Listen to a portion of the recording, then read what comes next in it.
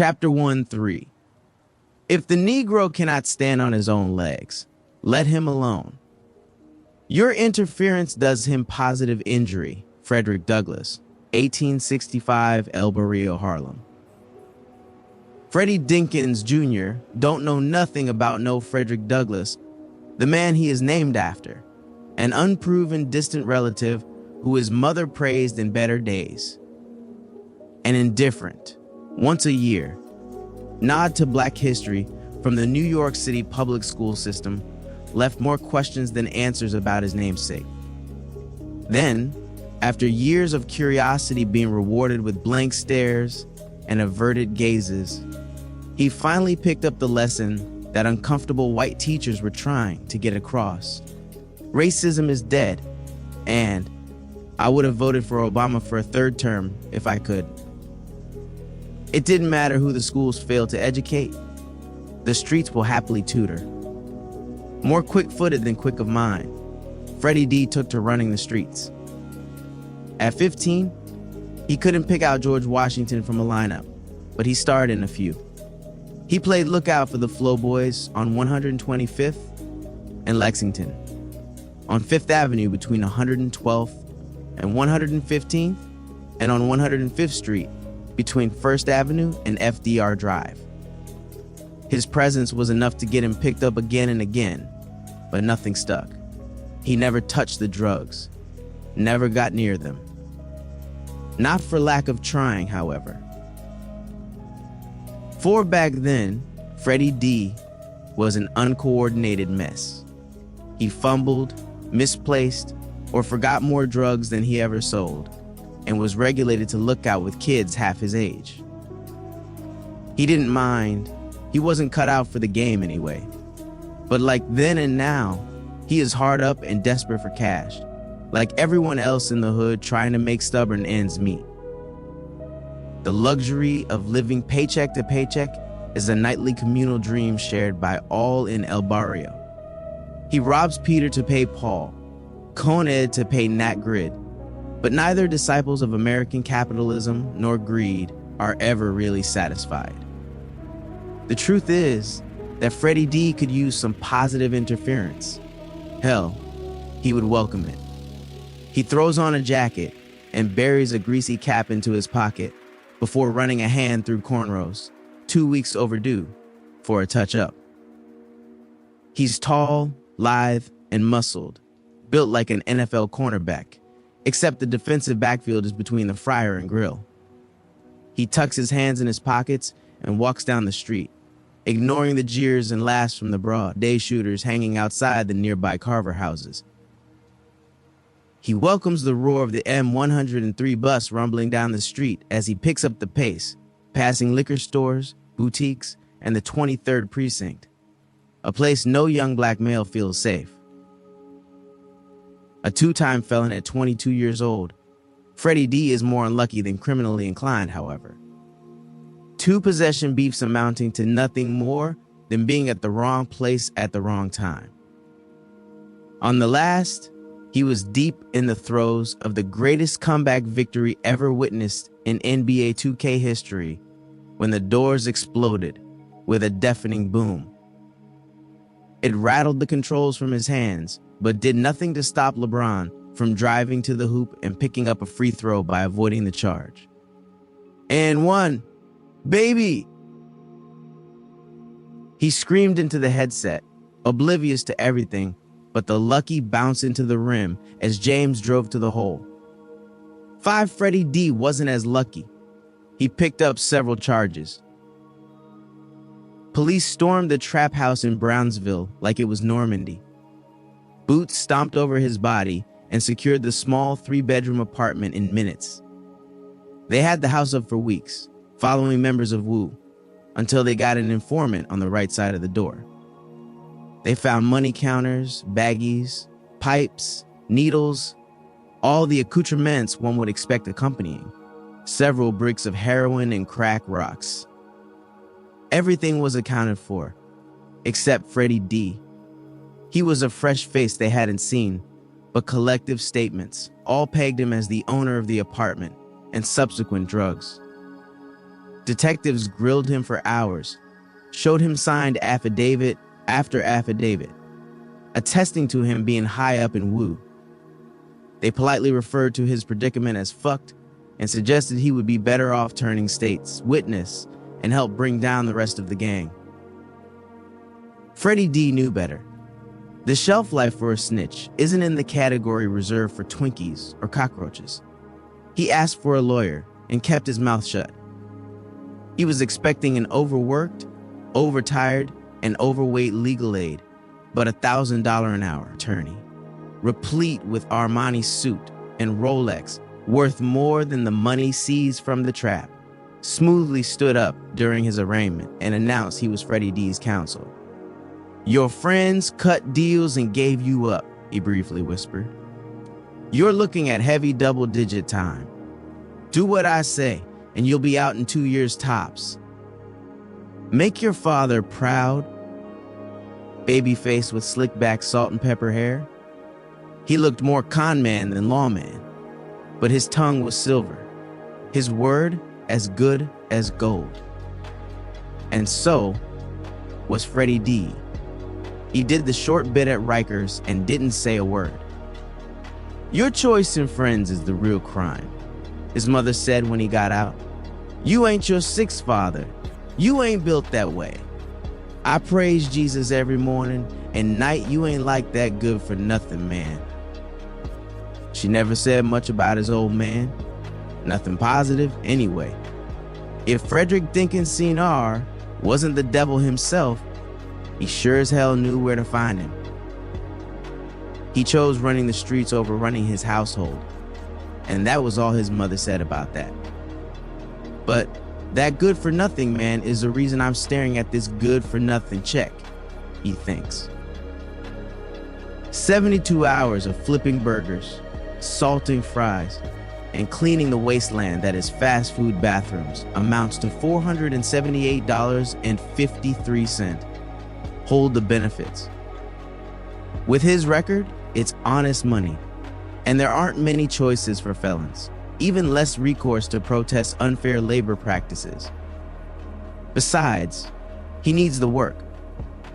No, he thinks, climbing the stairs to his mother's apartment in the Wagner houses.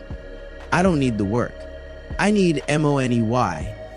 The faint odor of urine-soaked floors below mixes with the almost suffocating stench of the grease soaked into his clothing and pores. "They still got you dressing up for that burger clown, Freddie D," Tyrone Phillips says from the 4th floor steps. They have known each other since elementary school and couldn't be more opposite. Short where Freddie D was tall, gaunt versus an athletic build. Ambitious, ruthless, and voracious, he would be at home at any financial firm on Wall Street. His mind is sharp and discerning with a head for numbers, but body slow. A car accident in his youth left him with a permanent limp that he used to lull people into a state of overconfidence, something he brags is always more effective than brandishing pistols about. However, it's not to say he's a stranger to violence or guns. Tyrone simply understands the truth that if violence is on the menu, he makes it a point to arrive early and order you a healthy serving. 7, and stiff your loved ones with the bill. Let me put you on to some real game, he continues. I got a simple job that could use some muscle since Tony got popped. It's tempting. Tyrone is savvy and meticulous. He avoids muggings and petty theft for income and has yet to see the inside of a cell. Everyone knows Tony got locked up for going off script, blowing his money, and getting desperate enough to sell to narcs. He was the only idiot to be fooled by the old Yankee jersey, blue jeans, and wraparound shades getup in decades. Despite his record, Freddie D doesn't believe ACAB. All cops are bastards, but he does believe ACTA. All cops dress alike. Tony was never the brightest bulb. Now he's doing 5 to 8, and his smoking Dominican girlfriend is doing Tyrone. Smoking on his pipe. Think on it, playboy, he says with a wink. You know where to find me? I'm straight. He's not. There are more bills than food in the fridge, awaiting him a floor up. More rats than people. More past than future. Ascending to hell, he thinks. He doesn't bother with the lock on the 5th floor apartment that he shares with his mother. Heroin addicts don't have anything worth stealing anyway. 8 Midtown Manhattan. I didn't have anything worth stealing. Anyway, Sloan Seaman says to the shrink for the 3rd time since their session started. She leans back on the faded blue sofa, but refuses to get comfortable, smoothing over dark pants and matching blouse carefully. The room is comfy by design, with overly large windows letting in the soft glow of the setting sun and warming the sparse but intimate area. A presumptive box of tissues sits on a small circular table, separating her and the psychologist nestled into an unadorned high-back chair. The woman is infuriating, she thinks, pretending to be slow and forgetful while furiously jotting away on her notepad. Frazzled, graying hair, tied in a large bun, coupled with large doe eyes behind thick red frames, attempts to lend truth to the fiction. But Sloan reads people for a living, and the mini fridge-shaped woman before her can't hide the truth. The good doctor is perpetrating a fraud, she reasons, looking at the faint rectangular-shaped discoloration along the beige-colored walls. It's probably where she usually keeps her joint psychology degree, between Columbia University and the Department of Socio-Medical Sciences from the Mailman School of Public Health. It took all of 5 minutes to reach out to friends in both colleges to learn all she needed. By all accounts, Dr. Teresa Hensley is accomplished, bright, and brilliant. Sloan even managed to read a few of the woman's published articles and was thoroughly impressed. Dr. Hensley is an academic stud, an impossible to schedule therapist, a pioneer in the field. 9. What Dr. Teresa Hensley is not is the normal New York City Police Department appointed therapist. Just like Sloan Seaman isn't a normal New York City Police Department lieutenant. She's overly educated. 2 advanced degrees in criminality and pathology, 3 advanced certificates in forensics, criminal psych, and crime prevention, and a perfect LSAT that has the Ivy League salivating. She's overly qualified too. Advanced FBI Quantico profiling and body language training, and a multiple tour Army Sergeant veteran who saw combat in Iraq. And she's black. Unapologetically so. Unblemished skin like sweet caramel, she wears her naturally curly, but often rebellious, sable hair proudly. Her runner's build is organic. Thousands of hours against the pavement, and dozens of marathon and endurance medals lay in a box somewhere in her Upper West Side apartment that she got in the divorce. "How's your love life?" Dr. Hensley asks, as if privy to her internal dialogue. "The lovemaking is fine, but convincing it to stay longer than a night isn't what I'm looking for right now." "Why not?"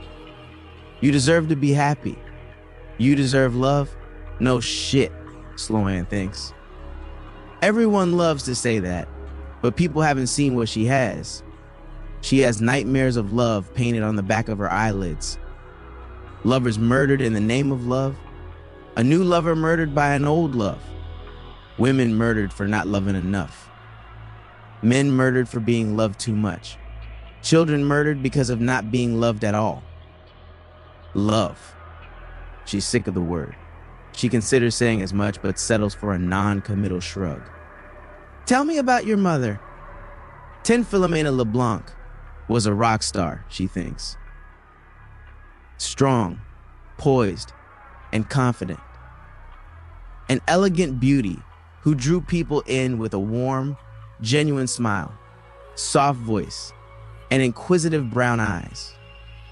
She was a voracious reader, accomplished academic, and had a yearning for traveling and cooking that would have earned her a television spot if she wasn't so humble. She always gave more than she got and couldn't pass someone less fortunate on the street without sharing something: money, a meal, or time. Sloan likes to remember her before the chemo, before the surgeries, before the drugs.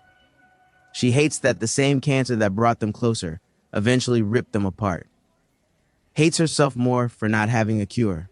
Hates herself for not studying medicine and destroying the thing herself. She knows that's irrational, but so what? Cancer took a part of her when it took her mother. Mom was great, she says, keeping it succinct. Seeing Dr. Hensley's desire for more, Sloan adds, I still miss her. It's all she's willing to share. 10 years later, the memories are still razor sharp, still vivid. If she wanted to share, there's too much to say, in an incredibly good way. All right, she continues. Tell me about your father. Like, who? Don't know the man. Don't care to know the man. As far as she's concerned, she's the first case of human asexual reproduction. Binary fission, budding, fragmentation. Take your pick. If she did have something to share, there's too little to say in an incredibly bad way.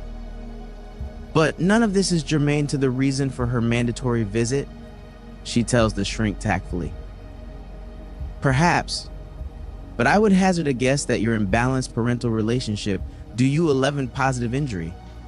You've taken and harnessed your mother's drives and passions as your own, leaving your true self unexplored and unfulfilled.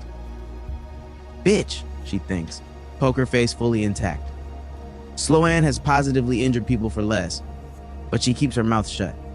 She wields silence at work more proficiently than her Glock 17, and she loads the former now. Her brown eyes look like her mother's, but there's more venom than compassion behind them. More frozen tundra than nurturing savanna. She lets the silence stretch to minutes, willing to let it go further. Well, take me through the incident again, Dr. Hensley says, like she's looking for the seam holding the story together. It's like Sloan's on the wrong side of the glass, trying to guess what the detectives are piecing together before resuming her interrogation. It doesn't come as a surprise. Captain McEvoy has had it out for her since day one, had her spotting homicide pegged for his buddy. But she got the job when IAB politely suggested Sergeant Doolin's most recent unreported DUI might be a problem. And with a deputy commissioner at Sloan's hook, McEvoy has had to be careful. And this is him being careful. From the day of the shooting, Captain McEvoy has had his thumb on the scales. From aggressive and antagonistic IAB investigators, a newly appointed incompetent PBA rep, to a world-renowned shrink pretending to be less than she was. She could smell McEvoy's stink all over this.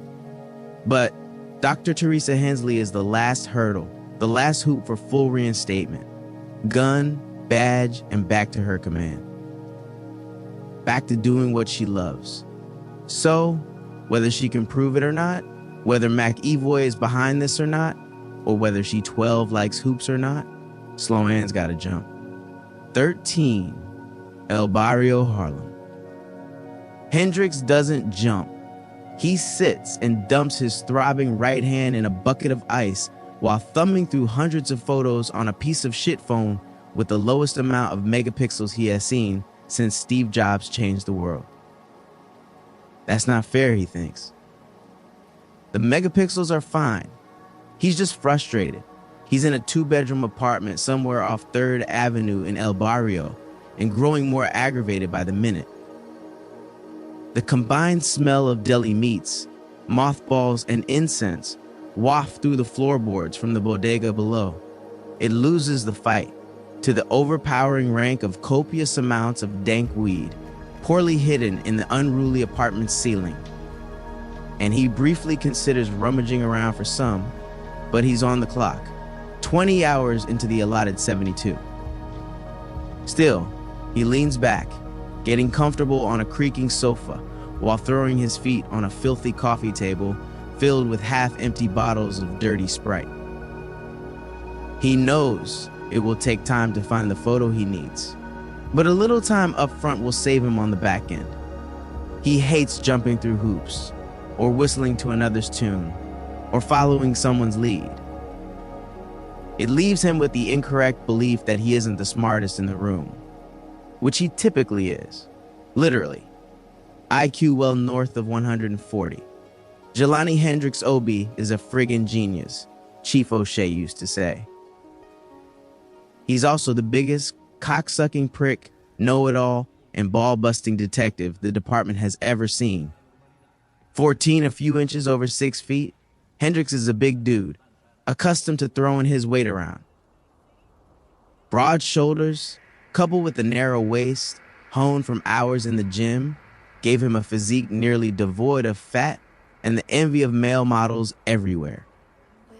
Sharp cheekbones and a chiseled jawline only added to their discomfort, but dull, almost lifeless black eyes kept him from the runway and their paths crossing. Born and raised in Brooklyn, he came up the hard way, harder than necessary, according to those in the know. They would say, not incorrectly, that Hendrix looked for trouble, looked for problems because he was bored. He ran with the wrong crowds until he ran most of the wrong crowds. Then, out of boredom, he went the other way. A Golden Gloves champion with a chip on his shoulder, he wrecked, absolutely wrecked, the instructors at the police academy before they turned him loose on the public.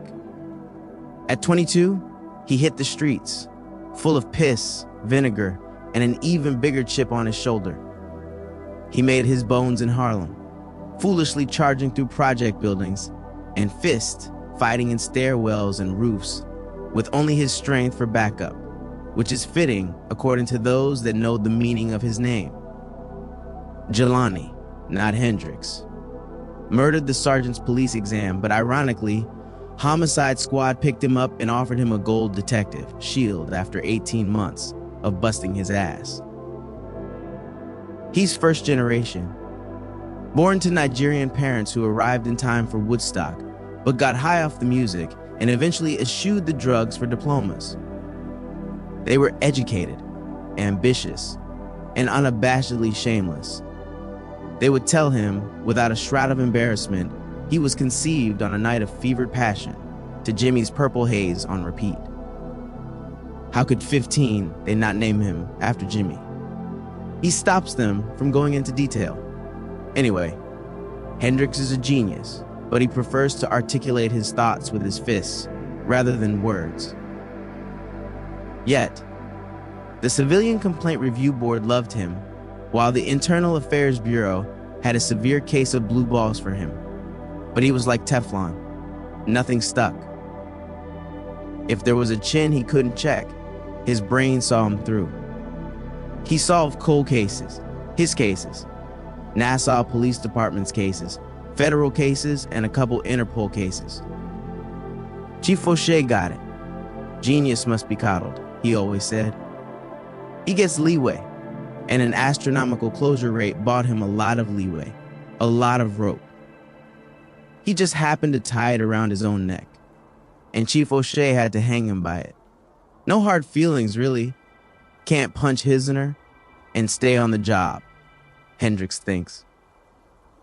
Laid the eating pizza with a fork giant clean out. Luckily, he didn't see the wrong side of Rikers, but the get-out-of-jail-free card cost him his badge, gun, and pension. He landed on his feet, though. Turns out, at 33, there were more tricks left in this old dog, and people were lining up for his freelance investigative services. Like finding the scumbag that did Aria Mitchell, 15-year-old daughter of a visiting British bigwig who ditched stuffy, old parents to check out the nightlife and party in the city that never sleeps. But the nightlife and party continue without her. The file Hendrix was given says she was beaten within an inch of her life 16 before the savage rape took what was left. "I need to see the body," he said to Captain O'Shea over the phone. O'Shea personally reached out and called in a marker. More than being politically connected, influential, and rich, the murder and rape of Aria Mitchell, a blue blood, happened within NYPD's jurisdiction. It can't go unsolved. It can't go unpunished. He gets it. It's an ugly black eye that needs an ice pack, and a pair of glasses a sap some concealer makeup would be welcome as well. What he doesn't get is the stonewalling around, viewing the body. It's a non-starter, Hendricks, O'Shea said. His normally gruff voice sounded beyond exhausted. Family privacy or some bullshit. Whole lot of them are off limits. Best I can give you is a printout of her recent text messages and cell pings. I don't know, he replied. It's thin and sounds hella sketchy. Do this thing, and it'll go a long way for you. There are a lot of eyes on this delicate matter, and my hands are tied. Probably a few of those eyes on him now, Hendricks reasoned. But the carrot had been dangled, and it was wrapped in bacon. The powers that be were reaching out, quietly offering, what, a favor? Friendship? Quid pro quo? Reinstatement? He was ashamed at how excited he was at the thought of wearing the badge again. After long seconds of dead air, he continued, I assured the family you could have this wrapped up in 3 days. No press, no leaks, no cops, Hendricks finished. Better than having the murder solved was solving it and pretending it never happened. He 17 imagined there would be a report of some boating accident or some spin to garner public favor out of Aria's death. Politicians were a unique flavor of scum. I'll follow this wherever it leads, he said. If Papa Mitchell belongs to some pedo ring and got his daughter killed in a snuff feat. God, you're such a prick, O'Shea said before hanging up. The text messages weren't a lot of help. Lots of inane chatter about celebs and boys throughout most of the day. Things took a turn around 9 p.m., though, when she had received an address for a club in Williamsburg from a number not in her contacts. He hoofed it over to the Ivory Flamingo and showed her picture around without much luck, but the bartender turned him on to the photos from the previous night's event. I'm shitty with faces, but you're welcome to go through the digitals from last night, he said, adjusting ridiculous-looking suspenders. It took him all of 8 seconds to find Aria's picture. She was 15, but could easily have passed for 18 with the right makeup and platinum blonde hair affixed to pale skin that seemed to catch the camera lens for most of the night. Like, all night. Her modestly cut red dress, flaring just above her knees, was the least provocative attire all night. Yet, she was everywhere. If she wasn't featured in the shot, she was in the foreground, in the background. She was sipping a drink, throwing her hair back, talking, dancing, even getting ready to leave. His interest in the photographer's interest, and a quick search got him his picture and address. Arturo Nunez likes them young, and that bothers Hendricks. 18, he's a squat, 5'5", with thick brows, coupled with a wide nose, reminding Hendricks of the Neanderthal exhibit at the American Museum of Natural History. Well, he did. A broken nose, cracked orbital, a deviated septum. Arturo's face is now a bloated, bleeding mess. He was barely upright, zip-tied, and breathing heavily, sitting across from Hendricks. He politely let himself in and found Arturo stroking it to a video of an unconscious Aria with a masked man sporting an obscure tattoo on his neck. He then articulated his displeasure like he normally did. With brass knuckles and swear words, he searched the rest of the apartment while Arturo was unconscious, but couldn't bring himself to sort through the near 2 terabytes of child pornography, opting to email Rick Taylor, the special agent in charge of the FBI's New York field office. He found Aria's purse with what he assumed was her underwear stuffed inside, but no blood. She wasn't killed here. "So, that's how I got your name and came to pay you a visit," he says, relaxing on the couch while icing his fist. He regaled Arturo of his journey while searching through his phone and social media for pictures of the dark-skinned male with the neck tattoo. "If you had not committed great sins, God would not have sent a punishment like me upon you." "Fuck you and that puta," he responds, but there's no bite to his bark. The dog has been domesticated. All that is left is the snipping. That puta was only 15th. That bitch wanted it. 19 Hendricks stands with a sigh. There has to be a pair of scissors around here. 20 Chapter 2, 21. The time is always right to do what is right. Martin Luther King Jr., 1968, El Barrio, Harlem. She's strung out again, shooting up again. He feels it before he opens the door. Feels the despair of broken promises, broken dreams, broken spirits. A home feels alive with an undeniable warmth and vibrancy that runs through it like electricity through a cable. There is none here. No warmth. No vibrancy. Hell, there's no power. He tries the light, but the apartment remains nearly pitch black. He foolishly starts to wonder if she tried selling the bulbs again, but he knows better. Even in the low light, the stack of angry letters with bold red typeface from Con Ed, NatGrid, Visa, and MasterCard bring him back to reality. He navigates through a narrow hallway by feel alone. A heavy, rapidly beating heart makes holding his breath difficult, but coming home is always difficult. The one-bedroom, subsidized apartment opens up to small living area with a utilitarian row house kitchen off to the right. In a word, both spaces are barren, save for his mattress and few 22 belongings occupying a small corner of the room. The apartment is empty. No dishes, appliances, curtains, or even picture frames to speak of. When desperation hits, everything has a price. When desperation hits, a vibrant home becomes an empty dwelling. He finds her in the bathroom. Enough ambient light cascades from a broken window to highlight her gaunt, ghoulish appearance. A filthy sheen coat, sunken cheekbones, and stringy, matted hair clings to a damp face like seaweed. Like this home, Madison Williams is gone, Freddie D thinks, replaced by Maddie the junkie. Maddie the fiend, Maddie the thought. It tears his heart apart to think about the empty dwelling his mother has become.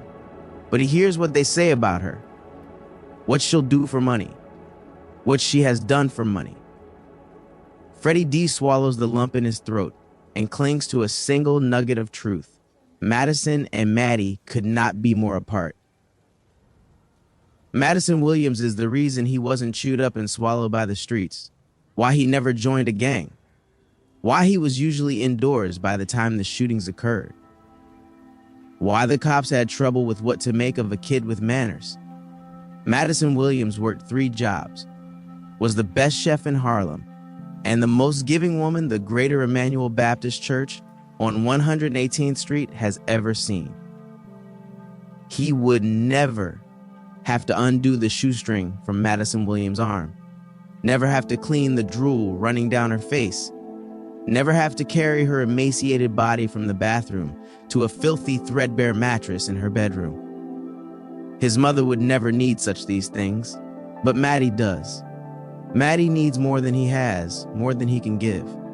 Detox, 23 methadone, rehab, counseling. She needs a new environment, new friends, a new life. All require money, which he would happily give if he had. In the dark corner of her hollowed bedroom, Freddie D cradles who his mother has become and prays for who she was.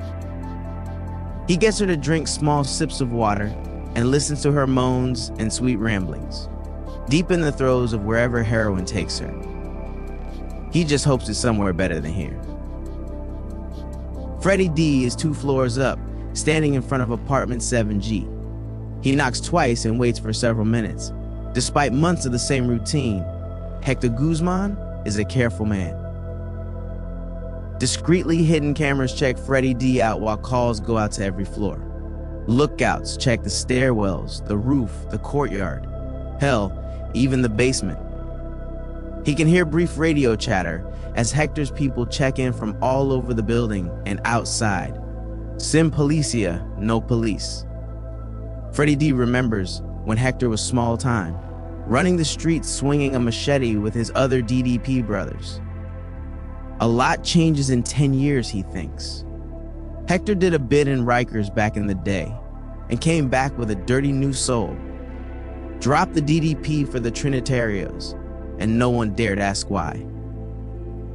24 now, word is Hector is responsible for expanding into El Barrio territory, and the Trinitarios are backed by some heavyweights in South America. The door creaks opens, and the smell of marijuana nearly floors him, but rough hands keep him steady as they drag him inside and throw him against the apartment wall. He doesn't resist. He knows the drill. They thoroughly search him for weapons in seconds, in and out of his pockets in less. Hector Guzman greets him like an old friend. Tall, reed-thin, and balding, with crooked teeth and a friendly smile that looks anywhere but at home on the man's menacing face. "Que lo que, mano?" "Same shit," he says over the whirl of several money counters spinning from deeper inside the apartment. Trying to make ends meet. It's a grind. Nothing but. What's her damage this week? Hector supplies to his mother. To Maddie, he corrects himself, on credit. Never enough to overdose at once, and frequent enough for her not to go anywhere else. He knows Hector receives a pure product and steps on it himself, but his South American connection won't allow him to use anything dangerous. No rat poison, no laundry detergent, and definitely no fentanyl. Dead junkies don't pay, and dead junkies mean alive investigations, neither of which are good for business. 6 bills, Hector says. It's 3, actually, but he's not about to tell Freddie D that Tyrone paid him $1,025 to inflate his mother's price. Either way, it hits like a brick. Between rent and keeping creditors off their necks, $600 just about wipes him out. Same time next week. Mono, Hector says, counting Freddie D's money. Give my regards to your old man.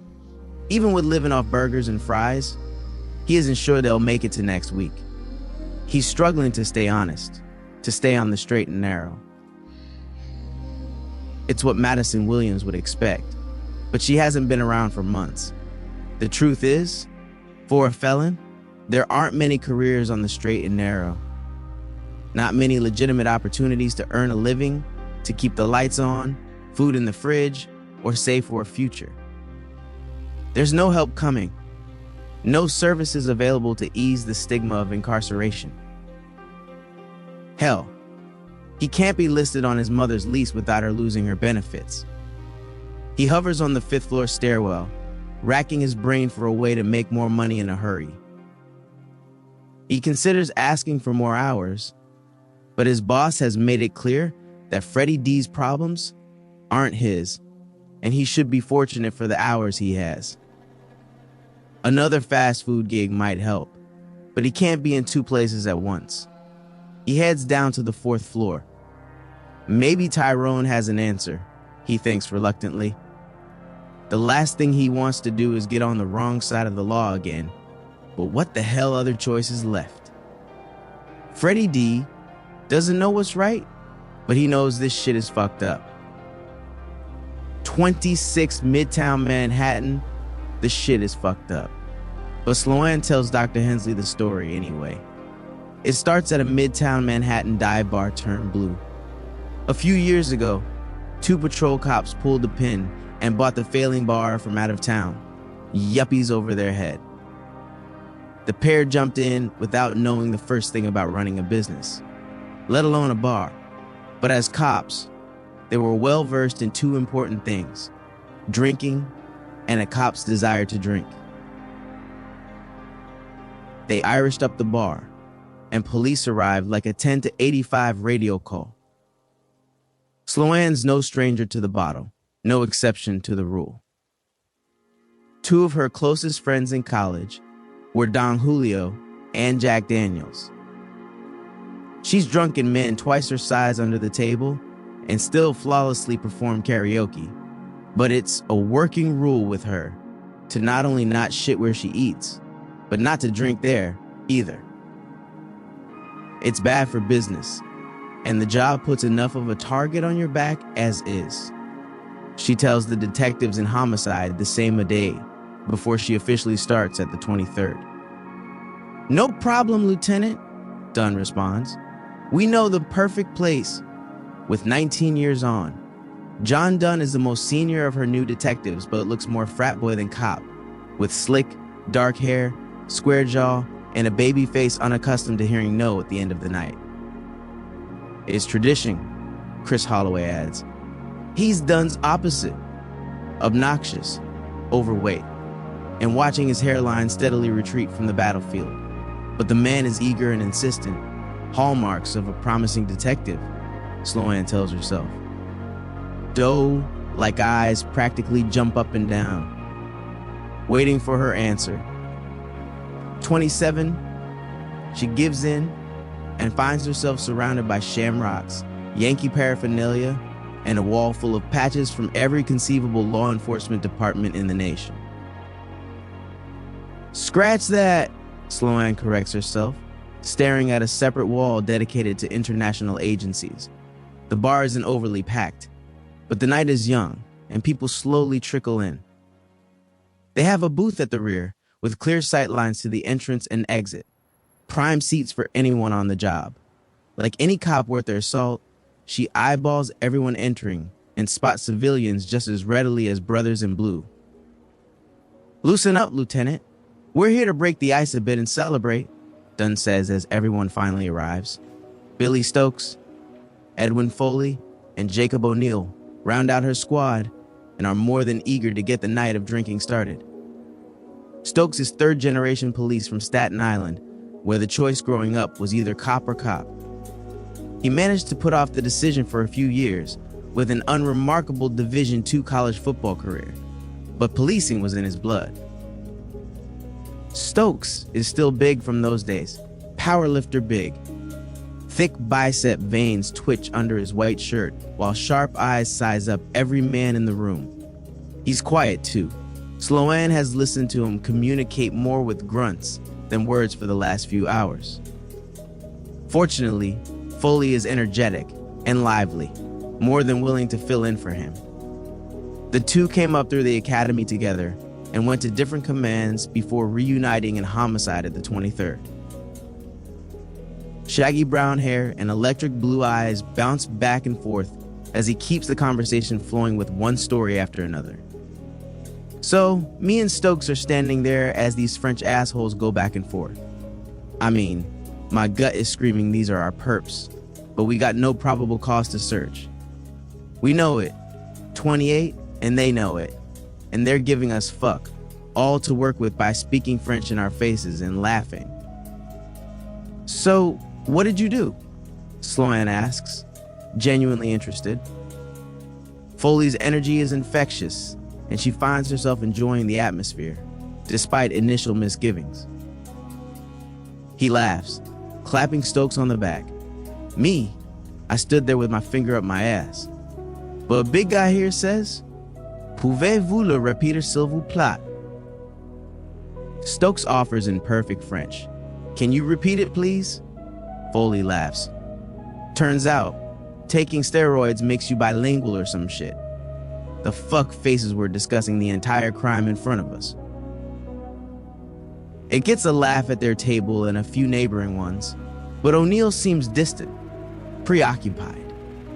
His laughter is often late or altogether forced, despite the obvious rapport and camaraderie the group shares.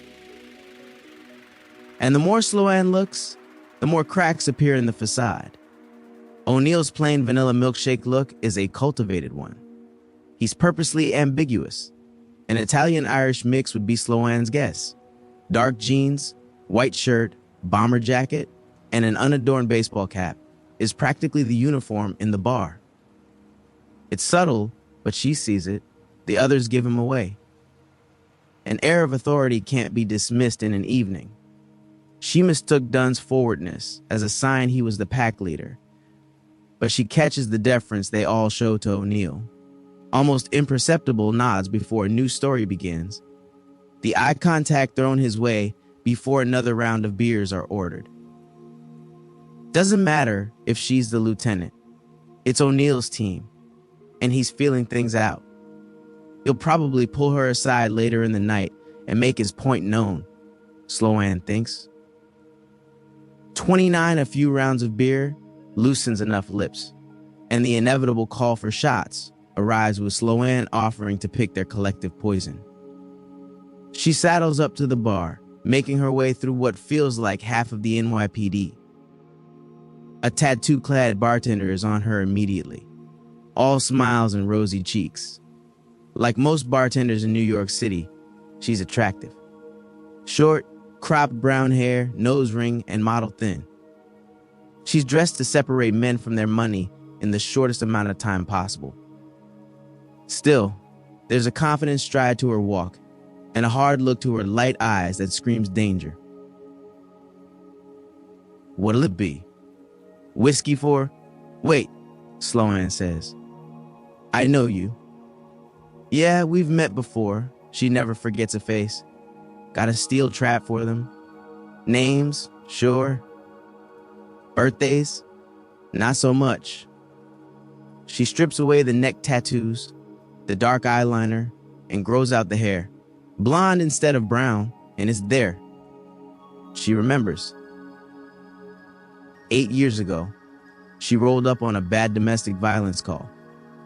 They're all bad, but this was potential murder-suicide bad. Her boyfriend was 6'2" and 195 pounds of insecure jealousy, and he knew his way around a boxing ring. He went for a gun the moment Sloan entered the first-floor apartment, and she put him in traction, convinced the girlfriend to press charges, and put her in touch with special services. Becca? Sloan says with a smile.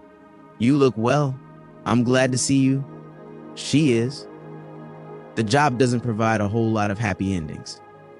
I didn't think you'd recognize me. Becca responds with a blush that has nothing to do with alcohol. I tried looking you up after I got on my feet, but they said you'd been transferred or something. 30, that sounds about right. Had to move around a bit before I found a spot that fit right.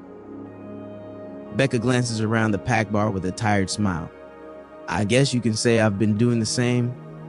She tells Sloan she's been working the bar for the last 2 years while attending John Jay College for Criminal Justice. Originally, she wanted to get enough credits to join the force, but was bitten by the academia bug and can't imagine not finishing her degree. Lenny and Sam, the bar owners, think she's wasting her time with the degree, but they don't mind if it keeps her around for a few more years. Sloan isn't usually one to share, but the jovial atmosphere and alcohol help relax her guard a bit, and she tells Becca she's out with her team, celebrating her promotion. Oh, congratulations! Where to? The 23rd, she responds. It's in EA's Harlem, Becca interrupts, suddenly serious. Her eyes jerk back and forth, and she nearly spills the last of the shots. Please don't tell me you're the new homicide lieutenant. The warmth disappears from behind Sloan's brown eyes, and she's all business. She tracks Becca's brief, and worry glances back to her table and watches the tension in the woman ratchet upward. She weaponizes the growing silence between them and locks eyes with the woman, watching her eyes, her nose, her lips. She even takes notice of her breathing and carotid artery. Becca is scared. She's hanging on to a vital piece of information that could break the case wide open, but it's a dangerous nugget of information. She knows the look, sees it on perps all the time when they teeter between verbal diarrhea and constipation. 31, Becca chooses the former, but, to her credit, doesn't skip a beat. "It was really great seeing you again," Becca says a little louder than necessary. "Let me get your number so we can get together soon." Sloan's phone angrily vibrates in her pocket as she carries the tray of shots back to her table, and then she manages to skim the messages just as she sits. "Two from your party were here the last couple of days. Meeting with people that were definitely not cops. Talked about a new lieutenant, taking their friend's spot, and making it hard to eat. Guys they met with look dangerous, and they've been walking in and out of here all night. Bottom right shot glass is water. Be careful." Well, damn, Sloan thinks, feeling the comfortable weight of her Glock concealed by her jacket. This shit is fucked up. 32 El Barrio, Harlem. "This shit is fucked up," the man says, squinting at the ID. Menacing eyes dripping with violence dart between the card and Hendrix. "Got to be the most Fugazi counterfeit I've ever seen. The bouncer is enormous, built like a semi. If trucks suddenly decided to walk upright and check identification at a strip club in Harlem." The word security comically stretches across a black cotton t-shirt in case redwood-sized arms and legs didn't give his profession away. He's a mismatch of biomes. Sharp eye give off the cold air of an Arctic tundra, while his mountainous size is right at home at the Alpines.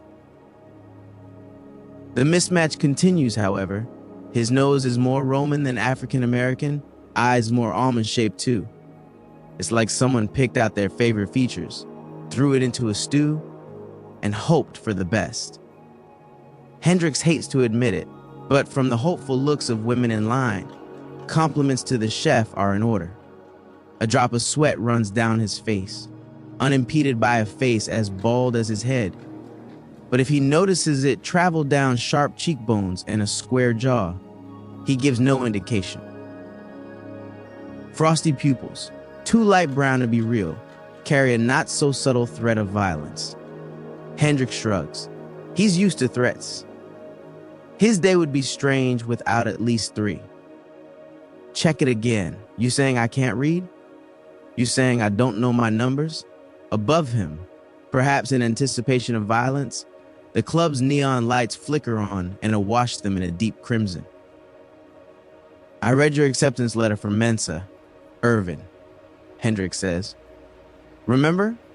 It's the 133 you were too chicken shit to open." They stare at each for several seconds, but the laughter bubbles to the top in short order.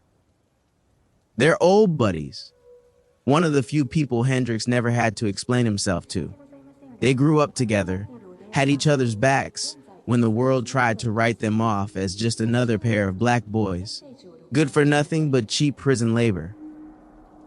Irvin Reed shocked his parents when he put 6 feet in the rearview mirror and kept growing another 9 inches by the time he was 18. Laughed in their faces when they mentioned scholarships and the NBA. Nearly floored them again when he earned his first million before his 23rd birthday and wrote them a check for growing pains, making them rich overnight. He's an intellectual heavyweight with several businesses, many with the explicit purpose of offering former inmates a chance at building a new life. Coding, real estate, construction, a veritable one-stop shop. His latest venture privatized and unionized security for clubs, lounges, and bars in the 5 boroughs. It reduced the insurance burden on small businesses while allowing him to negotiate for higher wages and standardized work hours. He's wealthy several times over, but it's not uncommon to find him working in the trenches to stave off boredom. I didn't remember applying. Thought it was anthrax or something. "So, you gave it to me to open?" Irvin says, "Seemed like a good idea at the time. And they call me an ass."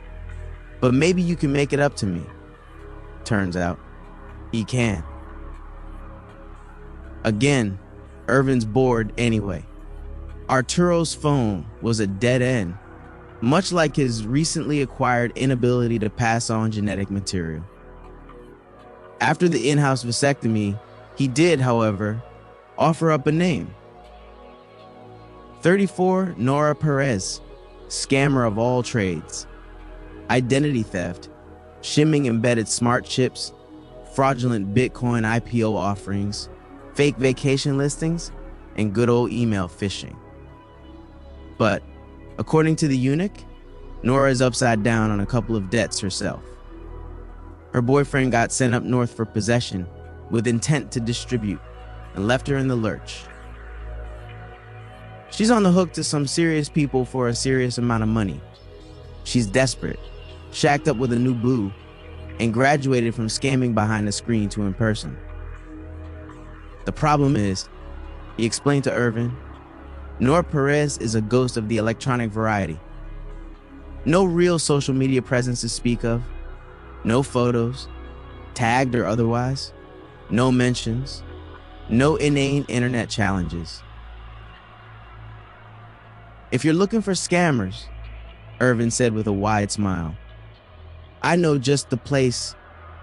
The whiskey goes down fighting, punching, kicking, and burning until that familiar warmth spreads through his gut, like embracing an old bitter lover. Tragos is the most popular lounge in El Barrio, and tonight is no exception. Hendrix sits at the bar, but spends most of the time watching the dance floor. Bodies sweat and grind against one another, to everything from bachata to trap music. Low light, dark corners, and flowing alcohol see hands under shirts, hands in pants, and lips locked together. Hendrix winks at the bartender. Hypnotic, flowing dark hair, and an enticing full smile add a different warmth to his body. Glittering eyes, a small waist, and more curves than what he swears is natural sway his way. She's gorgeous, stunning. 35, she blows him a kiss, and he entertains the thought of embracing a new soon-to-be bitter lover. He slides a couple of grands forward and asks for another. Make it a double, sweetie. Keep the change if you'll join me. What's your name, handsome? Hendrix, like the rock star? That's the one, he says. Well, Jimmy, I'm Nora. Her fingers brush against his as she tucks the money between full breasts. You drinking alone tonight? Or you looking for company? He smiles. Only thing I'm looking at is you. For us, she whispers, inches from his ear, placing 2 bottles of whiskey in front of him. I get off in 30 minutes. Hendrix traces his finger down her neck. I'll get you off sooner than that. She bites her lips, and those glittering eyes grow wide. Promise? He winks again. I'm a rock star, ain't? She gives him the address to where she's staying. She meets him outside a nearby motel, and they barely make it to the room. She hungrily runs her hands across his chest and chiseled body. Low moans of approval escape between locked lips and dancing tongues. She feels good in his arms, better than he imagined when he first saw her. The curves may be manufactured, but they have their intended effect, Hendrix thinks. 36, let me freshen up, Nora says before any clothes come off. Pour us a couple of shots, and I'll be out in a moment. 2 beds, a small desk, and a Fendi green carpet, and curtains are all the pay-by-the-hour room contains. But there are no personal belongings, no clothes, no sign that she ever set foot in the place. It's an oldie but goodie. The best scams are always simple. The front door creaks open, and he's across the room in a heartbeat, eyes locked on the barrel of 9mm coming in for a nightcap. The bottle of whiskey explodes across the face of a masked man just as he enters the room, dropping him with a wet thud. A growing pool of blood, alcohol, and glass surround the groaning man's head, but Hendricks fixes that easily. He grabs the gun, flips it around, and bashes it across the man's face. Shame about the whiskey, Hendricks thinks. He drags the unconscious body into the room and zip ties both arms and legs just as Irvin enters. Thought I'd save you one? The big man laughs, dragging two similarly tied bodies of his own. They've seen the scam before. Hell, they ran a couple of them in their rougher years. Pretty woman chats up a mark, someone flashing cash, or someone they know is loaded, and invites them over for a good time. She ducks into the bathroom, makes a call, and the goons come busting in. Simple. Not a whole lot of moving parts, but Hendricks doesn't like it. 3 guys seem excessive for this play. A 4-way cut hardly seems worth the trouble. 37 and the mask and gloves are also out of place. They scream professional. This look right to you? Irvin asks, picking up on Hendricks' unease. Less right by the second. He's already moving, checking each of their pockets and unmasking them like the Saturday morning cartoon, with the talking dog and his stoner friend. Irvin snaps pictures of their faces and mutters some techno jargon that Hendricks ignores. He's busy thumbing through his second man's phone for the night. It doesn't take him long to find what he needs. It's not a simple robbery or quick scam. It's a hit. Hendricks tosses the phone to Irvin, then pours himself a shot from the second bottle of whiskey. Always thought your academy photo was douchey, Irvin remarks. Who'd you piss off enough to want you dead? He shrugs. The list isn't insignificant. The official NYPD photo narrows things a bit. The second and third muddles things more. Sloan Seaman, Veras Perez. Hendricks doesn't see the connection, but he has a better idea and knocks on the bathroom door. Hey, Veras, he says, how about we have that drink now? 38 chapter 339. Do the best you can until you know better. Then, when you know better, do better. Maya Angelou, Far Rockaway, Queens. The adrenaline rocks Freddie D's body. His heart thumps, chest heaves, and sweat soaks the neoprene mask hiding his face. He's burning up, jacked up to 11, and not sure when he's coming down. Easy, man, Tyrone says from the front seat. Dark eyes shine with excitement from the rearview mirror. Deep, slow breaths. Remember what we talked out? Shit. They talked about a lot. Been doing nothing but talking for the last couple of hours, Freddie D thinks. He came to the 4th floor looking for Tyrone, looking for help, not a handout. He was willing to put in and earn his keep. I need to earn, Freddie D said, hours before.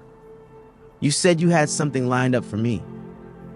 What you need to do, he replied, is to learn. Tyrone was right. Freddie D was never really in the game.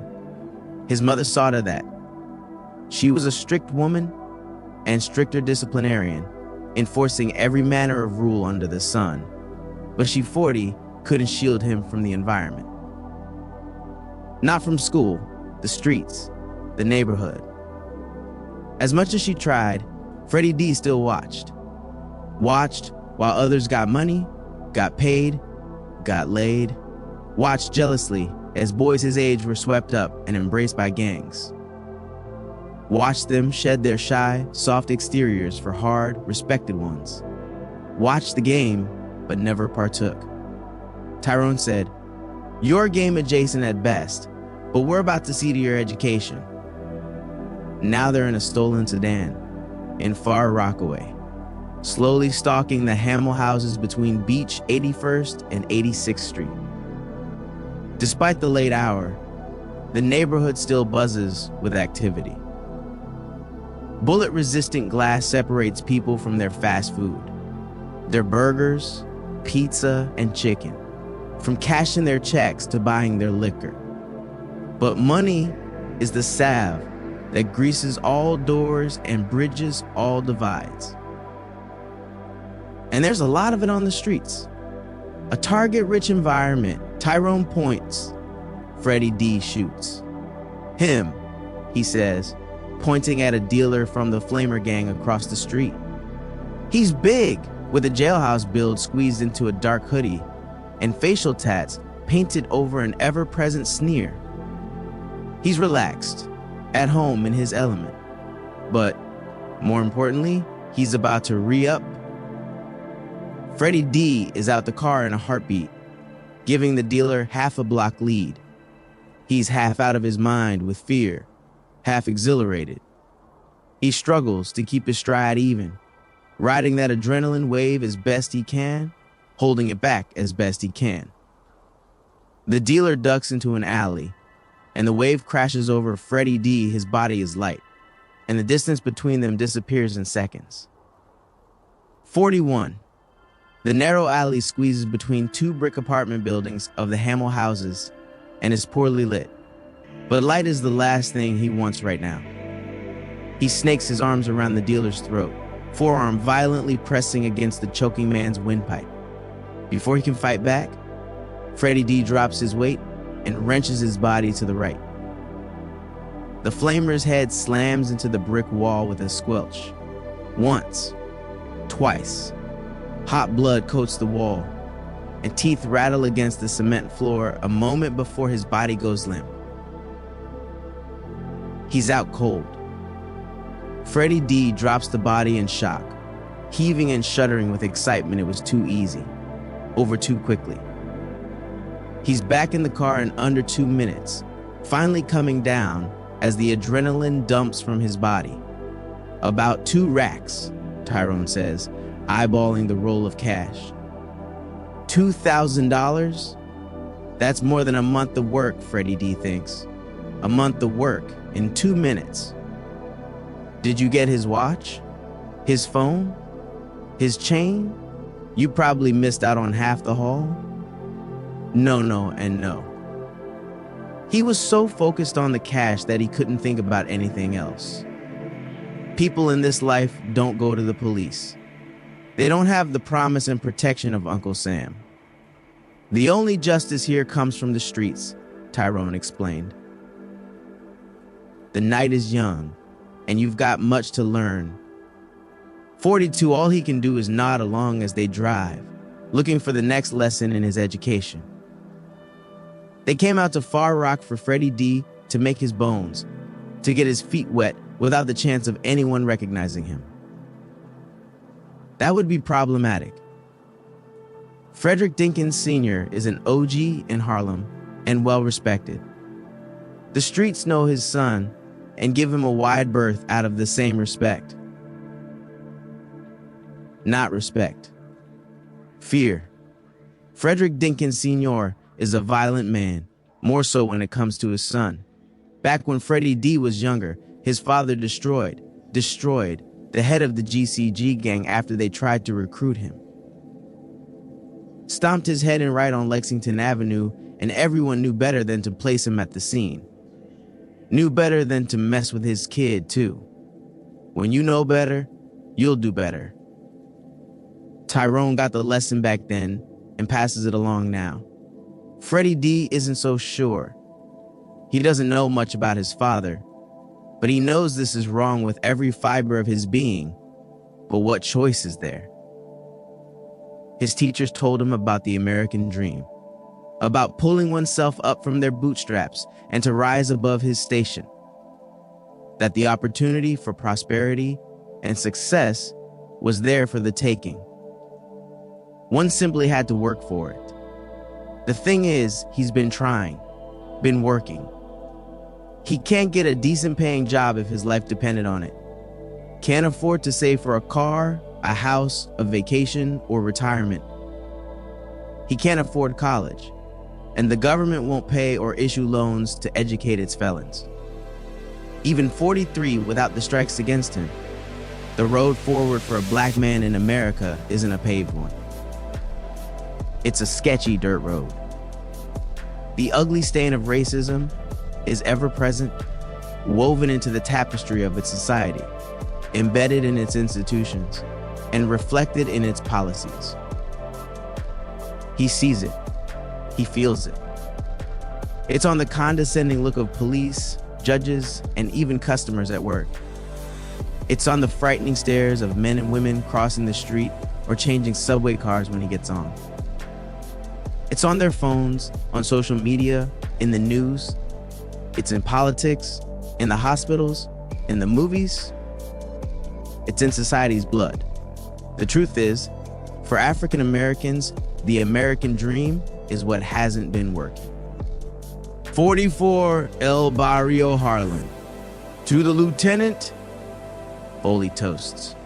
Proof the American dream is alive and well. The bar erupts in cheers, and Sloan can't help but smile.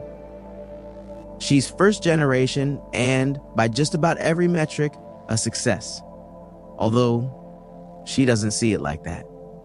There's always more to do, and as much as she accomplishes, the fact that her mother isn't around to celebrate cheapens things.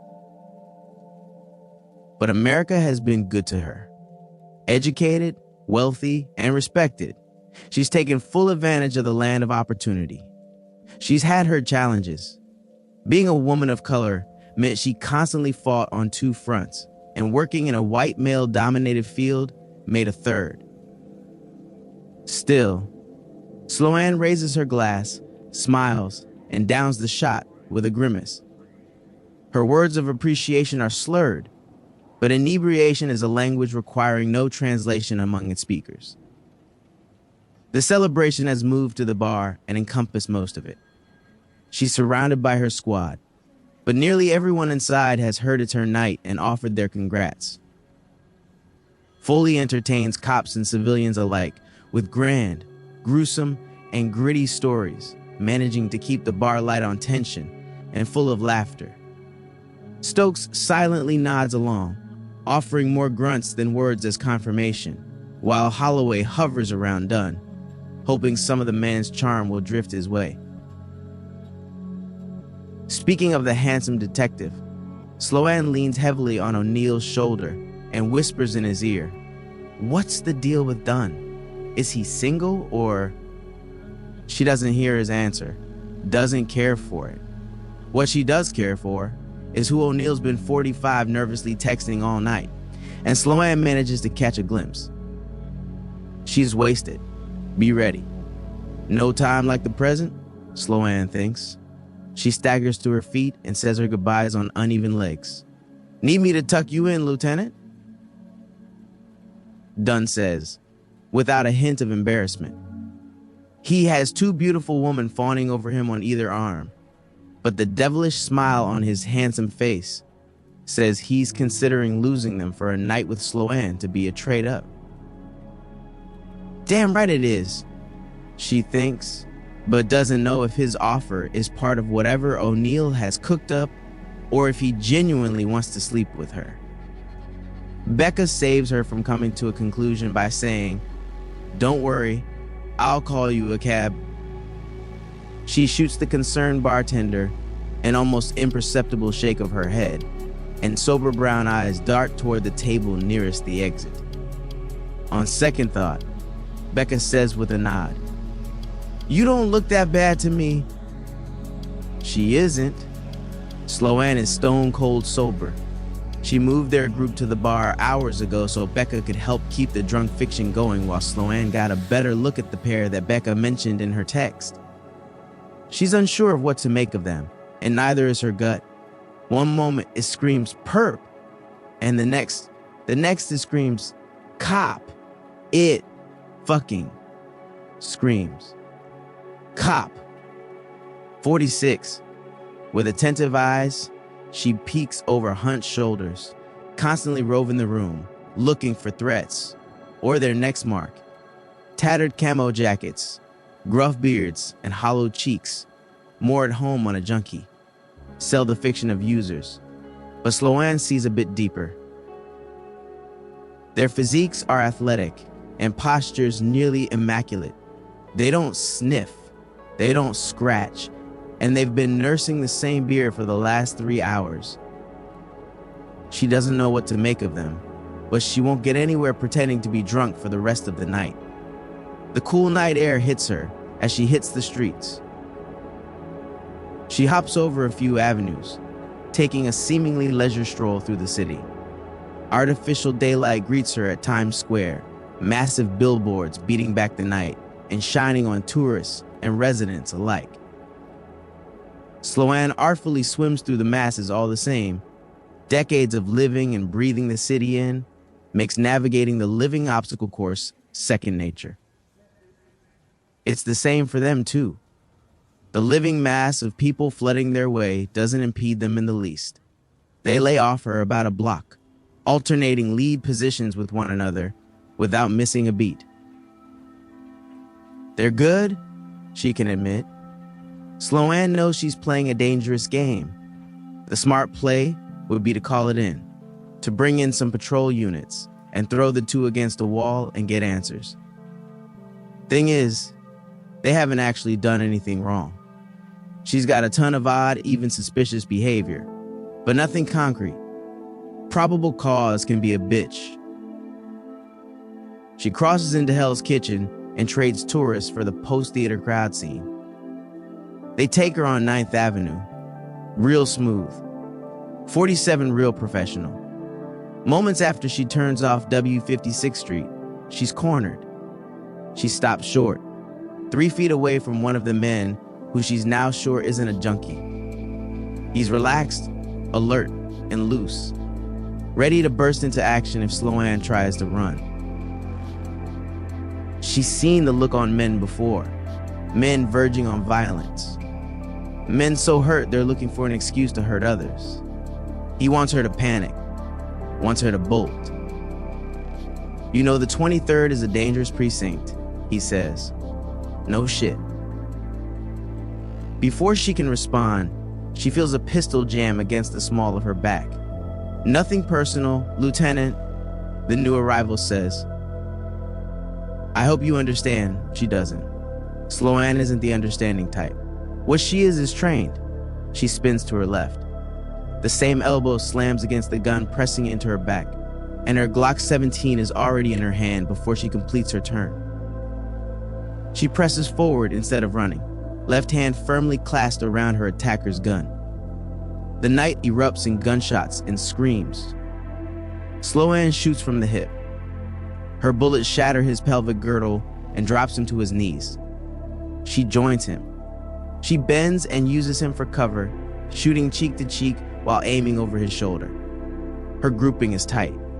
2 to the body, 1 to the head. 48, 1 dead, and 1 on the way. Sloan feels her attacker's body slump against her. His breathing is haggard, and she feels the death rattle in his chest. She lays him on the floor and puts him in recovery position while patting him down for weapons, a wallet, or phone. She stashes the latter just as the area is awash in hues of blue and red. She tosses the guns to the side and lays flat on the ground, hands behind her back. She's not dumb. She knows she's a lieutenant in the NYPD, but she's a black woman in America first. In a country that doesn't seem to know any better, she can't hope that it'll do any better. Not anytime soon. 49 El Barrio, Harlem. Varys talks. The story starts like many others in El Barrio, like many other hoods. I didn't have a choice. She sobs into open hands. I needed the money. Hendrix hears that a lot. Heard it growing up, heard it as a cop, and still hears it today. He has his own theory, his own take. Choice and money are always inextricably linked, a direct relationship. More of one always means more of the other. Urban centers, hoods, or ghettos. No matter the name, we're all deficient in the almighty dollar. Federal, state, and local governments constantly redirect funds to other projects deemed a higher priority, projects in more affluent areas. Williamsburg, Bed-Stuy, Bushwick, Midtown, Upper West Side, all beneficiaries of the ever-present grinding wheel of gentrification, but at the expense of poorer neighborhoods. Hospitals, schools, and housing fall to disrepair and fail to attract new generations of talent, leaving minds, bodies, and souls impoverished. Minimum wage jobs and public assistance trickle money in, but pale to the money flooding out. Generational unwealth. No money, no choice. Hendricks rolls his eyes. It's an easy excuse, but a lazy one. Irvin shoots him a look, screaming for him to shut up and pay attention. He shrugs. I can be cynical while paying attention. The big man hovers over the three unconscious hitmen, hog-tied in the corner of the room. 50, while Hendricks sits across from Vera's on one of the room's two beds. Her new boyfriend is the key. Tyrone graduated her from small hustles to bigger scores, paid off some sketchy debts her ex left her with, and even financed her surgeries in Miami. He got her connected with an entirely different clientele, and that's when the money started to roll in. Money. She escorted for wealthy businessmen from Japan, China, Dubai, and Europe. Wealthy married businessmen who wanted to sample the local flavor and were more than happy to pay handsomely for discretion. It was more than that, wasn't it? Irvin says more than asks. Yes, she's done the escort thing before, hooked up with a sleazy agency and everything, but that was simple. Money for services rendered. She was never instructed to drug her clients, never instructed to let men enter the room and take incriminating photos, never instructed to take photos of important documents. What changed? Hendricks asks, keeping the cynicism from his voice. He was having trouble seeing the leap from blackmailing escort to target of an assassination. Aria. Everything changed with Aria. The people Vera's worked for groomed her for the role of Nora Perez, gave her a script to memorize, a vocal coach, took her to London for several months, and taught her about that scene, the culture, the slang, the best clubs. Hendricks began to see the picture. They created Nora to be an exotic child of both worlds, introducing her to the right circles where she caught the attention of Nathaniel. 51, Aria's older brother. He was the biggest dick without a dick I've ever met, she says. Irvin adds, the term is micropenis. Seriously? Micropenis? There's a word for that. With glittering eyes, she slowly takes in Irvin's height and body. I thought that with your size. Hendricks watches the big man fluster and laughs uncontrollably. After a full minute, he manages to say, tiny dicks aside, I take it you and Aria hit it off. They did, like long-lost sisters. The girl was bursting with inquisitive energy and a desire to be accepted. For years, she enjoyed the idyllic family life. Doting mother, attentive father, annoying but protective brother.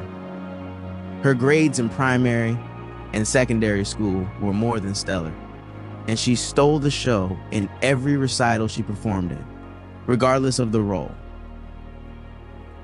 As the youngest, she was the center of attention in a way that radiated familial warmth rather than unspoken animosity. But, like complex machinery, switching out a factory piece for a refurbished aftermarket one changed the dynamic. The divorce rocked her well-being, and the refurbished part wasn't up to snuff. Aria hated her father's new wife with a passion reserved for advertisements before YouTube videos. With her father's rising political stardom, A unified familial front always went a long way. However, wrathful scorn was all the teenage girl was capable of showing.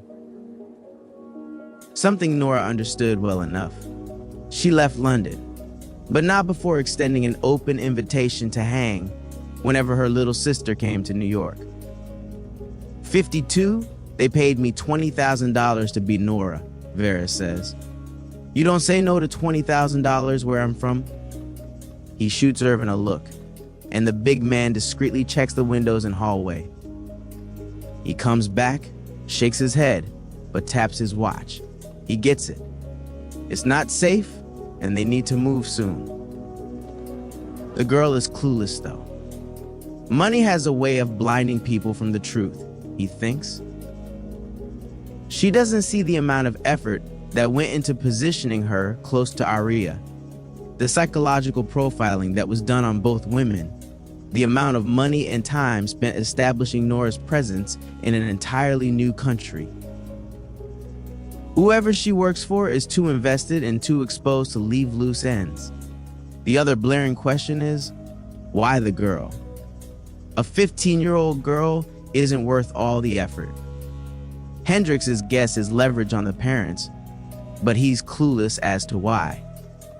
Besides, he can't stand politics, and politicians usually have a couple of skeletons in a couple of closets. Still, a young girl is dead, and that has to be enough for him.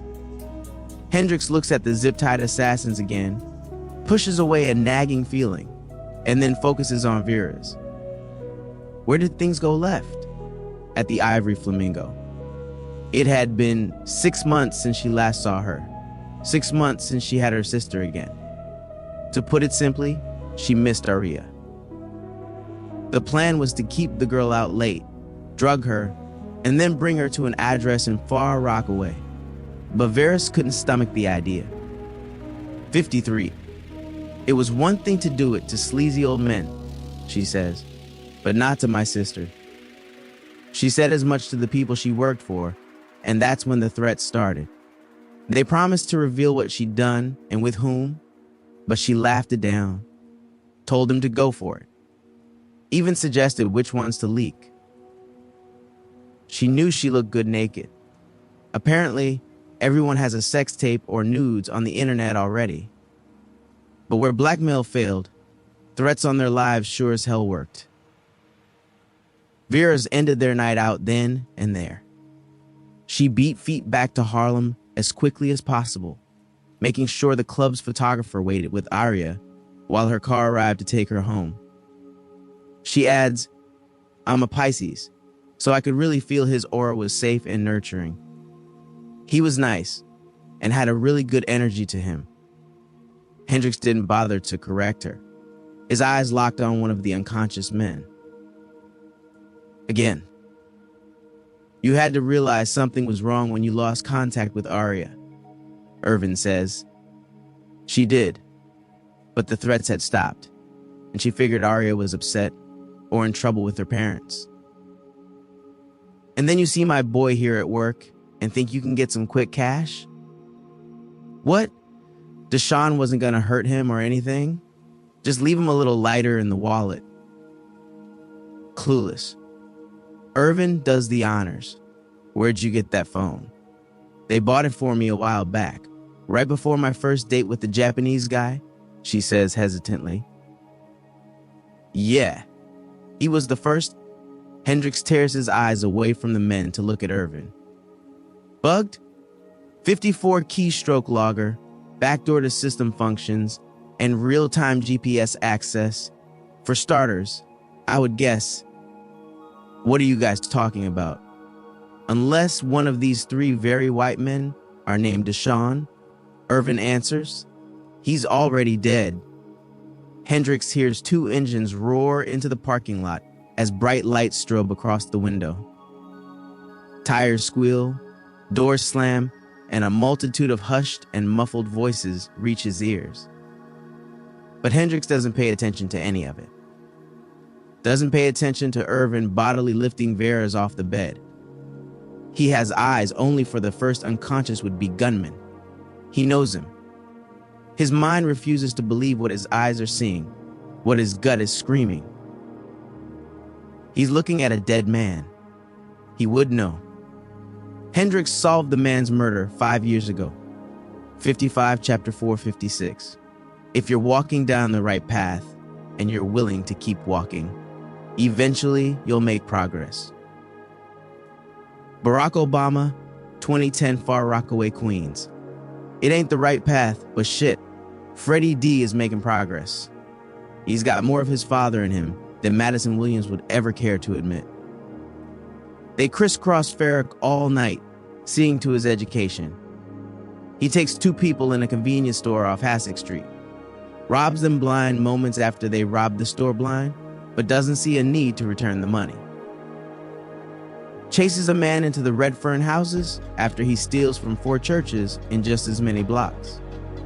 Leaves a trail of blood and broken teeth in the stairwells.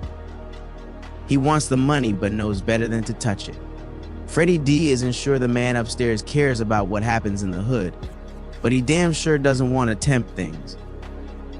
Blocks away from the Mott Avenue train station, he quietly stalks a group of drunk party goers returning from parts unknown. We make it easy. Black people make it so easy, he thinks. He can't understand why it wasn't so obvious before. 57, it's a screaming dichotomy. The near obsession with being seen as rich while being dirt poor. The necessity to flaunt absent wealth. The $2,000+ fits, $1,000 jackets, $500 shirts, jeans, and shoes. Walking billboards screaming, "Rob me!" So, he does.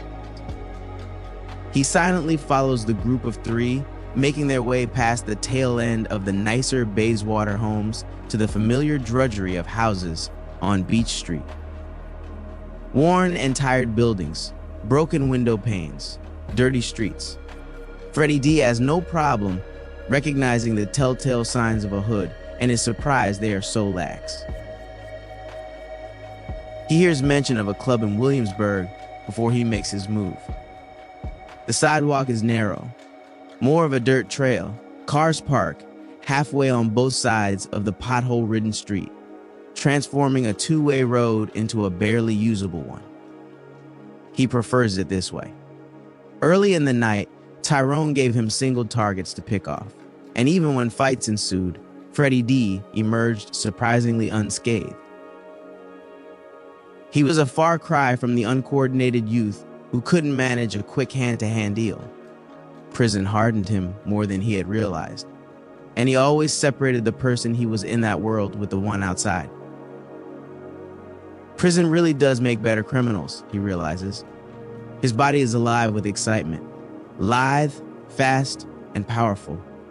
His fist buries into the gut of his first target, folding and dumping him like a sack of expensively dressed potatoes.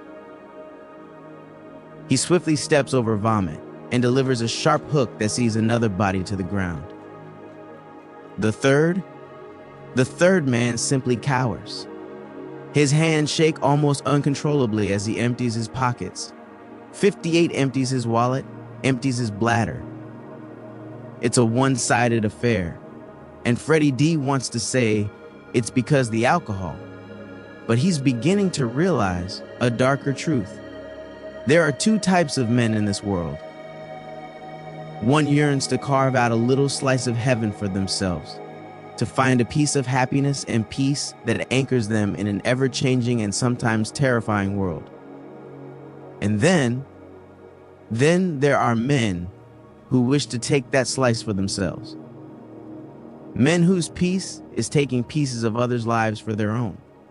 Men whose society has cast aside. Men whose society grinds up and uses as fuel to support the dreams of others. Which kind of man are you? Tyrone asks inside their third car for the night. I'm sure you already know. For the first time tonight, Freddie D returns empty-handed but looks satisfied. He's happy to know which kind of man he is. Happy to have someone else's dream shattered for a change. Tyrone's smile is wide as the car starts, Class fucking dismissed. Zeke? James. This is Tony's replacement, he says, hooking his thumb back at Freddie D. They drove straight to Rockaway Beach and meet the two men on the boardwalk at 116th Beach Street. Zeke offers a simple nod as a way of greeting. He's small and wiry, more computer nerd than criminal, but Freddie D has come to trust Tyrone's judgment. Dark hair pulled back in an easy ponytail helps highlight mischievous features on his light-skinned, clean-shaven face. Zeke pushes up black frame glasses but doesn't get up from sitting on the railing. We still 59 on for this, mano? Nah, fuck that. We still on for this shit, James shouts. Who the fuck is this guy? He's Tony's replacement, Zeke offers with a smirk. I thought that was pretty clear. Shut your Puerto Rican ass up. He's inches from Zeke's smiling face, not caring for the joke. James is a few inches shorter than Freddie D, and probably hopes anger and posturing will help close the distance. The overt and exaggerated aggressiveness is a telltale sign incarceration leaves on a man, just as the poorly inked jailhouse tats creeping up from his neck are. He thinks it's the outline of the head of an owl, but he can't be sure if it's the sign for the MCF gang. Bald, dark-skinned, and with a short fuse, Freddie D isn't so sure what Tyrone sees in him. Apparently, he's thinking the same. James and Tony grew up together, made their bones together. They've seen some shit, and Freddie D probably doesn't look like he can take one without crying for his mother to wipe his ass. James shoots Tyrone a look and receives whatever signal he needs. He's wide like a tree and about as quick as one. He lumbers forward, but the frightful explosion of adrenaline Freddie D once ran from is a honed tool now. He slips inside James's guard with a quick feint to the left and cracks him across the face with an open-handed slap that rises above the sound of the crashing waves nearby. The man is dumbfounded. He stands rooted in place, holding his jaw in shock. He wants to summon his anger and rage, but he knows it just as easily could have been a fist. 60 Tyrone steps between them. Like I said, he's Tony's replacement. Smarter, too. Tony would have beat you senseless and leave us a man down. Now that you know your dick is smaller than his, let's get down to business. They spend less than 10 minutes outlining their roles for tonight before Tyrone and Freddie D are back in the car. You sure about James? Don't worry about him. Everyone has their role to play. What's his... Oh, James? He winks. If things go south, he's the fall guy. They quietly head east on Beach Channel Drive, obeying every traffic light and staying just under the speed limit for 3 miles before arriving in Arverne. The drive is like shedding the skin of poverty. While still part of Ferric, it's impossible to tell outside of seeing it on a map. $1-million high-rise condos look out into the ocean, while a diverse community of shops and restaurants bolster the area's value. They're on DaCosta Avenue, a block full of newly constructed single-family homes, minutes from the water. We're set, Tyrone says. Zeke took their phones and muttered something about digital alibis, cell towers, and spoofing while typing furiously away on a laptop.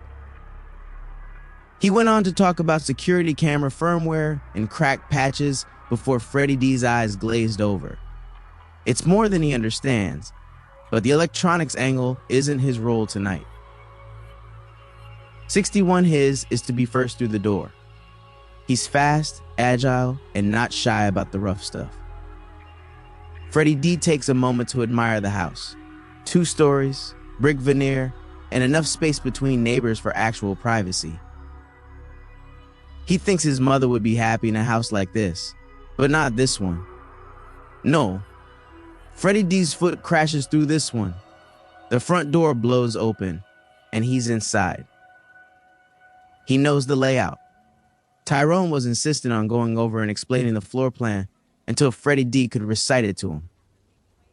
Turns out to have been a good idea. He ignores the stairs in front of him and cuts to the right, entering into a large living area connecting to a kitchen farther to the rear. He's halfway in the room before a man, lounging on a beige sectional 6 feet away, realizes he's there. He's slim with the broad shoulders of a swimmer in white. Wide, surprised, blue eyes meet Freddie D's indifferent pair before the man lunges toward the shotgun resting across the coffee table a foot and a half away. Which is like, odd. Freddie D vaults over the table and cracks the shock from the man's face with a punch across the jaw. He spins off the couch, spraying blood across the wooden floor and off-white walls. Freddie D grabs the shotgun and swings it like a golf club across the man's head. A low growl and heavy footsteps give him enough warning to see another man charging at him, but another swing of the shotgun lines him up right next to his first victim. He takes time for a few deep breaths before checking the kitchen, an adjoining bathroom, and finally the basement. 62, he waits for the others before he does the basement. It's tricky. He figures speed, surprise, and aggression are his best tools, but there's no way to do it quietly. If someone is below, they have had more than enough time to call the cops, or worse, have a weapon trained on the door. Right around neck height. Tyrone agreed, but told him not to worry.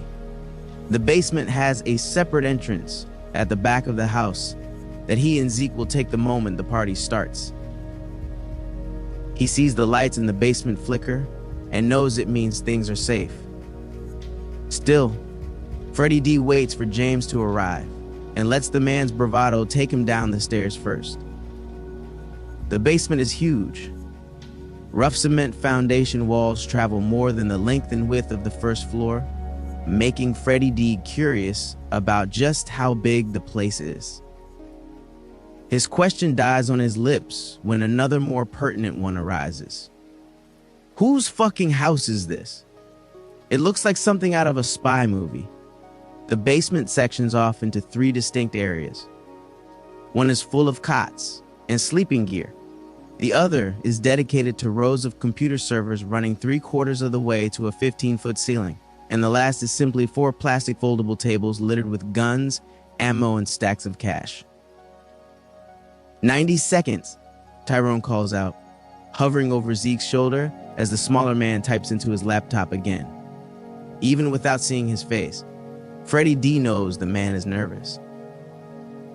He limps between rows of servers, connecting and disconnecting wires frantically at Zeke's direction. Freddie D shrugs.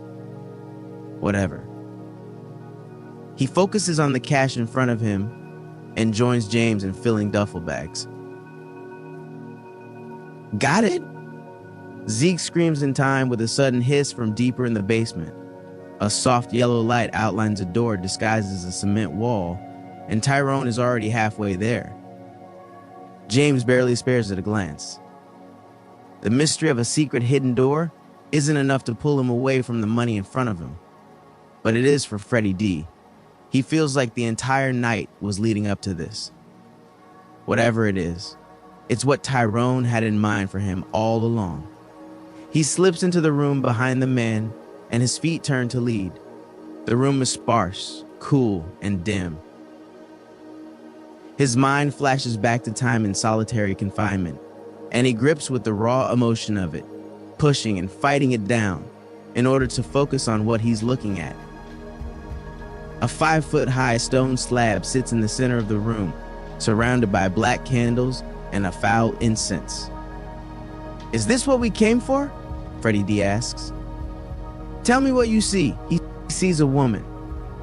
No, she's closer to 16, probably 15, laying on top of the slab, dead.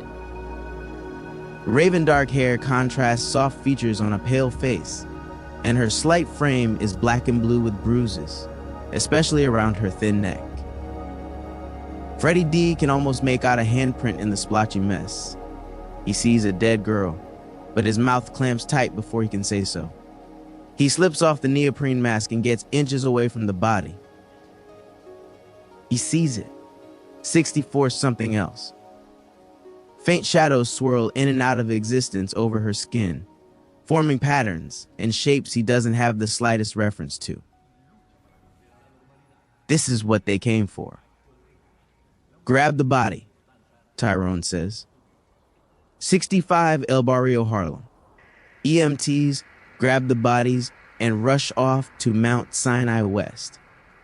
The hospital is only blocks away, but Sloan knows it's a waste of time. She never allows anyone to threaten her life twice. She knows they're dead. The EMTs know they're dead. The citizens with their phones out know they're dead. But you always try for brothers in blue. That's the official word. 2 off-duty undercovers from the 6th. 9th Avenue is a whirlwind of activity, and Sloan is the center of it. The entire street was flooded with cops seconds after the shooting. Knees dug into her back, her neck, and her ribs were the recipient of many gratuitous blows until she was thrown against a closed storefront's security grate. She ignores the spittle launched from a red-faced sergeant inches from her face, his accusing finger even closer as he screams, "Who the fuck do you think you are? I won't have it. I won't have drunks shooting at my cops in the middle of Manhattan." Drunk. And just like that, a piece falls into place. She calmly searches the sea of faces while ignoring those in her own. Sloan spots O'Neill across the street, leaning into the window of an unmarked car. She struggles to see inside, but the window tint is too dark, and then the car suddenly speeds off, leaving O'Neill grinning at her. 66 piece of shit. The response time in Manhattan for serious crimes is just under 5 minutes. This was closer to 30 seconds. It's too fast, but the rumors on the scene are faster. Deranged, alcoholic, and emotionally disturbed are words bandied about, and a corroborated narrative is already crafted and signed. 2 witnesses swear to drinking with Sloan over the last 5 hours. They name the bars, the amount of shots, and even provide personal details she shared during the night. A breathalyzer is shoved in her face, but she's had enough. "I'm Lieutenant Sloan Seaman out of the 23rd, and I want my rep down here. Right. Fucking. Now." The cuffs come off easy enough, but not the skepticism. She yells for the red-faced sergeant before blowing triple zeros on a different breathalyzer. Does it again and again. Each on a random cop's breathalyzer, each recorded on one long video. Sloan glares at the shrinking man and tosses him the beeping machine. "I'm sure Deputy Commissioner Anderson will want a word." The scene freezes, jaws drop, hands move away from holsters, and doubt ripples through the blue wall. She storms across the street and ducks under yellow tape, ignoring shouts about needing to make a statement. She roughly pushes past 2 uniforms crowding a man screaming and waving his arms in anger. 67. He's wild, unkempt. The type of soul a wealthy city forgets all too often. More white hair grows out both ears than on his head, and thin, splotchy skin stretches across intense features. A tattered, threadbare, brown duster sits on top of 2 or 3 layers of clothes. He's homeless, but indignant eyes are still alive with pride. Sloan grabs his arm and pulls him aside. "Those men were cops?" Voice barely above a whisper, he says. "They tried to kill you. You saw?" He holds up his phone and winks. "Better." Sloan stares at Dr. Hensley, daring her to poke holes in her story. Sure, she sanitized the worst of it. O'Neill, his text messages, and the undercover stalking her. But she doesn't know that. Is there anything else you'd like to add? Anything you might be leaving out? Perceptive bitch, Sloan thinks, but she opts for silence instead of adding anything. If the woman has already been given a narrative, tough. Dr. Hensley pushes on. When you reflect on the shooting, what feelings are evoked? Like, seriously? Feelings. Is this where people break down and cry? Sloan wonders. She doesn't spare feelings for anyone wishing her harm. A tour in Iraq beat that sentiment out of her after an IED blew her friends into chum. Have you ever had your life threatened? Sloan asks. I don't see how So, you've never had the world shortened. Have everything stripped away in your body's last-ditch effort to rid itself of all distraction. Your time compressed to where seconds stretch to 68 hours? What you're describing? What I'm describing, Sloan interrupts her again, doesn't leave room for feeling. What I'm describing is an unreasonable position two men forced upon me. What I'm describing is the reality for so many people in my city. What I'm describing, doctor, is the very thing I took an oath to prevent.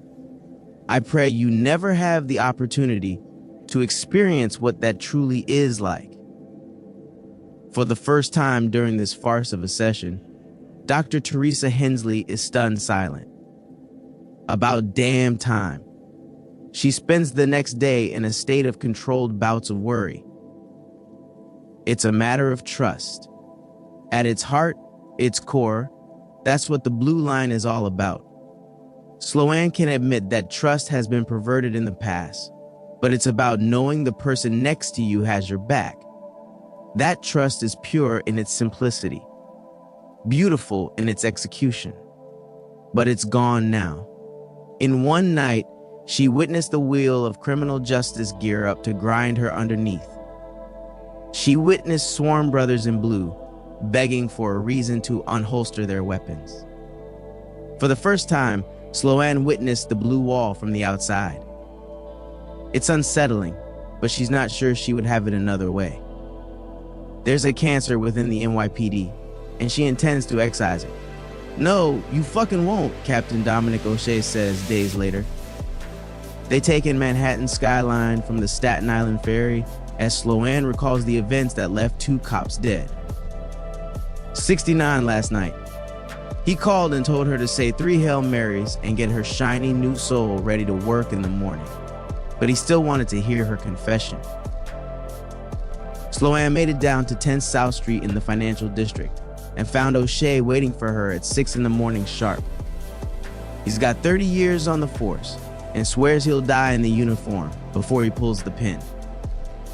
Just north of 6 feet, he's built like an Olympic sprinter stuffed into the uniform, despite his age.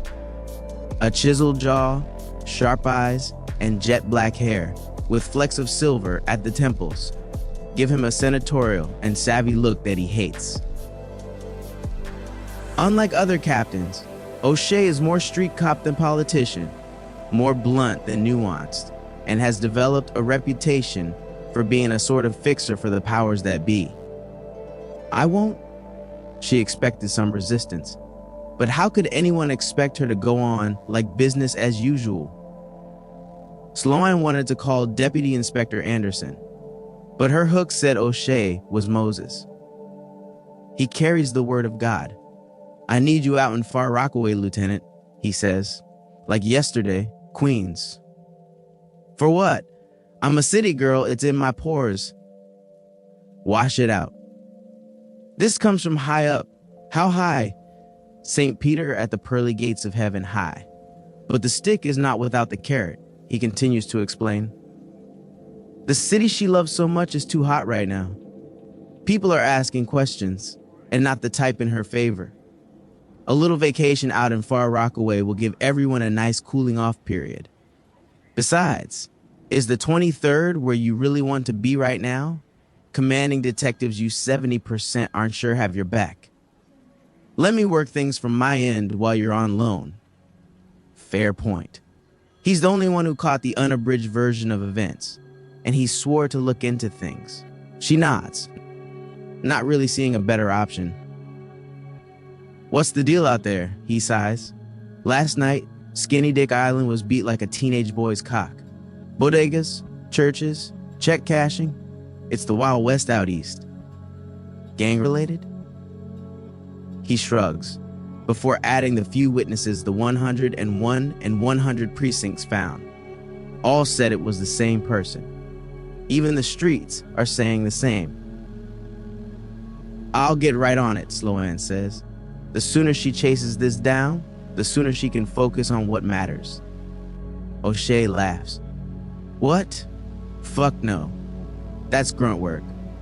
I need you on a missing body. Person, you mean? I've never had a stuttering problem in my life, Lieutenant, he says, handing her a photo of a pretty young woman with an address on the back. It's a timely matter. I wish I could have given you the full 72 hours, but you've got 2 days. Modern society has made tracking people several degrees easier. Being on the run today is like swimming. You can hide soundlessly under the waves, but you have to surface for air eventually. Air is money. Air is drugs. Air is a digital footprint most people don't realize surrounds them like, well, air. But dead people don't breathe, Sloan thinks. 71, listen, they assure me you do this thing, and your thing isn't an official thing anymore. You'll get a free hand to chase it down. A free hand. That's exactly what she needs. The NYPD can be a red tape bureaucratic nightmare when it wants to be. A free hand gives her access, but it's only a start. She needs more. Sloan needs someone to have her back. A new blue line. He sees the look on her face and is already ahead of her. I got just the guy for you. 72 El Barrio, Harlem. Logan Brewster. Hendricks worked his murder like an addict looking for a fix. With looks straight out of Yachting Today magazine, Logan's dead body found in East Harlem lit a match on the powder keg that was racial tension in America. Within hours of his body being discovered in the courtyard of the Thomas Jefferson houses, the nation collectively gasped long enough to find their indignation and demand justice. News pundits on one side took to the airwaves to give the State of the Union on America's long, sordid history with racism, replete with as many graphic images of police shootings and stories of black men exonerated by DNA evidence. A few channels over, the tone was different. The United States was praised as a bastion of freedom while highlighting the success stories of those who made it out of the ghettos. Black superstar athletes and entertainers were presented as models of progress and the promise of upward mobility. New York's powers that be were less than pleased, but recognized the delicate nature of the situation. The received benediction came from Hisner's office to the 23rd. Make this go away. Fast. Not in a hail of bullets sort of way either. America needed its sacrificial lamb alive, its crucified Jesus Christ ready to die for America's original sin. And the mayor wanted to round out the scripture with a black detective, a proverbial African-American Judas. You're between a rock and a hard place, O'Shea said. 73 Hendricks didn't care for the extra attention and pressure. He just worked the damn thing. The prevailing wisdom said people murder for sex, drugs, money, or some combination of the three. Logan's East Hampton address said he had money in spades, but his expensive jewelry, attire, and police impounded $80,000 indicated he wasn't killed for it. The drug angle looked weak too. 100 miles was too long to drive for drugs available in your neighborhood, and often by prescription. Hendricks ran down the oldie but goodie, sex. He didn't like what he found. Neither did O'Shea. I'm calling in SWAT. That's like putting out a match with the entire fire department. Someone is liable to get hurt, Hendricks said. God willing. He couldn't get approval in time, but Hendricks took 4 patrol cops from the 23rd and busted the pedophile ring all the same. Expensive, high-end equipment littered apartment 4C in the Thomas Jefferson houses. High-density servers, professional video cameras pushing $10,000, and a hardware switcher allowing for live streaming from multiple camera setups. The thing was, Hendricks kicked in the door expecting to find 34-year-old Shanice Williams, named on the lease, but found one Jake Miller in her stead. Strung out on methamphetamine, Logan's dry blood all over his clothes. Jake and Logan had a penchant for little black boys, and, like the gold rush of 1849, they 74 came out west to the source. They funded Shanice's small daycare off Fifth Avenue, blocks away, where she, in turn, funneled boys with mothers, working 2 or 3 jobs, mothers too exhausted to see their child was being hurt, or mothers looking to park their kids somewhere for a few days. Hendricks made the arrest, and Hisner came to the 23rd personally in the dead of the night. No cameras, no news anchors, just a blacked-out town car waiting for Jake Miller outside the precinct. He needed the case buried. The optics would tear the city apart. Black eyes on both sides, he said with a grin to O'Shea. However, he came bearing gifts. Promised O'Neill, Dunn, Holloway, and Stokes would be fast-tracked to homicide detectives, all for saving the city heartache. They were gone. On the way to the bar in seconds. They don't get it. The optics are never bad when black people lay dead in the streets, regardless of where it happens. The media doesn't dive into Logan Brewster's past for the slightest infraction and plaster it all over the television, internet, and newspaper. He was a victim and had the fortunate skin color to allow him to stay the victim. And what about the other victims? The black ones? The black boys taken advantage of and abused. Their lives forever altered by adults they were powerless to stop. Where was the near-midnight clandestine meeting securing their future? No, they had the unfortunate skin color to never be regarded as the victim. 75 Hendricks struggled to swallow the lump in his throat the moment Hisner set eyes on him. What about you, son? What can I offer you for your hard work, Jelani? Hendricks slammed his fist into the mayor's jaw, knocking him out flat. No 30 pieces of silver for him. Fuck, O'Shea said, hiding a smirk. I told you not to call him that, so yeah. Hendricks is pretty sure he's looking at a dead man. Irvin steps in front of him and snaps him out of his reverie. Let's say it's true. If we stay here any longer, you're gonna have to ask Jesus there how he pulled that off. Fuck that. Jesus saved all the best tricks for himself. His mind firmly snaps back to the now, to the men preparing to flood the room in a hail of bullets. He claps Irvin on the shoulder, ignoring the barely concealed strain in the big man's face. He knows his friend doesn't mind the rough stuff, but he kicked the addiction long ago. Not Hendricks. He still gets off on the danger, the adrenaline.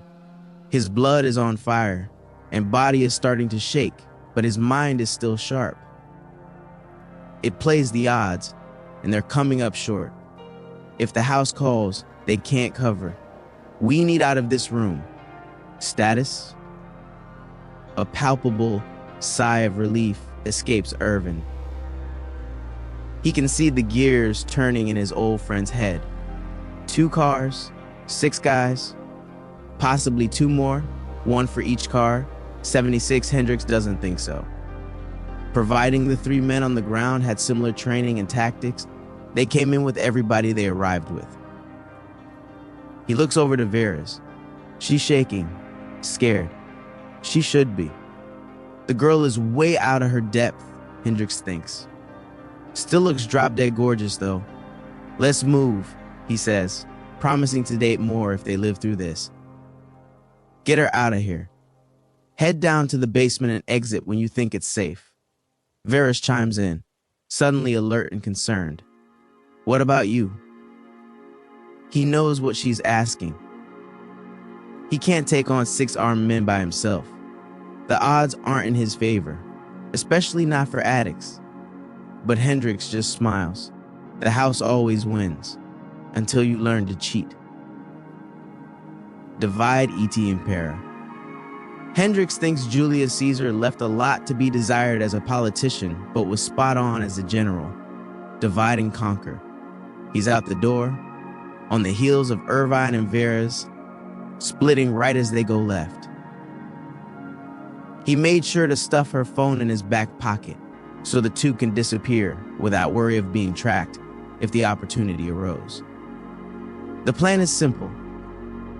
He needs to draw them into the cheap motel as Irvin leads Varys out. 77 and not get killed in the process. Hendricks runs down the hall, banging on random doors, kicking in several others. The effect is nearly instantaneous. At this time of night, a pay-by-the-hour motel in El Barrio is filled with only 3 kinds of people: tourists, lured in by the cheap prices and an inability to look up reviews, women of the night working their craft, and their pimps in nearby rooms making sure they do. Hendricks ducks into a vacant room just as the party starts. Confusion erupts in the hallway. Sleepy eyes go wide and alert hands go up as 6 men, clad completely in black, swarm the corridor. But for those initiated into a life of violence, their reaction is different. Guns are drawn. Curses are spat. In the hood, force is typically met with force. And, for the first time since booking the motel, the tourists show some sense and flatten against the floor. Bullets fly. Panic ensues and grips the first floor of the motel in madness. Fear runs down his back, but he's unashamed. Hendricks knows the truth. Even seasoned operators aren't immune to fear. And, from the training that the unconscious men exhibited, calling them seasoned would be a stretch. It's what he's counting on, and he doesn't wait long. Walls are bullet funnels. They stress that in the academy, and every tactical training the department splurged on. In a firefight, never hug the walls for cover or concealment. Hendricks cracks open the door, just as the last man begins to pass and breaks a cardinal rule. 78. He stumbles sideways into the room, and Hendricks cracks him over the head with an iron. Repeatedly, blood gushes and pools from his head, but it really isn't Hendricks' problem. He grabs the man's pistol, checks the load, and curses. Besides one in the chamber, it's empty. He wants to kick himself for giving Irvin their one gun, but there's not much he can do about it now. It's time to move. Hendricks keeps low as he leaves the room, hooking right while promising to tithe more and call his grandmother more and read the Bible more and pray more if God will let him make it 10 more feet to the next intersection. He does. He rounds the corner safely, turns around, and aims down the corridor. Thou shalt not kill, he thinks with a shrug. Desperate prayers and angry bullets notwithstanding, he's not sure the big guy is even up there. His shot takes one of the men in the back of the head, and Hendricks knows it's time to go. Bullets whiz by his ear, angrily promising the next one will do the trick. Nitroglycerin, sheetrock dust, and screams fill the first floor as Hendricks makes for the exit. A dark blue sedan parked across the street flashes its lights at him, but he shakes his head, opting to get on the bus passing by. He takes it one stop, then hops off, leaving the phone to get a tour of Harlem for the next couple of hours while sliding into the back seat of a car that Irvin borrowed with Varys in tow. Try not to get us pulled over, Hendricks says. I hear it's a dangerous neighborhood. 79 chapter 580. I've learned that people will forget what you said. People will forget what you did. But people will never forget how you made them feel. Maya Angelou, 2003 El Barrio, Harlem. The dead girl unnerves him. Not the dead part. He's seen that. Everyone's seen that. On grueling summer nights, tempers and grudges chase the climbing heat, leaving the morning sun shining on another cooling body in El Barrio. It's like losing your virginity, Freddie D thinks. Seeing a dead body is a rite of passage, bound to happen if you live long enough not to become one. And, just like your first sexual encounter, the world is a little different for the experience. So, Freddie D has seen plenty of dead bodies, plenty of ruined flesh and pools of blood on the street. He's used to the clammy skin, glassy eyes, and the foul stench. All proof life comes to a dirty end. It never unnerved him. The girl does, though. It's more than the juxtaposition of the discolored bruising on pale skin. The girl looked pristine, almost preserved. 81. And then there was the faint, shadowed shapes and symbols briefly running over her skin. "Ask your father," was all Tyrone offered before cutting him loose in Midtown with a duffel bag full of cash and nothing but questions. Yeah, he would love to ask Frederick Dinkin Sr., but the thing is, Freddie D don't know shit about the man, and the only one who does is probably too strung out to give him answers. He doesn't see her for 2 days. For the first few hours, it's a morbid relief returning home and not seeing a needle in Maddie's arm, not seeing Maddie covered in vomit, not seeing, well, Maddie. Freddie D eases part of his guilt by making the apartment livable again. He puts food in the fridge, back rent under the landlord's door, and gets current on their bills. It doesn't put a dent in the money earned last night. Jewels, cars, clothes, women. Suddenly everything is in reach, and countless lavish images dance through his mind, each more tempting than the last. Money is the great equalizer, he realizes. Days ago, it was a life filled with frozen patties and hot grease, and now he can barely wrap his head around the now. But as the first day passes, the dream turns bittersweet. He goes to work in order to keep up appearances, and his heart drops when his mother isn't home when her returns. He calls her friends, those who still care, despite Maddie's light fingers, but they haven't seen her. He tries E-hop next.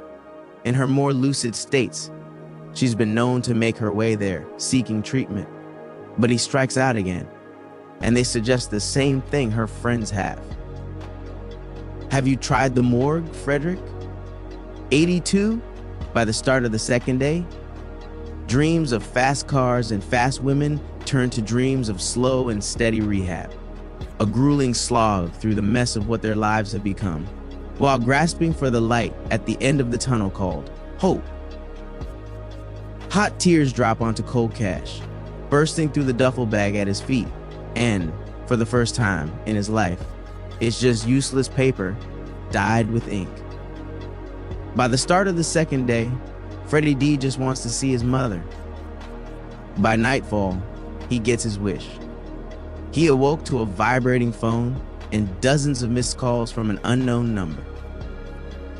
"I need that," James says the moment he picks up. "I don't care what sick shit y'all wanted that body for, but I need what's mine." Mine? He thought they were a team. They each played a part, and he never asked how the money was split apart. He didn't care. He knew his portion would be substantial. Anyway, everything is substantial compared to an income earned from flipping burgers and salting fries. Honestly, it sounded like a Tyrone problem. And Freddie D is most definitely not Tyrone. He's moments away from hanging up, moments away from telling James just that, but a shriek, slap, and wail keeps him on the phone. It's unfortunate, but he's heard his mother scream before. Enough that he recognizes it, enough that it makes his blood run hot. James snickers over the line. Yeah, dumb move taking your mask off in that basement, playboy. Even dumber when everyone knows who your daddy is. One text is all it took to find everything James needed. Freddie D's face went to every member of the Money Comes First gang. And before he and Tyrone left Farrick, his mother was already gone. Now, it's real simple. That duffel buys your mama's freedom. I've sent you the address. 83 Don't Keep Me Waiting. He's out the door and on the phone in seconds, making his way to a warehouse just behind Harlem's Riverside Drive. Tyrone says, by your frantic breathing, I'm guessing you're already on your way. No shit. They're bottom feeders. It's a common tactic for the MCF. They prefer to let others do the heavy lifting and swoop in with guns and threats for an easy payday. They picked up the notion of kidnapping from the Mexican cartels and have had plenty of success with it in the Northeast. They provide an address and wait with overwhelming numbers, 30 or so bodies.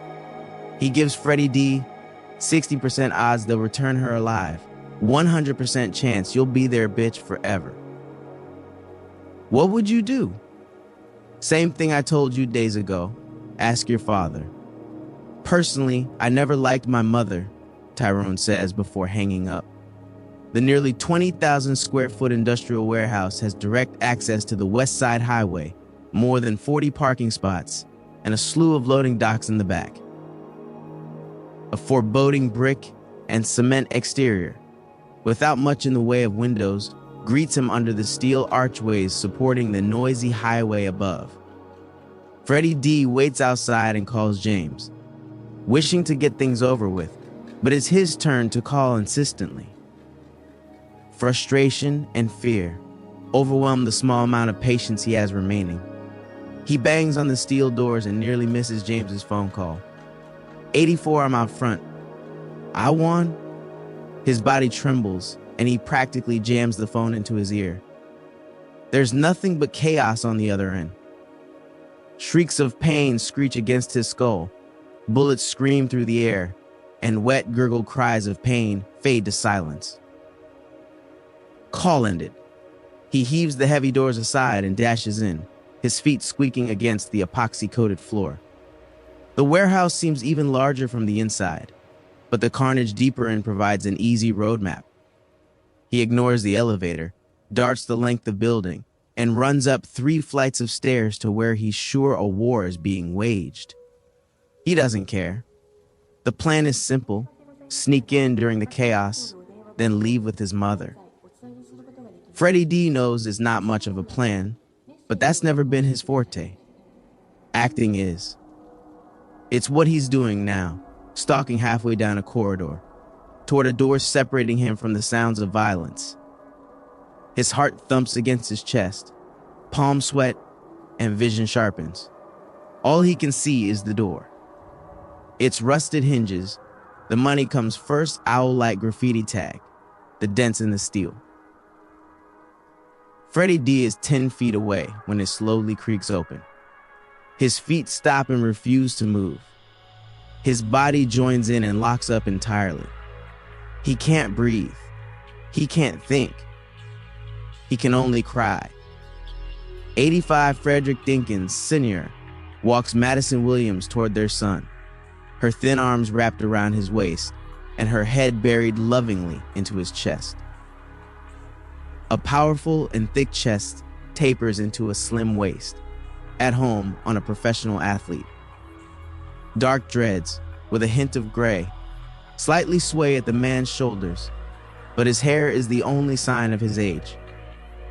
Freddie D is staring at his spitting image, simply older. They share the same sharp eyes and strong jaw, both covered in a dark beard. Even his dark slacks and white tank top highlight a similar build. He's 7 again, watching his father with the eyes and awe that a son holds for his father, his first hero. Freddie D can't remember why he's supposed to hate the man. He can't remember why he hasn't been around to raise and protect him, to protect his mother. "Dad," he whispers. Frederick Dinkins Sr. tenses for half a second, but his eyes lock on Freddie D, softening and tearing up with a wide smile. He can't remember when they stopped being a family, but he'll never forget the way he feels in this moment. It's joy. 86 Far Rockaway, Queens. "I take no joy in this," Sloan says. "It's disrespectful, playing in another cop's backyard uninvited." A not-so-quiet affirmation the trust from the higher-ups is gone. The man in front of her grunts in disbelief from behind his desk. He leans back, kicks his feet up, and grunts again. "She'll give it to the captain of the 100th precinct. He can spot a liar. She's not happy about cleaning up whatever mess is going on in Far Rockaway, but it's yet another hoop she needs to jump through to get what she wants. And," she admits with a smirk, "showing up men that believe a woman can't hack, it does excite her." Captain Isaac Cook is rough in the face and cranky, like a piece of tough steak gristle caught in her teeth. He made his bones in Brooklyn during the years of rampant corruption in NYPD. He earned the moniker Father Cook at the 75 because of his strong Catholic upbringing and refusal to do anything outside of regulations. That and the Old Testament ass-whopping he laid on fellow officers for breaking the rules in front of him. And it shows. His knuckles are gnarled, nose a tad off center, and bright eyes alight with the fire of a man looking for a fight. He's a diminutive 5'7", but Sloan is sure the men in his command stoop and remain seated in his presence. She stands. 87, she's not here to make friends. It's received wisdom that the 100th is Captain Cook's retirement home. Just enough action on bingo nights to whet his appetite, but nothing crazy enough to bring the cameras and media around. But the man has been around long enough to know when the tide is turning. "I'm too old for this shit," he says. "I never liked the politics side of policing. I didn't volunteer to step on your toes, sir." He motions for Sloan to close the door to his office. "Did you kill those boys? In cold blood? Up in the city?" The question is sudden, the cavalier attitude gone. She's no longer in the room with a grunting, disinterested, diminutive man. She's speaking to a captain in the NYPD, a man who earned his way to command through work and a sheer force of will. Sloan unconsciously stands a tad straighter and drops the light spar for dominance. She briefly considers lying to the man, as there are a lot of moving parts, and she doesn't know where people stand or even what the conventional narrative currently is, but the fire behind his eyes makes her think otherwise. And the blue wall that once kept her insulated is gone. She's getting cold. "Sir, those men threatened my life, and I responded with appropriate force." Sloan has the footage to back it up. It's the ace up her sleeve. If the department decides to press the poorly crafted narrative made at the scene, several news outlets will receive the undoctored video she has stored on a multitude of servers and dead drops around the city. Captain Cook grunts again, however. The tone is an approving one. "Be careful. A lot of my boys prefer a bar in Midtown 20 miles away to those in walking distance, with a view of the 88 beach." He waves her off with a nod, a curt dismissal. As she passes through the door, Captain Cook yells at her back, loud enough for those same boys to hear. "And while you're here, try not to gun down any of my officers." Sloan stifles a smirk. For someone who despises politics, the man is damn good at it. She listens to her assigned driver prattle on about life in Far Rockaway like he's a real estate agent, instead of a 10-year veteran of the force. Sloan drones the man out like radio chatter and focuses on the reports out of Arbor nights before. The address O'Shea gave her was a dead end, picked clean like it was ready to hit the market, which, if Sloan hears correctly, is red hot right now. She scoured the dispatch logs for any calls from the neighborhood and received quite a few. Apparently, an older model black Toyota Camry was spotted in the area, and upon interviewing each caller, the reason for alarm was apparent. It was cheap. Too cheap for Arvern. Sloan rolls her eyes at the third person nodding toward a Maserati parked in their driveway. No description of the driver, no description of passengers, just the wrong price tag for the neighborhood. She did get a license plate though, and found the car was reported stolen out of Astoria days ago. Sloan can't help but smile. The case is getting hot, much like the Arvern market, she hears. 89, she plays a hunch and expands her search. They head east on Beach Channel, Doctor, and trade affluence for more modest means. She talks to a surprised bodega owner, robbed nights before. He's banged up. A deep purple bruise swells under his right eye while he painfully restocks his shelves. Medium build with extra weight around the gut, his accent is thick, Dominican, and filled with the pride of a man who's made something of himself. Yet, she can see he's nervous. Behind a pair of glasses, his small dark eyes dart between Sloan and her increasingly annoyed driver. "Wait in the car," she orders. He wants to protest, but her assumed reputation and cold brown eyes broker no argument. The tension vanishes with the man. "You don't look like a cop because I'm black?" He looks her up and down, smiling. "See, Pero?" She smiles at the incorrigible older man. "Black and a woman," Sloan adds. He touches his nose and returns her smile. He gives up the story, surprised the police are interested.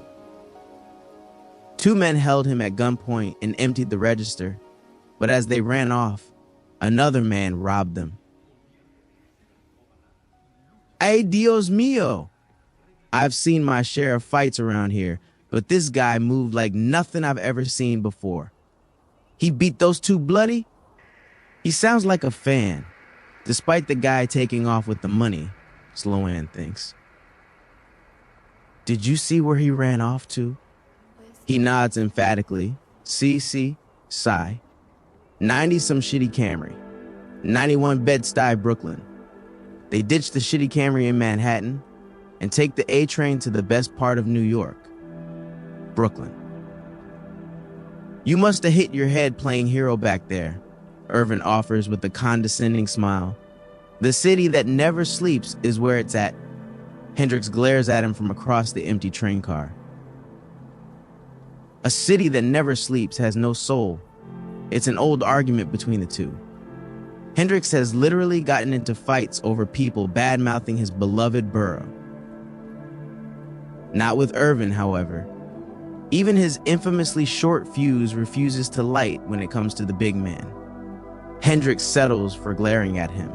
Instead, the city is full of tiny dick asshats trying to make money for that experimental German dick surgery. A small rich dick gets more play than a poor big one. Hendricks snorts. "I'm confused. Was that Gandhi or Confucius? The great artist, Ron Jeremy? I'm sure you're familiar with his work." Hendricks suppresses a smile and continues arguing, grateful for never having to explain things to Irvin. While he truly believes in Brooklyn, the banter is for Varys' sake. Her once glittering eyes were unfocused, dull, and lackluster for most of the drive through Manhattan. Hendricks doesn't have the time, patience, or desire to talk her through her feelings like a psychologist. Irvin does. She'll be better off in his care. 92% safer too. Besides, he prefers drinking and angry sex to therapy. All they can do for her is to pretend like it isn't as dangerous as it seems. Inwardly, Hendricks is already looking for a bottle. "Are you two always like this?" Veers adds with a weak smile. She's next to Hendrix on the train, knees no longer curled up against her chest. It's the first word she's uttered since their flight out of the motel, and then Harlem. You guys have been going back and forth like girls. The pair cross their arms and look away from one another, but not before Hendrix mutters loud enough for them to hear, whatever. The girls are nicer in Brooklyn. It gets a laugh from the Harlem girl. That's good, Hendrix thinks. There won't be much to laugh at when she learns she had a hand in Aria's death. Jesus Christ in heaven! O'Shea screams over the phone, stretching out the son's name like it'll speed up his return. That was you! Hendrix heads over to the Brooklyn Promenade on Montague Street and Pierpont Place. He loves this place. It's filled with loud and quiet memories. It was one of the first places that his parents took him to as kid, and the first place he went to after losing them both to cancer months apart. They were responsible for his love affair with Brooklyn. Before he got too cool to hang out with his parents, they shared the best parts of the borough with him. Hendrix remembers lazy Saturday afternoon strolls through Prospect Park, holding his mother's hand as she bobbed her head to music emanating from impromptu freeform concerts. His father always complained and countered with the free live jazz performances played just steps off Brooklyn's 93 Borough Hall. They took turns picking which street festival to attend. Bay Ridge, Brooklyn Heights, Park Slope, Williamsburg, Prospect Heights, Flatbush, Ditmas, Greenpoint, it didn't matter where, just as long as they left with tired feet and full bellies. The first mural he saw on Troutman and Star Street opened his eyes to the beauty of street art, and the Bushwick Collective became one Hendrix's favorite places to visit with his mother. They would spend hours walking through almost 100 blocks of art with wide eyes and eager feet. He has a lot of memories of Brooklyn. Loud or quiet, they're all beautiful to him. Especially the view of downtown Manhattan from Brooklyn. It's always evocative, always cathartic, something he wishes his old captain knew more about. I killed, like, one guy, Hendrix offers as a rebuttal. He listens to O'Shea curse and throw things against the wall for a full minute before the man returns to the phone. The motel is a clusterfuck. They've got bullets, blood, but not nearly enough bodies. The panicked tourists described a group of men, dressed in black, opening fire in the motel, yet they can't find a single trace of them. Security camera footage? Hendrix asks. Like a face on a milk carton, missing. Got enough dead pimps, frightened hookers, and injured Johns, though.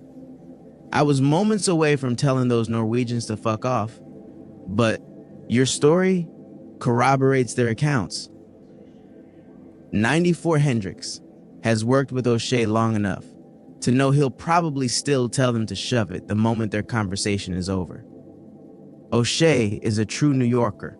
Most of the city's problems can be laid at the feet of tourists. And taxes. He tunes out the man's ramblings and focuses on his next steps. Despite finding Nora, he's no closer than he was when he left Arturo's. Hendrix nearly kicks himself.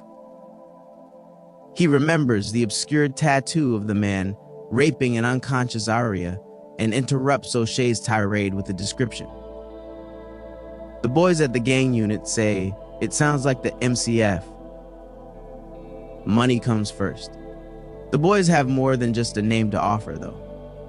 Only blooded, hustlers, and OGs are sanctioned to wear the ink. It's a simple rule, but it pushes the young kids to a point past recklessness. They're active in El Barrio and are involved in nearly a bit of everything. Drugs, burglary, human trafficking, sexual assault. But when it comes to money, well, it's in the name. It comes first. The detective finishes, When we need to grab one of them, we roll heavy. Hendrik sighs. It's one of the things he didn't appreciate enough when he was on the force. Right or wrong, you were never alone. It's a dangerous world when no one has your six, he thinks. He stifles a yawn. It's nearing the devil's hour, but there's no time to sleep. He's nearly burned through a third of his deadline and has more questions than answers, more dead ends than leads. 95% it's risky, but he has to go back to Harlem. 96, chapter 697. Hate is too great a burden to bear. It injures the hater more than it injures the hated. Coretta Scott King, El Barrio, Harlem. It means stay far away from that body, Frederick Sr. says. For the next 70 to 2 hours, wherever that body is, you shouldn't be. Less than helpful. But the man refuses to elaborate why he knows just what Freddie D is talking about. Why he saw faint shadows crawling over a dead woman's body. Why it unnerves him. Why he's desperate to see it again. His father's nostrils flare in time with a heaving chest, and a slight tremble runs through tightly balled fist. Freddie D is no better. He's on the cusp of violence himself. They're out of practice, out of sync. There's no common ground for either of them to retreat. No father-son outings, no time spent watching sports, no shared celebrations. Guilt and recriminations are their sole foundation, and it shows. Freddie D bristles at his father's harsh tone.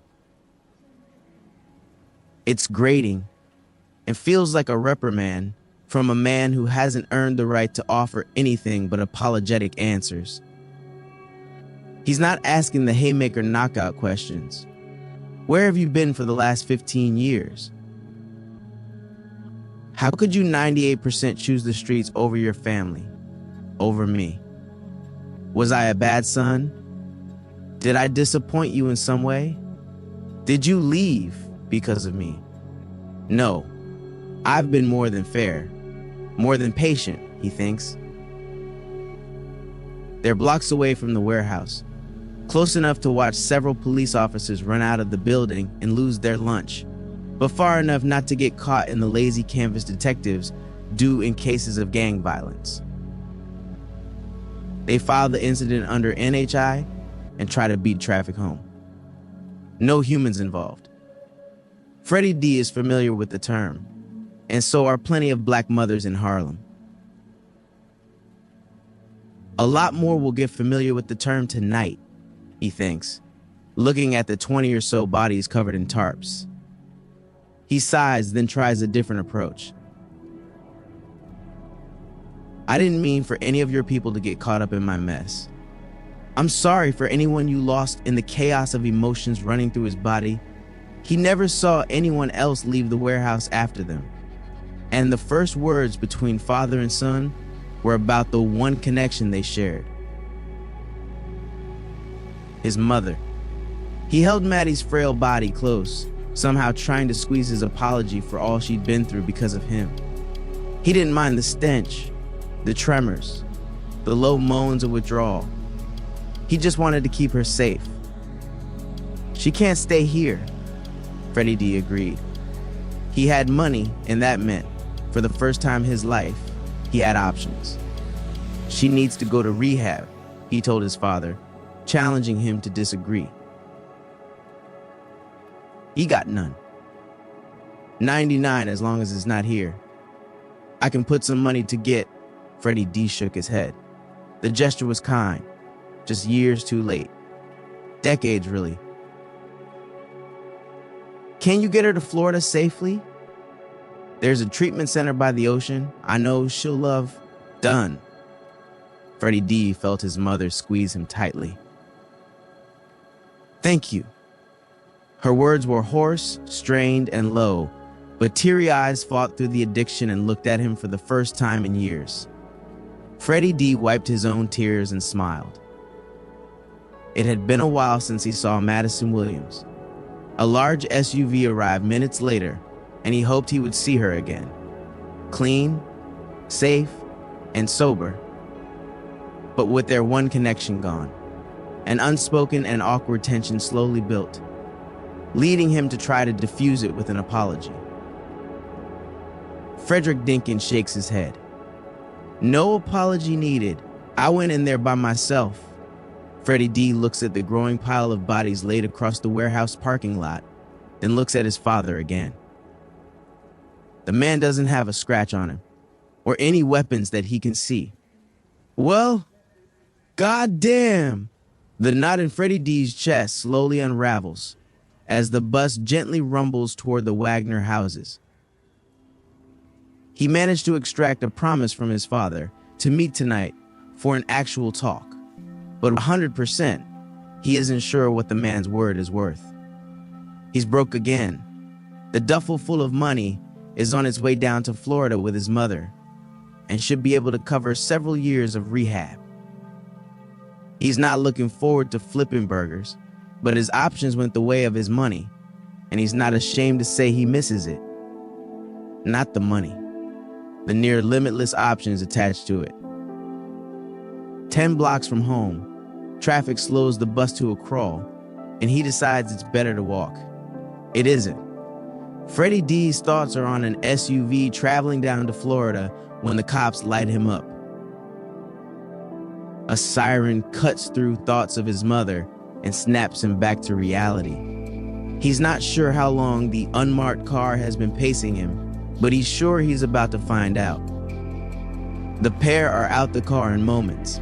Yankee fitted, gray sweatshirt, blue jeans. It's straight from whatever website all undercover white officers shop from, he thinks. The driver is short and built like a stove, thick arms and legs speaking to hours at the gym, but the serious case of adult acne screams of steroidal assistance. We've been following you for blocks. He steps in front of Freddie D, angry eyes sizing him up. You don't hear me talking to you, son? It's a poor choice of words. Freddie D has daddy issues. You're not my father. You don't know that. His partner leans against the car, smirking. I'm sorry, kid, if your mama got a fat ass. I give it even odds. He's the younger of the two, but where his partner is athletic, he's far from it. 101? A soft midsection, rolled shoulders, and yellow-tinged clammy skin gives him a sickly look. Stringy, matted hair and dark circles under his eyes complete the familiar look of an addict. Officer Franks over there likes to get down, likes his coffee dark, too. So how about it? Officer Franks asks. How about what? Your mama's ass. Fat or flat? Freddie D ignores the jabs and looks straight ahead, watching the bustling street go on without missing a beat. A black man stopped by white cops in Harlem is just part of the course. The few that pause long enough to stare shake their heads disapprovingly. Black people for the cops. White people for him. Either way, everyone is guilty before proven innocent in the court of public opinion. They start with the barrage of questions, firing them faster than bullets. You got any ID on you? Where you coming from? You smoke? When's the last time you got high? Where you off to? Where were you last night between 8 p.m. and 4 a.m.? Can anyone vouch for your whereabouts? You ever been to the motel just off East 116th? Freddie D keeps his mouth shut. He wouldn't know what to answer first anyway. Officer Franks takes another step forward and sneers. Hey, Fuller, don't he look like the guy from that thing? 102, you mean the thing with that guy? Yeah, that's the one. Freddie D's mind races for a few moments, thinking back to the multitude of crimes he committed in Farragut, but Queens might as well be another state. The pair never mentioned the other borough. For a second, he's relieved, but the truth of his guilt or innocence is irrelevant. He gets it. They need a body, and just about any will do at the moment. Freddie D kneels and places his hands over his head. Officer Frank shakes his head. Where's the fun in that? His head is shoved forward just as a knee slams into his face. He crumples to the sidewalk, flat on his back. Freddie D is out cold. 103 Far Rockaway, Queens. It's the same story all over. One man terrorizing the peninsula, leaving victims light in their pockets and knocked out cold. Well, it's a bit more nuanced than that, Sloan amends. She knows the old adage, there are no innocent victims, but she never agreed with the saying, and maybe, just maybe, so does the man she's looking for. 4 churches reported a man, known to frequent the Redfern houses, brazenly walking into each church and brandishing a firearm. He left with more than 2 months' worth of tithes and donations from each place of worship. Yet, the money was returned later, in full. Weird. The link between the body theft in Arverne and the rash of robberies all over Far Rockaway is gossamer thin. A damn Toyota. She counts 12 shitty Camrys along Cornaga Avenue alone. Normally, it wouldn't be enough to justify the time spent looking into an investigation. But her gut is saying, follow the weird. Follow what's out of place. Any cops fond of the local watering hole with useful CIs around the Redfern houses?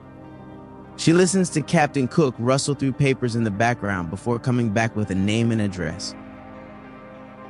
She nearly laughs in the passenger seat. His mother gave him that name. Play nice. Sloan can hear the amusement masked by his grunt. Detective Calderon promises to call and make the introduction. Don't forget the sunscreen. 104, she meets him on the beach. Steps away from the Dread Surfer grill. He's tall, with wide shoulders, a swimmer's build. Bronzed, lean, and lanky. He doesn't fit what Sloan had in mind for a confidential informant with information on the ins and outs of the projects. She's used to ex-felons, cons, and criminals. People who give up information that suits their needs or helps improve their position.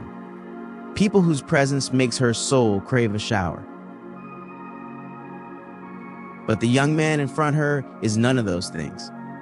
He smiles and waves as she approaches, quickly wolfing down the remains of a fish taco. Lieutenant Seaman? He asks, hand extended. She still has trouble wrapping her head around what she's seeing. Box shorts, polished surfboard, and a bright, beaming smile. Mordecai? He cringes, but adorably. Yeah, my mother wanted me to be different. Not a lot of black Mordecai. Sloan spots a dog-eared copy of Atlas Shrugged peeking out of a bag near his surfboard. Seems like she succeeded.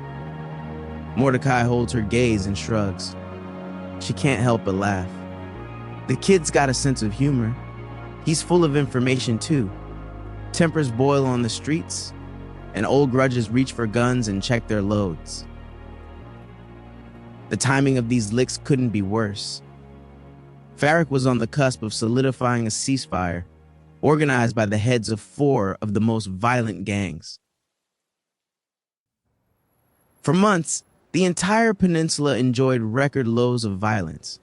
Gun, domestic, and even plain old assaults were hovering near zero. Business was good. 105 Sloan nods along. High-rise skyscraper or piss-stained stairway. Business is business. And rule 1 is to never mess with the money. Then enters this foreigner, like a marauding Genghis Khan, Mordecai says. Every faction was quick to disavow association moments after the first lick made its way through the hood grapevine. He was pegged for an outsider immediately, as there was no rhyme or reason to his movements. It was as if he didn't know the lay of the land or didn't care. Sloan asks, "How reliable is this information?" The heads of the 4 major gangs sat down and swore to non-involvement. Not that they didn't wish the man was one of their own. He moved like a demon, fast, violent, ruthless. Seasoned and bloodied fighters were left embarrassed, ashamed, and scared, yet there were no deaths. Like they were beneath killing, like they weren't worthy of the effort. It was the one saving and confusing grace that left the hood equal parts confused and intrigued. In other words, more weird. Dealers who had their loads jacked said he descended like a phantom, and by the time they woke, they were several $1,000s lighter, with rapidly evaporating street cred, but alive. He's squeamish, shy, or sending a message, Sloan reasons. He's a fountain of information, so Sloan pushes her luck. "You know anything about what went down on DaCosta Avenue in Arverner?" Mordecai cocks his head to the side and sighs. "Tide's coming in, sis." It's not, but she gets the message. Tread carefully. Crashing waves are the obvious danger, yet it's the rip current just below the surface that drags most people off to their deaths.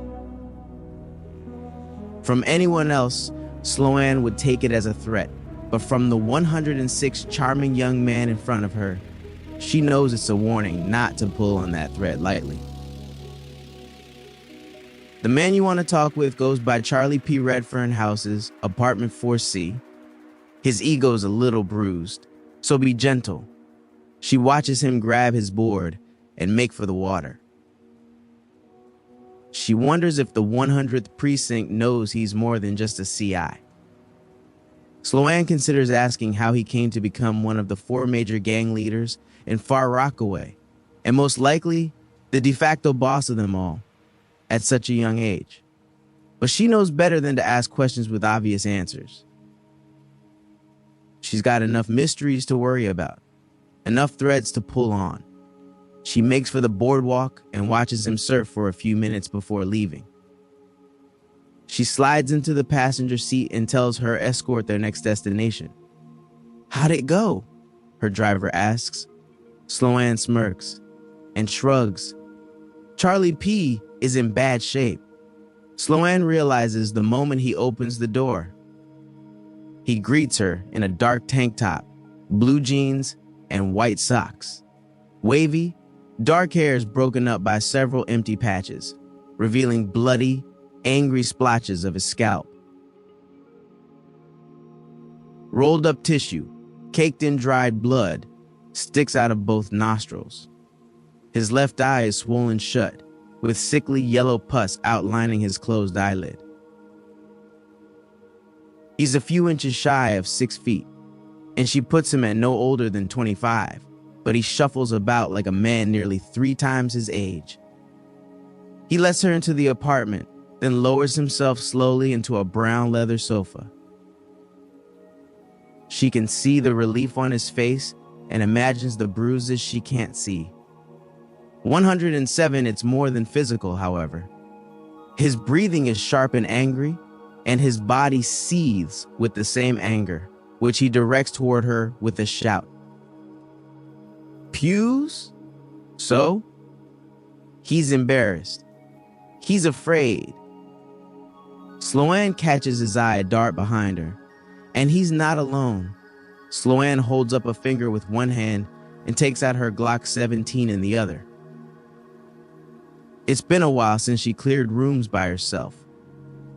Charlie P. tries to stand, chest pumped up and full of empty bravado, but cold brown eyes sweep over him before she whispers through clenched teeth, "Drop the attitude unless you want both eyes shut forever." He does. She stares at his carotid. Bathroom? Nothing. Closet? More nothing. Bedroom? She watches the artery jump like a kid on Christmas morning. Still, she's cautious. keeping the gun pulled in tight to her chest as she smoothly moves down the hallway. She peeks into the bathroom, quickly eye-washing the room like SWAT reinforced in their active shooter drills. The already open closet gets a similar approach, but as she rounds 108 on the bedroom door, her blood runs cold from what she hears. She hears it all the time. They all do. It's ubiquitous when one is on the job, more so for anyone who has served. The metallic ratchet of a slide pulling back and driving forward, while a bullet is shunted upward from the magazine below. A gun with a round chambered. Sloan freezes right outside the door. Her heart thumps like Charlie P's carotid artery minutes ago. Her vision tunnels, and adrenaline dumps into her blood, urging her body into action. Demands it. But her gut tells her otherwise. It's the same gut that saw her through Iraq. The same gut that saw her through the worst moments of her life. It's screaming for her to get low. Hug the ground. Now. Sloan feels the screech of the bullet tear through the space her head just occupied. She drops flat on her back, shimmies backward with the Glock 17 pointed between her knees. The sound of glass shattering and feet clambering down a fire escape reach her ears, but her primordial lizard brain is in full command, a 5-star general leading from the front. Fight or flight are the only options available, and it files any and all other observations under treason. Minutes hurtle by in the blink of an eye with her gun still aimed. Shaky feet struggle to support her as she stands. The exhaustive effects of an adrenaline dump scour her body clean and leave her absolutely depleted. Her mind is still sharp, though. It's angry, incensed that someone would take a pop shot at her through a door, incensed that she was millimeters away from taking a dirt nap, incensed that someone got away with threatening her life. 109, her finger threads the trigger. She can't abide by that, not a second time. Sloan stays low as she makes her way back to the living area and asks, "Was that one or mine or one of yours?" Charlie P shakes his head slowly. "Would you believe me if I said both?" "Yeah, she just might." 110 El Barrio, Harlem. "Yeah, she just might know where an MCF lieutenant lays his head. But what she doesn't know is why he wants to." They're outside Marcus Garvey Park, on the corner of East 123rd Street and Madison Avenue. It's a known hotspot for prostitution, and an even better one for information. One way or another, it costs money to get what he wants. He peels off 2 Benjamins. "I'm partners with one of them on a school project," he says. "I want to make sure he's pulling his weight." It's his 3rd working girl. It took $50 for Jasmine to send him Tiffany's way and 100% to point him to Miriam. One way or another, Hendrix's wallet is getting fucked. He gets what he needs and then some. James Pitts is a shot caller within the gang, has been since a little after he joined. He made a name for himself after jacking an armored car at 16, a bank at 17, and telling the cops to fuck off when they offered him a walk if he would help bring down the gang.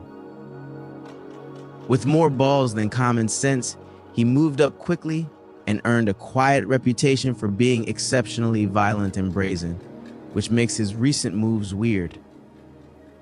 James has been unusually cautious as of late. He's Schrodinger's damn cat, living and not living at several different addresses at the same time. "My guess is something is about to go down," she adds. Hendrix is thinking it already went down.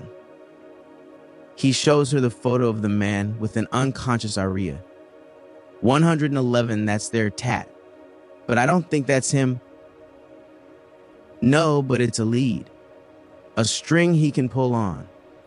The smell of scented body lotion fails to mask the thick odor of weed and cigarettes draped over her like a heavy cloak. He looks Mariam over. She's attractive in a damaged way. Heavy makeup, false eyelashes, fake tits, and half-stoned. It's a redirect away from the pain hidden behind green contacts. She's twitchy in a way that has nothing to do with drugs. He wonders how bad the beatings have gotten. He wonders if he's closing his fist. He wonders if he has time to pay Malik a visit. He runs girls up and down Harlem. Word is, he has a pipeline with trafficked women brought across the border by the Sinaloa cartel. Pimps are worse scumbags than politicians, but the only thing worse than a pimp is an insecure, violent, drug-addled one. Hendricks looks at Miriam's swollen lip, noticing how she grimaces whenever she exhales. Fractured or bruised ribs, and he still puts her out to work. Maybe I make time, he thinks. Hendricks knew a lot of Mariam's growing up. It's nothing, she says, shying away from the intensity of his gaze. I tripped and fell. 20 more Benjamins make their way into her astonished hands. He hopes it'll buy her a couple of nights off.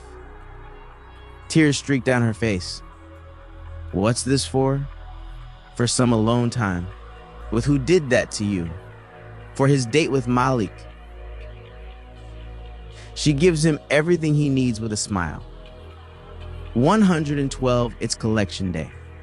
Not from the girls. That happens every night. No. Once a month, Malik has to pay to do business with Sinaloa, handing off duffels full of cash to one of their couriers, who arrives right on time, like clockwork. He pays for their protection, for their exclusive relationship, for their continued friendship. 25% is what Hendricks hears. It buys him a couple of hangers-on. Sicarios more interested in protecting the cartel's interest than his, and enough heroin and methamphetamine to keep his employees working through the night. They're on the same team but playing different games. He can work with that. That's the scene. That's the way in. Hendricks is a big fan of capitalism.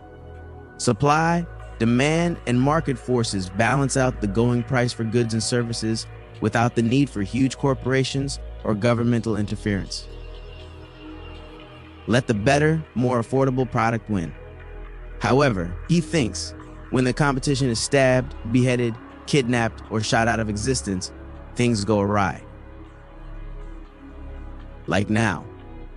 It's an hour to sunrise, as Hendricks watches the courier sound asleep in a bright red Maserati, parked illegally in front of the Franklin Plaza apartments. With the window down and an open duffel bag full of money in the back seat. It's foolish. Success breeds ineptness. 113 in reality. It makes sense. There's no other game in town, and the cartel's reputation is usually enough of a deterrent. But Hendricks is a champion of capitalism and seeks to correct the monopoly imposed on the streets of Harlem. He quietly opens the door and relieves the sleeping courier of several bags full of money. He hides them in a nearby dumpster, returns, and then opens the trunk. Jack fucking pot. The only thing more valuable than money is that which produces the money.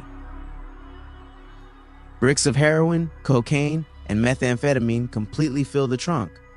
Yeah, he can work with this. It takes time, but the drugs find their way into an adjacent dumpster to the one filled with money. Hendricks scribbles a note, sticks it under the wipers, and gets a cup of coffee. Arturo's phone goes off 15 minutes later. Chinga tu madre. Fuck your mother. Hendricks hangs up. He doesn't need that kind of negativity in his life. He watches the courier throw his hands in the air as he paces the expensive, but now empty Maserati. He calls again. Hijo de puta. Son of a bitch. It earns him the same response. He's much more amicable the next call. Hello? 114 Hendricks says, "That's much better. Now, before the threats start and I lose service because of your potty mouth, I suggest you listen." He lays it out for him. Yes, he knows who he works for. No, he doesn't care who he works for. Yes, he knows what they will do to him if he loses the money and drugs. No, he doesn't care what they will do to him for losing the money and drugs. Hendricks snickers. Bosses, am I right? They're the worst. Yes, it is a joking matter. No, he isn't an actual comedian. Yes, I have the money and drugs. No, I don't want the money or drugs. Hendricks knows he's got the man's heart rate up.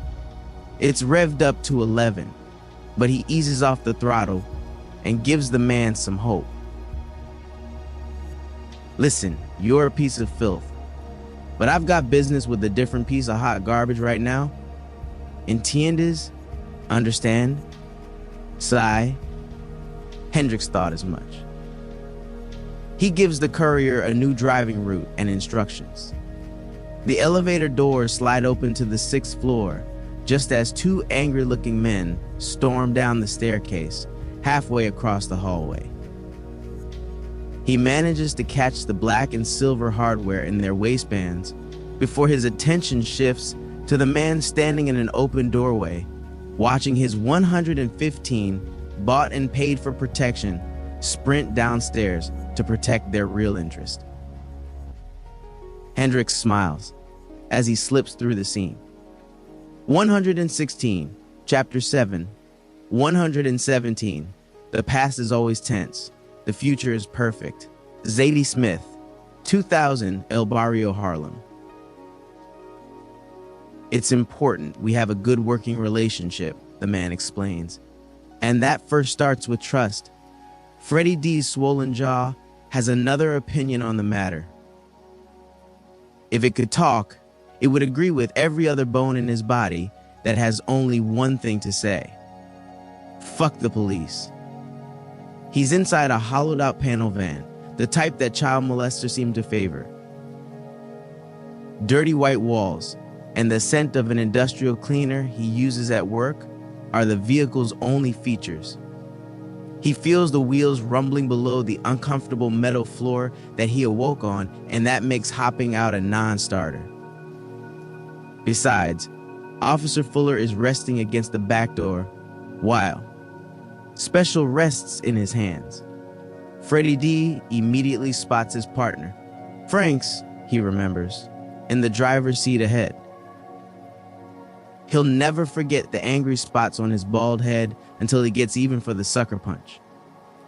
But sometime, while he was out, the two cops picked up a third asshole.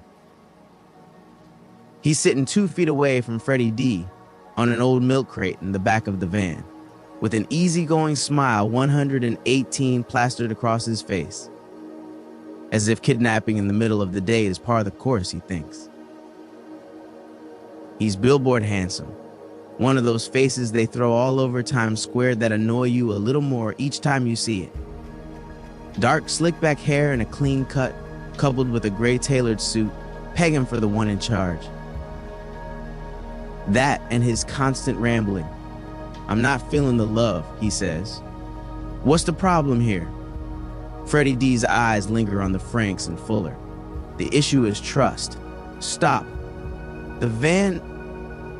Officer Franks looks back at them. Done. The kid was being mouthy. We got him here like you wanted. What's the big issue? He's not sure, but he thinks he heard the man's voice tremble.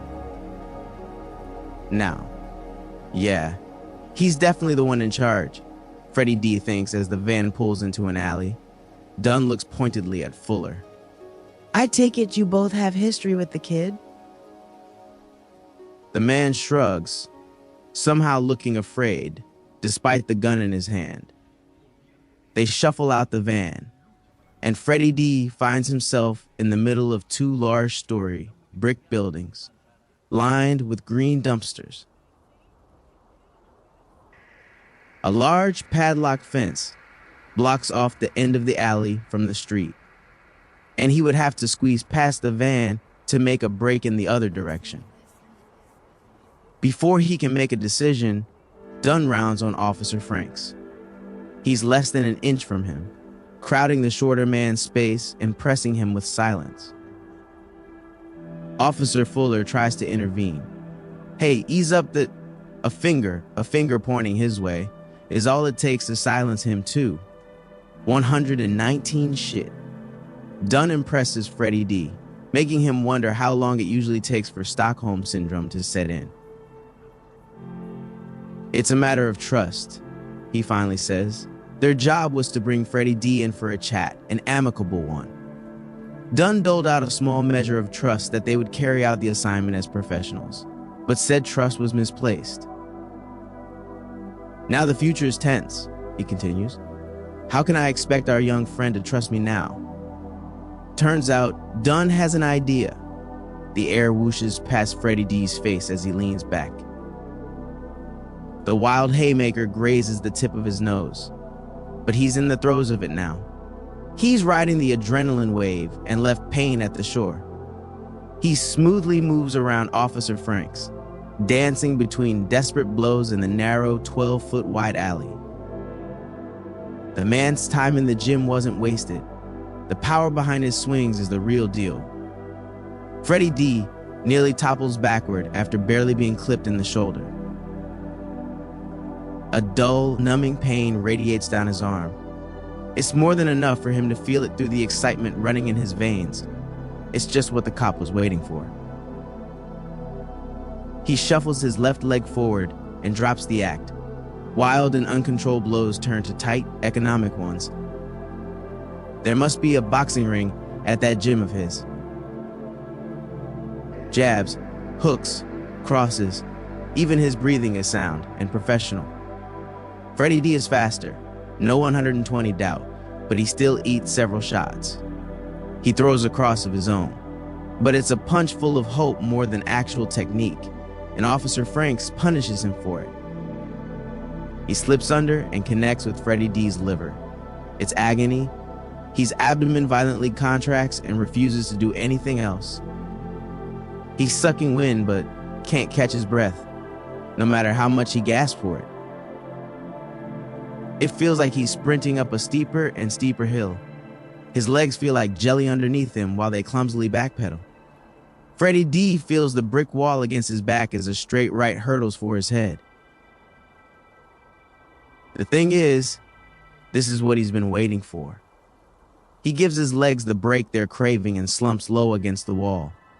He hears the man's flesh collide against the unforgiving brick, followed by shrieking curse words. That's a bonus, he thinks. Freddie D reins in his thoughts and throws a short uppercut into Officer Frank's balls. Shrieking turns into high-pitched howls. Yeah, he knows it's against guy code, but who gives a shit? He really doesn't like the asshole. Officer Franks drops his hands, vomit running down his chin, but his eyes go wide when Freddie D rises from the floor with a knee.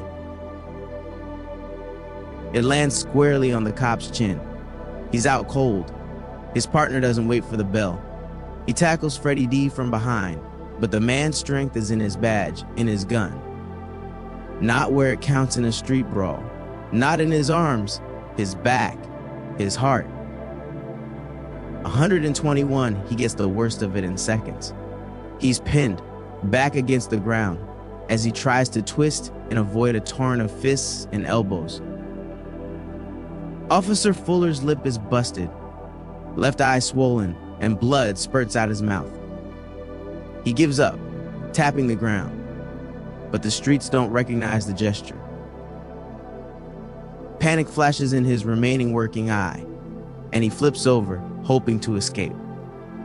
Freddie D instantly closes his arm around the man's throat and squeezes until he passes out.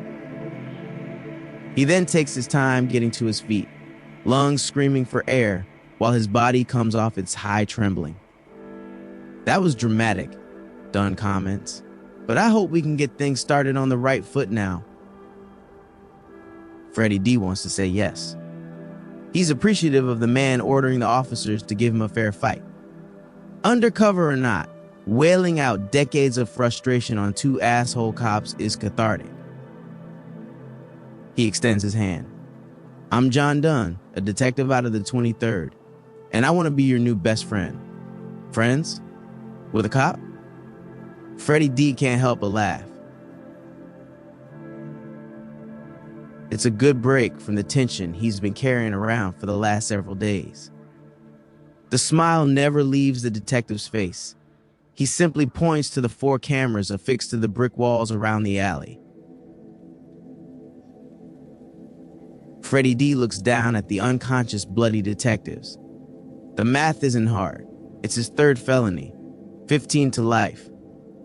Well, shit. 122 Dunn says, that's all right. We don't have to be friends. Just know I own your ass. 123 Far Rockaway, Queens. They own my ass.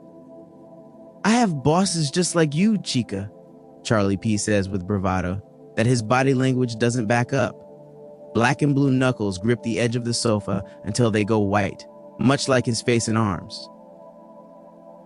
Sloan searched the bedroom thoroughly before returning to press him for answers. He catches her staring and tries to cover the worst of his bruises with a throw pillow. Sloan stands above him, slowly shaking her head. She's having trouble envisioning anyone withstanding the beating he took.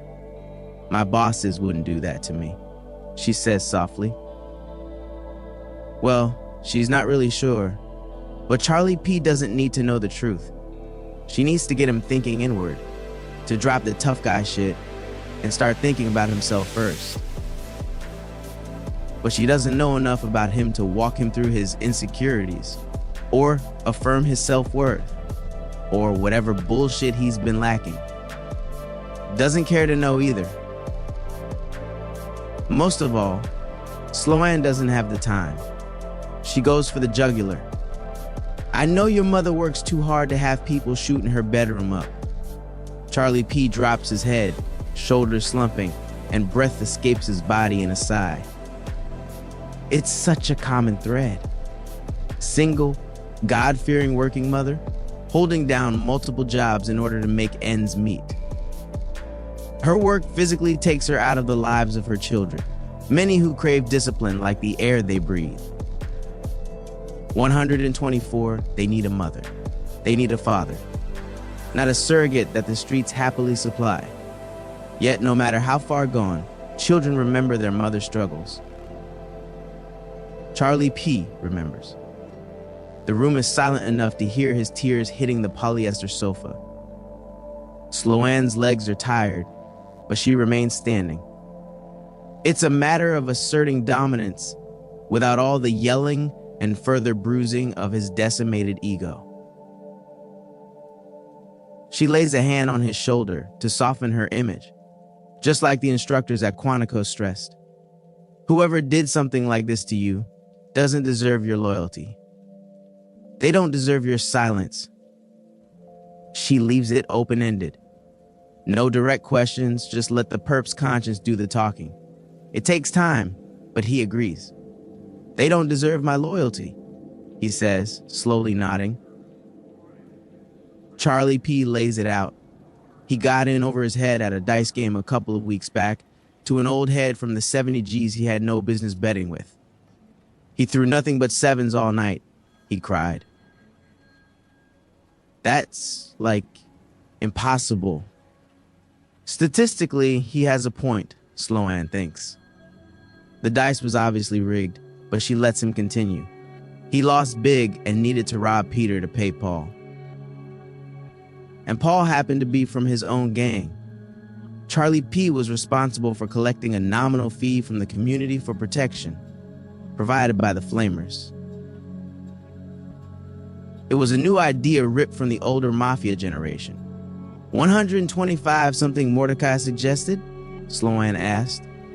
She regrets the words the moment they escape her lips.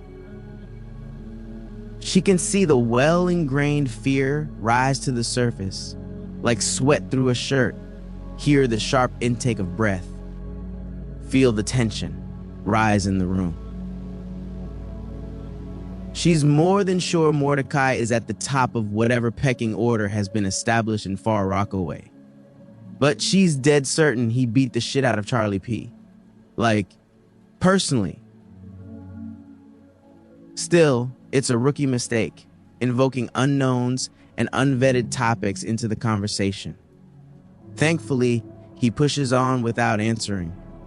He needed to find a way to make more money, and the churches always seem to be doing all right. He heard they don't even pay taxes. I scored over $7,500. Easy. Charlie P. was well on his way back to Redfern houses when it happened. He grew up fighting, won most of his handily, and the few he didn't, no one could say he got worse than he gave. He knew he had lost this one though. It was over before he could think. And no matter how many times he replayed it, no matter how many times he imagined doing something different, the outcome was the same. The guy's movements were unreal. Not trained, but it didn't matter. He knew a beast when he saw one. They had someone similar out here. Similar? Sloan asks. Más o menos, more or less. 126, he's pensive again, bordering on clamming up. She changes the subject. Did you know I was coming? Did anyone reach out to you? He nods. Mordecai, most likely. Whatever she may think of him, Sloan can't deny he seemed earnest in wanting to help. It was obvious he knew more than he was saying, but it was part of the game. She just wishes he didn't play it so well. Did they send the chute? Her phone cuts off her line of thought. Lieutenant Seaman, I just heard, speak of the devil, and he will appear, she thinks. How did you get this number, Mordecai? He sidesteps the question. It wasn't one of us. He means it wasn't him. He didn't order her killed. You might want to look. Still, she looks at Charlie P.'s broken body and misplaced loyalty in front of her and loses it. She can't help but to see herself in his shoes. Her service to the department amounting to fuck all while they close ranks. Figuring out how to ruin her life. You're a piece of shit. I don't care if you're the president or in charge of a bunch of 6-year-olds. This isn't a way to lead people. Our next meeting won't be as pleasant as the last. He exhales slowly over the line for several seconds, but is unable to bleed off the hostility from his words. Say that again, Lieutenant. She rolls her eyes and hangs up. She doesn't need his help or threats. Besides, she already 127 knows where to look. You shouldn't have done that, Charlie P. says. He'll be mad. He doesn't like being disrespected. Sloan pats her Glock 17 at her waist. I can take care of myself.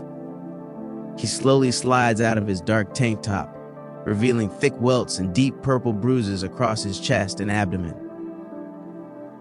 The lower half of his torso is nearly black, as if his blood gave up circulating and festers in one place. His chest is not as bad, but it's on its way. The bruising pattern radiates outward from over his heart, and Sloan thinks she spots a pectoral tear on the other side. She's seen men hit by SUVs look better.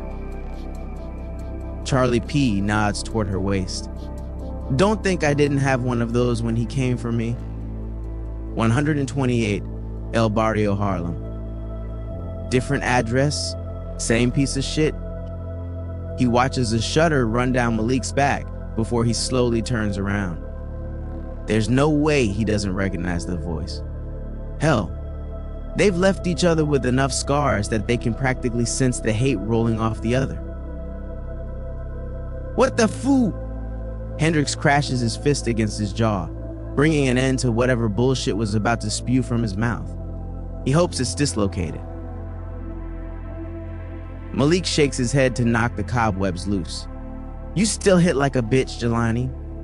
Hope in one hand, shit in the other, Hendricks thinks, grabbing a fistful of the man's jacket. He bodily throws him into the apartment, then shuts the door behind him. He already knows to duck. A bronze statue gouges pieces off the wooden door, just where his head was moments ago. The man is a coward, always has been. He's known Malik a long time, too long. They got history. 15 years ago, he had him dead to rights on possession with intent to sell and assault in the second degree. He was a wannabe pimp, selling chips or Zooms, marijuana cigarettes laced with PCP, and every woman working for him was either heavily bruised or heavily blitzed out of their minds. It was a good collar, one that he could hang his hat on, one that made him feel like the streets were an iota safer. Before Hendricks cracked his knuckles over the keyboard to start the paperwork, Malik was 129 suddenly flagged with an I-card, and detectives swooped in and took him.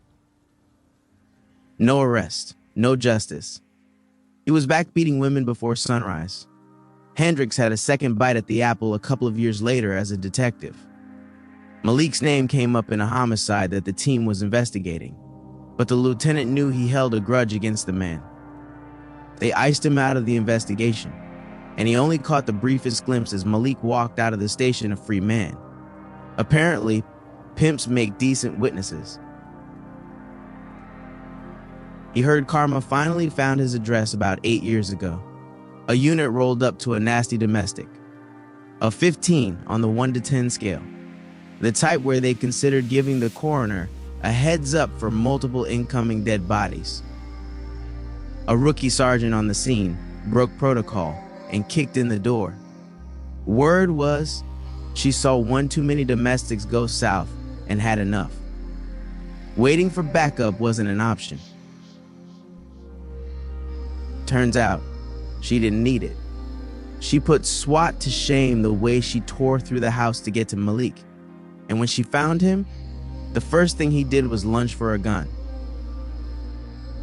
No one witnessed the fight, but everyone saw the aftermath. She beat the brakes off Malik, gave him a long road to recovery in the hospital.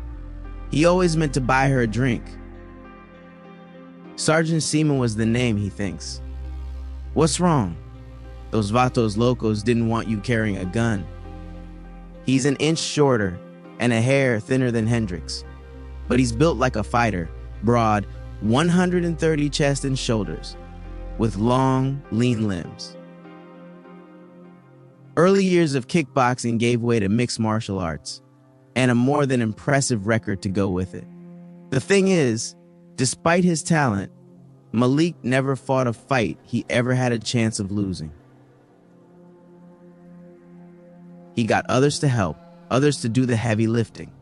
Too much of a pretty boy. He's a few shades darker than Hendricks, but with smooth, unblemished skin. Light brown eyes glare at Hendricks from an expensively decorated living area. Paintings he's only seen in magazines and museums line cream-colored walls. And he stands on a carpet so plush that Hendricks is pretty sure he feels it through his shoes. A pimp with taste. Don't you need a warrant? Malik slides off his black and yellow Versace bomber jacket, then lowers himself into a fighting stance. It takes Hendricks by surprise. They've been exchanging blows since junior high, and the outcome has always been the same. I'm not a cop anymore. From what I've heard, it never stopped you before. He shrugs. Some days, he played outside the lines a little. The system isn't perfect, but having something like DNA evidence excluded by a bleeding heart judge on a technicality is a reality he witnessed all too often. So, sometimes, Malik's eyes go wide as Hendricks slips on brass knuckles. He cheats. Malik closes the distance, with sharp kicks and goes for the grapple with every exchange. 131, he's faster than he remembers. More nimble, too. He darts in and out of reach in time with Hendrix's punches. It's more dance than fighting, and if the name of the game is to annoy him to death, it's working. I've got just the thing. He grabs one of the paintings off the wall, Van Gogh's Starry Night, and splinters it in two across his knee. He buries his fist through Munch's scream, but before he can ruin Mona Lisa's smile, Malik is clawing at his back. All semblance of technique gone. Malik tightens his arms around Hendrix's neck while he tries to wrap both legs around his torso. Hendrix runs all out toward the far wall and turns at the last minute, slamming Malik into a mounted flat screen. He hits the floor just before the television falls on him. "That looked expensive," Hendrix comments, scrambling on top of the man. The first shot rattles him senseless. Brass knuckles and a bad attitude will do that. Hendrix slips the force multipliers back into his jacket and continues with his naked fists. He wants Malik awake and in pain for what comes next. With his right hand, he hooks it under the bloody man's tricep, then pulls the arm toward his chest. He smoothly comes up to a knee, twists, and hooks the other leg over Malik's face with his arm fully extended. Hendrix leans back slowly. The bone snaps a second before his scream fills the room. 132, he stands over Malik's writhing body, but his thoughts are filled with all the Miriams he's seen over the years. Not just prostitutes, wives beaten by drunken or angry husbands, girlfriends beaten by insecure men who never cared to learn how to treat a woman, women beaten like training dummies because life is hard sometimes. He thinks of Aria being raped and the loss of her life too. Give me the other hand. The wailing doesn't stop for 10 minutes. He takes Malik's phone and punches in 9 to 1 minus 1 before laying it on his heaving chest.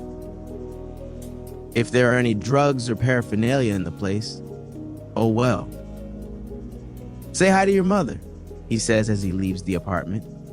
To this day, Hendrix still can't believe they're actually cousins. 133, Chapter 8, 134. If you're treated a certain way, you become a certain kind of person. If certain things are described to you as being real, they're real for you, whether they're real or not. James Baldwin, 1973, Maspeth, Queens. I'm going to give you something America never has a choice: prison or a job pitch. Take a ride with me to Queens. If you're a bad fit for the job, you're free to go. Freddie D doesn't know what to think. The man has him dead to rights on assaulting 2 cops, and assaulting police on camera is not something a jury tolerates. He's looking at heavy time, no question. He was expecting Dunn to order him around. In his experience, it's what all cops do. Shit, it's what America has done. He hates to admit it, but he's surprised. Pleasantly. They leave the 2 groaning undercovers in the alley and head to the streets. A blue sedan screeches to a stop in the center of the street, and a small blonde woman gets out, nods at Dunn, and then walks toward the alley that they just left. 135 keys still in the ignition. Freddie D's surprise turns to intrigue as he settles into the passenger seat. Your problem is, Dunn explains, the world has already written you off as worthless, and you think the world is right. He says the words with nothing but a smile. Freddie D has no discernible skills, no education, no special talent society desperately lacks. He's no better than cattle, but even they can be used for food. America wasn't built with you in mind. I don't say this to be callous. I'm just a realist. Still hurts to hear, Freddie D thinks. Confirmation of what he's always suspected to be true. You're no better than a laborer, and there are more than enough of those coming across the border from Mexico and South America every year. Freddie D shrugs indifferently, but his words hit the mark perfectly. He's not so uneducated that he doesn't know how his ancestors arrived in America and their treatment for the past 400 years. What he's saying is simple enough. Different recipe, same flavor. Freddie D says, America never really freed its slaves. Dunn looks over at Freddie D at a red light on Lennox Ave and Malcolm X BLVD.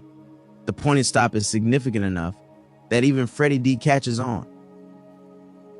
If a man is to have a place in this country, he has to take it by any means necessary. It's odd coming from a white man, but the point stands. The man is completely at ease behind the wheel of the sedan, cruising down the highway with a slight smirk on his face. 136 Harlem River Drive to I, minus 278. East Harlem to Maspeth.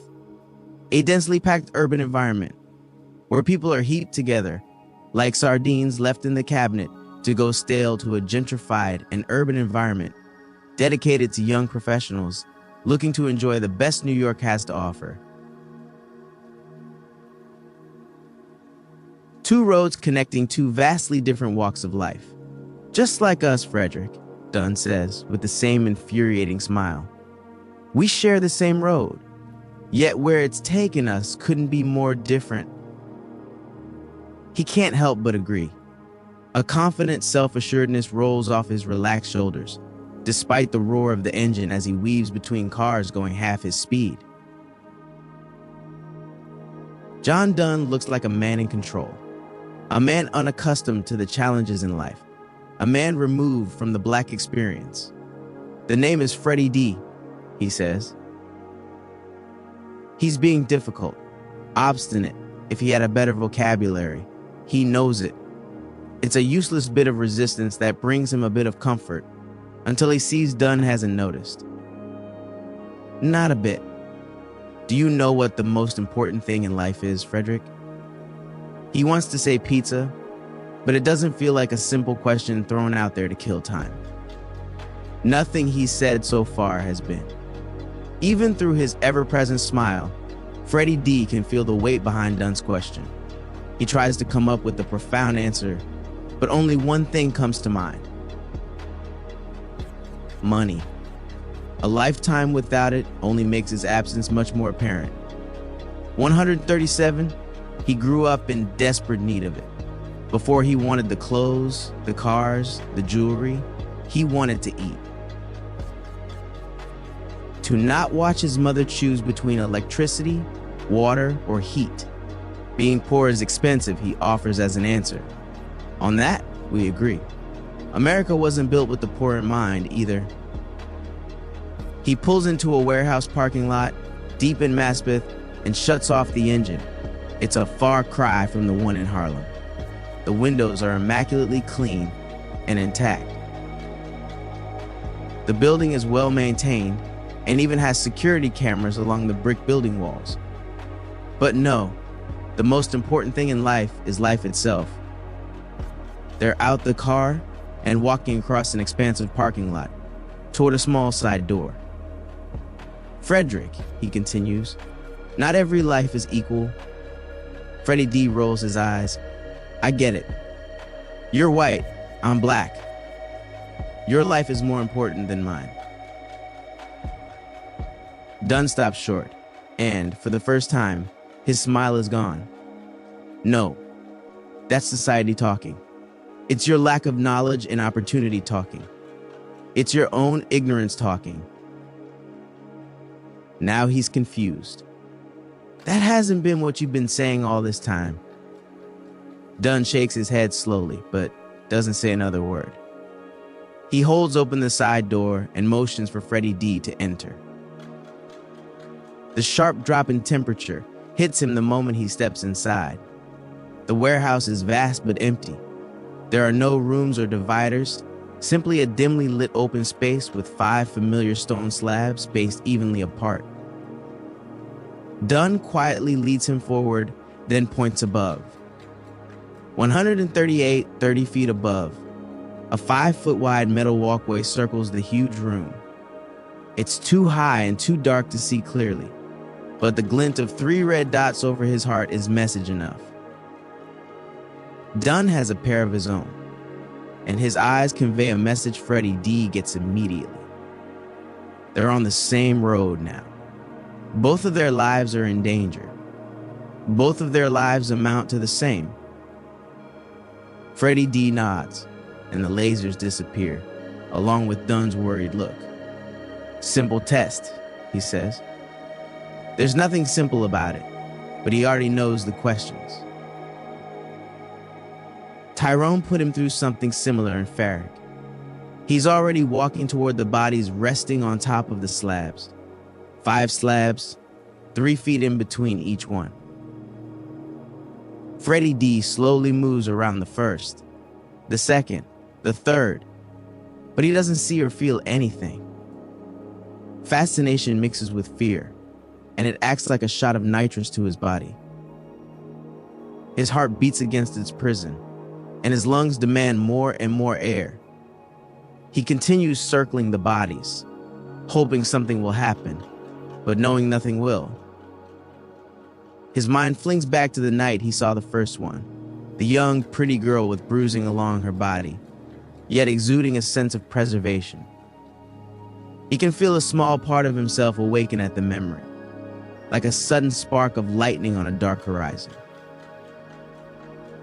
He sees the faint writhing shadows on 3 of the bodies, 3 out of 5. Freddie D swallows his panic and manages to ask, "What happens if I don't pass?" 139 Dunn sighs heavily. "It wouldn't be my first choice, but Calvary Cemetery is nearby. There's a plot picked out for both of us, and if I pass..." Dunn smiles. "You prove America wrong, and we get back on the road to see where it takes you." He likes the sound that. Freddie D makes his choice. 140 Far Rockaway, Queens. She makes her choice. It's a risk, but she takes it. It's a matter of trust, and she's finding she's especially short on it lately. But the truth is, no matter how good a shot you are, you can't wage war against the entire department, Sloan tells herself. She reaches out to Captain Cook for help. He's not happy. "It's just a hunch," she tells him. "Put a number on it. 90%. Sloan is 90% sure the person who tried to kill her is another cop." She can hear the curses in his groan. She gets it. She really does. No self-respecting boss in the department wants to hear one of their own took a shot at a fellow officer. But the facts are there. After the house in Arverne, Sloan followed her gut and pulled on some obscure leads that led her up and down, Far Rockaway. It would have been impossible for anyone to set up an ambush when even she had no clue where she would go next. Only someone with her every step of the way had a chance to do that. Her driver was the one constant between all the stops she made. And she didn't even bother to learn his name. 141 when she left Charlie P's apartment, to where her driver should have been waiting. But skid marks were the only thing left of the car. Sloan asks, "How do you want to play it?" It grinds her to ask, but she's in his backyard. Outside of the difference in rank, it's the polite thing to do. And her mother raised her well. That and Captain Cook could pull the plug on her temporary assignment with a phone call. A few words would be all it took to send her back to Harlem, tail between her legs, without the coveted free hand to look into her shooting incident. So, yeah, she wants to know how he wants to play it. Because she sure as hell knows how she wants it to go. 2 to the body, 1 to the head. No warrants, no muss, no fuss. We'll work it quietly from both sides, he finally says. If you're right, I need to know how far this cancer has spread, and dead men don't tend to talk. Got it. She's not off the leash, but she's got some room to hunt. She gets the pertinent information in his file, address, and the name of a few close friends in the department. What she doesn't get is another car. Figure it out, Lieutenant. It'll raise too many flags if I send another out for you. Fair enough. She swiped Charlie P's keys anyway. Sloan is outside his address in Edgemere. It's a well taken care of bright duplex with freshly mowed grass in front of the house and a detached single-car garage toward the back. Large bay windows on the first floor create an inviting and warm feel to the house. With Arverne to the west and Far Rockaway to the east, she can see the appeal. The neighborhood isn't as wealthy as the former, but not filled with project buildings like the latter. 142 Philip Hill is a 7-year veteran with the NYPD. At 30, he's single with a few flings under his belt, but the most talked about was an office romance that puttered out before it became anything serious. He has a few notable commendations and high-profile arrests in his jacket. More guns than drugs, but the haul is always huge. Nothing in his file screams out to her as dirty, but the man is off the grid. Sloan hates the cliche, but innocent people don't tend to run. She flashes back to her morning with him, racking her mind for any brilliant flashes of insight. He was well put together, sharply pressed uniform, over an athletic runner's build, complete with shoes polished to a mirror shine. Blonde, close-cropped hair styled like he was fresh out of the academy. Sloan gets the impression of a meticulous and careful man, which doesn't bode well for him being the shooter. It was too impulsive. Philip Hill is a man who would have ensured he wouldn't have missed. She guesses. It was something the instructors in Quantico stressed. A profile is just speculation and guesswork. It's an effective tool when combined with hard evidence, but not a replacement. Say less, Sloan thinks as she opens the gate to the front yard and casually walks toward the door. She slowly looks across the landscaping, settling on 3 discolored rocks that fit the bill. Someone as meticulous as Hill wouldn't lose their keys, but on the off chance something happened, Sloan is confident he would leave himself another way in. She checks each for a false bottom, a key taped to the underside, even twists the top of 2 of them. 143-0. Fuck it, Sloan says before throwing the rocks through the window. Her elbow makes short work of the sharp glass edges that look all too eager to cut her white blouse or dark pants. She tumbles inside and lets the beeping alarm guide her toward the mounted wall unit. She frowns momentarily but quickly punches in the first set of digits that come to mind. Officer Philip Hill's badge number. The alarm gives off 2 contented beeps, then disappears. She's a bit shocked and a bit more disappointed in NYPD's hiring practices at the moment. Setting aside the thousands of pieces of broken glass, the apartment is immaculate. She runs her finger across the back of a tufted high-back chair that even she would have trouble justifying on a lieutenant's salary. The entire first-floor apartment is the same. The cherry armoire in the foyer is another 4-figure piece. So is the ingot molten coffee table in the living room. Scratch that, she thinks. She couldn't justify these pieces on a captain's salary. Sloan continues through the apartment, not certain what she's looking for, but each step, each room, gives her a better feel for the man. She's not looking at a typical shooter. Antisocial, erratic, impatient, temperamental. No, there's too much warmth in the apartment, too much love. She can see evidence of it everywhere. From the choice of muted pastel colors to vibrant accent pieces, she can see how much Hill put into his place. He's far from poor and desperate. In fact, he's on his way to being wealthy. She rummages through several real estate contracts, listing him as the realtor on many and the buyer on a few. A sheet of paper falls out of the folder containing Hill's first real estate transaction. She's about to slide it back into place, but the document title catches her attention. 144 name affidavit, she reads curiously.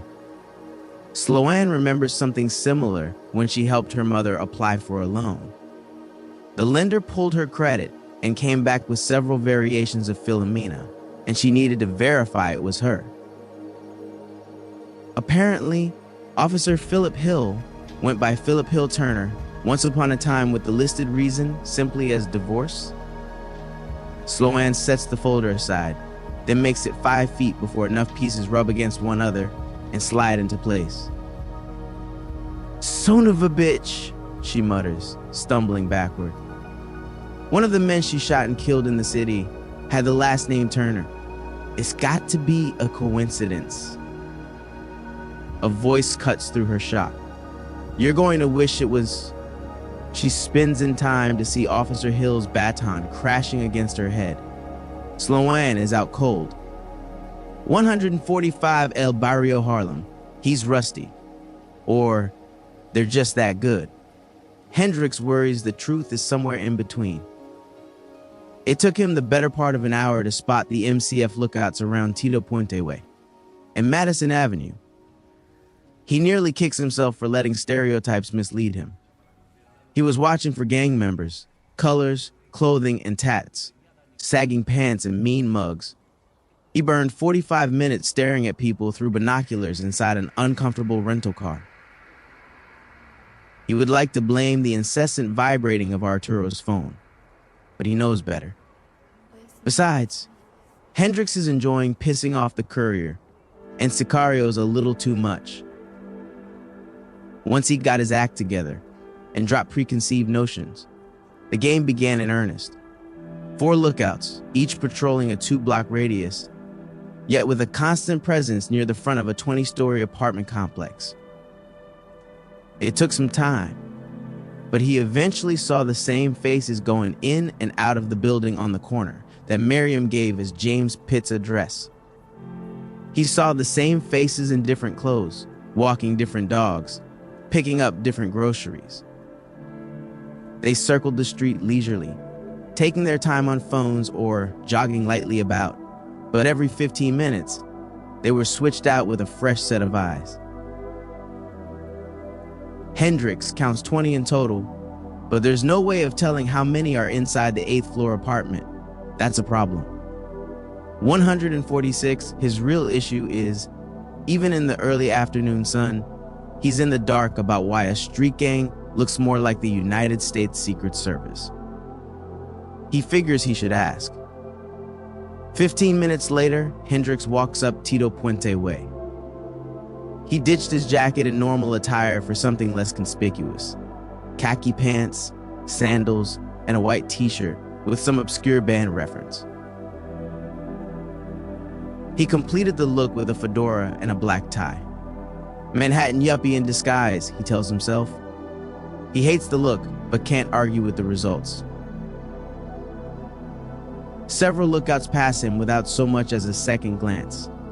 He hooks a right on Madison Avenue and makes it halfway down the block before he spots his target.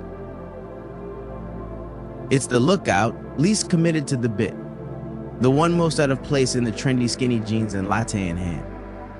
He's 10 steps behind the man, average height, smallish build, and locked hair down to his shoulders. Hendricks listens to an abysmal Jamaican accent as he sings along to dancehall music pumping through headphones. Hendricks' tie is off and wrapped around the man's neck the moment he turns the corner. He slowly pulls his hands apart while moving him bodily against the wall. Inches away, Hendricks ignores the fear in his dark pupils the spittle flying from lips, the flaring of nostrils desperately seeking air.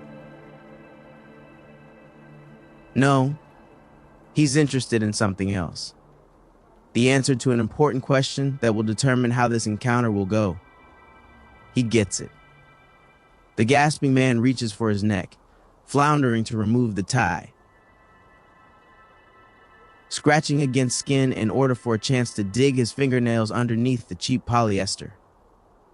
147 Hendricks has seen the question posed to many throughout his life. Hell, he'd been on the receiving end several times, and his answer was always the same. He punches, he kicks, he bites. He rages, fight or flight. Hendricks always chooses the former. The man before him, the latter. He's not a fighter. Hendricks slowly lets go of the tie and watches the smaller man slide down the brick wall. He gives him a full minute to recover before Hendricks takes a stance, but his opponent shakes his head. Good. Fighters are dumb, brash, and too hard to negotiate with. Hendricks takes a step back. You good? Fuck you, he croaks out. He nods. Fair point. He earned that response. I got a couple of things bugging me, and I need some help clearing them up. Hendricks forestalls another nasty rejoinder. I think you'll be inclined to see things my way. Why the fuck would I do that? He holds up a picture of the dumpster full of cash and drugs. Because, Hendricks smiles widely, money comes first. His eyes light up as greed quickly washes away his fear, and he smiles back. That's right. Money comes first. James Pitts is scared shitless, and that says a lot given his stature. 148, he's built like the bricks he's currently shitting. Wide shoulders, thick neck and torso. Beads of sweat run down his bald head like rivulets cascading into a wider river. A black t-shirt clings to his skin, and Hendricks is having trouble looking at anything but his throat gulping in fear every few seconds. That and the tattoo running up the side of his neck. It's a dead ringer for the one in the video, just on the wrong side, but Hendricks knows he's getting closer. It's no longer speculation. The man in the video is from money comes first. He's sitting across from the fidgeting man, whose foot thumps like a rabbit, and his mouth roves from fingernail to fingernail, chomping away at his finger beds. The apartment is barren. No furniture, no carpet, no curtains. A few folding chairs lean against bare white walls, and boxes of pizza and Chinese takeout are littered about. Hendricks can't even spot a trash can. Jalen, the young man he nearly choked out, escorted him up to the apartment after he assured him that he wanted to exchange money and drugs for a sit down with James. And a little information beforehand. The gang was in trouble, and the blame lay squarely at one man's feet. Not for some pissant banger with more ego than sense, but from a bona fide, shot-calling lieutenant. James likes to freelance. Jalen croaked out in the slow elevator. It's not something encouraged or tolerated, but he's tatted. Rank came with privilege. Apparently, the word was he did a job in Queens and came off with a solid 100 stacks easy. And before he made it back uptown, he put feelers out for some kid and his mother. The lady, not a problem. She's a known fiend and couldn't fight off a child. Why grab her then? Jalen squinted at him like he's wearing a red rubber nose. Said the kid was a mama's boy.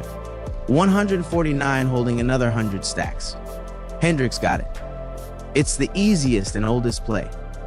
James had gotten a little over 30 people set up for the ambush. The plan was to take the money and put a beating on the kid.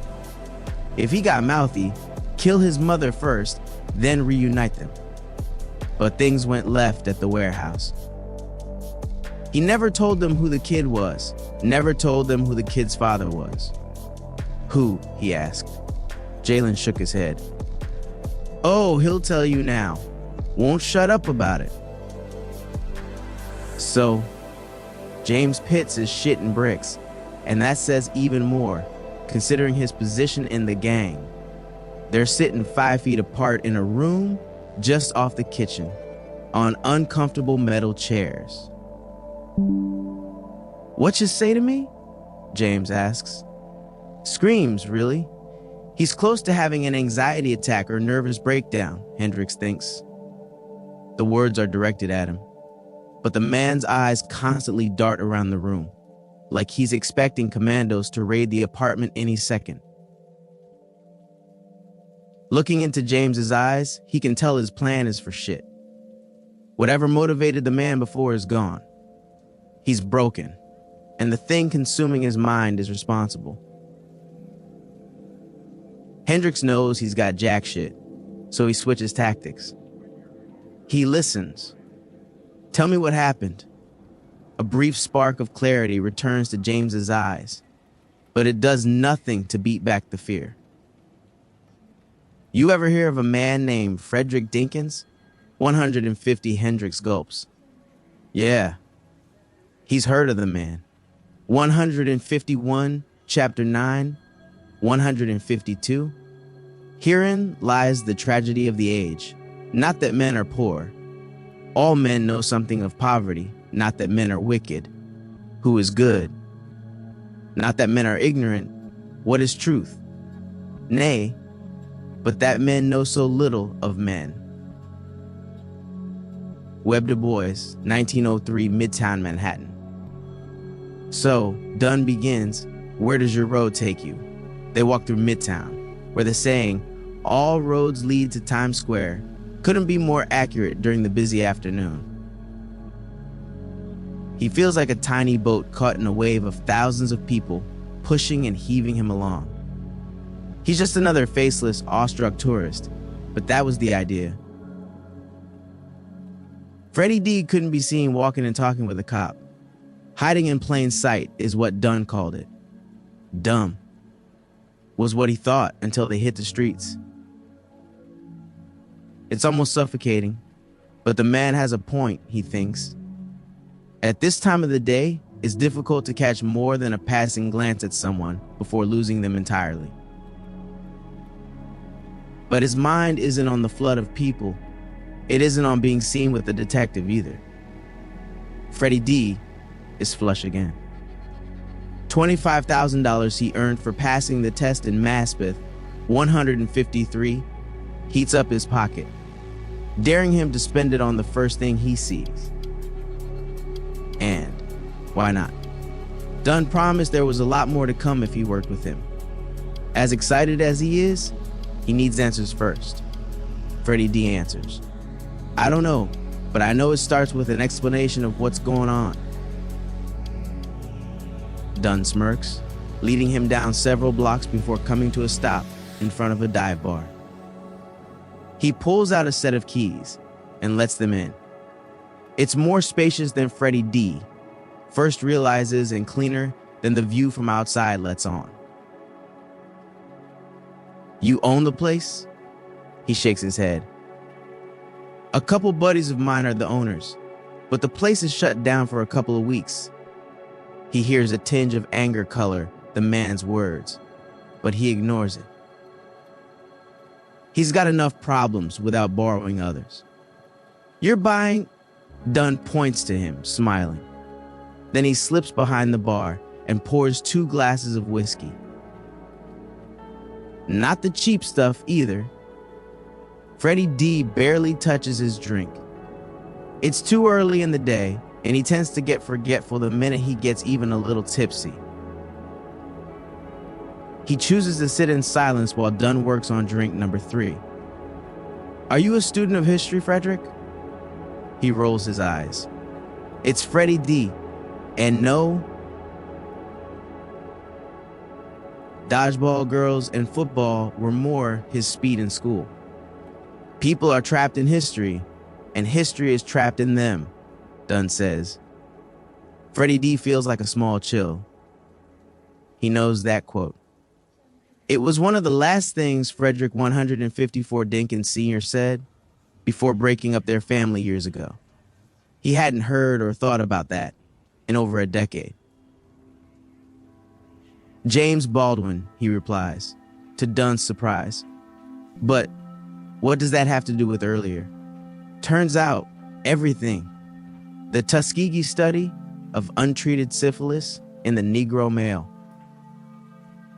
In 1932, the government became interested in tracking the natural progression of syphilis and conducted a study on 600 black men under the guise of treatment.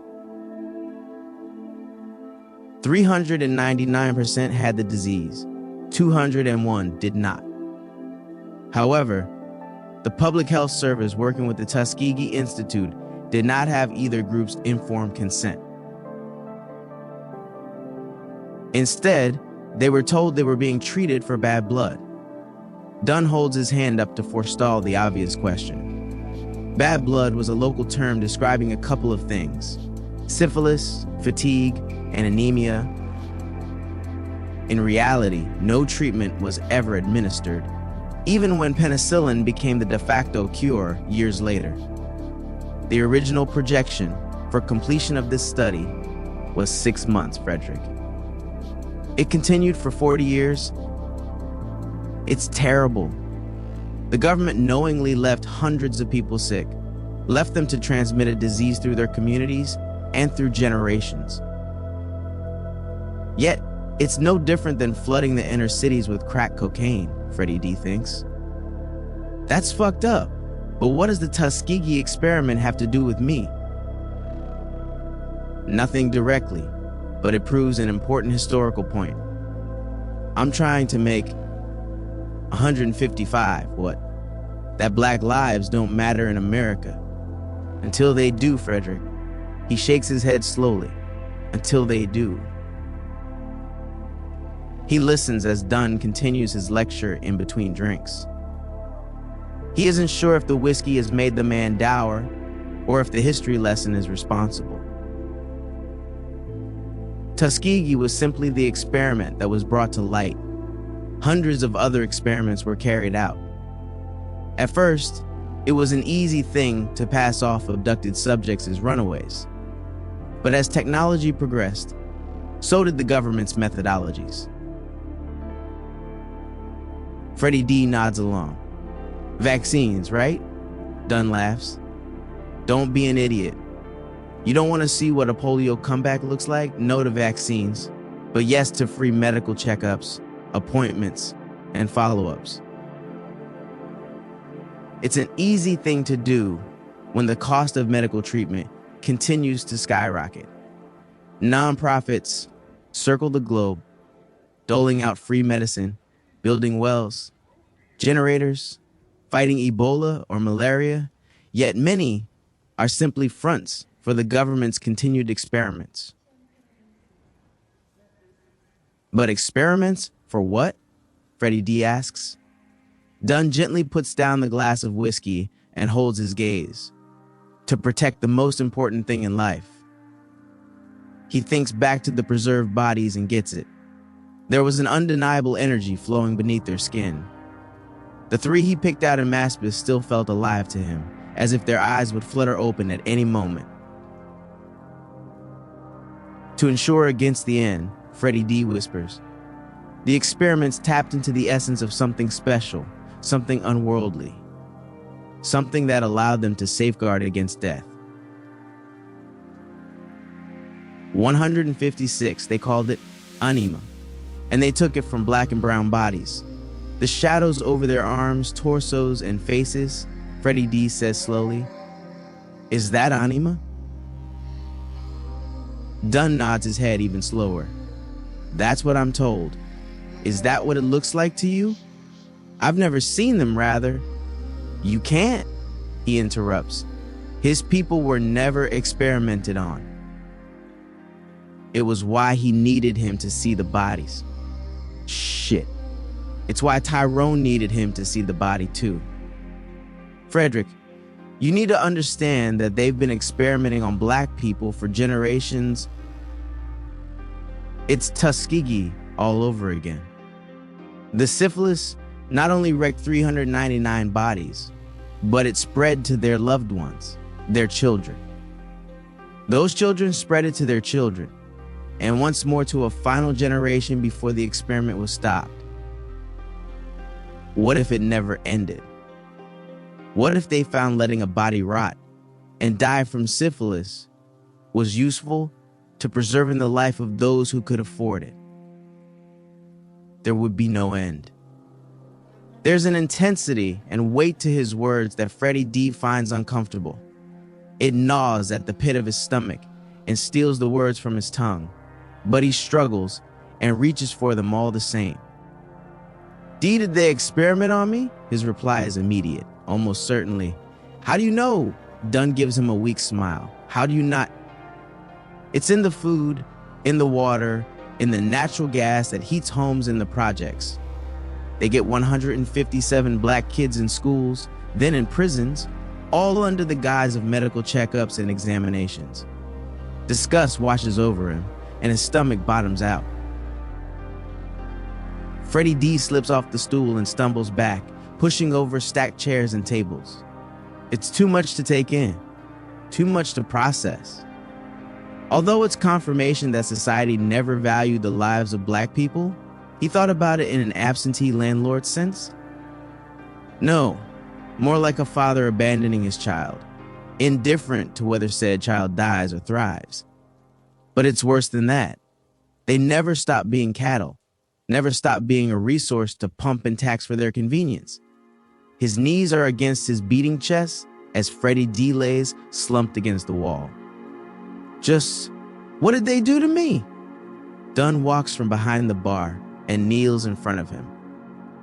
They made you special. Frederick, just like your father, 158 Auvergne, Queens. 2 voices, male, angry. Their shouts cut through the fog settled over Sloan's mind, while a bone-weary lethargy grips her body and weighs down her eyes. She can't remember being this tired in years. She wonders how long she's been out, but the wicked pain throbbing at the side of her head tells her it hasn't been too long. That's good, Sloan thinks. She's worked cases where women were knocked unconscious for hours, raped, and moved to a secondary location. The odds for survival drop precipitously at a second location. She checks over herself mentally, but outside the pain blossoming from the side of her head, there's no other physical trauma, no signs of rape. No, that wasn't his intention, Sloan remembers.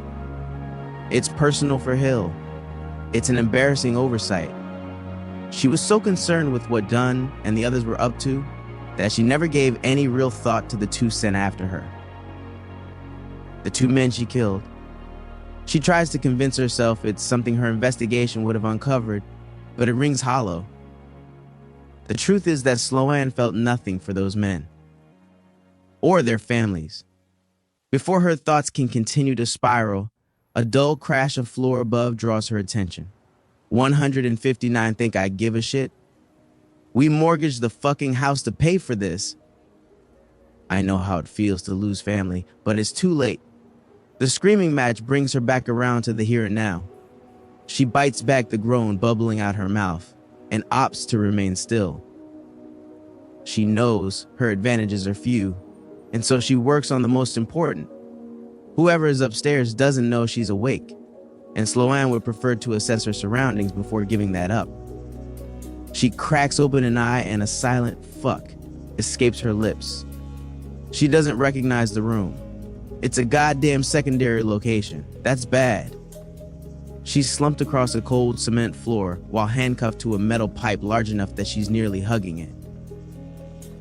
It's too dark to make out anything more than a few feet in front of her, but Sloan is almost certain she's in a basement. It's got that musky odor all basements seem to have. You haven't seen what I have. What they can do. Of course I have, Phil. Calm down. Things have changed in the last few days. Our resources are finite for the moment. Is that the bullshit they sent you over here to spread? About running out of resources? Resources. Yes. Resources. Fuck you. The ghetto is filled with them. It's Hill's voice. She recognizes the monotone pitch despite the shrillness in his voice. However, the other is a mystery. She strains but can't conjure a face for the voice. 160, I keep telling you it doesn't work that way. The mystery man shouts. Since Frederick quit and bunkered down in Harlem, we can't find new candidates. Hill fires back. You found one for that British girl. Don't be dumb. He was a cop, an associate's degree, some common fucking sense, and a pulse is all that's required. You are not the same. There are too many unknowns to wrap her head around, but she gets the distinct feeling she's knee-deep in shit and wading in the wrong direction. What about that kid running the gangs out here? I thought you had a relationship with him, an understanding. Hill says, he scares me, all of us. Whatever you all did to him made him volatile. He's too dangerous. He won't stay in Far Rockaway much longer. She hears them mention something about a son being groomed to replace a father and being tied up tracking down a missing body. That gets her attention. The other man's voice is thick with frustration. You want me to march down here and answer questions about your idiot brother while your goddamn house isn't in order? Someone took her from this very house. We must be at the Arverne house, Sloane puts together. She can't remember there being a basement, however. A second oversight. She promises it'll be her last. I sent Brewster and his team to run down that girl. What's her name? Vera's? Yes, Hill shouts. 161 Vera's in Harlem. Yes. What's the fucking issue? It's the other man's turn to explode. Sloane hears a table flip over and a chair slam against the wall. You sent Logan Brewster to Harlem? Do you have any clue where he was killed? How public it was? That's right.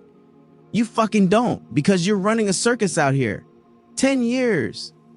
10 years is the goddamn minimum for reintegration. The returned are never allowed to go back before that. Ever. People have longer memories than you cunts seem to think. Return. She's convinced she heard something wrong. Sounds like they're talking about zombies or some shit, she thinks. As the tension drops, Sloane struggles to catch more snippets of their conversation. Guess I need to get closer, Sloane mutters. She shimmies and pulls herself up, using the pipe as a crutch. Standing by is her nearly 7 inches of wiggle room between her hands and the other side of the pipe. Sloane brings her hands together and rubs her fingers along the handcuffs, smiling when she finds what she needs. The metal chain. It's the weak link. She says a silent prayer that Hill didn't use her personal cuffs. She abandoned the old design after an inmate at Rikers demonstrated how to escape them. It's about physics, torque, and leverage. Sloane brings her hands close and binds the chains together by rotating the links around the handcuff swivel joint. Holding the bind in place is difficult without the use of her eyes, but she keeps at it until she gets a feel of which direction holds the most resistance. She feels the cuff's 162 bite into her wrists as she applies more and more force before. The restraints finally strain and pop with a snap. Her lungs slam against her ribs, and she goes as rigid as a statue. In the near pitch black, the tiny snap is like a wrecking ball crashing through a building. She lets her breath out slowly when the murmurs above continue unabated. This is the part of the movie where things go left, she thinks. She's not wrong. Hey, Lieutenant, a smooth voice calls out from the dark. They teach that in the academy? Despite the head wound making the room spin, despite the exhaustion gripping her body, Despite the numbness in her arms, Sloane is quick. Her body naturally pivots and pinpoints the voice, while her right hand smoothly reaches for her waist. For a second time since waking, she freezes. Sloane is a lot of things, but armed is not one of them. She darts her eyes around the dark room, searching for a weapon, obstructions, an exit, anything that may help. Metal grating against the concrete floor catches her attention before she feels something gently connect with her foot. A gun. Her Glock 17. If it makes you feel any better, pick it up. It's loaded. She peers into the darkness, and her eyes finally give her a break. She can just make out the 163 outline of the man's wide shoulders. But her brain does the heavy lifting and puts the puzzle together. He's across the room, 10, maybe 15 feet. She knows she's fast, knows she's an even faster draw. Sloane can't shoot the wings off a fly, but she can still hit the damn thing. She sees the motions in her head. Her brain hits the gas and serves up 10 different scenarios, 10 different ways for her to riddle him with bullets. Duck. Roll. Rack. Aim. Shoot. Correct aim with muzzle flare. Shoot again. Her mind does what it's trained to do. It visualizes the movements while shaving away the excess. Her body banishes all traces of lethargy and jumpstarts her system with lightning. Her fingers twitch and muscles tremble like a thoroughbred out the gate. But she's afraid. The cold sensation of doubt creeps down her neck, down her spine, and settles over her heart. Sloane feels no shame in it. The fearless die faster than an older model iPhone. No, it's more than fear. Her gut is screaming to ignore the obvious non-choice at her feet. She plants her feet and faces where she thinks the voice came from. She takes a second to keep the worry and tremble from her own, and says, "From what I'm told, it won't make 164 difference. It's so sudden that it's unreal." There's no sound, no footsteps, no warning. She feels his presence beside her, less than a foot away. It's thick, heavy, and scares the primal part of her brain. It's like he's a predator, and she's the cornered prey. Sloane fought against insurgents in Afghanistan, survived ambushes, snipers, and constant IED attacks. Her time in the military sharpened and honed her skills to a razor's edge, something that helped her survive every dangerous encounter from patrol cop to lieutenant. Yet, here in this basement, she can barely keep her legs from shaking. Instead, she slowly raises her hands. She's outclassed and knows it. What happens now? She asks in the dark, but she's alone. His presence is completely gone. Sloane stumbles back and braces herself against the wall. Her chest heaves nearly uncontrollably, and for several seconds, she's in real danger of passing out. He's nothing like the young man she met on the beach, and Mordecai might be the most frightening person she's ever met. That's saying a lot. 165 El Barrio, Harlem.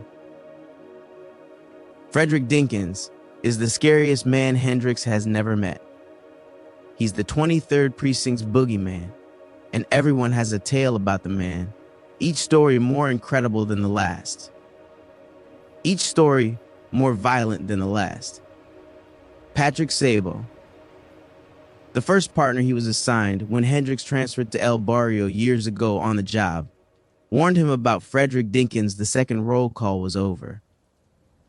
"I saw your file," Sabo began. "I'm not going to bullshit a rookie like some of these other vets. You're black, you're smart, and you're a worker. We need more guys like you. Think why? I'm not done, Sabo interrupted with a hand held up. I know you want to make grade. You can do that here. Grab all the busts you want, but stay the fuck away from Frederick Dinkins. Period. You see him on the street, you find another street to be on, you take down a complaint against him, it gets misfiled in the trash. Do we have an understanding? Fuck that. I ain't built that way, he thought. Hendricks didn't give two shits who the man was. He would bring down whoever the fuck he needed. He managed to kill the first response on his tongue and asked, "On whose orders?" Turned out, from on high, scraping the heavens high. "Why the hell do you think I'm down a partner?" Sabo asked with hard eyes. "I hope you're as smart as they say." Hendricks was. Others weren't. 166 cops are furiously defensive of their own and went looking for the man on their own. An after-school, off-the-books special project. The unsanctioned task force beat the streets hard for leads on Frederick Dinkins' whereabouts. They wanted to know everything: where he laid his head, if he had any loved ones, what was his favorite restaurant. They found him, cornered him in Thomas Jefferson Park. It was only a matter of time, with 20 or so cops squeezing the streets for information. The following day, he heard the news from O'Shea. So did 20 other new transfers. At approximately 0300 hours, 23 SWAT-trained off-duty officers executed an illegal takedown of an unarmed subject. The officers were airlifted to Mount Sinai, Columbia Presbyterian, and North General. They are all in critical condition, and for the few able to continue as a part of New York's finest, they will face harsh disciplinary charges once recovered. The report was hard to accept. The broken bodies made it easier. Extreme blood loss, sepsis, ruined bones, jaws, necks, fingers, wrists. Several with permanent blindness, more than half with paraplegia. He believed in the goddamn boogeyman after that. And now, to hear James Pitts tell it, whatever poison tree the man was, there was an apple not far from it. Frederick Dinkins has a son. Hendricks steadies his breath and tries to keep the anxiety off his face. If his case gets anywhere near senior or junior, he sees Sabo's grieving family in front of him. The man warned him off what he knew was a 167 career-ending move and ended up paralyzed from the neck down during that illegal op. He hates to admit it, but it might be safer to pack it up. The thought angers him, however. After all these years, Hendricks still isn't built like that. Fuck it. He leans forward and nods for James to continue. We did a job out in that shithole, Farrick. That's when he first saw the kid. Young, early 20s, built like he knew his business, but still soft, like you could smell it on him. Hendricks agrees. He could always tell the difference between the ones hardened by the streets and the ones on their way. They lacked an almost palpable edge to them. James did what most on the street would do. He punked the kid, stepped to him, and called him out. "Ann?" Hendricks asked. James is out of his seat, half pacing the empty room. "He slapped me, slapped you, slapped me." His eyes go vacant as he rubs the side of his face gently. "I should have known something was up then." It knocked him out. For half a second, James was out cold on his feet. Confirmation that he was different came when they hit the house in Arverne. The kid flowed through the door like water and took down a man before James made it to the stairs. The guy was a few feet away from a gun, and he still wasn't fast enough. That's when James accepted he had nothing for him. Best to keep on his good side and part ways after the job. But he found 100,000 reasons why he needed to fuck with the kid in the 168 basement. 100,001 after he removed his mask. It was a poor idea. The old adage held doubly true in the hood: there is no honor among thieves. Even someone new to the game should have known better. Hendricks indulges his curiosity and asks, so why'd he remove the mask? A body. He was staring at a dead body like it would get up and walk. It was like he was hypnotized or some shit. James snapped a picture of his face while they gawked over the dead, pale white girl. But that was all the time he cared to spend on their nonsense. The real prize was the cash laid out in the basement. Money comes first, after all. The bonus payday would come after the setup. He sent off the kid's picture to some geeks the MCF keeps on payroll, and they pushed the photo to everyone's phone in seconds. James snorts. Even found out he flipped burgers for a living. His address was easy to find. His mother, even easier. She was a well-known dope fiend in El Barrio, and the lure of a free hit was enough to get her to open up her apartment in Wagner Projects. He called in 35 members of the MCF, half of them seasoned vets, the others were already on their way. It was a simple play. Mommy for money. The kid couldn't get over there fast enough. I could practically hear his feet flying down the stairs. But it wasn't him walking through the warehouse doors with a duffel brimming with cash. 169, it was Frederick Dinkins with a chain and a huge lock. So, he was armed? Hendricks asks. James shakes his head and looks down at the floor, grabbing the back of his seat tightly. It was to keep us in. If the kid moved like water, the man moved like a torrent. He dropped 5 men in 30 seconds, then another 5 in half that. Everyone he touched was left bloodied, broken, or both. In under 5 minutes, nothing was left of the ambush but exposed bones, gouged eyes, and severed limbs. Shit, he really is the boogeyman, Hendricks thinks. He said it was a mistake involving his family. He said I had 24 hours to tell people what happened. What happens after 24 hours? It's a dumb question. The answer is everywhere. The professional and undercover MCF members outside, the constant switching of addresses, the fear etched into James's body, and his near mental breakdown. Frederick Dinkins gave him a date of execution, and like Texas, he's got the track record to prove he's not a real fan of clemency. Hendricks is talking to a dead man. And dead men don't have anything to lose. Maybe we can help each other, he hopes. I can line up some real protection and get you out of the city, but I need something in return. He motions for James to sit down again and takes him through his own story. One of a dead girl, a picture, and a tattoo. James doesn't know the man in the photo, but the tattoo is an older version of what the MCF uses today. James narrows the list. There's only 2 people with that tat, and one is upstate. 170 Hendricks gets a name. He's not happy about it, but he gets a name. There's just one other thing bothering him. James, he begins slowly, do you know what happened with the body in Arverni? Yeah, those fuckers took it with them. 171, chapter 10, 172. When you know your name, you should hang on to it. For unless it is noted down and remembered, it will die when you do. Toni Morrison, 1977, El Barrio, Harlem. You talk to anyone? Tyrone asks. He's sitting on the 4th floor steps in the Wagner houses, like he always does, complete with an arrogant and sly smile. The simplicity and the normalcy of the act is startling to Freddie D. His entire world has changed in the last 48 hours. His mother is gone, his father is back, and their son is the victim of a government-sanctioned experiment conducted on people of color.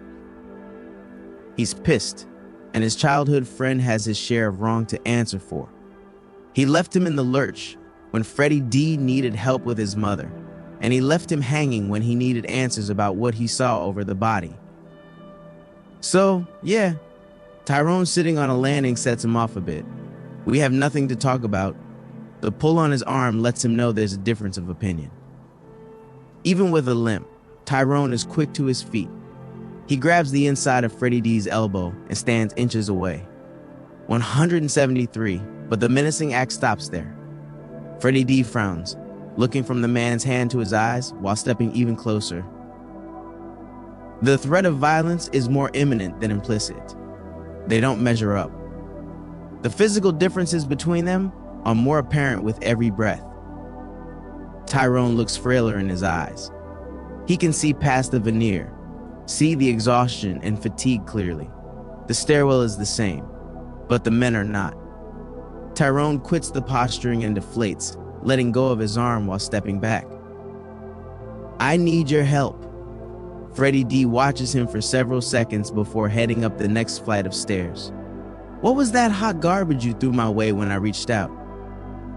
Ask your father. It's not the same, he replies, chasing after him. Frederick Dinkins really does have the answers, at least more than Tyrone has to offer, and Freddie D can't really disagree. He lets out a slow breath in front of his mother's apartment before letting him in. He knows Tyrone is an easier outlet for his frustration and nowhere near the root. The problem is, Freddie D doesn't know who he is anymore. Felon. Fast food worker? Sure. American? Like, in light of everything, what does that really mean? His already cracked and dangerously thin foundation in American society crumbled in a midtown bar, and he's not sure how, or even if, it should be rebuilt. Dunn asked if he was a student of history. Now, Freddie D gets it wasn't a question. It was a 174 warning. He learned about the destruction of Black Wall Street, of the Tulsa Race Massacre, where mobs of white residents attacked Black residents and businesses of the Greenwood District in Tulsa, Oklahoma. The Rosewood Massacre in Levy County, Florida was next. A racially motivated attack of Black people and the destruction of a Black town that took place in the first week of January 1923. The Atlanta Massacre of 1906. The 1919 race riot in Norfolk, Virginia. The other 1919 race riot in Chicago. The 16th Street Baptist Church bombing. The 1943 race riot in Beaumont, Texas. The other 1943 race riot in Detroit, Michigan. It's not even the tip of the iceberg. Hell, the ship hasn't even left port. The more Dunn spoke, the more it encouraged him to search for himself. He spent hours in the empty bar, searching the internet for a history buried in plain sight. It's a literal, unending chasm of despair, degradation, and death.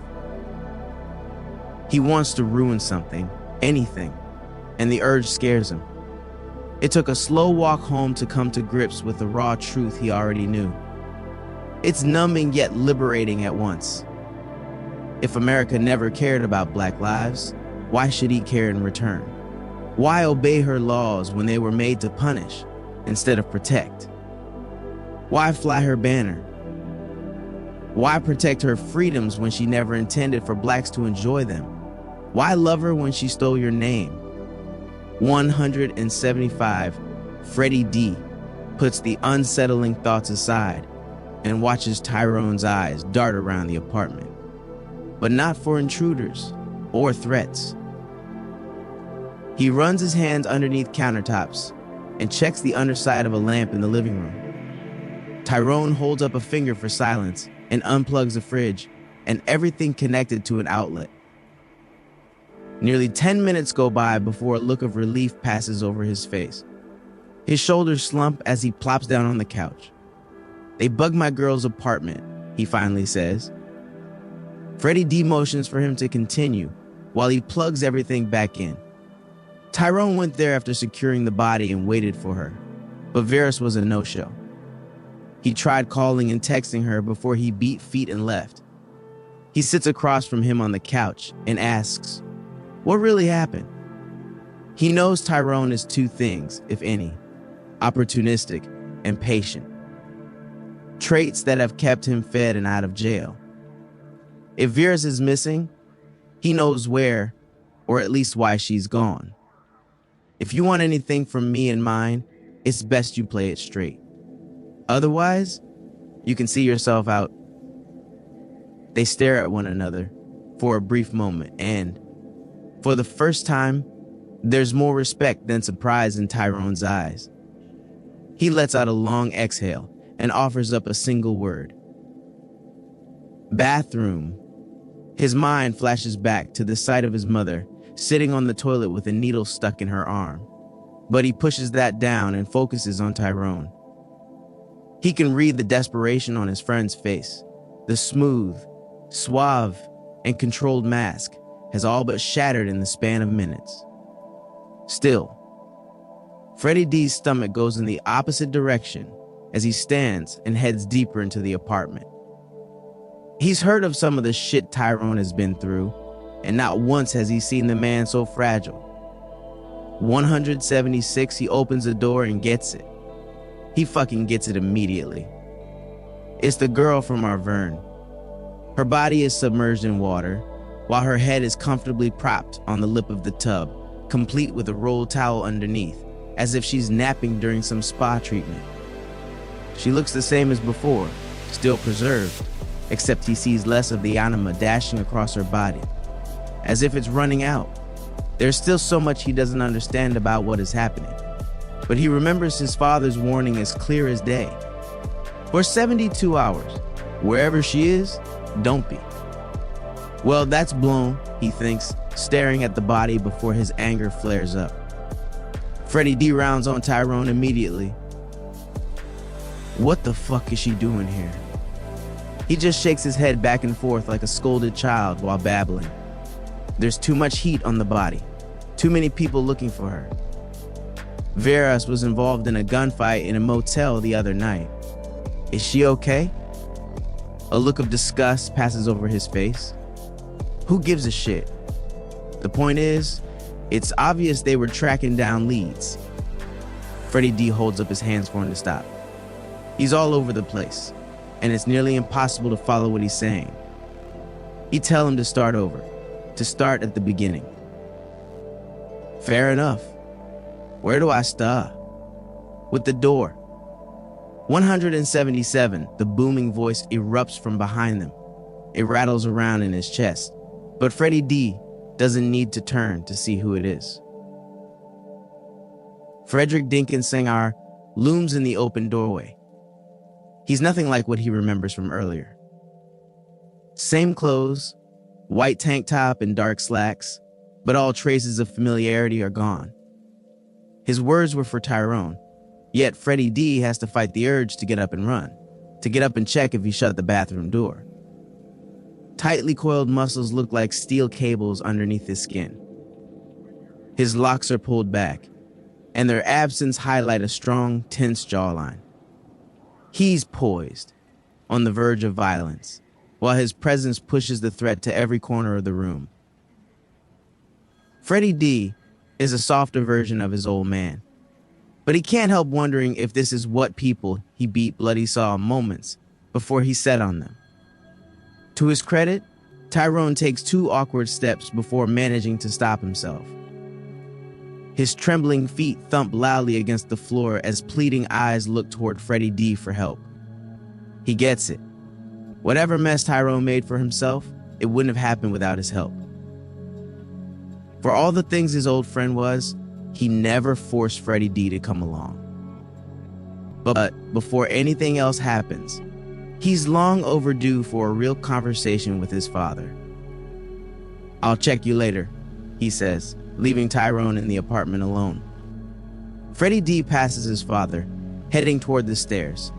The roof of the building should give them some privacy. You're not worried he'll steal something? Frederick Dinkins asked loud enough for Tyrone to hear. Freddie D looks over his shoulder and shakes his head. The only thing irreplaceable in there, 178 left hours ago for Florida. Frederick Dinkins takes a step back, surprised. He shouldn't be, Freddie D thinks. The stairwell is the same, but Freddie D is not. 179 Auvergne, Queens. Sloane slowly braves the stairs after long minutes of desperately trying to get shaking legs under control and smooth out her breathing. The havoc ensuing a floor above doesn't make it any easier. Each terrified scream, each voice cut off in a spasming gurgle, each dull crash of a body against the floor demoralizes her, runs away with her nerve like a thief in the night. She took out and holstered her Glock 17 7 times before she realized, and finally kept it out. Mordecai's message was clear, but if he's responsible for the chaos upstairs, his actions aren't. He had her dead to rights, and if he wanted her so, the gunshots and screams above are proof positive that there was something he wanted or needed from her. So, Sloane braves the stairs. It's just like being deployed, she tells herself. The tension turns her body into lead, and each rung of the stairs creaks louder than the last. She gently pushes the wooden door open, taking note the doorknob and lock were mangled from the basement side.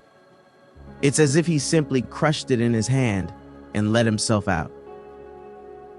Sloane cautiously steps into a room, the size of a small bedroom with her gun held close and near her chest. She walks around an upturned table and through the remains of 2 wooden chairs reduced to kindling. She definitely missed this room on her first walkthrough. She takes in the unfinished walls and bare halogen bulb above with surprise and a bit of appreciation. To hide 180% a room this size meant the house was built or renovated with it in mind. It speaks to more than a happenstance set of circumstances and familial revenge on Hill's part. She lines up against the right wall, quietly opens the door while leaving it slightly ajar, and mentally gives herself a countdown to take the next room. It's not her favorite method for room clearing, but if she remembers the layout of the house, the small hidden room should be just off the kitchen. With 3 quick, sharp breaths, she's moving. Sloane's left hand practically throws the door open as she blasts around the corner and immediately loses her lunch. It's fucking Fallujah.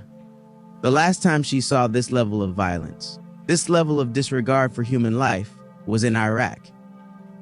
And soldiers were angry, teed up, and amped on any type of stimulant we could get our hands on back then, she remembers.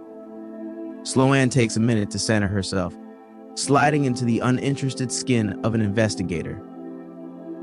Just pieces of meat holding clues to be cataloged and examined. She mutters as she roves over the nearest body, taking in the information like a computer readout. 5'9", blonde, wavy hair. No visible identifying tattoos.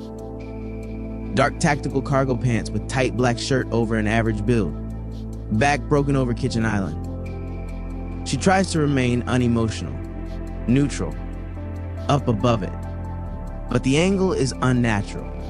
The body is 181 bent backward at nearly 90 degrees. 90 fucking degrees. Over the cream-colored quartz island. She struggles for neutral, but the fear in his milky blue eyes threatens to stoke the simmering embers of her own. Sloane pushes on, taking note of shotgun-sized holes in drywall. The blood soaked through an area rug. Oh yeah, the body dangling from the ceiling. She takes note of that too. She can't make out his features on account of the man's head being through the 2nd floor, but his attire is similar to the body in the kitchen. All of them are. It reminds her of a special ops team bivouacked in the field. Or a sleeper cell, she tells herself. Either way, she continues through the 1st floor, not recognizing any of the 7 faces strewn about. Not that many have enough flesh to still be called a face anyway. It's upstairs that she hears the first signs of life. A low groan of a voice too tired to continue shouting in pain.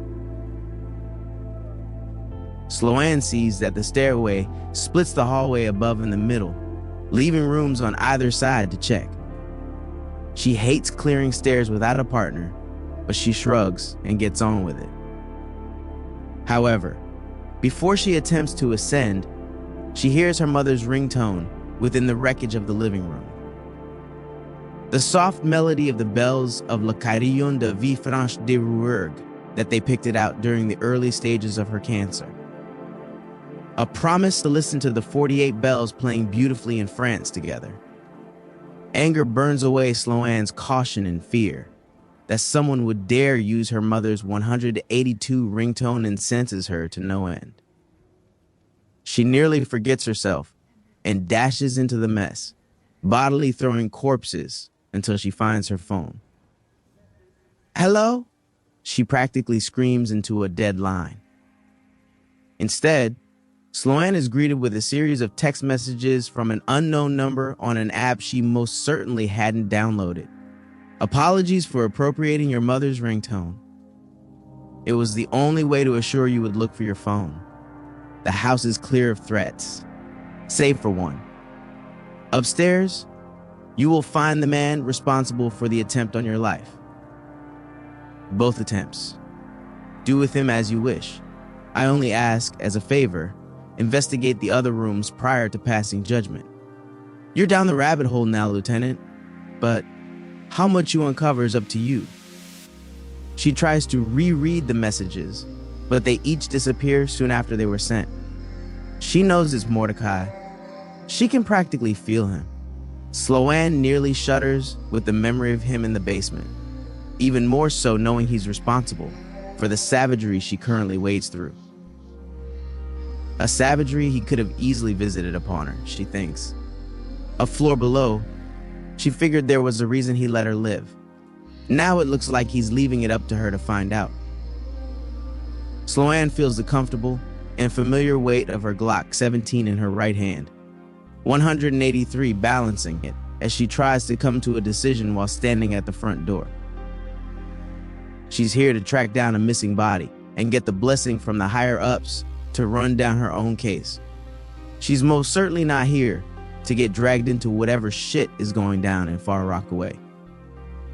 "You may be down the rabbit hole, but there's no reason you have to keep going," she mutters. She almost considers simply leaving the house, but for all the terrifying danger and mystery surrounding Mordecai, the man had her pegged. Hill threatened her life. She can't abide by that. Not a second time. 184 Little Italy, the Bronx. Hendricks swore there would never be a second time. He promised he would never step foot back in the borough. He hates the Bronx, hates the smell of its zoo, hates the Yankees, hates the botanical garden. To be fair, he's sure the feeling is mutual. The Bronx had it out for him since he was younger. Punked him the one place the gangs couldn't. The Danborough sent Isabel Acosta to break his heart in the 8th grade, Ariana Pinion in the 10th, and Sophia Brown in the 12th. All Bronx natives, all daggers in his chest. On the job, he was first stationed at the 46th Precinct, better known as the Alamo, the most dangerous square mile in America. He had more fistfights than arrests, more funerals than hospitals visits, more bullets than thank yous. The instant his transfer was accepted, he never looked back. Promised to never return. He hates the Bronx, but he hates leaving a case unsolved even more. Hendricks makes his way through Belmont, affectionately dubbed Little Italy. It's adjacent to the Bronx Zoo, but that doesn't detract from the neighborhood's redeeming quality, the food. Classic red sauce restaurants and pizzerias line Arthur Avenue, giving streets an enticing aroma while outdoor seating completes the temptation to fill his belly. Yet, he knows the real gem is the indoor Arthur Avenue retail market. Long-standing Italian delis, specialty food vendors, and traditional 185 bakeries dare anyone to leave less than full and completely satisfied. He pushes toward Hughes Ave and hits Cicerone Park, a city borough community park with a little something for each of their residents. The park's game tables and Bossy Court are a community favorite, and the playground spray showers are shaped like huge bossy balls to continue the park's theme. There's also an area for fitness equipment, a playground for toddlers and children, and a green landscape plaza for everyone to enjoy. Hendrix isn't here to enjoy it, he's here to work. "Slow down, Hendrix," O'Shea says from over the phone. He can hear his former captain shut the door to his office. "Repeat that for me, because I know there's no way I heard what I think I just heard." The dealer throws the river card, and it's time to show his hand. Logan Brewster. O'Shea remembers the case, remembers the fallout more. The mayor never lost his hard-on for the 23rd and still wanted Hendrix thrown in jail. Hisner can eat a dick, Hendrix says. He goes over the motel's shooting in detail, starting with Varys' involvement with the well-funded group looking to possibly gain leverage on some guy in Parliament through his daughter. O'Shea confirms, well-funded is putting it mildly. They can't get a beat on them, and they go to ground quicker and more efficiently than goddamn terror cells. The powers that be are scared shitless or shitting bricks. Either way, it stinks to high heaven. "You think the mayor's involved?" O'Shea asks, unable to mask the worry in his voice. Hendrix plays it cool, flippant even, but the old adage is true. You can't fight City Hall. 186, the mayor never explicitly reached out and touched him, but the effects of crossing the man were undeniable. Hendrix spent thousands of dollars in attorney fees, fighting bogus tax hikes on his home in Brooklyn. For nearly a year, sanitation refused to pick up his trash. His license was erroneously suspended 7 times, and he received hundreds of parking violations, despite not owning a car. And that was the easy part. He hates the mayor more than the Bronx, but he's not important right now. This is about Logan Brewster. He's alive. Hendrix comes clean and tells him what he left out from their initial phone call after the shooting. Brewster was part the team that attacked the motel, but he let the absurdity of a zombie pedophile go, chalking it up to the stress of the night. Now, he's not so sure. The more he bites into the case, the more bizarre the taste.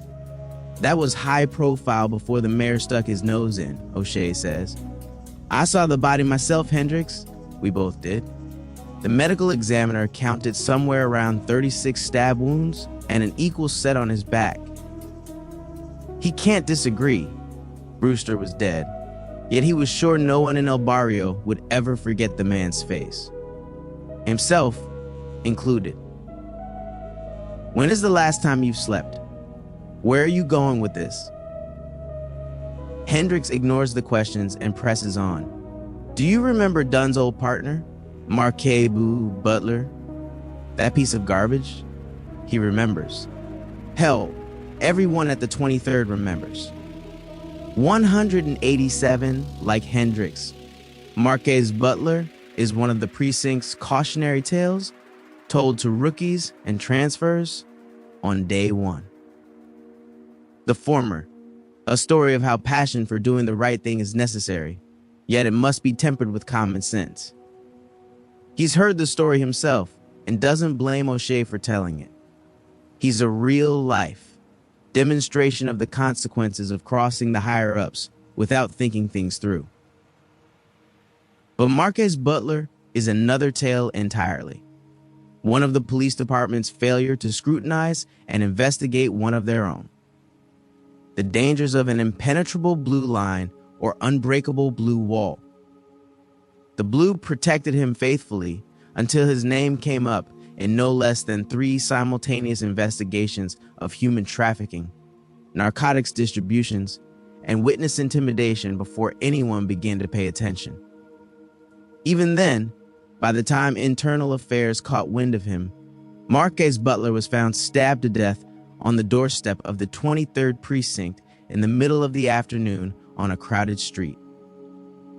Hundreds of witnesses didn't see a thing, didn't have a word to say to the cops. They were chatty Cathys with the papers, however. Citywide headlines eviscerated the department. Department protects scumbag pimp. Blue pimp in the city, from pigs to pimps. Naturally, the department ignored the headlines and responded the same way it always does at the death of their own, with force. Cops flooded the streets, getting answers to questions they weren't ready to accept. Mainly, that Butler was a piece of shit cop, and if the department never realized it, they 188 weren't much better. That he got women and girls strung out in basements, and men of all walks of life paid for whatever pleasure they wanted. I took a lot of heat for that one. Even offered my resignation over the entire incident, but they kept me on to clean the shit up, as penance. He can hear the contrition in his former captain's voice, which is like strange, no stranger than what Hendricks is looking at now. Marquise Butler and John Dunn quietly arguing in Sycamore Park. He thought James Pitts was full of shit after identifying a man long dead in a photo taken days ago. Of course it would be here, Hendricks thinks to himself, slumping against the uncomfortable wooden bench. Everything shitty happens in this borough. The fucking dead don't stay dead. He hates the Bronx. He's sure the feeling is mutual. He hates the Bronx, where poverty is enforced, where ignorance prevails, and where any one class is made to feel that society is in an organized conspiracy to oppress, rob, and degrade them. Neither persons nor property will be safe. Frederick Douglass, 1886, El Barrio, Harlem. It's a Faustian bargain, exchanging the innocence of youth for maturity.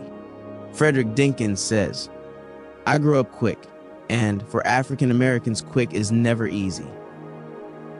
Freddie D leans against the entry door, content to watch his father fearlessly peer over the edge of the building. "Your grandfather was another Frederick," he says on the rooftop. The sun dipped below the horizon an hour ago, but East Harlem still hangs onto her warmth. Even several stories up, a warm breeze makes the beginnings of an uncomfortable conversation pleasant.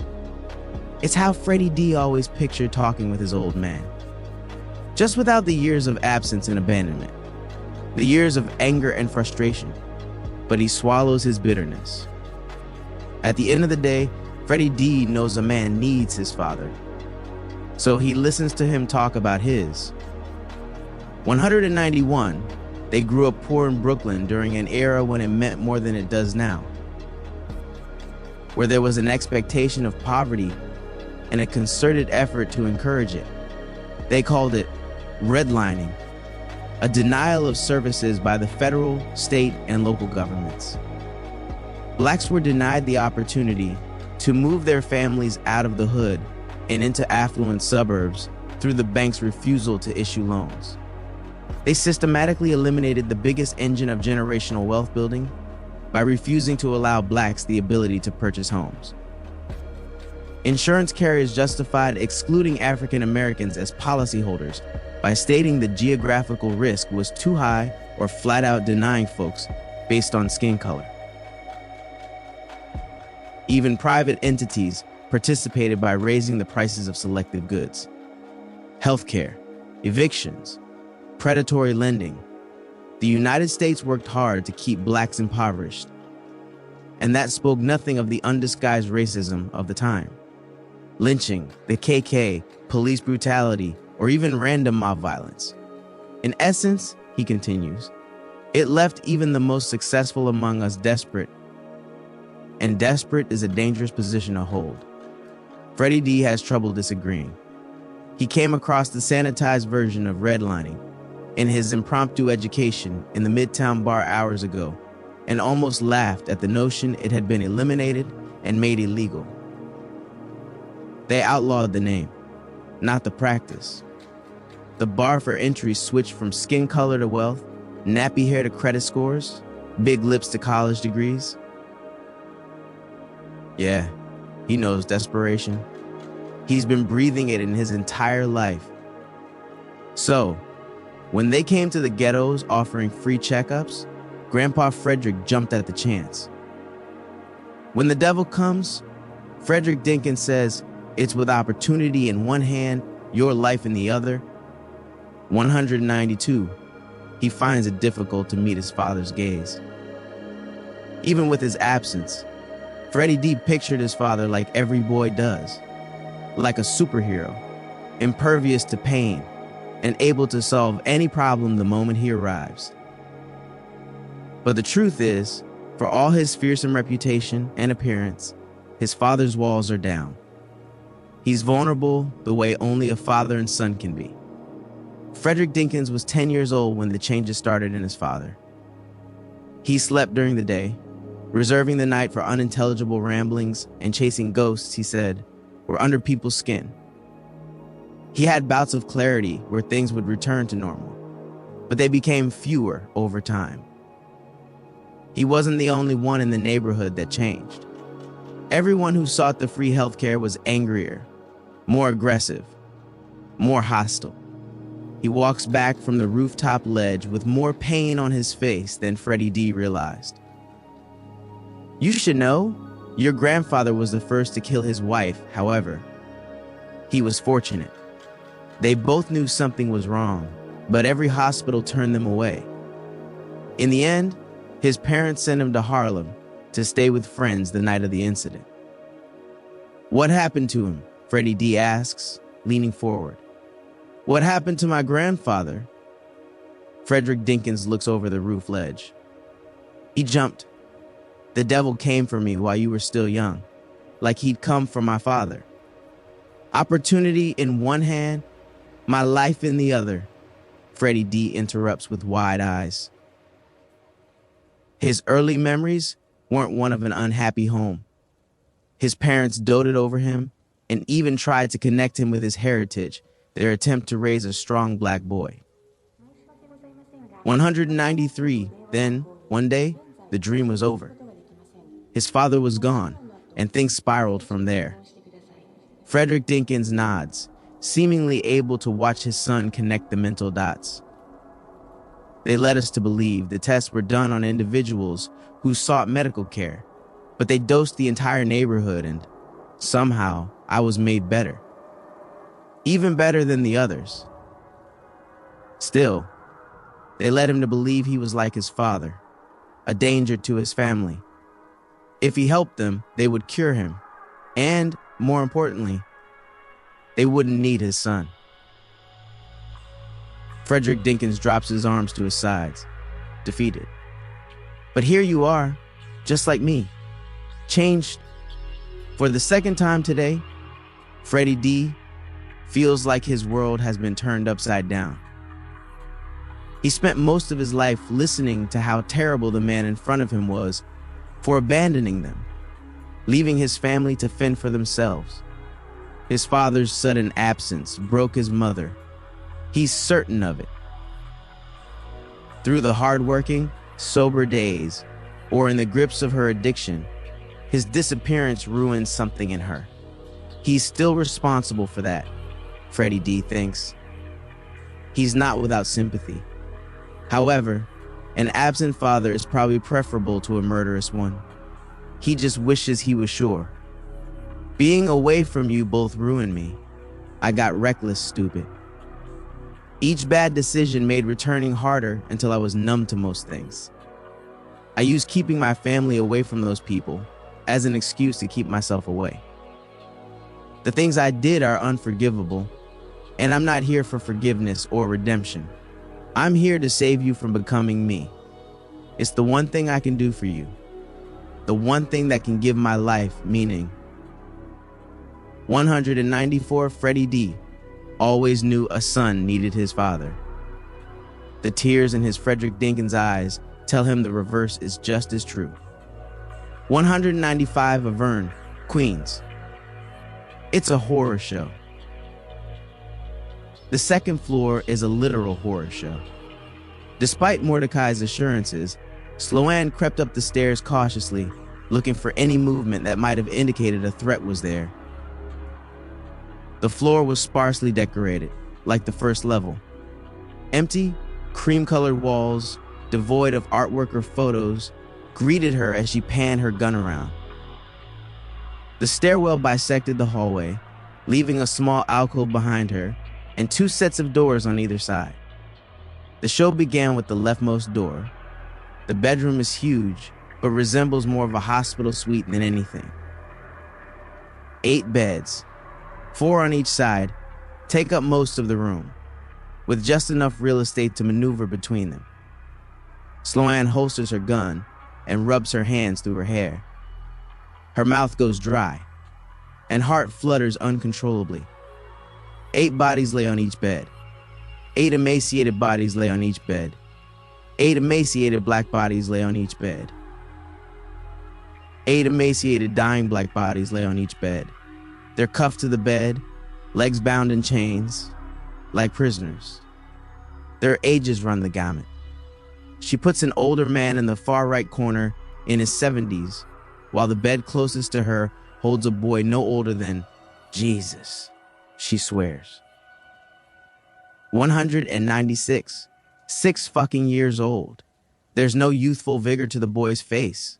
Sunken cheeks, pale skin, and a grayish pallor, reserved for the dead, are all that define the boy now.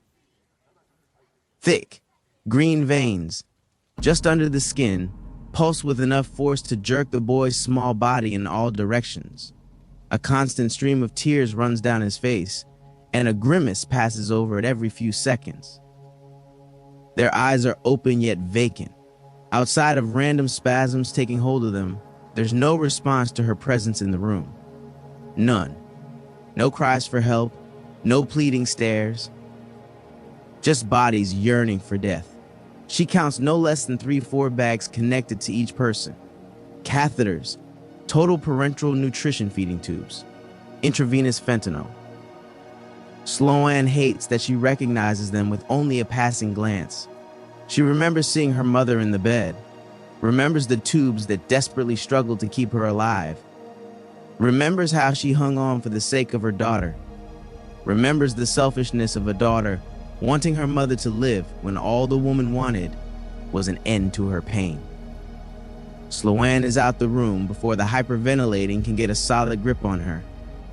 She takes a few minutes before she pushes on to the next 2 rooms, but they're the same, just as horrific.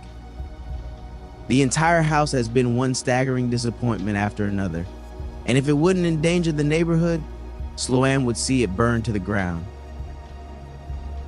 Instead, she steels herself for the last room, determined to see the House of Horrors through to the end. 197. Her lips turn up in a morbid smile as the last door creaks open. The room is much like the others in size, but there are no heart-wrenching beds filled with the dying black people. Just a man lying in the center of the room, broken yet awake. Finally, she mouths silently. Hill lets out ragged breaths while his head twists from side to side. She can't blame him. Both his shins are ruined. Below the knees, jagged, stark white bones tear right through his uniform pants, leaving his legs useless. Sloane steps on his right shin bone hard. That gets his attention. His head jerks and eyes go wide as a blood-curdling wail rips through an already raw throat. Good. It's a start.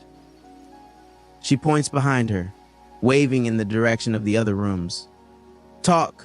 To his credit, he's tougher than he looks. Even through the trauma, sweat, and pain, his effeminate features are impossible to ignore.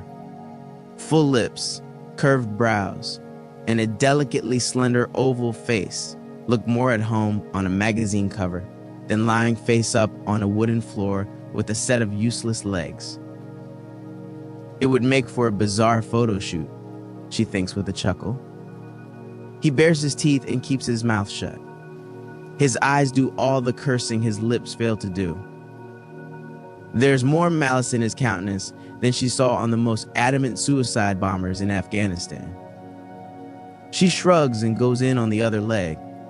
Sloane shouts over his cries, "Why try to kill me? Why bring me into this shit? This about 198 me shooting your brother?" No, she answers herself. The anger is all wrong. It's not pure. It's not rage. It's faint, but she can see the hint of tears forming at the corner of his eyes. Hints of sorrow. Hints of loss. Ah, not a brother. A lover. The job isn't the most forgiving or progressive institution. Homophobia is still part of the culture, but it isn't a hard leap to guess the divorce was in name only. Your husband tried to kill me, Sloan says, after stepping away and giving Hill a chance to collect himself. He took his shot, but he didn't measure up. The color draining from his face is confirmation her guess is on the mark. He didn't tease her. She shakes her head, cutting him off. He deserved whatever he got the minute he attacked me, but I don't care about any of that. The Glock 17 is still in her hand. The rooms. Talk. He does. It just doesn't make sense. They're research candidates being treated with an experimental drug to save lives. The experiment can't be done in a hospital because it hasn't passed FDA trials, but it's the only way to help them. Sloan nods along, appearing to listen intently before slamming the butt of her gun across Hill's face, knocking loose several teeth. Tuskegee? 199 in New York City? She says. If I wanted to be lied to, I'd still be married. Her phone buzzes with a text message before she can find something else to break of his. It's just one word, Anima. She holds up the phone for Hill to see, and he goes limp. Christ, that maniac is going to get us all killed, he mutters. Or, she offers, I can ask him to come back, and he can get an early start with you. He talks, and earnestly this time. She's disgusted within the first 30 seconds. Sloan thought the house was a horror show, but she was wrong. It's the whole damn country. She learned about America's sordid history with experimenting on African Americans, but she was almost certain it was just that, history. The America she knew had been good to her. It was a society that rewarded her hard work and ethic. It was a country she believed in and valued enough to risk her life defending its freedoms and ideals. She has trouble reconciling the American dream with what Hill is saying. For decades, the government has perfected extracting the very stuff of life from select African Americans, he continues woodenly. Anima was discovered during a cross between experiments similar to Tuskegee and the likes conducted on the body of Henrietta Lacks. The sheer vitality of the African American was fascinating, and the goal of teasing out that genetic component never left 200 Society's mind. The solution came by happy accident after decades of random drug injections and exposure to radiation, chemicals, and even the arcane. Be specific, Sloan growled. I couldn't if I wanted. Whatever the method or procedure is, it's a better guarded secret than the truth behind Area 51. He does know it's administered easily, since nearly everyone in government housing, public schools, and prisons is dosed. She doesn't bother to take the edge off her tone. Everyone black, you mean? His shrug says enough. Her thoughts float back to people dying in the other rooms. Is that what it does to them? Not in the least. For the vast majority, it's completely harmless, useless rather. For the few, it's life-changing. Their aging slows, they rarely fall ill, and they recover somewhat faster than others. That new vitality, that's Anima. But the success rate is astronomically dismal. 1 in 100,000, he complains. It clicks for Sloan, like a punch to the gut. Those are the successes in the other room. You're extracting Anima from their bodies, and that process is fatal. She feels something break inside. Something important, something vital. There's a 6-year-old in there. Her voice is flat, devoid of feeling. You're a cop. You're supposed to protect people. So fucking what? Hill screams. We give your lives meaning, and you niggers do nothing 201 with it. Why shouldn't we take what's already ours? Do you have any idea what we can do with extracted and processed anima? Sloan tries to muster a response, but can barely stand, can barely think. Part of her mind registers the racist imprecations still flying from Hill's mouth, yet she's far away, detached and checked out. She's having a hard time accepting the truth, despite the evidence. Like the man below her, it's simply too disgusting to accept. She stands still for minutes before a text message from Mordecai directs her to the room's bathroom behind Hill. The ensuite is plain and unadorned, leaving Sloan to wonder if it was ever used. Like the rest of the house, it's void of personal touches. Hell, she can't find anything to indicate anyone ever came inside, save for the gun laying on the sink counter. It's not her Glock 17, but Sloan knows that's the point. It wouldn't make sense to use her own gun. She stands outside the house in Arverne, watching the procession of EMTs load person after person into awaiting ambulances. She doesn't know what can be done for them, but at least saving Officer Philip Hill's life won't be a distraction. She tucks the throwaway gun into her waistband, then numbly walks up DaCosta Avenue. The country she believed in, the country that gave her the opportunity to make something of herself, was never what she thought it was. There's a piece of her missing, and she doesn't know how to feel about it, about anything 202 really. No, she thinks. Sloan is sure about one thing. For the first time, she's relieved her mother is dead. This ugly world doesn't deserve her. 203 Little Italy, the Bronx. You know what conjecture and suspicion have in common? O'Shea asks. They don't amount to evidence. Hendricks has heard the tail end of the speech before. All the detectives at the 23rd have.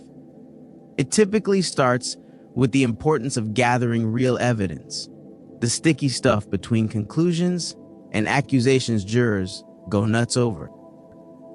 Judges get all hot and heavy over legally obtained evidence too, O'Shea would add whenever detectives took shortcuts. Why would you deny them something like that? Only a sadist would do that. Is the 23rd Precinct's detective squad full of sadists? Hendricks says, I get it. I don't need to picture judges getting off.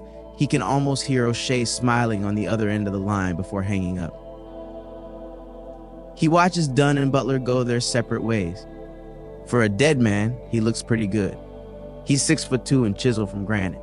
His face is all hard edges, his jaw, cheekbones, and nose, and look ready to cut glass.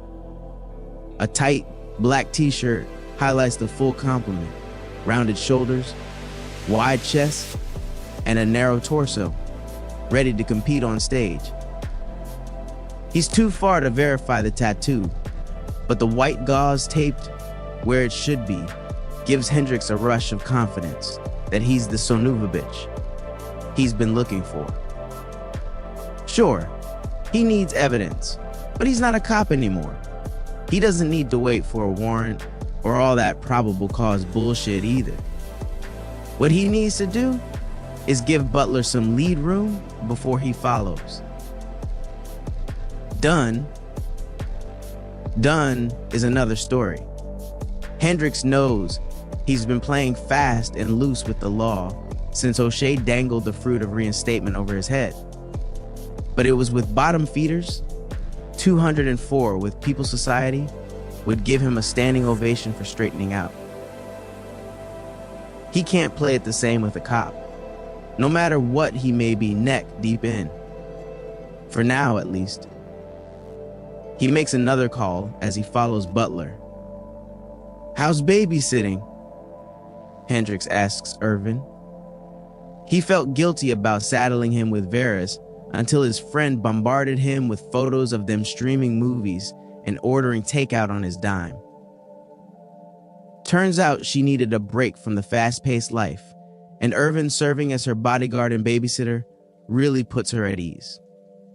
It was heaven until she started with the face masks. He laughs. Maybe the big man needed a break himself. Make sure you pick a nice color for your nails, Hendrix teases. Something like hot pink. They jab at each other for a few minutes before getting down to business. Irvin asks, "How are things on your end?" "I'm in the Bronx." He hears him inhale sharply. That bad? He's either hallucinating the second dead person in as many days, or the dead really are walking the earth. So, yeah, it's bad. He leaves Irvin out of the ghost hunting and puts him on John Dunn. Get me everything you can. Phone records, messages, bank records, even favorite porn sites. Work your cybercriminal fingers to your heart's content, but don't follow him. Varys' safety is still a priority. Say less. 205. He says a silent thank you to himself for ditching the yuppie attire and switching to something more, approaching his normal clothes for his trip up here. He feels more comfortable in his ratty dark jeans, black shirt, and light spring jacket. He dodges around meddling older women and children, desperately pointing at baked goods and pizza on display in restaurant windows. A ride off Arthur Avenue onto E187th Street only adds to his trouble. More shops, more people, more distance between him and Butler. He gets lucky at Casa Della, a quintessentially Italian deli that brags about their original olive oil and homemade mozzarella. 5 or 6 middle schoolers tear out of the store and slow his target's stride. It's not much, but it buys Hendrix precious seconds to shave off a bit of the distance between them. He swallows his frustration. He's not familiar with Little Italy's side alleys or the best way to navigate her streets, and the hated borough isn't about to part with her secrets for Hendrix. They have beef. So, he has to play it close, which is against cardinal rule number 1 of tailing someone. And Butler is a cautious man. He constantly swivels his head left to right, dodging storefront cameras with practiced ease. He darts into the street and gives DeLillo's pastry shop a wide berth.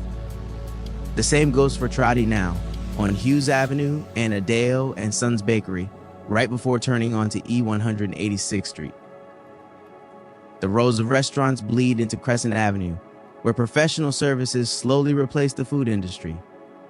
Tax services, auto repair, and courier shipping stores become the norm. Yet the trade-off is less populated streets. The one thing he needs most right now. Without a crowd to get lost in, there's nothing stopping Butler from turning around and taking notice of the same man, seemingly on every block he's on. 206, it takes the man less time than Hendrix hopes. He spots Butler, glancing at reflective surfaces as he speeds up. The mirrors on parked cars, storefront windows, even the shades of a couple of people on the avenue. They're not halfway down the street, and Hendrix knows he's gonna lose him. Fuck it, he thinks. He makes a beeline for the asshole. With his left hand, he grabs Butler's shoulder, stopping him from spinning around. Hendrix keeps the other fist hidden inside the jacket while jamming it against the man's back. "Move and you're dead," he growls. Butler snickers and shrugs slightly. "I'll make sure it sticks this time. Or, at the very least, you get one of those nice double life sentences after I put a bullet in your spine." That gets the asshole's attention. He feels him stiffen while some of the resistance leaves his body. Butler says, "You don't know what you're getting yourself into.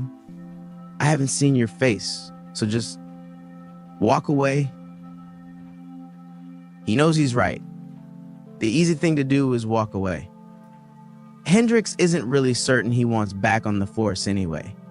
He feels like a kid who's had their toy taken away, and it's all they can think about, despite not caring much about it before it was taken. He's not sure what he's running back to. He's got urban investigating done. A somewhat solid cop turned Judas the moment he saw the benefit of taking the mayor's 30 pieces of silver years ago. And there were others who made the same decision that night. Others who chose career advancement over duty. 207, he's not sure if Dunn is actually guilty of something, but Hendricks knows he wants him to be. He wants vindication for his decision to try to seek justice for all those unspoken victims of Logan Brewster and his partner's Jake Miller sexual abuse. Vindication that justice is still NYPD's goal. If he's honest, Hendricks isn't sure it ever was. Shit, walking away is probably the smartest play he can make here. The problem is, as he pushes Butler across Adams Place towards Doria Murphy Triangle Park, Hendricks just isn't built that way. He remembers the victims, remembers the tears of their families, remembers how, when one suffers, so do many. Hendricks remembers his oath. He marches Butler to the shaded side of the Columbus statue in the center of the park. He's thankful it's empty, but more thankful people in the Bronx know how to mind their own business. He shoves him into the stone statue and tears the gauze from the side of his neck. Tattoo removals are a bitch, Hendricks says, looking at the familiar owl design from the MCF game. It's faded, but he's been staring at the photo he got off Arturo for what feels like weeks now. He's almost certain he could tattoo it on his own ass at this point. How'd you sneak that past your commanding officer, Butler? The man's hands slowly come down with another casual shrug. Then he spins around and leans against the monument. I've had enough guns stuck in the middle of my back to be able to tell when it's the real thing, he says with a smile. There's more threat than joy in his relaxed posture, and he has the build to back it up. 208 and the entourage. Two men decked out in the military operative's favorite casual wear. Dark tactical pants with more pockets than sense, and almost skin-tight lycra shirts. Suddenly find Doria Murphy Triangle Park interesting. He overestimated his own skill in reconnaissance, or underestimated Butler's ability in avoiding it. Either way, the math pencils out the same. 3-on-1 equals fucked. I was hoping you had a bit of sense and walked off. Yeah, Hendricks is all out of that. 209, Chapter 12, 210. There comes a time when people get tired of being plunged into the abyss of humiliation and nagging injustice. Martin Luther King Jr., 1956, El Barrio, Harlem. Frederick Dinkins sets him straight as the night goes long, lays out what he knows, what he's been able to piece together over the years. The experiments conducted on your grandfather and many others accidentally discovered something they called anima. It's something all living creatures have, yet it's more abundant in African Americans, or easier for the rich to accept the fatal consequences of extracting it from black bodies. Anyway, Freddie D plays dumb on the subjects he's already been clued in on, which he's learning is barely anything, so the act isn't difficult to sell. More abundant may be the wrong term, he corrects, but years of experimentation created a way to boost it in our bodies, radically. The experiments yield 4 major results. The first and most common is simply nothing at all. 211, the success rate is abysmal. Frederick Dinkins says, counting off his fingers. But it only makes actual results much more valuable. The second is better health and vitality. A life free of obesity, high blood pressure, cognitive heart disease, or even cancer. Third is much like the second, but the benefits extend further, deeper. Their muscles are bathed in anima, taking their senses to another level while making them faster and stronger than the average man. Freddie D perks up, finally getting to something he's seen in himself. Is that what happened to you? To me. Close, but no. Your grandfather is a better example of this. Anima made him physically stronger, but it broke his mind soon after. Hyperaggression, violent mood swings, or bipolar disorders aren't an uncommon side effect of the procedure. He hears the rumblings of a young man in Queens that fits the bill to the T. And then there's us, Frederick Dinkins says, stepping closer to his son. A look of concentration briefly passes over his face after a slow exhale. The effect on Freddie D is immediate. Heat washes over him, and his body goes alert. The sounds of El Barrio come alive and screeching into his ear. He hears a baby wail and knows it's 2 blocks away, being pushed in a stroller by an aggravated mother talking on her phone. He steps back when the aroma of Dominican food, sancocho, mango, palo guisado, mixed with neighboring soul food, candied yams, collard greens, and fried fish, causes his stomach to rumble despite being more than 12 stories up. He's never felt more alert and afraid, but the real shock comes as he looks over his father's 212 body. He can see the anima swarming over his skin like a writhing dark tattoo. What Freddie D saw over the preserved bodies looked more like thin wisps of smoke compared to his father's. With another exhale, the effect disappears from Frederick Dinkins completely. Being able to see, feel, and use anima at will puts us in a whole other league. Freddie D staggers backward and leans against the entry door for support, suddenly tired and utterly amazed. He hears Dunn's words clearly. They made you special, Frederick, just like your father.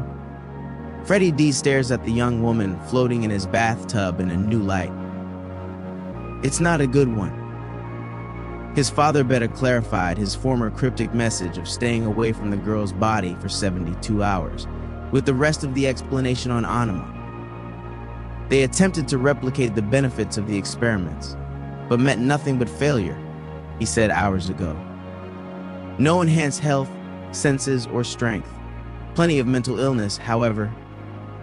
What they opted for was extracting the anima from live bodies instead, killing them over a period of days, and the extracted anima had an even more wondrous effect. It preserved life after death for 3 days. The stolen anima does 2 things, his father explained. First, it keeps the body from expiring, nearly like a comatose state. There aren't any vitals that can be measured, but people like you and I can tell. Second, it marks the murderer. Frederick Dinkins has heard the whisper of theories spouted from the few operatives or 213 scientists he's been able to corner and interrogate. The prevailing thought is grounded in the belief that taking a life, the most precious and important thing in existence, is an intimate affair, no matter how impersonal the act.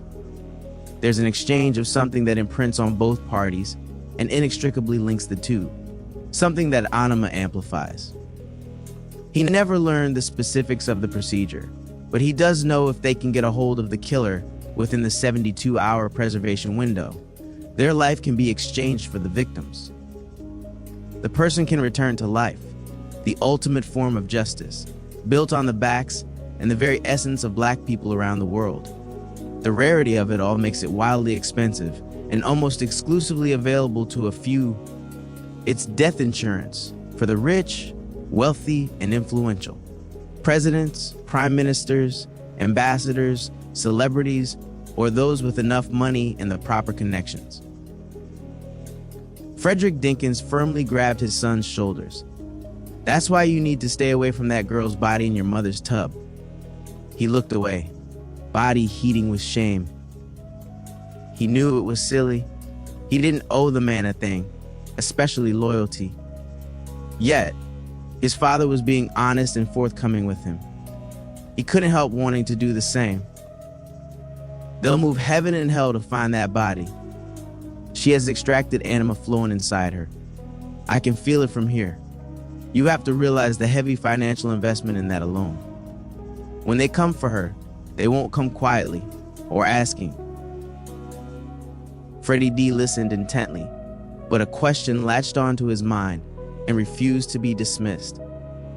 What if the murderer or the killer can't be found in time?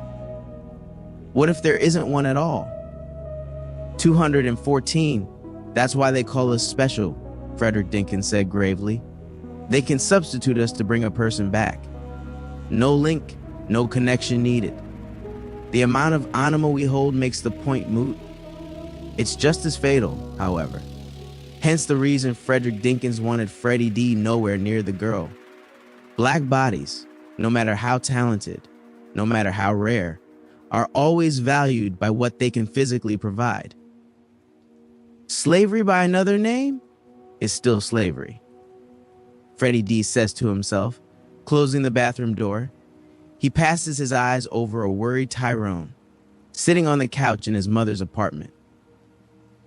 He wants to listen to his father's warning, but he can't deny a nagging fact gnawing at him. Freddie D is angry. Angry at the United States. Angry at its society that values one set of lives over another. And he's got one of those lives in his hands now. Fuck it. What's the plan, Tyrone? 215 of Vern, Queens. Sloan doesn't have a plan. A numbing fog settles over her shoulders, detaching her feelings from reality for a short while. She's familiar with the experience. Those big-brained, hypocritical psychologists call it a fugue state. A state or period of loss of awareness of one's identity, often coupled with flight from one's usual environment. It's psychological manure. For Sloan, it's always been more of a timeout to get her shit together. The first time her psyche needed a quick vacation was in Fallujah. Despite the language barrier and the tense atmosphere, she enjoyed the richness of the culture. Even after the initial conflicts, the city of mosques held an intense beauty and reverence she couldn't deny. The Kubezi market was a favorite route on her assigned patrol. The mixed aroma of Iraqi cuisine was something she looked forward to. Kebabs, falafel, and kofta were a nice treat, and, on occasion, Sloan was brave enough to try mazgoof. Her appreciation for the Iraqi culture was evident on both sides. Some of her fellow soldiers chided her in secret, believing she was being swayed by the enemy. However, the residents of Fallujah knew her by name and appreciated her inquisitiveness and awkward attempts at Arabic. It took her the better part of a day and help from a young woman named Aisha Wasim to fluently learn their greeting. Assalamu alaikum, Sloan would say with a wide smile, each afternoon at Aisha's family's stall that sold everything from gleaming copper collectibles to dried fruits. 216, her smile was always returned with a demure but dazzlingly one, nonetheless. Aisha was a product of her environment, just as Sloan was one of her own. Where the latter could be loud, abrasive, and more than willing to get her point across with a jab or a cross, the former came with a different set of skills. A quiet confidence in sexuality hid under a silk hijab that failed in any attempts at modesty. Almost innocent almond-shaped eyes looked men up and down quickly, yet long enough to blow on the embers of their lust. Pouty lips cleverly bastardized the English language with enough double entendres that made even Sloan blush. She was something American soldiers were unaccustomed to, something they hadn't realized they were missing, an exotic mixture that had nothing to do with her sable brown skin, accent, or culture. Her beauty was inviting, like a warm bed on a frigid morning, with hints of a wild side underneath the sheets. Nothing like the emotionless caricatures captured by photographers and slapped on Western magazine covers around the world. And she used it to great effect, easily getting even the most arrogant and rowdy bunch of soldiers and natives to remember their manners with a simple look. She wielded her influence like a master painter with a brush, subtle, deftly, and impossible for the layperson to replicate from sight alone. Wa alaikum salam, Aisha always beamed in return to Sloan's improved greeting. Standing next to one another, they were reflections of happenstance, a random cast of the universal die that determined their circumstance of birth. It was too eerie for both not to see. Aisha could have easily been in the American Army Greens and Sloan in the Iraqi black and gold Hashimi dress. Underneath, they were the same women. Although they shared similar heights and builds, their bond was more than skin deep. A passion and endless curiosity for life made them closer to sisters than a pseudo-occupying Force 217 and backwater inhabitants in need of liberation. Her commanding officer saw it, her platoon saw it, Aisha's brother saw it, her uncle saw it. No one saw when Abd el-Qadir Wasim was shot in the back of the head in the middle of the market, however. Dust and dirt clung to crimson-stained copper collectibles, laid scattered around his cooling body as friends, family, and loved ones raised their voices toward the heavens in anguish. Sloan was one of those voices. After spending the better part of a year getting to know the Wasims, how could she not? In 8 months, Abd el-Qadir had been more of a father than the man she liked to refer to as sperm donor. Aisha's father opened their doors to Sloan and shared more than food and drinks. He shared time. A gift he continually voiced was truly the most precious thing one could bestow upon another. Al-Waq min Dahab, he would say in a soft-spoken voice. Time is golden. After Allah called his wife to Jannah, he dedicated his life to his 2 children, toiling from sunup to sundown to provide more than a meager living for them. She couldn't say she was impressed by his devotion. She was floored by it. He never had an unkind word for his children or Sloan after she accepted his initial invitation for tea. He even gifted her an ornate tea set after their brief lunch was over. For accepting my daughter's gift and replying in kind, he said with a smile that reached warm eyes. Al-Waqt min Dahab. Sloan knew that her lack of a fatherly role model made her particularly susceptible to the 218 man, but she didn't care one way or the other. She knew good people when she met them.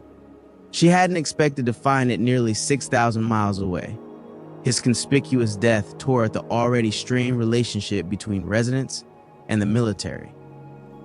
Labeling the revered man as an insurgent member of Al-Dawla al-Islamiyya fi al-Iraq wa al-Sham did nothing toward mending said relationship.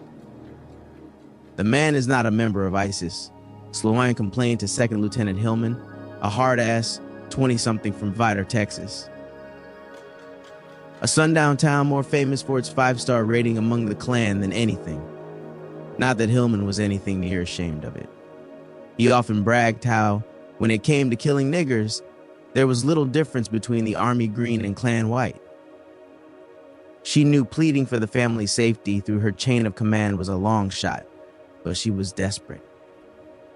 I know the family personally. Hillman fired back, spittle flying from his mouth. And that's your fucking problem, Seaman. You went goddamn native, playing house with these sand niggers in this godforsaken dung heap. He leaned in closer, flak jackets nearly touching. I'll tell you what, I heard you lady niggers really know how to please a man.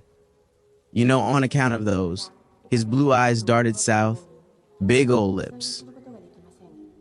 So, maybe you show me right here and now, and I'll see what I can do for Jack and Jane Muhammad, or whatever their phlegm-filled names are. She didn't think it was possible to hate a man more in that instant, not until he sneered and said he personally retrieved and watched the so-called enhanced interrogation techniques as they were conducted on the man's son.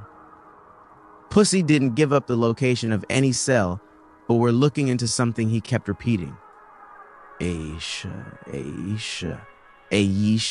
or something like that. 219, Sloan's foot connected with his balls again and again. He was begging for his sister. "You son of a bitch," she said, spitting on the racist, squirming on the floor before looking for the next up in her chain of command. Didn't matter. Their marching orders came straight from the Oval Office.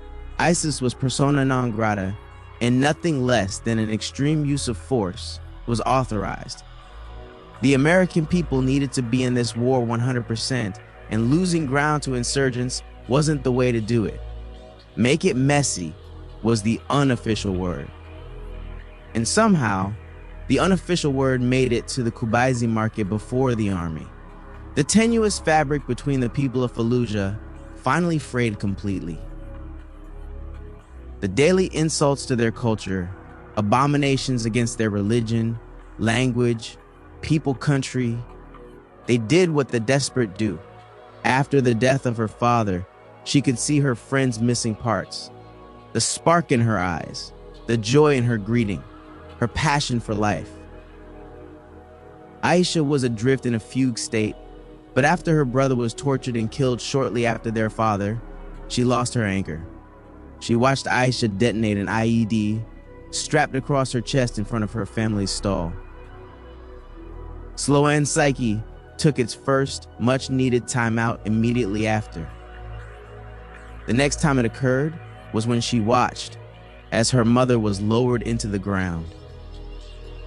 She took a major timeout for that one. Even now, she refuses to conjure those memories. No, psychologists have it all wrong. To Sloan, the hypocrisy is obvious. The fugue state is what is normal, not the trauma. Humans being unnaturally cruel is the aberration. Seeing bodies savaged beyond recognition. Babies cooked in the microwave or oven for crying. Women raped 220 by fathers or brothers is the aberration. Hell, not losing one shit after being exposed to that is the goddamn aberration.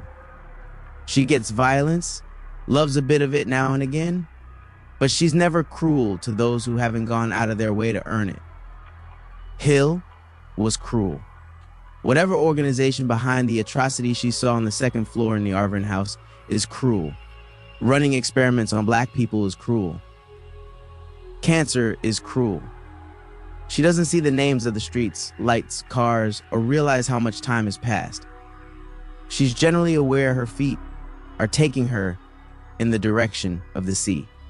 And for a child with Caribbean blood, it's like going home, going someplace safe.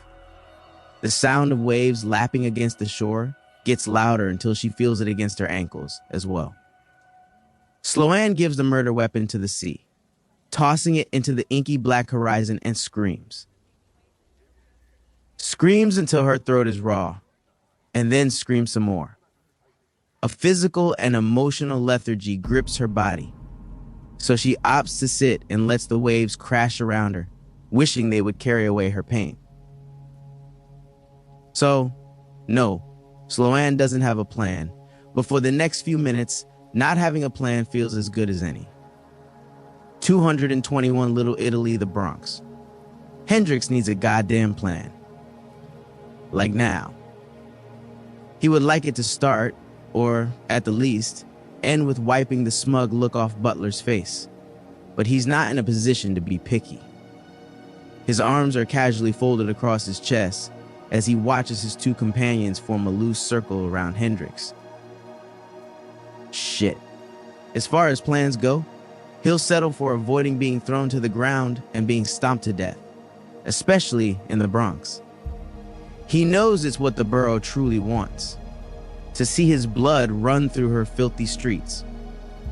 He can almost hear the bitch cheer as a sucker punch cracks against Hendrix's jaw. God, he hates this place. The blow gets him moving, however, as he stumbles forward and keeps going. Right out the park. The secret to fighting multiple opponents at once is simple. Don't.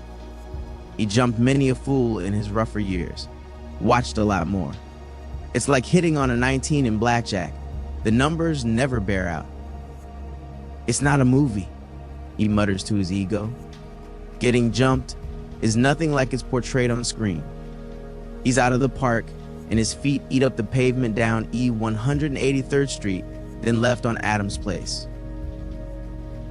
People shout and car horns blare at the men, recklessly jumping into the street and running 222 into oncoming traffic. He spares a glance over his shoulder and smiles despite the throbbing jaw. It's nice when the fish take the bait. He pours on a bit of speed and separates the pack. Half a block's distance begins to grow between each of the three, with the most athletic of the trio keeping pace. He's the smallest of the bunch at 5'11", but he's built like a newborn gazelle. Long, lean limbs, perfect for running. He easily keeps pace with Hendricks, following him down streets and across avenues. Faster and faster. Hendricks hates running, but while on the force, it seemed to be every perp's favorite pastime, so he needed to become more than proficient. He made it a point to run every morning and night, no matter how tired he was or how long a shift he had. Even so, he was still left in the dust more often than he cared to admit. He didn't care what anyone had to say back then. He knew at least 6 assholes faster than Usain Bolt. He would put money on it. He cuts across St. Martin of Tours Church on Grote Street, slips his hand in his pocket, takes the corner, and waits. His chest is heaving. His feet are lead weights, but his fist. Hendricks lays into his pursuer the second his unsuspecting head comes around the corner, dropping him to the ground in a mess of broken teeth and blood. Is goddamn brass.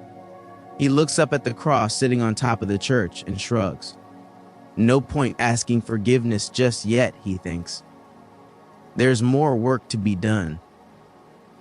He drags the body a few feet from the corner, then palms a cell phone and wallet before 223, hearing the lumbering breath of his second purser. He steps out from around the corner and startles his opponent for a second before he manages to raise tired hands. He forces him to block high with a feint, then connects with a shot to the floating ribs. Instead of letting the man fall, he shoves him into the street. A speeding SUV crashes into him and sends him careening down the street in a bloody, unmoving mess. Hendricks doesn't bother looking up at the cross this time. He can already feel the disapproval from on high. He darts across the street and keeps low. The growing spectacle and commotion of a mangled body laying in the street is enough of a distraction for people to forget who caused it in the first place. He carefully backtracks his route, hoping to catch sight of his original target. Yet, as the minutes pile on, he knows the man is gone. Butler's in the wind. I lost my password, Hendricks says with a straight face. He slipped into New Access Wireless on the corner of E 187th Street and Hoffman Street the moment he saw the phone that he swiped had a password more complicated than 1 to 2, 3 to 4. His first thought was to call Irvin, but he knows the big man would admonish him about needing the phone in his hand in order to help. And requesting O'Shea to put in a request with the NYPD's Technical Assistance Response Unit is completely out of the question. His personal manhunt is way off the books. He can tell the technician doesn't buy it. Observant eyes behind thick, red frames travel from Hendricks' bruised knuckles, swollen jaw, busted lip, and altogether ruffled appearance. The other 2 phones in his right hand do nothing to sell the lie either. The stack of cash he 224 lays on the counter is another matter entirely. That gets the ball rolling. His demeanor and look change from law-abiding citizen to someone more comfortable skirting the law. A sly smile replaces a bored one. Inquisitive eyes with a glint of greed peek from behind glasses, and one's tense shoulders relax by several degrees. The technician eagerly pushes up his glasses before stepping around the glass counter display, showing off the newest overpriced phone models. He heads to the front of the small shop and locks the front door. Then he nods for Hendricks to follow him toward the back room. Money greases all wheels. The repair room is more akin to a hermit's cave than anything else. It's a mess of cables, wires, and partially put together electronics, with barely enough standing room for 3 people. The technician sets the phone on a cluttered table and seemingly connects it to a random cable before typing away on a laptop. Without looking up, he says, "The going rate for unlocking a phone is way less than what you offered there, but I'd like a chance to earn the rest." Hendricks raises an eyebrow in surprise. "An ethical black hat hacker?" The man pauses, typing for a brief moment, and smiles proudly. It helps with repeat business. He gives him a list of what he can pull from the phone, and it's substantial. He earns the money. Hendricks doesn't mind. He tosses the empty wallet on his way out the store. It wasn't his, anyway. 225, Chapter 13. 226. What white people have to do is try and find out in their own hearts why it is necessary to have a nigger in the first place. Because I'm not a nigger. I'm a man. But if you think I'm a nigger, it means you need it. James Baldwin, 1979, Little Italy, the Bronx. In case you haven't been paying attention, young Frederick, Dunn says across from the driver's seat of yet another car. We aren't the forgive and forget type. Freddie D doesn't know who the we is, and that's a problem. We could mean white people in general, which, if correct, Dunn's statement is entirely true. We could mean New York's finest, which, if correct, Dunn's statement is also entirely true. We could also mean the United States. Again, if correct, Dunn's statement is definitely true, but in a much larger, much more dangerous sense. The we is important, really fucking important, to the plan Tyrone laid out to him an hour and a half ago. You're right, he admitted, sinking deeper into Freddie D's mother's couch. Hitting the house in Farrack was never really about the money. 227 in hindsight, it was obvious. And Freddie D said as much. But it wasn't necessarily about the girl, either. That, he admitted, wasn't as obvious. Tyrone was young when he first saw Frederick Dinkins' CNR in action. To an 11-year-old boy, it was like an action hero leapt from the television or off the pages of the comic books that he had stayed up all night reading.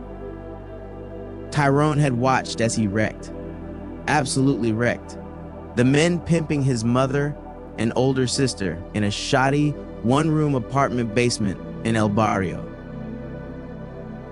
Older, as in by 3 years. He never saw faces, or rather, he knew it was better not to see faces. White skin said enough. A badge tacked onto blue uniforms said more. He saw their expensive suits, expensive shoes, expensive watches, but he heard their cheap words: nigger, monkey, slave for more years than he dared recall. He had peeked from the tiny closet that the men had thrown him in most nights when they forced his mother and sister to see men. I learned a lot about biology in that dark classroom, Tyrone recalled with a sneer. He had learned of viruses, of how the lack of hope infects those nearby and breaks them, makes them tired, irritable, volatile, drains the love right out of them. He had learned that lack of hope is more akin to metastatic cancer than a state of being. How 228 it corrupts the soul from within, and again, breaks them. He had learned there was more to breaking a person than just their bones. How some people were so broken that they could only snatch pieces of happiness and joy from breaking others. How watching something horrible over and over breaks something decent inside a young boy. Tyrone had learned of the fragility of the human spirit. Hemingway was right, he said, leaning forward, hateful eyes softening briefly. The world breaks everyone, and afterward many are strong at the broken places. But those that will not break it kills. It kills the very good and the very gentle and very brave impartially. If you are none of these, you can be sure it will kill you too, but there will be no special hurry. Hemingway? Like who? For all his faults, Tyrone had always been studious in class, and Freddie D forgot their similar ages didn't grant them similar intelligence, nor had it awarded them a similar upbringing. Growing up, he never thought to look outside the problems in his own household. He never figured the smiling faces around him were suffering in their own right. I hated my little dark classroom after that. The last day of school had started like the others, except 7 men crowded the apartment instead of the usual 1 or 2. Even to an 11-year-old, the atmosphere had been different. Tense, raw, animalistic. His mother had been hip to it too. Despite the dope flooding her veins and numbing her body, he could see she had known something was different. He had seen her feeble attempts at struggling against the knife opening 229 in her skin. From inside the closet, he had struggled with his impotence even more. He saw the heroes on television, and in the movies, he knew he was supposed to burst through the door and save his family. Fight off the men hurting them, one by one. Be the man of the house. He had even managed to sneak a butter knife into the closet months ago, but the damn thing cluttered against the floor as he shook uncontrollably and wet himself. He had been too scared to fight and more afraid to look away. Our eyes met through a small crack in the door, Tyrone said numbly. His face was placid, as if he were watching the memory play out in front of him. I looked helplessly as men thrust themselves into my mother and sister. Because the dark scared me more. His imagination scared him more than the reality of watching them being raped repeatedly, often brutally. Freddie D got it. Watching his mother shoot heroin tore him apart in ways he wasn't sure he really understood, but his imagination was worse. It was vicious. It conjured images that his nightmares found impressive whenever he left for work and knew she needed a fix. Then your father arrived. The walls had rattled as a young Tyrone heard the front door burst open. He never forgot the screech of the metal tearing and grinding against itself as the man had forced his way inside. The hinges and deadbolts had squealed as one before succumbing completely, while 6 men hovering over his mother and sister froze, their faces turning ashen gray. From his narrow vantage point, 230, he had seen the collective shudder pass through the men in the room. He had recognized it. He'd studied it right there in that classroom. Tyrone had watched the virus spread from one body to the next, the loss of hope metastasizing from one soul to the next. He had seen their figures charge into the adjoining room, the men deciding to challenge and conquer their fear through sheer numbers. In the midst of the cries and shouts, Tyrone had moved to open the closet door, but his mother's wide eyes and nearly imperceptible shake of her head had screamed for him to remain hidden. The terror that gripped her when they slowly cut into her flesh was nothing compared to what her eyes saw. But the 11-year-old who had found his courage lacking for years, who had found it failing not minutes ago, had found he had nothing left. The well had dried, the fields picked clean, like it did to everyone. The world had broken him. The classroom door had creaked open, and his feet had shuffled toward the sounds of carnage. He had watched Frederick Dinkinson take on 3 men. He had stood in the center of the room, broken pieces of furniture strewn around him, along with the bodies of 3 men. The man had been the eye of the storm, calm, placid, controlled. Through his own numbness, Tyrone had barely registered his mother's warning to run but his eyes had seen the glimmering knife appear in one of the attacker's hands. He knew the hands, not the face. 231, he knew the blue uniform, not the badge. I knew the man ran the show. He was around from the beginning. He was the one who got my mother strung out, the one who threatened to kill her if my sister didn't obey. He remembered being confused. Tyrone had thought black men were supposed to protect black women, black children, especially a black police officer. Yet, there he was, arm closing around an 11-year-old's throat with a blade inches from his throat. That was when Freddie D's father had moved. Tyrone's eyes were alight with pride, as if the man was his own flesh and blood. He was a blur. One moment, he stood over 10 feet away. The next, he was gone, and I saw the knife drop to the floor. By the time he had turned around, the man had been pinned against the wall, legs dangling 2 feet off the ground. "Your father looked me in the eye," Tyrone said fiercely. It was the first time anyone looked at me without judgment, reservation, or pity. Choose. That was all Frederick Dinkins Sr. had said to a young Tyrone. The words had been directed to the man stirring inside, calling to the broken pieces, offering a chance to be stronger at the broken places. Before he understood what happened, his throat was raw from screaming, as his fists trembled around the knife, pushing into the man's heart. He hadn't seen blood. 232, he hadn't seen the uniform. Only a name tag. Butler. The single act had become his bedrock, the foundation in which he slowly rebuilt his life. He had learned there were no evil men, simply those with the power to effect change and those who were affected. He had killed the man who had ruined his life, who had broken his mother, broken his sister. Then, years later, Tyrone saw him again. Alive and staring at young girls playing in front of the Wagner houses. It was like I never left the dark closet in that basement apartment. Apparently, class was still in session. Dunn told him to haul ass to the Bronx the minute he mentioned Tyrone's 3 requests for the girl's whereabouts. He knew she had less than 24 hours to be saved, so he swung for the fences. $3 million in cash.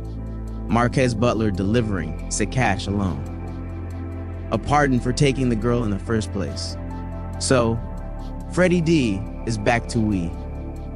And it's an even bigger problem, because Butler is certainly part of that we that Dunn mentioned. He works for us, he explains, while staring at a house from inside the car. They're parked on Hoffman Street, 233 us, as in the not the type to forgive and forget crowd, the not the type to give up leverage crowd. He cues up a video of Freddie D assaulting the 2 officers from earlier today on his phone. Don't hold it against me, Frederick. I fully intended to delete it, but I was overruled. I've got a boss, too. Sure you do. He's not surprised. In fact, I do. He points to 2387 Hoffman Street.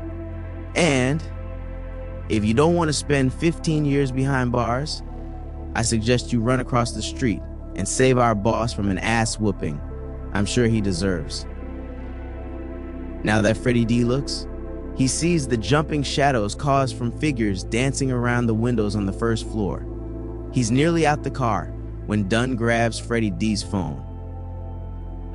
I'll let Tyrone know we have a deal, providing you can save the guy. Great. The plan is already sideways.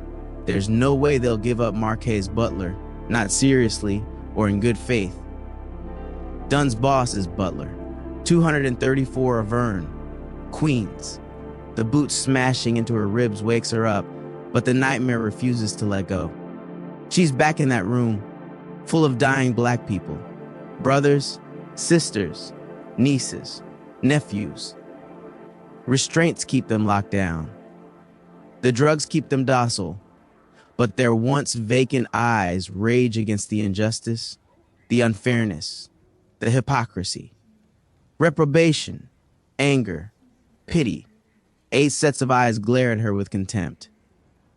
The 6-year-old's gaze is, by far, the worst. His lips never move, but his words hammer at her already fragile soul. You flew this country's flag abroad, while it murdered us at home. Sloane wants to say she didn't know. It's not her fault, not her doing. Yet the denial rings hollow. The lies we tell ourselves always do, she thinks. She's always been praised for her scholastic aptitude and inquisitive mind. She's read American history, learned enough to be aware, but not understand. She's been in the trenches of New York City, responded to thousands of calls, and witnessed the Jekyll and Hyde versions of American justice firsthand. She should have known. It was always there. Her guilt screams the truth loud enough for her to finally hear. That Sloane never wanted to know, never cared to look too hard in the dark places. Fed into the idea that being a first-generation black immigrant was somehow different than being African American. That years of 235 institutionalized slavery didn't affect her because her ancestors weren't in chains and shackles. It's a cloak of indifference, wrapped around her by success in American society. She's disgusted with her years of intentional blindness. Decades, really. The boot smashing against her ribs for the second time loosens the nightmare's grip on her, but not her anger. It's white hot, burning against her chest with naked impotence, to the point it's all she can see. The flashing blue and red hues of a police patrol car lighting up the beach fails to register completely.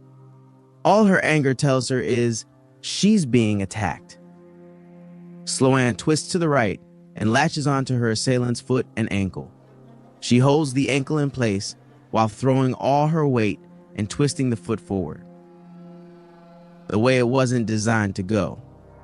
The snap is satisfying. The man's wail into the night even more so. The baton beating against her ribs is not pleasant, however. She turtles up, and her first thought is to yell that she's a cop, but so was Hill.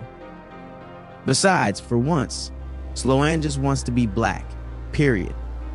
No addendums, no attributes, no titles. It costs her, but when the beating stops, she's cuffed face down in the sand, disarmed, bruised, bloodied, and just a hair satisfied. A part of her relishes the pain. It grounds and reminds her there's more work to do, more life to live. Lessens a bit of her guilt, too. I'm Lieutenant Sloane Seaman out of the 23rd, she says as they sit her up. Get these cuffs off, and your sergeant out here. Now. 236. She has to squint as a bright light blinds her to the world around her. Sloane can just about make out the shapes of 2 men around her, one writhing in the sand 2 feet away, and the other standing above her with a police-issued flashlight. Johnny, you're not going to believe it. It really is this bitch. The one who did our brothers in Midtown a few nights ago. Her stomach bottoms out and heart begins to race as she hears the slide of a Glock 17 slide back and forth, chambering around. She begrudgingly gives him credit. He's not foolish enough to cuff her hands in the front or give her time to break the links like she did in the Avern basement. She's good and well fucked, at least while he's watching. Who gives a shit? She broke my ankle. Get me to a hospital. Calm the fuck down. You'll get disability and medical leave for 6 months. The light is off her face, but spots, tension, and the barrel of a gun replace it. As for you, he presses the Glock against her temple. You're nothing more than a fucking cop killer, you fucking bitch. You're scum. Those were my friends you gunned down like dogs. Sloane doesn't move, doesn't breathe, doesn't blink. Instead, she slowly moves her eyes toward the pier. He gets the idea. Half a dozen bystanders dally around, not really paying attention to them, but are drawn to the empty patrol cars flashing lights like moths to a flame. A scream, shout, or gunshot will change those moths to fireflies in an instant, with phones lighting up the night. Camera flashes are pretty good these days, she says. 237. His indecision buys her vision enough time to be useful again. The man holding the gun to her temple looks like 20 miles of rough road, a retreating hairline, a poorly reset nose, and haggard dark eyes complete with thick dark circles underneath, glaring angrily at her like she's the source of his life's problems. Sloan's seem better. They've got nothing on the 6-year-old that haunted her dream. Splotchy, thin skin holds a yellow pallor that she would bet her last dollar was due to excessive drinking. But it's a fool's bet. His breath reeks of the stuff. A yellow-stained tank top peeks out from his unbuttoned uniform shirt, revealing the remains of an athletic physique gone soft. She spots the slight tremble running through his body, the cause of seeing the bottom of one too many bottles. She's right, Tom, Johnny says. He manages to hobble to his feet with a great deal of effort. He's shorter than his partner and with more sense. Sloan can see he's on the same rough road, just farther behind. His gut is soft but doesn't protrude. His hair is thin but not in a full orderly retreat. He's got a southern good old boy sheriff look to him. A round, trusting face, rosy cheeks, and thick brown mustache. I'll take care of the crowd. Make sure you do her somewhere down the beach. Asshole. She never likes those sheriffs in the movies anyway. Sloan is slow to her feet, despite all the poking, prodding, and cursing Tom throws her way. She waits until Johnny reaches the patrol car and gets bogged down shooing away moths. Tom marches her away from the pier, inebriated, yet confident steps, leaving her wondering why he's familiar with this route. When the sandy beach begins to give way to a rockier terrain, she gets her answer. She hears the waves crash more aggressively and makes out a beach bluff 238 ahead. Following the coastline, it's a natural area where an undertow could smash an unlucky swimmer against. And, as far as dumping grounds go, she sees the potential appeal.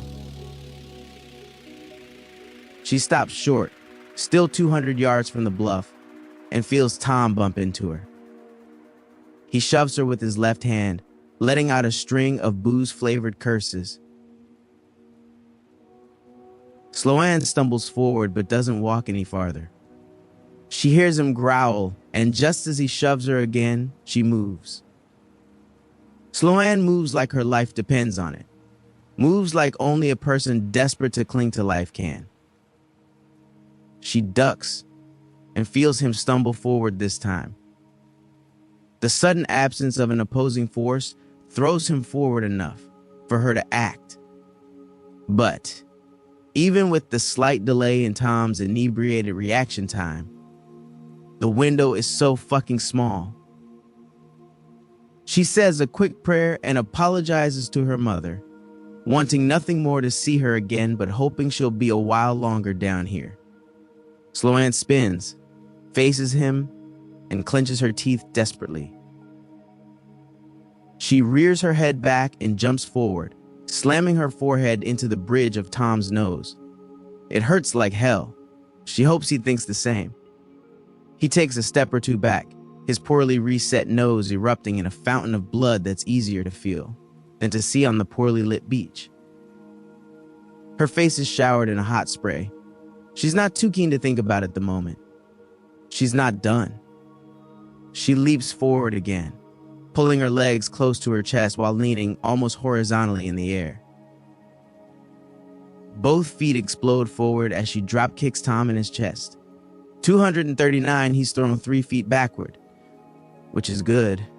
However, his Glock skirts against the rocky ground where he once stood, which is like Gooder. Sloan hits the ground with a hard thud that sends pain shooting through her body.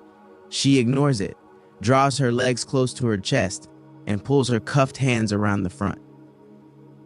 She's back on her feet in seconds, groping around the rocky floor for the gun. A groan from Tom changes her mind. She's on top of him in seconds, digging her knees into his biceps, effectively pinning him to the sand. She rears back, holding a stone bigger than her head in both hands. It's over in less than 2 hits. Sloan rolls off him, gasping for breath, while a throbbing pain spreads across her forehead. She can't help but laugh. Her mother always said she was a hard-headed little girl. She stumbles around for the gun and fires a single shot in the air. Sloan waits, sure he knows the way. She finds a nice spot and gives the guy some time to arrive. It's the least she can do after breaking his ankle. 240 Little Italy, the Bronx. Irvin laughs over the phone with an unsympathetically. The Bronx brings out the worst in you. Doesn't he know it? Not here for a full day, and he's already sprinted an 800-meter dash, left a man in a coma, and left one in the morgue. He calls to give him an update on what he's found so far on Dunn. It looks like a sanitized record, meaning it's too clean. No social media history, no civilian complaint review board incidents, no addresses, no phone numbers, and the like. But he's a cop, not some secret agent, Hendricks says, confused. What about the commendation he received from the mayor? Gone. Irvin couldn't find anything on the man through normal channels. The dark web is another matter. There are conspiracy forums on here that really go into the weeds, with Hendricks seeing 2 formerly dead people in 2 days. He wants to hear it all. Anima. It's a word that took him the better part of the night and several private messages to uncover. From what he pulled together, the United States government has greenlit or even sponsored experiments conducted on African Americans. Like the Tuskegee experiments, Hendricks adds. 241. If what these guys are saying is true, it's way more insidious. The new experiments are twofold. The first step is to dose black people with a drug named Centrovere. A small percent of those dosed are affected, but the drug actually makes them much healthier. That's when the second step occurs. The boosted vitality is extracted in a procedure that has a near 100% fatality rate. The extracted vitality is called anima, Irvin says. As far as conspiracy theories go, Hendricks can't say it requires too great a leap of faith. America's track record with black people is pretty abysmal, second in failure only to getting the country to actually admit it. The 21st century is awash with terrible examples of America's apathy toward its melanated people. Fuck. They even dropped a C4 bomb on a fortified house full of in Pennsylvania in 1985, he thinks. That was after dumping over 10,000 rounds in the house in under 90 minutes in response to a single shot indoors. Somehow the nearly 500 officers in SWAT gear felt it was justified at the time. But he doesn't have to look 35 years in the past for examples. It's everywhere. Eric Garner, Ezell Ford, Akai Gurley, Eric Harris, George Floyd, 242 Breonna Taylor, Alton Sterling, David McAtee, Botham Jean, Keith Lamont Scott, Michael Brown, Frank Smart, Jeremy Reed, Laquan McDonald, Dante Parker, Tony Robinson, Walter Scott, George Mann, Anthony Hill, Philip White, Tamir Rice, Atatiana Jefferson, Stephon Clark, Philando Castile, Freddie Gray, Tanisha Anderson, Sandra Bland. Like America's capacity for hate, bigotry, and hypocrisy, the names aren't exhaustive. 243, however. His time on the force gave him a different perspective than the public. Unlike them, he had to balance outrage with the law and policing procedures. Incident after incident, he reminded himself to wait for the facts, wait for the evidence. Hendricks didn't think all the shootings were clear-cut. However, he couldn't deny the way each person was vilified in the news, how each victim was made out to be deserving of their death. That was the part of America that disgusted him the most. Policing is dirty. It's the nature of the profession. Officers are asked to do too much with too little resources, yet the empathy for the victims of that inequality was missing, especially if they were black. The system wasn't completely imperfect, however. He always believed the best way to change it was from within. You hear? Irvin's voice cuts through his melancholy spiraling. Hendricks is, in fact, here, 2387 Hoffman Street, a contemporary, brick, semi-detached, four-family home, blocks away from a busy Arthur Avenue. The hacker, moonlighting as a phone technician, combed through the phone and found several addresses with heavy Bluetooth connectivity. He explained, slowly, that advertisers, corporations, and some of the nosier federal authorities were more than able to simply track individuals. They were able to tell who, when, and where they came in contact with others. When in close proximity, modern smartphones connect with one another via Bluetooth, and that information is easily retrievable if one knew where to search. He did. He filtered addresses by frequency and gave Hendricks a list of 2 houses, one in Arverne, 244 Queens, and the other nearby. Hendricks was in a hurry to escape the Bronx, but for the sake of being thorough and never returning, he went with the local address first. Years of a misspent youth gave him the tools to let himself into the house unannounced. The ubiquitous dank smell that all basements seemed to possess greeted him as he slid inside. He stumbled through the darkness, using one of his growing collection of phones' display as a light source. For a moment, Hendricks was worried his entrance made too much noise, but the loud hum from a wall lined with large refrigeration units drowned out any sound he made. Upstairs was another story. The basement stairway led up to a carpeted hallway with the front door entrance and another set of stairs leading to apartments above to his left and the first floor apartment to his right. Outside of a dark Berber industrial carpet, the entranceway looked like it was in the middle of a renovation. Sheetrock boards laid against bare walls with nothing but pink insulation tucked inside. A dim, exposed light bulb looped over the stair railing above, casting shadows as it flickered like a candle burning itself out. He tried the apartment to his right and found it empty, save for rows of empty hospital ICU beds, IV bags, and advanced medical equipment. So, no, it's not much a stretch to believe the chatter on the dark web about experiments being carried out. What he won't simply accept is the who behind what he's seeing. The government is an easy target, he thinks. Hell, so are white people in general.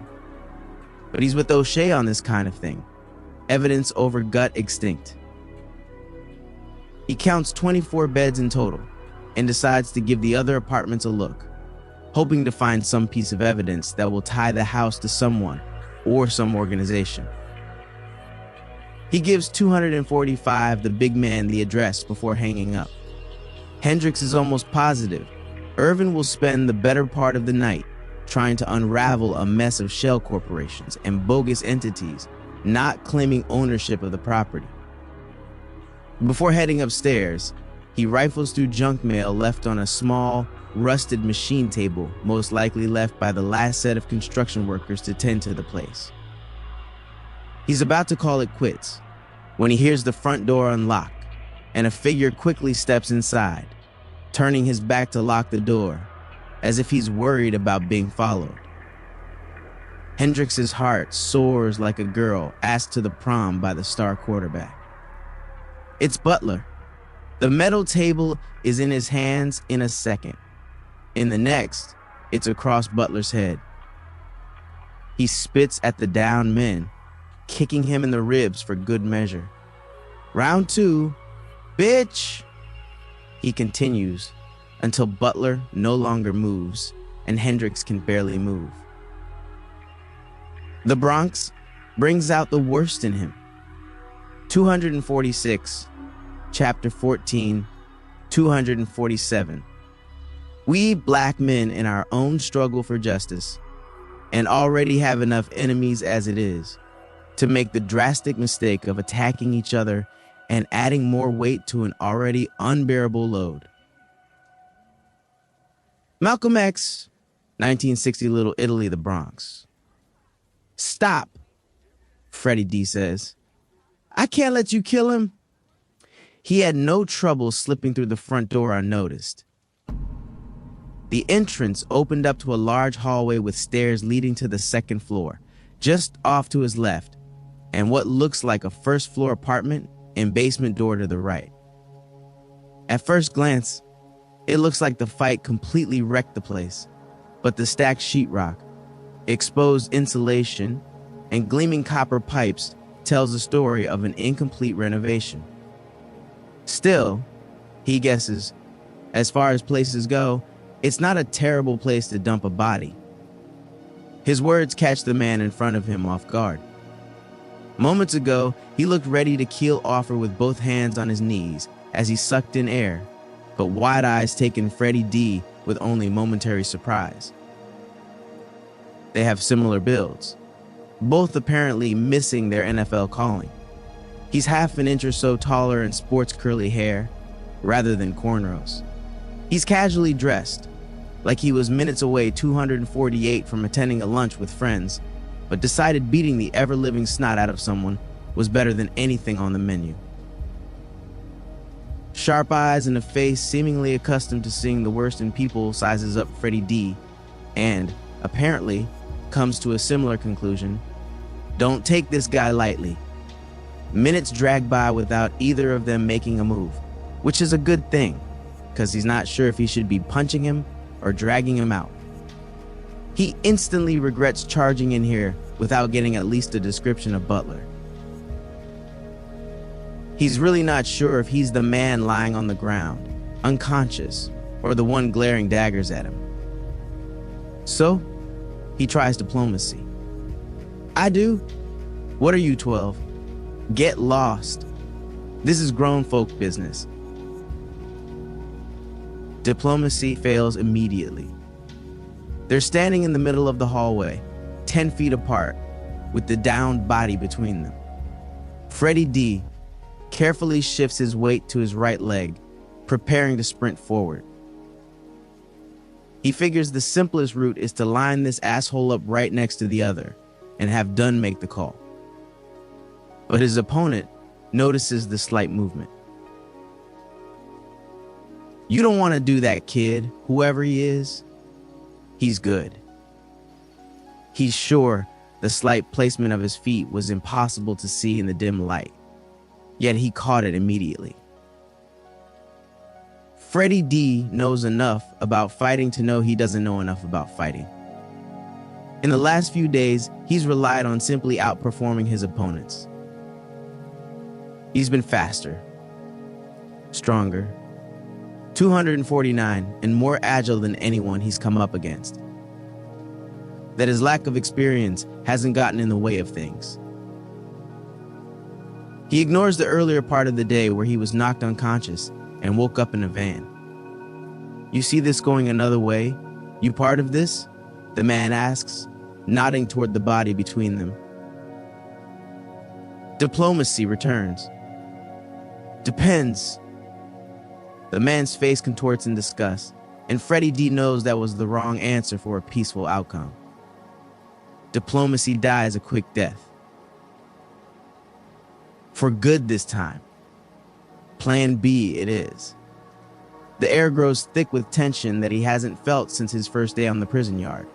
He was younger, less confident, and admittedly scared shitless in the face of bona fide hardened men. The streets tempered them, and years in prison sharpened the dull edges to where the lust for validation through violence, the only language spoken behind bars, was palpable in the air. If he's honest, the gruesome fights, the shanks, the beatings were not the truly frightening part of the equation. The randomness was. The uncertainty that violence would not be visited upon him for some perceived insult or unknown code he violated.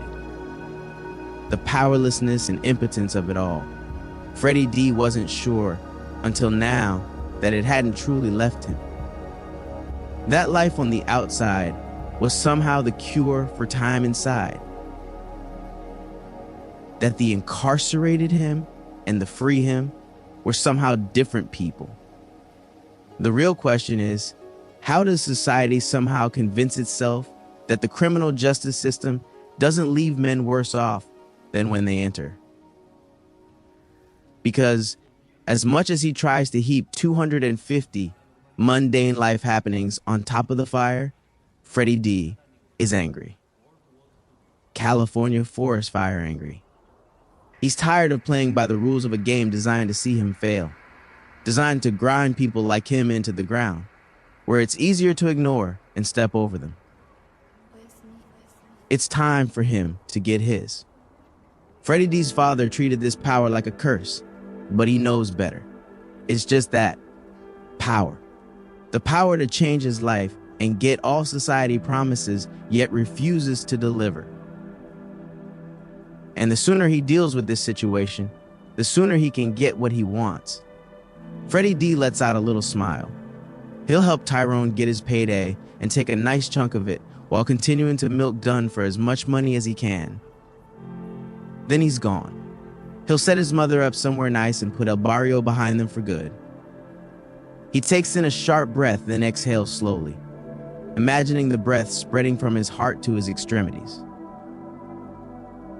His old man gave him a few pointers on calling on and activating the anima flowing through his body.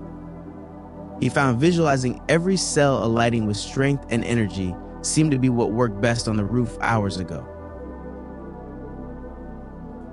He rides the lightning, feeling more alive than he did seconds ago. It snaps the world into focus. Despite the low lighting, the hallway becomes crystal clear to him. Tufts of pink insulation dance and waft through the air from the two's previous struggle. He can see the man's throbbing carotid artery and the beads of sweat working their way down his forehead. He knows he was bluffing moments ago. Strip away the bravado and tough guy act. He's the 251 who doesn't want this fight. He can feel the worry and fear emanating from the man in front of him, and it emboldens him, shoots his budding confidence through the roof.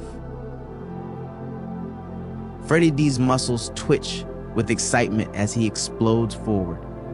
He stays low to the ground, not bothering with feinting left or right. He simply charges over the unconscious man between them. The hallway zips by as he aims for his opponent's jaw, ready to end the fight in one swing. He can see the shock in the man's face and can't help but grin. The anima burning through him makes him too damn fast, and he knows it. So Freddie D is a bit confused when a fist slams against his jaw and dumps him onto the floor. Hard.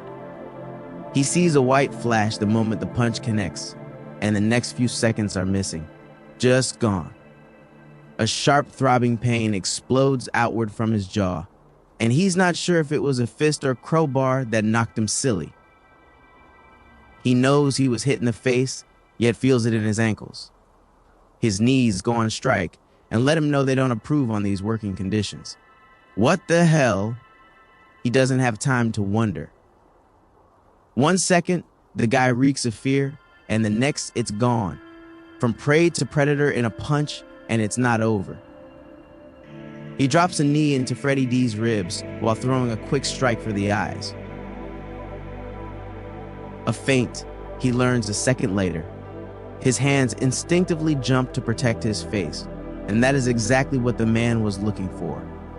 He twists over Freddie D, both legs over his torso, while latching onto his arm and leaning 252 backward. He's in an armbar before he even registers what is going on. The difference in experience finally dawns on him like the rising sun as he feels his arm on the verge of breaking. "Fuck this," he growls, feeling his body surge with strength. His arm tightens despite his opponent applying leverage in an attempt to snap it at the elbow, and for several moments, the two opposing forces are at a stalemate. But Freddie D knows he can do better. He twists his torso to the right while flexing even more. He ignores the man's grunts and frantic jerks in a last-ditch effort. But Freddie D knows he's coming along for the ride. He lifts his opponent's body off the ground. 6 inches. 10 inches. He braces his arm and the man's weight on the right forearm as the left arm is straight up in the air. Freddie D roars as he reverses direction, slamming his arm back down. He catches a glimpse of his opponent's disbelieving, wide eyes as he abandons the armbar in favor of saving him from the life of a quadriplegic. He releases on the downswing and manages to borrow enough momentum to roll backward, both legs coming over his feet smoothly. It's impressive, but it has nothing on the power Freddie D's swing generates. It cracks the fucking floor joists beneath him. He's not an engineer and has no idea the extent of the damage or what weight the now compromised wooden supports provide, but he finds out seconds after the floor creaks, groans, and then falls through. They both go for the ride. 253 Avern, Queens. He's gonna need a ride, because the first bullet tore through his kneecap and the other is looking like a tempting target. She didn't have to wait long for him to show up. Labored breathing and shuffling on one foot through sand gave Sloan enough time to decide what the play was. She kept it simple. The gun was in his face the second he rounded the corner to the pair's bluff-dumping ground. She had him thrown his gun to the side, stripped, and cuffed himself while sitting on a rocky outcropping. "You gonna make it quick?" he asks with a slight slur. She didn't recall him reeking of alcohol, but wouldn't put it past him to liquor up after telling the onlookers to take a hike. They had cause to celebrate after all. He hobbled back quickly, yelling for Tom to check his phone, that he knew her face was familiar. There's some sort of unofficial warrant out for her, and Johnny said as much. She's disgusted by the term. She would rather call it what it is, a bounty. Going through his phone like a suspicious lover only confirmed her thinking and his story. She found 3 photos on a text message thread filled with unsaved numbers. Jelani Obi, Sloan Seaman, Veras Rodriguez. 254, she chaffs a little at being number 2 on the list. She knows it's an ego thing, and they literally just tried to kill her, but it chaffs, nonetheless. So no, it's most certainly not going to be quick. Bullets don't look like they're going to be a problem, Johnny boy, Sloan says, slamming the magazine home after briefly checking the Glock 17's load. She stands 10 feet away, far enough that any lunge or furtive movement would amount to less than nothing. My patience, on the other hand, is another story. She wants everything. Every single name in the phone. Every single name of the dead men in the Avern house. Every single person looking to make an example of her. Every single person he and his partner took out here. And she wants to know everything about the missing girl. He gives her squat. Spits a loogie half the distance and sits still with a smug look on his face. The calming, almost hypnotic melody of waves crashing against the shore is broken as the bullet roars through the night air and finds its target. Johnny howls out in pain, calls upon the Father, the Son, and the Holy Spirit as his right knee is shattered. Sloan forcefully grabs him by the chin, shushing him like a child. Don't bring him into this. Look, he's not even watching. Bam! His unbroken ankle takes that one. Cold, brown eyes watch him roll off the rocky makeshift seat and onto the sand. He squirms and gasps for long seconds, but she holds her ground and maintains the distance between them. Unlike the men of late who have made attempts on her life, the Glock 17 in her hands doesn't 255 make her overconfident. She won't make their mistakes by coming any closer than necessary. Besides, she knows he's putting on an act. She does what her mother always threatened to do when Sloan was a child. She gives him something to cry about.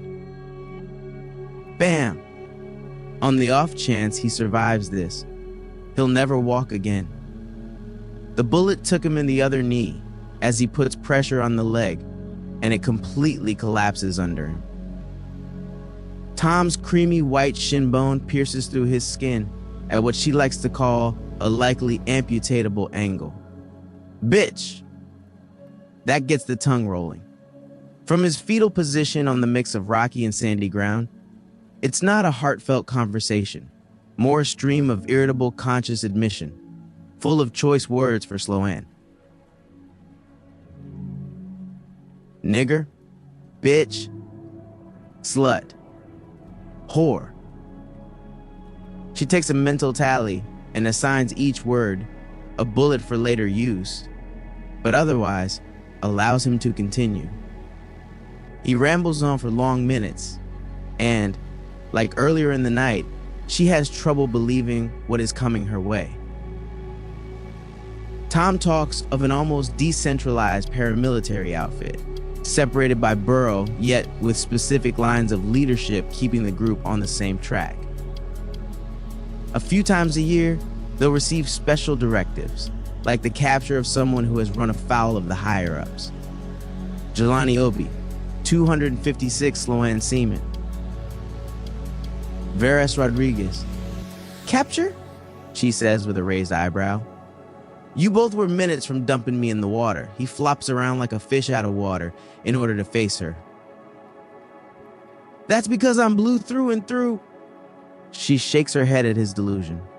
He couldn't be more wrong. The uniform has to mean more than this. He can't say for sure what's happening anywhere else, but in Far Rockaway, their task is still the same. They receive a list of names, black people from the projects who no one will miss, and detain them at select addresses, after which they receive an enviable lump sum of money for the work. Christmas comes early. He doesn't care to know what the people are needed for, doesn't care to ask. It's above his pay grade. As for the girl, everyone's up in arms about the girl. He shrugs the best he can. She was some dignitary's brat, and I guess they want the body back. I only got interested because of the hefty bonus attached to the body's retrieval. Deep six-figure territory. Enough to get the chief of detectives off his ass and checking the morgues personally. If not the morgues, then where should he be looking? East Harlem. We found one of the guys who took the body from the safe house in Arverne. He looks 257 toward the crashing waves. Turns out he had trouble swimming after being shot in the head. The pair did manage to beat a name out of him before he drowned, however. Tyrone Phillips, she knew the name. It's disgusting, but Sloan has to ask, are you all sourced from the department? Are you dumb or something? His brows are knit in a frown. We are the department. Sloan calls bullshit on that one. Sure, the NYPD has its share of problems, but she's known stellar cops. The best, brightest, and most stellar human beings she's ever encountered wore the blue. Her mind flashes through countless names and faces, kind-hearted people who would be destroyed to know their brothers. And sisters in blue were a part of anything like this. Shit. They would be appalled at what Sloan is doing right now. She shrugs. coming to a decision. She believes in the good the department does and decides she'll protect it. She'll purge assholes like this from the force. Cut the cancer right out, a few bullets at a time, if necessary. She empties the magazine and gives it to the melodic waves. Sloane gets the absurdity of the mountain she's trying to climb. She's not simply facing corruption, she's taking on the darker parts of the human condition. It's a son of a bitch. 258 Little Italy, the Bronx. He's got the son of a bitch. Hendrix snaps a picture of Butler sprawled on the floor and bound with electrical cord. He sends it off to O'Shea, not trusting himself to speak while his lungs are in desperate need of oxygen. Besides, a picture is worth 1,000 words, even those naughty curses too. Hendrix hates to acknowledge his excitement, but it's there. The thrill of running down leads, eliminating suspects, and getting justice for victims. It's something he never truly understood, how much he missed it. But if he's honest, he hates himself a little for benefiting from the death of a young woman. He knows it's more a series of unfortunate events that happened to break his way. He knows he wasn't responsible for her rape and death. Hell, he even knows he's the only one who caught her killer, but it does nothing for the small nugget of guilt in the pit of his stomach. He gives Butler another kick in the ribs. It also does nothing for his guilt, but it feels good. He is still sucking wind and about to go in for another feel-good kick when the hair on the back of his neck stands up. It's the old cop instinct that screams at him when he knows a perp is about to hook off and throw a desperate haymaker moments before sprinting for his freedom. Stop! I can't let you kill him. Hendrix is a deer in headlights, frozen and in sheer disbelief. He literally has to fight his body's disjointed and competing reactions. His heart beats against its cage, sending oxygenated 259 blood everywhere in an effort to flee. Adrenaline piggybacks and joins in on the action, increasing his blood pressure, expanding the air passages in his lungs, enlarging his pupils, and shunting blood to his muscles. He barely makes out the words over what his body is saying. It wants to goo. He knows he needs to stay. The equation isn't complex, it's primal.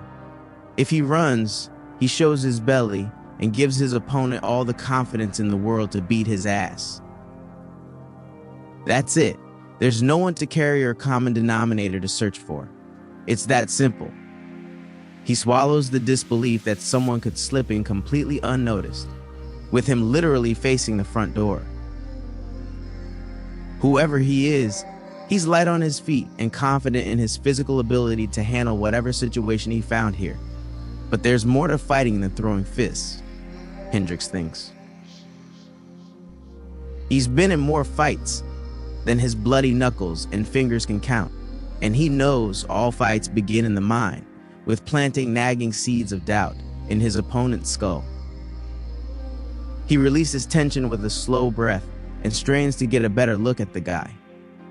He looks young, and Hendrix says as much, cutting off whatever nonsense he was about to spew. He barely avoided being jumped by Butler's crew a little over an hour ago. He wasn't about to let this little shit ruin things now, and he's certain the kid can spoil it. He's got a build any serious fighter spent years trying to develop, or spent years in envy of before giving up the dream. His old boxing coach, who took 260 him to the Golden Gloves, used to call boxing a sweet science that looked inviting to all comers, but was exacting and precise at the professional levels. Will, heart, and guts were all well and good. They just were no substitute for a human body built to wreck another. His hair could use touching up though. With 10 feet separating them, and Butler's body in the middle, Hendrix is confident he can react to whatever the kid has up his sleeve. The way he sees it, he's eager but inexperienced. Instead of announcing his presence, the better play would be to pull a gun and make demands. So the choices are simple. Either he doesn't have a weapon because he's an idiot, or he doesn't have a weapon because he's confident he doesn't need one. Hendricks catches the slight reposition of his right foot and shift of weight. The confident route it is. You don't want to do that, kid. It's a wild bluff. It's Hendricks who really doesn't want to do it. There's a dangerous air about the kid that he doesn't like, and that too isn't an equation. It's primal. He takes stock of his position and finds it's a shitty one. His back is a few feet from the wall, and the only out with Butler is through the kid. The thing standing between justice for a murdered girl is right in front of him. So, he's got to know.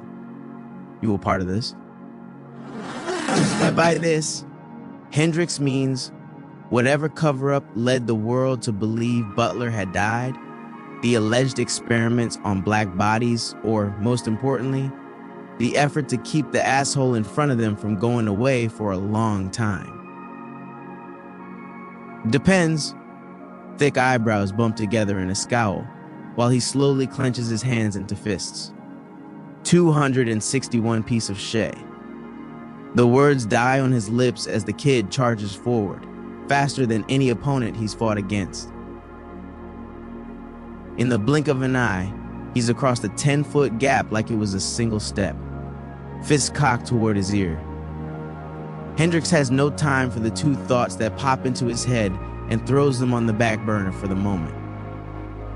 Thinking is the exact opposite of what he needs to do right now. The kid is dumb fast, but fast doesn't beat experience, and his lack of experience is showing. He lets his opponent do the heavy lifting, lets him bring all that speed and momentum this way. Hendricks grew up loving to brawl. It was the preferred method of fighting in the streets. It was perfect for the inexperienced trading shots with one another, until something just kind of gave. Outlasting, outmuscling, or landing more wild haymakers usually spelled success. He had a rude and painful awakening the moment he stepped into the ring. Hendricks was a terrible brawler, but Hendricks is a terrific counterpuncher. "You got too much brain for brawling," his old coach would say. "You think too much and too fast. Use it." He sees the kid's punch, sees the line of attack like it's attached to a taut string connected to his own jaw. Hendricks sways his head back less than an inch and feels the terrible force behind the punch aimed at his head. It's ridiculous. The cold dread he felt while talking with the guy feels entirely justified. He's 262, never been hit with anything that powerful, and Hendricks really doesn't want to start in some shitty house in the Bronx. So, he feels no guilt in shifting his weight to the left and throwing his hips behind a tight hook across his chest. With brass knuckles, the sound is like a bat cracking against an 80-mile-per-hour pitch on opening night at Citi Field. Numbness follows on the heels of the pins and needles riding up his right arm. Hendricks ignores it. He can't let the kid on his feet, can't compete with that sort of foot speed and agility, so he takes it to where none of that matters. He gives him some love taps, something to think about as he sets up the hold. A shot to the ribs and fakes an eye gouge. He sees the arm go up to block and is already 2 steps ahead. He swings his legs across the body and grabs onto the extended hand. Hendricks leans back and lets his weight do the work. "It's physics." Archimedes said it best, he thinks with a grunt. "Give me a lever and a fulcrum, and I shall move the world." He doesn't need to move the world, just an arm will do. If he can break it, he's got a shot at closing a bit of the gap between them. But the kid is a monster, a monster. Hendricks' back barely scraps the floor before he feels himself begin to rise up. It's pure strength. Pure fucking strength. 263, he can't keep the shock off his face. At the kid's size and weight, it shouldn't be near possible. It's a terrible day in history when the physics he knows and loves betrays him. He's vertical like a stripper on a pole, legs and arms firmly locked in place before the kid reverses direction. Hendricks bails, tucking and rolling backward, moments before his spine takes the brunt of the force. Physics may not apply to the kid, but he's sure he still occupies the same reality where Newton's laws of motion still hold sway. The stuttering walls, groaning floor, and creaking wood verify the thought bouncing around his head minutes ago. The collapsing floor dumping them into the basement isn't necessary. Hendricks is pretty damn sure he's fighting Frederick Dinkins' kid. 264, chapter 15, 265. You have to understand that people have to pay the price for peace. If you dare to struggle, you dare to win. If you dare not to struggle, then God damn it, you don't deserve to win. Fred Hampton, 1969, Little Italy, the Bronx. He's not dead. The pain blossoming in his back, ribs, and chest are a welcome feeling for what amounted to a monumentally dumb decision. He's happy to be alive and doesn't want to seem ungrateful, but he could really do without the warm blood matting his clothes to his body. To be fair, he didn't think he had the strength to make it happen. It was more out of desperation than intention. Freddie D was getting his ass kicked. It's not tough for him to admit it. His ego was never built that way, yet it stings knowing he was so close to things breaking his way. So close to finally grabbing the reins and deciding which way this goddamn horse called life was running. It's not over yet, he thinks. The clock hasn't run out. Shit, it ain't even overtime. He takes stock of his situation and realizes there might be less time on the clock than he 266 realizes. He remembers the falling part, not the landing. He's unsure when he blacked out or for how long. Instead, he focuses on the now. He's awake in the now, breathing in the now. He spends several minutes coughing, his body's attempt to dispel what he hopes isn't asbestos from his lungs. He's effectively buried, caught in the middle of a makeshift mountain of lumber, sheetrock, and copper piping, pinning him to the floor. He can feel the debris shift around him, sliding with every exhale, and takes a quick lesson from his recent act before thinking approach. He relaxes his hold on the anima still pulsating within his grasp before blinking away the dirt and grime slowly caking around his eyes. Light from above shines down like a halo, illuminating a thick haze hovering around the basement like morning fog. It winds menacingly between sharp, jagged pieces of engineered wood, angry to find themselves below the floor they were tasked with supporting.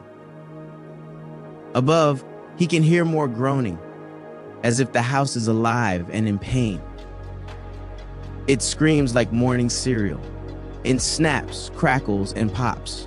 The structure of the house holds his attention, but what's in the basement rips it away. He stares for what feels like hours at the shifting haze, until it deems him worthy and parts briefly to reveal rows and rows of hospital beds.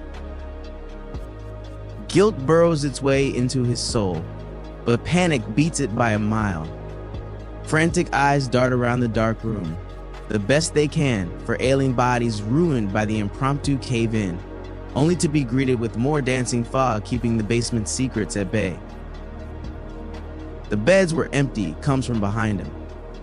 Freddie D strains his eyes, careful to keep his panic in check. Despite his worry, moving foolishly now could bring the entire house down around him. 267 even with anima, he's not sure if it's something he could survive. Instead, he listens as the man curses, removes, and climbs over the remnants of the first floor to get to Freddie D. You ready to talk, Frederick? His stomach drops out. It's just his luck the man is already on his feet and somehow knows his name. It takes several awkward minutes before a face appears before his half-buried one. He looks tired, haggard, and angry about what he would expect if the floor suddenly gave way and sent him falling into the basement. A gash across his forehead sends blood cascading down a shut right eye, while a layer of dust settles over his face like a toddler getting into her mother's makeup. He offers a tepid nod. He hates being referred to as Frederick.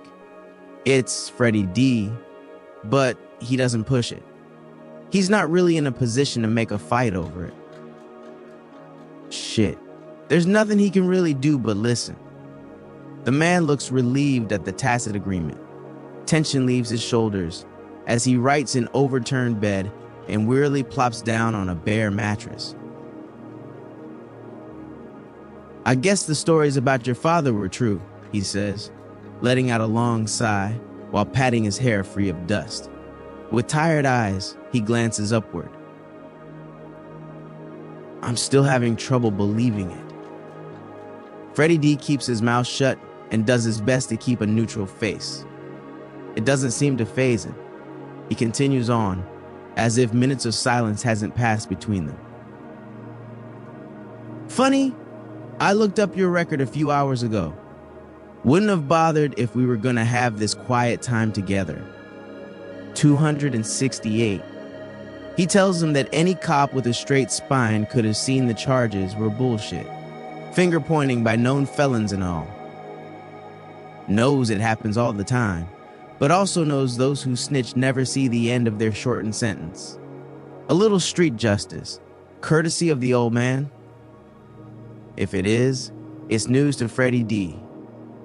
He traded his drab prison uniform for an equally drab one that allowed him to flip burgers for a living, never really getting his freedom during the exchange.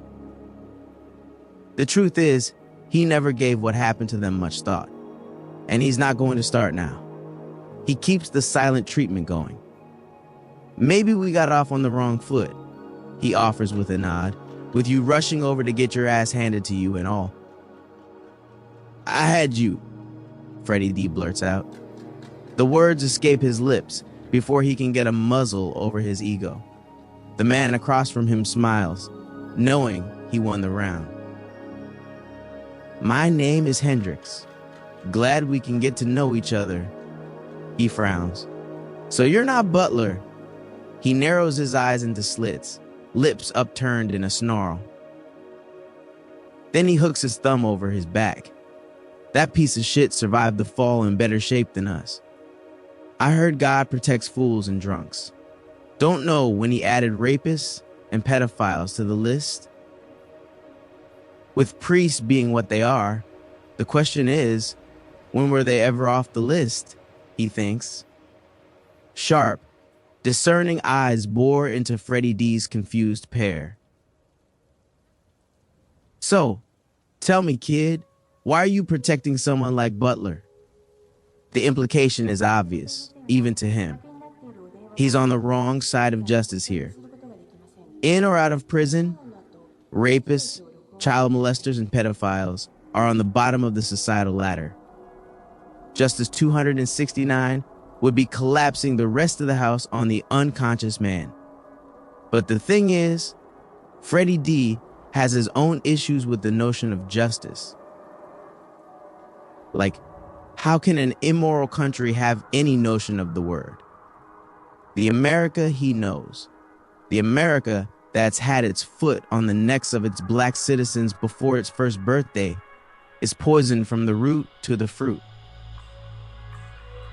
It's not a feeling. It's not a subjective view. Dunn showed him where it is in plain English. The nation was founded on racial slavery. Of the 11 clauses in the Constitution that dealt with or had policy implications for slavery, 10 protect slave property and the powers of masters. If that was murky and hard to suss, The Three-Fifths Doctrine made America's founding position crystal clear. If looking too far back is problematic, the America today still has the same stripes. Before his stint behind bars, the sentencing judge went on and on about the restorative measure his time locked up would serve to society. That the system existed to rehabilitate its offenders in order to return them as productive members of said society. Yet, the system fostered no justice, no rehabilitation. Freddie D did learn how to produce a shiv, however. He did learn how to pick locks, where to dump a body, the response time of police in various neighborhoods across New York.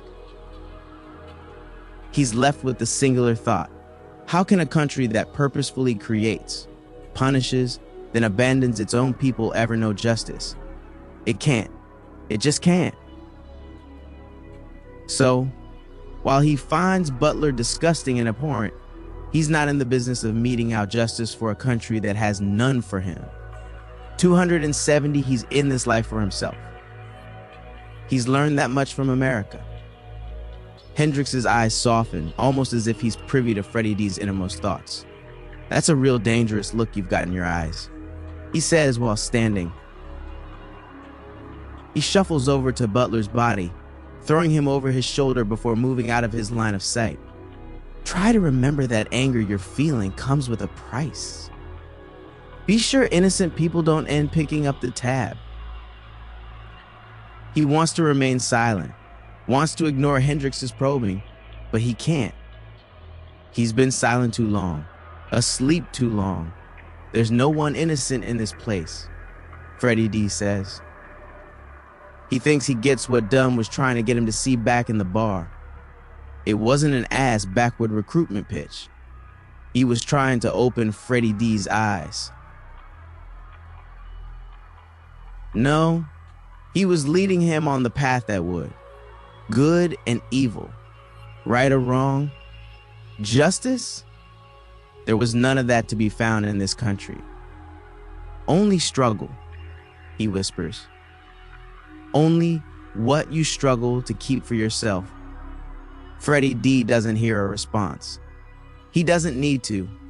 He knows there's a part of Hendrix that knows the truth.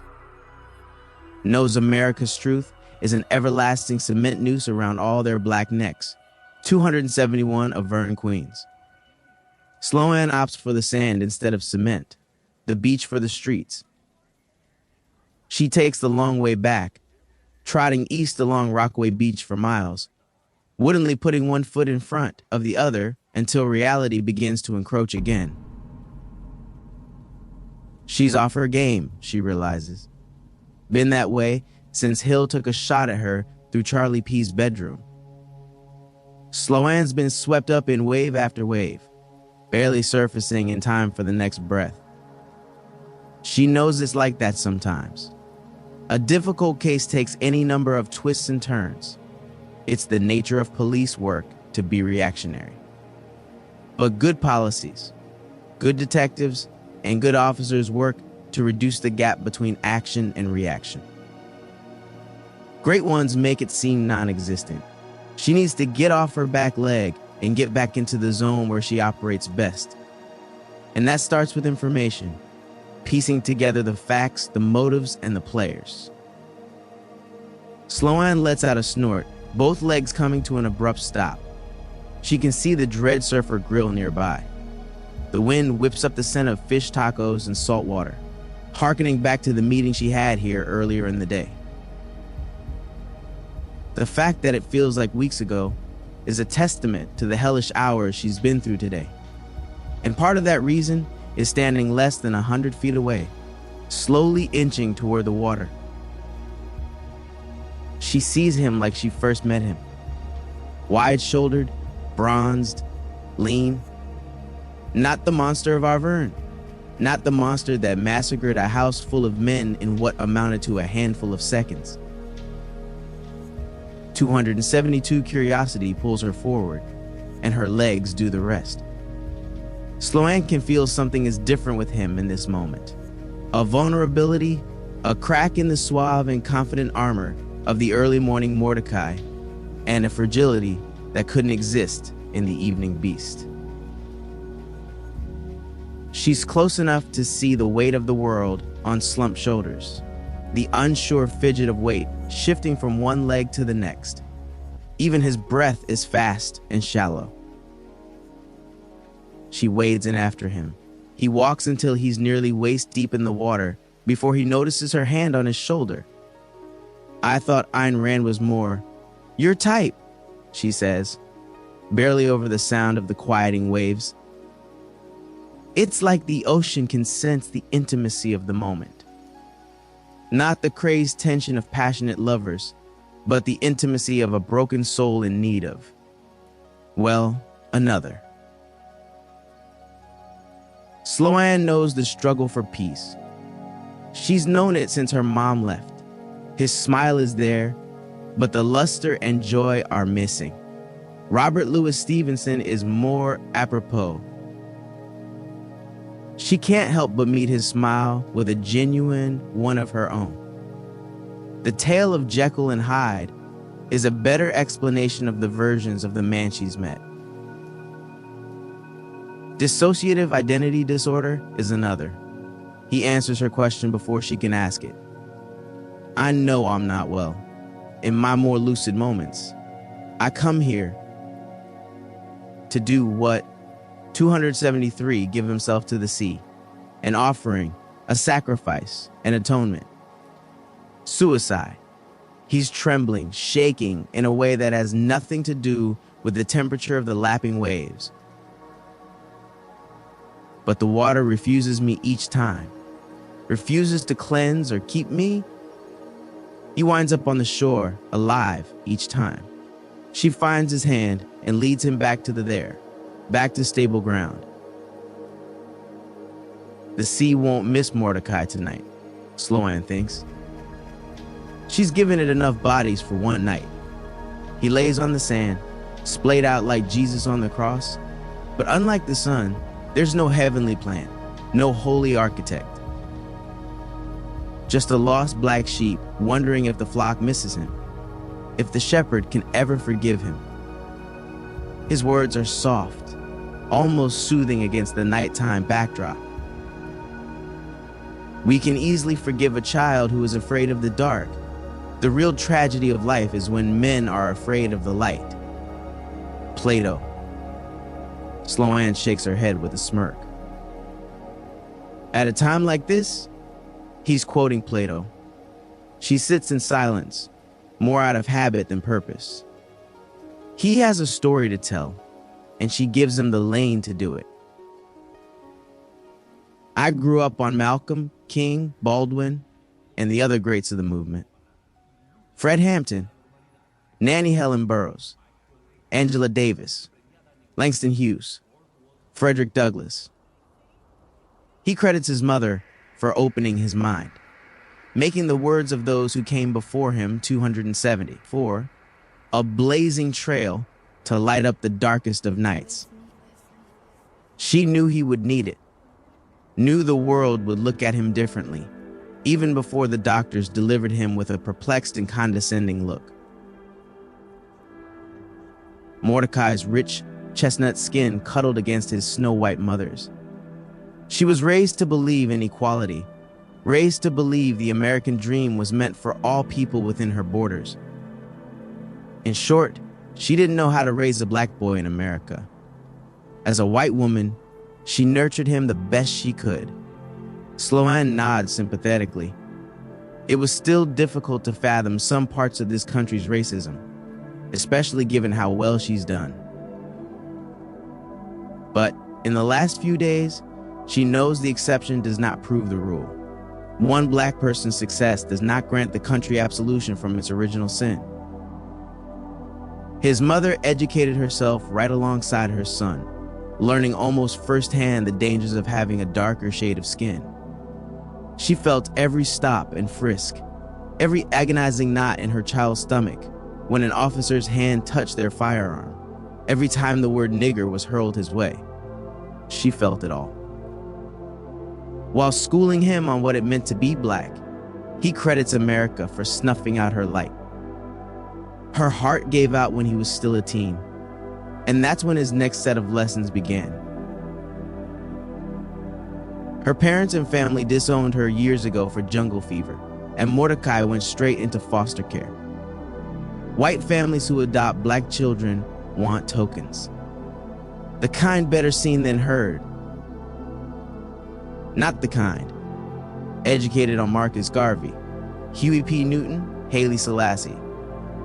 Not the kind 275 increasingly aware of the America's own paradox. Schrodinger throwing racism in the box instead of the cat. The longest family he was placed with was 3 months. They didn't want a radicalized black boy in their suburbs, but juvenile detention welcomed him with open arms. That's when they got to me, to us. Mordecai didn't understand the changes happening to him or some of the boys around him. He thought it was part of growing and becoming a man. Hormones and shit. He felt stronger, healthier, but also angry. It was as if there was another person inside of him, one hell-bent on destroying whatever was in front of him. The primality of it was intoxicating. There was no doubt, guilt, shame, or conscience when the other Mordecai was in control. He felt free. He wasn't the only one. They brought in doctors and medical staff to examine everyone in the facility, but the tests they ran were strange. They selected 10 of us. His voice gets soft as pleading eyes find hers. It's not hard for Sloan to guess it's the first time he's told his story out loud. They had us look at dead bodies lying on gray slabs. Dead bodies? They looked that way to him, but one of the other boys turned white, stammering on about something moving beneath the skin. Anima. They rushed him out of juvenile detention within 15 minutes. It was like that with 276 anyone who could see. Sloan asks, and the rest of you? He looks away. Darwin in the Galapagos. The facility dropped the pretense of rehabilitation. Guards encouraged fights, setting up a ranking system that pitted the champions of each block against one another. The staff, caretakers, nurses, even janitors, turned willfully blind eyes toward the hellish environment. They patched broken bones and bruises without question, cleaned up cells full of blood and feces with less than a shrug. She got it. Survival of the fittest. And they had made him strong. He aged out of the system and made his way to Far Rockaway. He came for the beach but stayed because of the violence. He sits up and waves his hand across the dark horizon. After bathing in so much hate, I wanted to see an end to it here. Give it all to the sea. Mordecai started with 1 block, a sort of neighborhood watch. He created a single square block that was safe for children to be children, free from random bullets or the siren call of the streets. No drugs, no prostitution, no worries. In the warmer months, people flocked to his block like Mecca. The non-denominational Hajj was felt by black people throughout the city. It became an experience, a Marcus Garvey's Back to Africa movement, but here, all built and sustained by him, by the strength of his arm that kept all but die-hard gang members away. His reputation for spontaneous feats of violence took care of that. It drew attention. 277. The wrong kind of people came from nearly every borough to see what was turning a block steeped in gang territory around. The police, the government, and gangsters, everyone took interest. They witnessed him fight a dealer attempting to sell in his protected zone, his utopia. Then they saw his mood suddenly shift and beat the man within an inch of his life. Then take it. They called him the new Frederick Dinkins that day. Sloan's heart skips a beat, and he notices. He asks, "Do you know who that is?" "The goddamn boogeyman of Harlem," she answers seriously, with a shudder. Over time, the single block expanded to a neighborhood, and it wasn't long before he saw what really needed to be done. Keeping the harm out didn't solve the larger issue. He couldn't strong-arm the entire peninsula. It wouldn't be an altruistic community spirit that would save blacks in Far Rockaway. It would be fear. So, you took over the gangs while working with the cops, she says with a chuckle. 2 days ago, I wouldn't have believed it. It's a symbiotic relationship. He sanctions enough crime to keep a healthy amount of fear in the community. The shared sense of outrage fosters tighter bonds and communal spirit while giving the police safer, cushier assignments. They treat criminals with kinder gloves, and unarmed deaths of black males have all but disappeared in Far Rockaway. It makes sense, Sloan thinks. That's how everyone was so sure the man committing a slew of crimes was an outsider. The crime was never sanctioned. Just like she thought, she's in the wrong borough. 278 El Barrio, Harlem. Hendricks puts the borough in his rear view. He's gunning it down FDR Drive. Windows down, wind howling, the borrowed Civic's 4-cylinder engine giving it everything it's got. But all he can hear is the Bronx laughing over their brief encounter. That and Butler's screams from the trunk. He can deal with the Bronx's taunts. It's an ever-present annoyance he's practically numb to. The howls are unnerving. He slams on the brakes and hears the man bang around in the back over squealing tires. It's crude, but the ensuing silence tells him it's effective, and that's exactly what he needs right now. Silence. A silent moment to breathe. A silent moment to get his bearings. A silent moment to ask himself just what the fuck is going on. O'Shea gave him an address in El Barrio to bring Butler to, but he gets off at 5th Avenue instead, aimlessly driving about until he finds himself near the West Side Highway, parking the car in a secluded area behind a defunct warehouse. He ignores the yellow police tape in front of the building and opens the trunk under the incandescent glow of a street lamp. Butler glares at him. For someone who's been in a fight, had a floor collapse underneath them, and subsequently thrown into a smallish trunk, the man is no worse for the wear. 279 Hendricks shrugs in response. Admittedly, he knows he didn't have to throw a dozen or so bricks in with him to make the ride less pleasant. I suppose you have some questions? Butler says with a smirk. He supposes? Hendricks has been running ragged from the minute he took this case. He beat and castrated a pedophile in his apartment, fought for his life in a shoot out in a seedy motel, and narrowly avoided being jumped in the Bronx, all before narrowly avoiding being killed by a kid with enough strength to collapse part of a building floor. But it's more than the physical. He's emotionally wrecked. He doesn't know, or hasn't had time to process, the things he's uncovered, the things he's seen. He knows cases take their own twists and turns, but there's always been a team to share the weight, always been a squad, or hell, an entire band of brothers and sisters who could ease the burden. By the time he feels the tears welling up, it's too late to stop them. He saw the despondent look on the kid's face. It was rough to see it on someone so young, but it had nothing on the heaps of the dead a caved-in wall revealed. From aging, wrinkled bodies to unblemished youth, they were thrown in a pile like the mass graves found in dictator-led, oil-rich countries that Americans are always up in arms about. Lifeless black bodies stared at him accusingly, calling to long-buried guilt, shame, and ambivalence. He looked away almost immediately. Hendricks understood he was FORTU and ATE.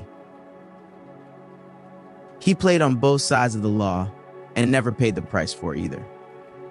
In his youth, he recklessly broke the law, not out of need, but as a matter of due course. His 280 parents met all his needs and wants. He didn't need money, food, or acceptance. He simply wanted to have fun and enjoy himself. Fun for him, survival for others. And Hendrix watched those others' lives get ruined for what amounted to nothing but pleasure for him. Watched others do hefty bids behind bars. Watched families become diminished with each visit up north. Watched others do more time under 6 feet of dirt. It was always the others who suffered. Then the fun stopped, and he switched gears, leaving the others where they stood while becoming a part of the machine that left other black men with none other than two outcomes: a cell or a grave.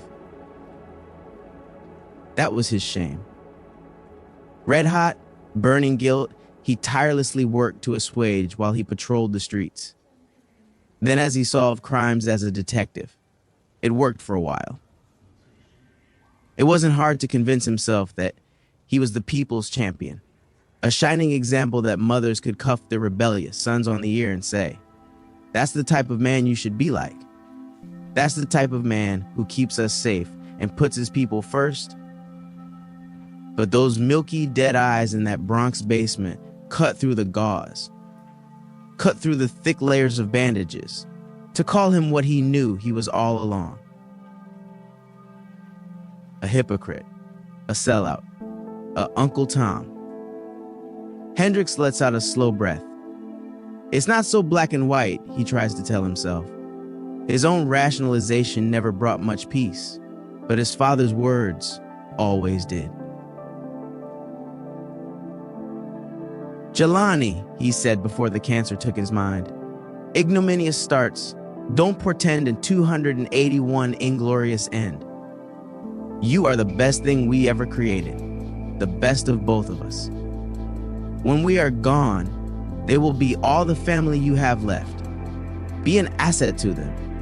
Struggle for them. Struggle with them for a better tomorrow." "You're right, Pops," he says moments before cracking Butler across the jaw. "It's time I throw in with my people. It's time I join the damn struggle myself."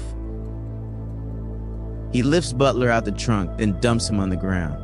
Hard. Talk, despite hands tied behind his back, Butler manages to roll onto his butt and rest his back against the car bumper. He defiantly spits blood out the side of his mouth and shakes his head. "You don't want any part of this." Hendrix slams his knee into the bridge of his nose, breaking the cartilage with a satisfactory crunch. Then he kneels down, inches from the stream of blood rushing toward the ground like shoppers rushing the stores on Black Friday. "Rest assured, asshole, I want all the smoke." And he means it. Red-hot anger takes hold of his tired body, attempting to reinvigorate him like a double shot of espresso. He doesn't care who's behind the dead black bodies, who's behind Butler's little entourage in the Bronx, or who came shooting up the motel looking for Varys and El Barrio. As far as he's concerned, he just needs a name, an entity, or a damn country. Someone to declare war against. Someone to curse when he stubs his toe in the middle of the night. Someone to blame when the weather turns foul. Someone to scream at when he burns his tongue. Someone to bring down. Someone to hold accountable. 282? He's not sure if it's the adrenaline wearing off from Butler's body or the frantic look in Hendrix's eyes, but his demeanor changes with slumped shoulders and a wet gurgle. "Where should I start?" Hendrix smashes the taillight, half a foot from the man's head. The outburst does little to soothe his growing anger. "Start with how you faked your goddamn death." Butler shakes his head. He didn't. There wasn't a damn thing fake about it. 283, chapter 16, 284. There is no story that is not true. The world has no end. And what is good among one? People is an abomination with others. Chinua Achebe, 1958, Little Italy, the Bronx. Drive. Freddie D slams the door, trying his best to ignore the bewildered look on Dunn's face. He can appreciate how silly he looks. Face covered in a thick layer of dust with bits of wooden debris stuck to nappy cornrows. But the smirk on the man's face is nothing short of infuriating. Just say it. The dam keeping Dunn's laughter from flooding the small village downriver bursts completely. The car rocks in time with his howling as he bangs the steering wheel in time with sharp exhales of breath. I've heard of blackface, he exclaims between snorts, but whiteface is a real bad look on you. Freddie D gives the man a good 5 minutes before he gives him the news. I lost him. He recounts everything that happened inside, putting extra emphasis on him caving in the floor with one fist in case he thinks there's time for another round of laughter. 285, you're sure he said his name was Hendrix? Yeah, like the rock star. Dunn happily nods to himself as he pulls out his phone and feverishly fires off a message. What about Butler? He waves off the question as if his boss being kidnapped is par the course, which it turns out kinda is. It's like the mafia, Frederick. The bosses are what you call protected. He breaks down the organization's structure. Every borough is run by 2 individuals called sergeants, men and women who have shown their loyalty through years of service. How so? Dunn looks Freddie D up and down seriously. By pretty much doing what the guy above you tells you to do. No questions, no objections. Freddie D rolls his eyes and prepares to fire off another, but he can almost feel the weight behind the man's gaze. There's remorse behind Dunn's stare. It hangs in the air like a bad odor in a crowded elevator. Long seconds pass before he continues. Sergeants get the procedure done. Freddie D perks up, unable to hide his curiosity about how the whole thing works. Procedure? You mean the anima thing? He understood how it's extracted from the black people who have been experimented on, but he doesn't get what happens from there. Think of it like this, Dunn begins. Life and death are 2 of the most powerful events in life. Each create an echo, a reverberation of anima from mother to child, child to mother. It's 286, why mothers often have an extrasensory perception of when their child is in danger. The echo leaves an imprint on both. It's the same with death, especially violent death. Victim to killer, killer to victim. And those who are killed while having undergone the procedure are linked. Find the killer, and you can bring back the victim? Freddie D leans back into the seat, astonished. It sounds like something out of science fiction. Have you known anyone who has been brought back? Dunn nods, as if he was asked if the sky was blue. They're called Return, and so have you, Butler. And he lost him. If that Hendrix guy kills him, Freddie D asks, how long do we have to find him? 3 days. The extracted anima is only good for 3 days. 72 hours to judgment, Dunn says wistfully. A small part of your job will be tracking down people we'll call the protected. Every sergeant is given a distinct tattoo, but the devil is the details. The ink is made of a radioactive isotope that allows him or her to be tracked up to 100 miles in every direction. A weaker version of it is given to a few of the protected as well, one with a smaller detectable signal and shorter half-life. The science goes over Freddie D's head. He's more focused on what else he was recruited for. That's easy. You're the tip of the spear. 287. Even among the small percentage of black people changed by the experiment. Dunn informs him he's in an even smaller subset. Manipulating and focusing anima is an incredible ability, but seeing and detecting it is where you shine. Without people like him, the organization would grind to a halt. The experiments are useless if they aren't able to collect and properly categorize the results. A warmth he's never experienced before begins to radiate from within. Freddie D has never been needed before. He's never been critical for anything. Anyone can flip burgers. Hell, a trained monkey could probably do it just as well and without the attitude that seems ubiquitous in the industry. He hates to admit it, but even his mother never needed him. He knows it was Maddie talking and not Madison, but hearing the words, "All I need in this life is right here in this needle," broke something inside him. He's so enamored with the concept of being pivotal that he forgets the results needed to be collected and categorized are people like him, people like his mother, his people. "I guess he never told you," Duns asks, trademark smile back on his face. "It's what your father used to do for us. He didn't, but it's all right." Freddie D gets it. He can forgive his father's oversight. The man probably wanted to feel the same way, needed. So what happens now? Do we go after that guy Hendricks? He gets a peek at the slew of notifications on Dunn's vibrating phone. He scrolls through several of them, his smile growing wider by the buzz. We'd just be getting in the way. I've worked with the guy before, and say what you will, he's damn good. 288. Most guys fall into one of two categories, rarely a combination of both, fighters and intellectuals. Freddie D nods along. It doesn't take that high of an IQ to understand where the two of them fall. Hendricks is one of the few who are both, he says, with no small amount of appreciation and praise. By the time you think you've got him cornered, he's already several steps ahead, or he's just as liable to kick you in the nuts. No, let the others run him down.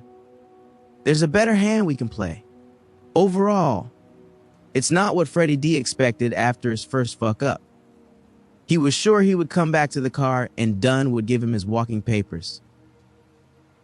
Instead, he hands him a bottle of water and a washcloth while singing to himself as he sets off driving. Purple haze all in my brain.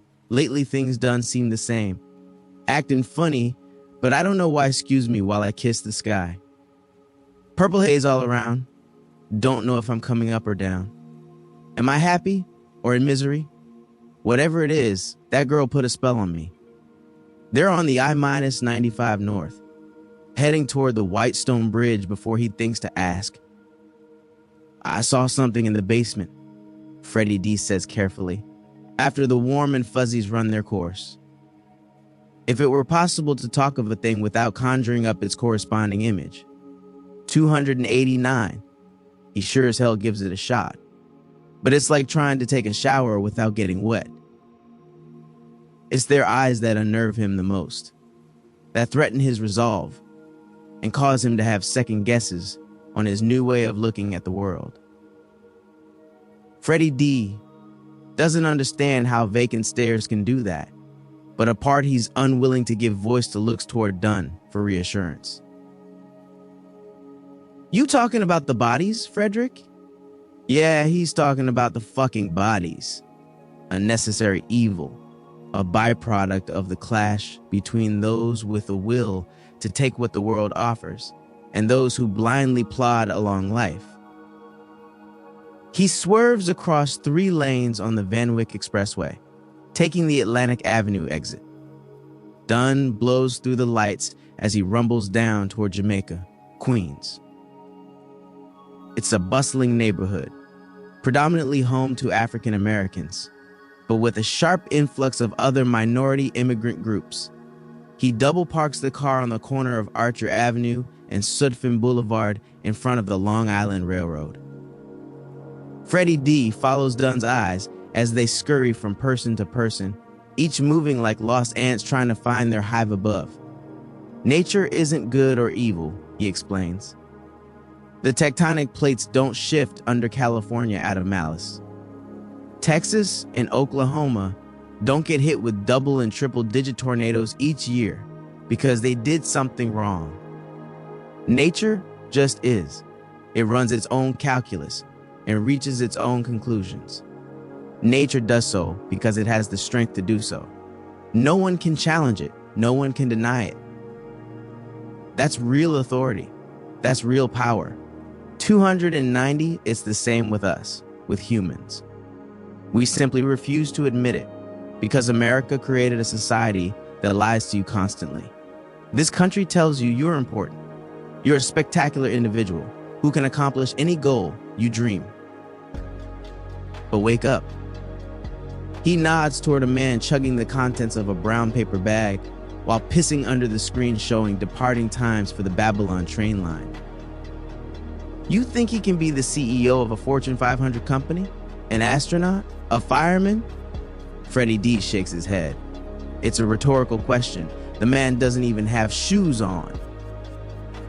Dunn continues, his voice just as low and as forceful as before. Right, but maybe he can save the life of one?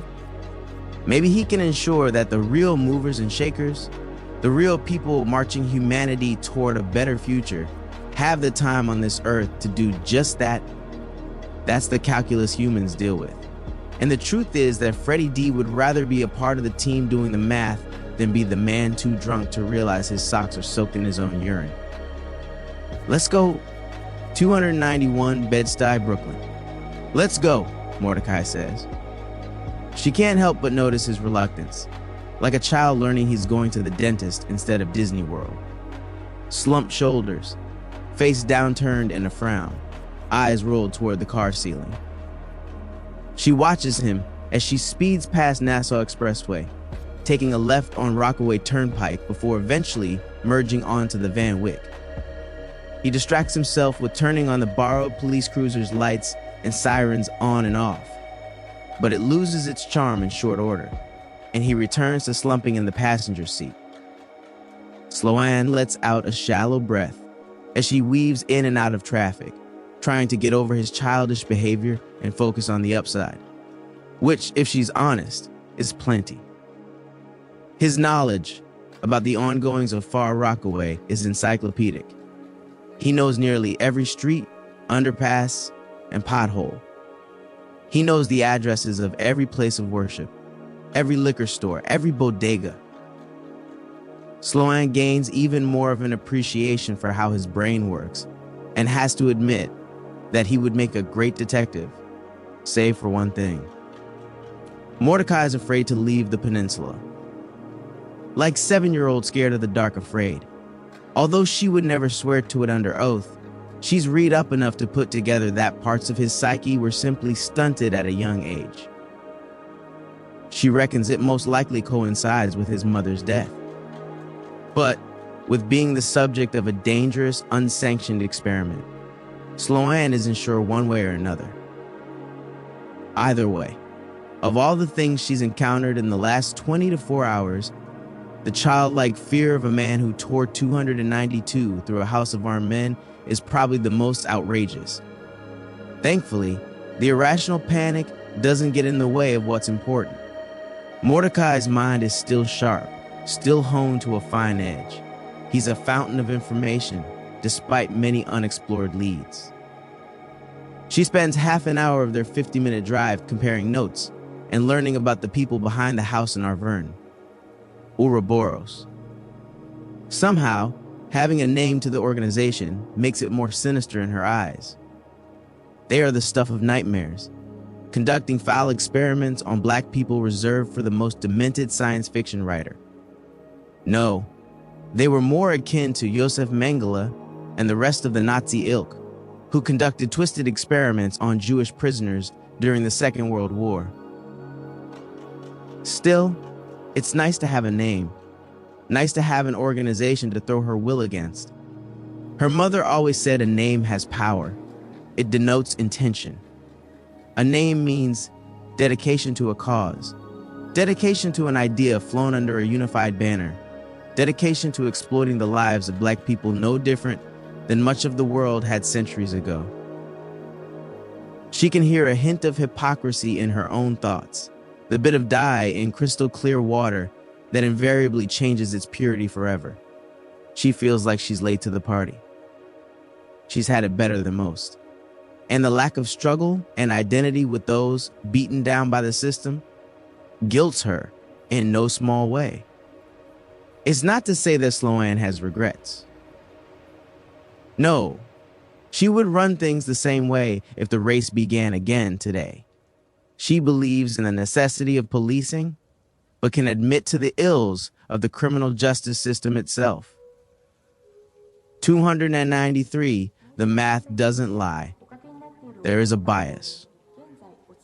Sloan jerks the wheel to the right, narrowly avoiding a semi as she redlines the engine. She brings the car in line with the Jackie Robinson Expressway's 2 lanes, while doing the same for her thoughts. There will be time for guilt and recriminations later, she tells herself. She's got a party to crash in Bed-Stuy. The phone she swiped from that disgrace to the shield Johnny lit up like Christmas, while Mordecai and her were still on the beach, comparing notes about who kidnapped Aria Mitchell. Most likely, Sloan agreed, but how can be so sure it wasn't someone from the gangs? Simple, because I didn't sanction the mugging. Right. It was still difficult to remember the strange balance of power on the peninsula. She still doesn't know how she feels about that. She likes to believe that, while she can't always uphold the letter of the law, she always holds to its spirit. Even with the bodies Sloan left in her wake, their guilt was never in question, and they threatened her life. She couldn't abide by that a second time. She understood Mordecai's intention and could give him credit for the results, but she wasn't certain the ends justified the means in her book. She wasn't built that way. Policing wasn't built that way. If they were, what made any of them different from Ouroboros? Thankfully, the phone buzzed in her lap and saved her from answering the question. A slew of messages ran across the screen, nearly faster than she could keep up with, but her mind instinctively latched onto the first one, 630 Lafayette Ave. Sloan's eyes stayed glued to the scrolling messages as she watched unsaved number after unsaved number confirm they were en route. 294 ice traveled up and down her spine, making itself home at the base of her neck. My God, it's just like a radio call, she whispered. Every NYPD cop has had their heart stop when a code 1013 came across the radio. When a fellow officer's scream cuts through the modulated tone and frequency of radio waves, desperately reaching out for assistance, the world stops. Everything stops. Everything but time. Suddenly, there's not enough on the grocery shelves, not enough in the cupboards, not enough for the recipe. Hope and prayer go into the stew. But without a healthy dose of time, the dish tastes of fear and impotence. Cops would tear through the city with nothing but the taste of ash in their mouth and inedible nuggets of dread in their bellies. It's at the heart of what makes the NYPD so effective. The ability to call down hundreds of officers onto a singular position in seconds. She's appalled to see Ouroboros exhibiting the same discipline. She quickly considered ignoring the messages and dismissed the idea even quicker. Ultimately, the most difficult thing about taking on a secret organization was just that. She had no idea who they were, what they looked like, or where they gathered. She had no idea until the last message crossed the screen. Thanks for the tip on the Mitchell girl. See you there. Done. Christmas came early. She already figured the girl was taken out of the burrow and shuffled her thin deck of persons of interest until Tyrone Phillips was the face-up card. She heard rumors 295% of his involvement in a few things back in Harlem, but they were reaches, amounting to nothing more than whispers. The most credible talk concerning him came from a new inmate named Tony something or the other, claiming Tyrone was some sort of girlfriend-stealing super genius. The prosecutor and judge laughed all the way through his sentence of 25 years for aggravated robbery with a deadly weapon. But if the girl was in Bed-Stuy and Sloan could retrieve her safely, Tyrone could kick rocks for all she cared. The entire reason for coming to Far Rockaway was to get to the bottom of the attempt on her life. Every minute she wasn't allowed to question Dunn about the night in Midtown was like a thorn in her side. Her gut screamed that he and the others were somehow involved, and she was almost giddy with excitement at the thought of finally getting answers. She was already up, kicking up sand, when reality got the better of her and tapped her on the shoulder, freezing her in place. For the first time, Sloan is on the wrong side of the radio call. She can't call something like this in based on gut suspicions. She has no proof, no probable cause to send in SWAT to 630 Lafayette Ave. Shit, she doesn't even have the jurisdiction. Bed-Stuy is nowhere near her precinct, but maybe she didn't need SWAT. Maybe she had a bigger gun sitting right next to her. It took longer for Sloan to convince Mordecai to abandon his nightly ritual and put the peninsula behind him, even for a few hours. She didn't strong-arm him out of a sense of duty or concern. The sea will finally accept his offering. No, she appealed to the monster inside of him. The side of him that aches for violence against an organization that tore his mind asunder in the 296 hopes of improving another's quality of life. This will be therapeutic for you, she said, pulling him up from the sand. This will help you protect what you've created here. She doesn't know that. No, the truth is, she needs the backup, needs a monster of her own. There are only so many narrow escapes. So many times one can cheat death before the bill comes due, and Sloan knows the time for random picks are over. Her number is coming up soon. She can almost hear the raspy whisper of the Reaper whispering down the back of her neck. Its voice is raw, cold, and unyielding.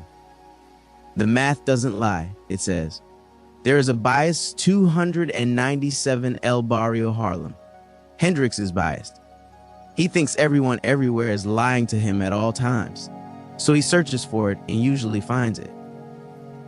He never opted to take that bullshit profiling class down at Quantico.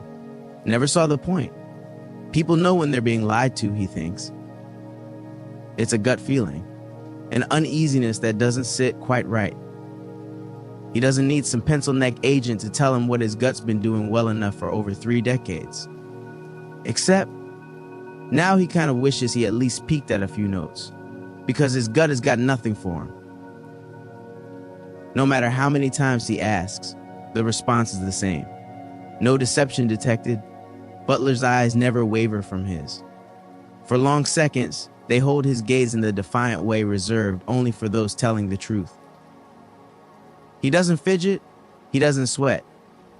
Hell, he doesn't even seem to care whether Hendrix believes him or not.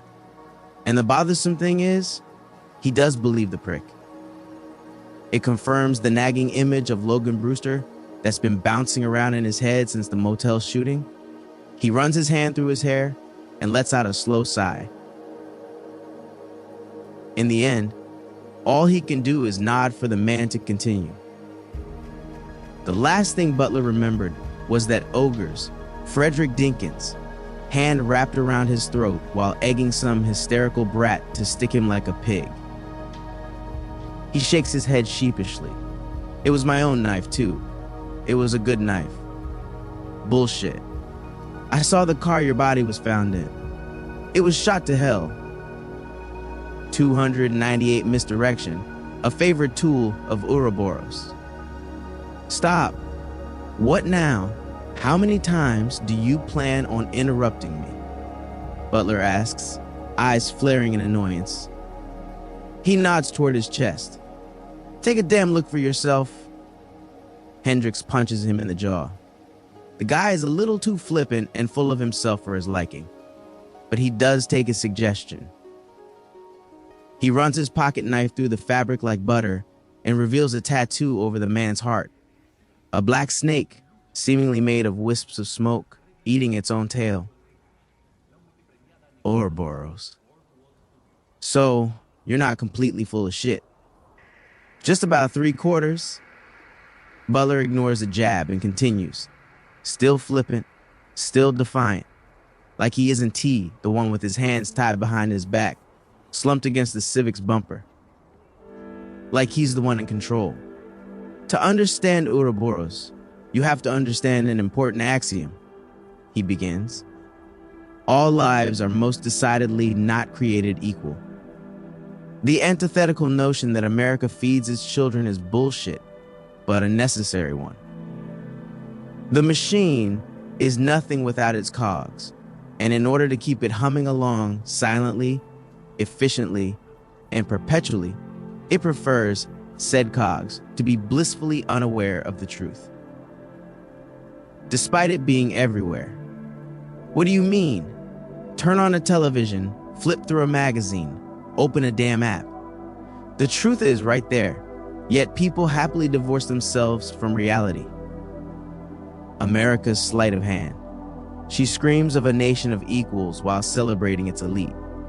299 celebrities, politicians, entertainers, the wealthy ruling class, he says seriously. They've supplanted Christianity, Judaism, Islam. We have our new gods, and like any good religion, they want everlasting life. Hendricks scoffs. That's impossible. His belief in religion has been in tatters for as long as he can remember, and he buried the last of it alongside his parents. And, like most Nigerian parents, they cloaked him in religion long before he left the womb. Every third phrase from his mother's lips ended with a scripture, chapter and verse. No matter the argument, no matter the debate, the words of his parents were law, for they were rooted in the Bible. It drove him insane and was the first tear in the religious cloth for him, but by no means the last. Free will notwithstanding, he couldn't reconcile how a just God would allow half the horrors he witnessed day to day. Like Butler said, just turn on the television. Still, from a scientific standpoint, eternal life is horseshit. The human body is most definitely a finite engine, incapable of perpetual motion. Butler gives a half-hearted shrug. You're a smart guy, aren't you? I'm sure you've heard the saying, shoot for the moon. Even if you miss, you'll land among the stars. The man's eyebrows rise as he looks at the night sky. Hendricks suppresses a shudder. It's a little too close to home for his tastes, and the smug gleam in Butler's face is unnerving. It was one of his old man's favorite quotes by Norman Vincent Peale. I'm living proof they found a way, and all it costs were the lives of a few niggers who wouldn't have amounted to anything. ANYWAY. 300 the distant vacant eyes of men and women, boys and girls, left in a heap like dirty laundry. It gnaws at him, tears at his soul. The simmering anger that possessed and fueled Hendricks' body is replaced by a cold one that has trouble seeing the line between murder and justice. He struggles to get the words through clenched teeth. In case you somehow forgot, your skin is just as melanated as mine. More so even. The self-hating rankles him. It always has. To him, racism never made much sense. Like all over the world, black people of all shades, nations, and creeds are hated. And for what?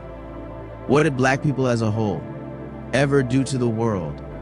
It's a misguided hate, perpetuated by convenience.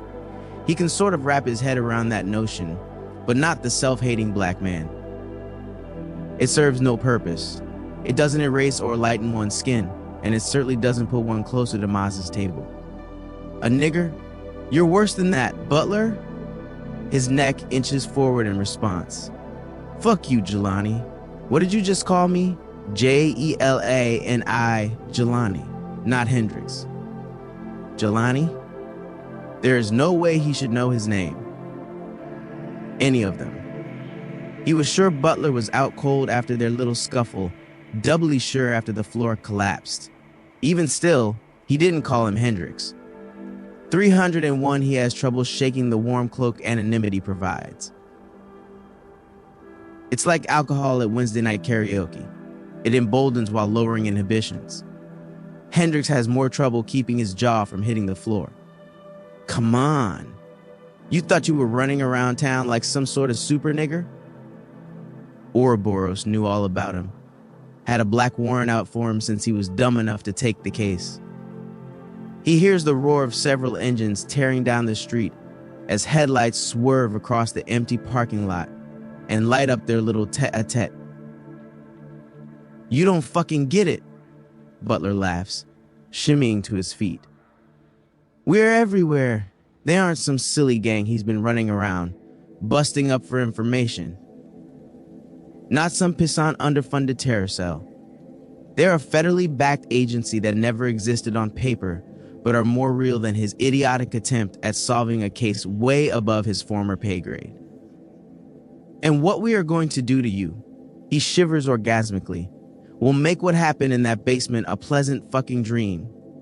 The lights are blinding, but he has no trouble hearing car doors slam and the squawk of radio chatter approaching. Hendrix turns to Butler and kicks him in squarely in the nuts moments before throwing him back in the trunk. Shit. Butler may be right. They may have had him up the entire time, but he'll be damned if he doesn't make them work for it. He slams the car door and guns the borrowed Civic. 302, they'll have to catch him first. 303, Chapter 17. 304, as long as we are not ourselves, we will try to be what other people are. Malidoma Patrice, some. 1994, Bed-Stuy, Brooklyn. Ouroboros, done begins. We do these things for humanity. The belief is a simple one. As a whole, humanity has always been plagued by one thing: ambition. If Eve didn't eat the apple, surely Adam would have seen them out of Eden in short order. Humans, always wanting more. Another house, another car, another lover, another meal. More money, more pleasure. More. Even if it hurts, we want more. The minute the apple was off limits, it was as good as eaten. Being younger, Eve was simply quicker on the uptake than old Adam. Freddie D isn't big on religion, and so the allegoric beats failed to move what he thinks they call his spirit.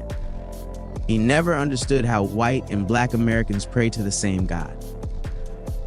'Cause, in case no melanated person in this country has been paying attention, the Almighty ain't taking 13% of the calls.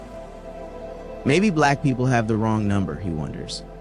305 done takes Freddie D's internal contemplative nod as tacit agreement and continues. History has shown us what man has built. It utterly destroys. That is why the serpent eating its own tail is so apropos. He gets that part. The snake is humanity. Humanity is the snake. Except, the thing is bloated and collapsing under its own weight. It's lazy, morbidly obese, and unmotivated toward its own survival. Its unhinged jaw spasms ineffectually from an undiagnosed stroke due to years of similarly undiagnosed hypertension. Now it's unable, unwilling, or both to consume its hefty bulk. It's a slow death knell, but the bell tolls for thee nonetheless. He's preaching now, more for himself and the gathering crowd than Freddie D's benefit. The congregation stands in a half-empty parking lot, half a block, from 1630 Lafayette Avenue, waiting for the flock to arrive. He watches the last of the sheep hustle home. Dark tactical pants, black lycra t-shirt, an all assortment of pitch black pockets, straps, and gear affixed to their bodies. He cringes as they each don and adjust even darker balaclavas. Black sheep, white faces. A part of him can't help but frown at the scene, Dunn standing on the back of the sedan as masked men rally to his voice. Ready to do violence. It's too clannish for his liking, and so are their less than furtive glances his way. He misses a lot of what one man in particular says, but the purposeful emphasis on a single word makes it to his ears without much effort. 306 nigger. He ignores the hair rising on the back or his neck and focuses on the sermon. There's something different about Dunn in this moment, Freddie D realizes. His movements are more animated. His voice pitches on the edge of worship. His eyes and skin glisten with the fever of the devout. He's a believer. He's not in it for the money, the thrill, or the opportunity to give death the bird. No, the man wants to save humanity and believes this is the only way to do it, by exploiting a large portion of it for the few. But so what? Everyone exploits someone for their own benefit. Eve probably exploited Adam's need for pussy, and we've been doing it ever since, he mutters. Dunn is exploiting him for what he can do. Freddie D is exploiting the man for money. Tyrone is exploiting them both for revenge. It's a country of brother exploiting brother. Always has been? He tries to wrap himself in the rationale, yet it rings hollow when he thinks of Maddie. Hadn't the dealers exploited her addiction to heroin? Hadn't she exploited his twisted addiction to saving her, to being the one she could always turn to? He sees the needle in her arm, yet can't seem to summon the same blind rage against America he managed hours before. He knows the country doesn't care about its black own. He knows black people don't care about their own. He knows it because Dunn told him as much. Hell, his own experience reinforces the lesson. 307 fucking snake eating its own tail is right. A frustrated sigh escapes his lips as he runs a hand through his hair. Freddie D shakes his head, wondering where the creeping doubt worming its way inside came from. He can feel his resolve. That hours ago was refined steel beaten into a fine edge, erode and crumble by the minute. He had a solid plan with Tyrone to milk Ouroboros for millions of dollars, and now he's standing in the middle of their impromptu church rally, minutes from raiding a house. It's Hendrix's goddamn fault. The thought strikes him as surely as, according to Father Dunn, the God of the Old Testament capriciously struck out against humanity. As much as it pains him to admit, the fight in the Bronx was his total loss. Even worse, the man chose to talk with him when the easier thing would have been to end his life. He even seemed genuinely concerned about Freddie D's outlook, and genuine empathy might as well be firmly planted on the dark side of the moon, as far as he was concerned. He finds himself being edged from the center, as excitement, an obvious bloodlust begins permeating the men. Freddie D has always been a believer that you should dance with the one who brought you, but he's more than fine sitting this one out. He hangs back with Dunn as they stream from the parking lot in a tight, two-man formation toward the three-story house in the middle of Lafayette Avenue. They vault over a small, black decorative gate and flow up a brick porch, finally pausing in front of an oversized steel security front door. The light shining through the windows above went dark, but the men either fail to notice or don't care much about the element of surprise. He can't disagree with the latter, overwhelming force being what it is, and all.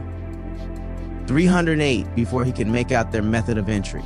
His phone buzzes, demanding his attention. How did they find me? There's a platoon trying to get in here. He nearly lurches forward as his heart skips a beat, then doubles up on the next several to make up for lost time. He darts his eyes from dark window to dark window, searching for his friend, to no avail. He can't understand what he would be doing in Bed-Stuy when they agreed the exchange for Butler and the girl would happen in Harlem.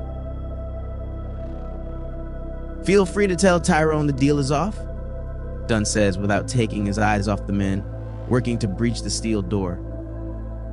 He stands rigid, like a conquering general on the cusp of an assured victory, hands clasped behind, chest out, shoulders back.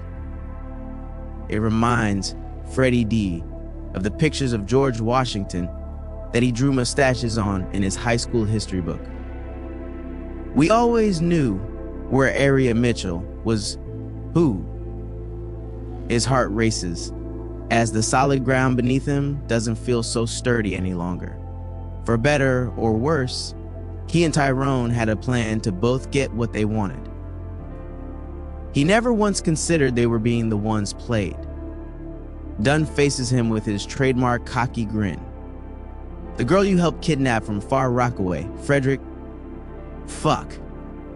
They needed time to sort through the mess, to turn disaster into profit. Ouroboros knew whoever stole the girl had to know of her value, had to be able to see, and 309 verify it. That potential, useful unknown, stayed Ouroboros' hand from wiping out everyone involved, wholesale. They found Zeke that same night and put him to the test, and he failed with flying colors. He nailed the extra credit, though. Told them word for word everything that had happened, including a description of a maskless Freddie D. Still, it wasn't enough for Zeke to pass the class. After he was dealt with, only 3 options remained. 2, really. After what James did to your mother, we knew he wasn't long for this world. No gang in this city has the combined strength or resources to stand against an angry Frederick Dinkins. They confirmed James was dead this evening. That left Tyrone and Freddie D, but the former's injured leg made dismissing him simple. Anyone able to see Anima would also be brimming with the stuff. They would be in perfect health, no lingering injuries, no chronic pain. That left one choice. You don't think those cops you assaulted on camera found you by mistake, do you? Freddie D would like to choose his next words carefully, but he's speechless. It's just too surreal for him. He never considered his actions could have an avalanche of consequences. 2 lives gone, because he lifted a mask. He searches his feelings, but doesn't find guilt or sorrow at the loss. He can feel the weight, not the sorrow. He glances toward the steel door just as a flash of light and dull thud announce the men have 310 their way in. "I told you I'd give you what America never has," Dunn says. "And here it is. Time to choose the apple or Eden."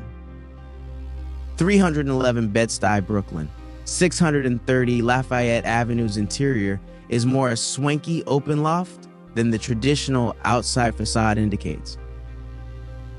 4 brick pillars span the entire height of the house, perfectly interspersed to break up the open layout of the space. They provide enough separation for an expansive and expensive kitchen, dining area, and living room.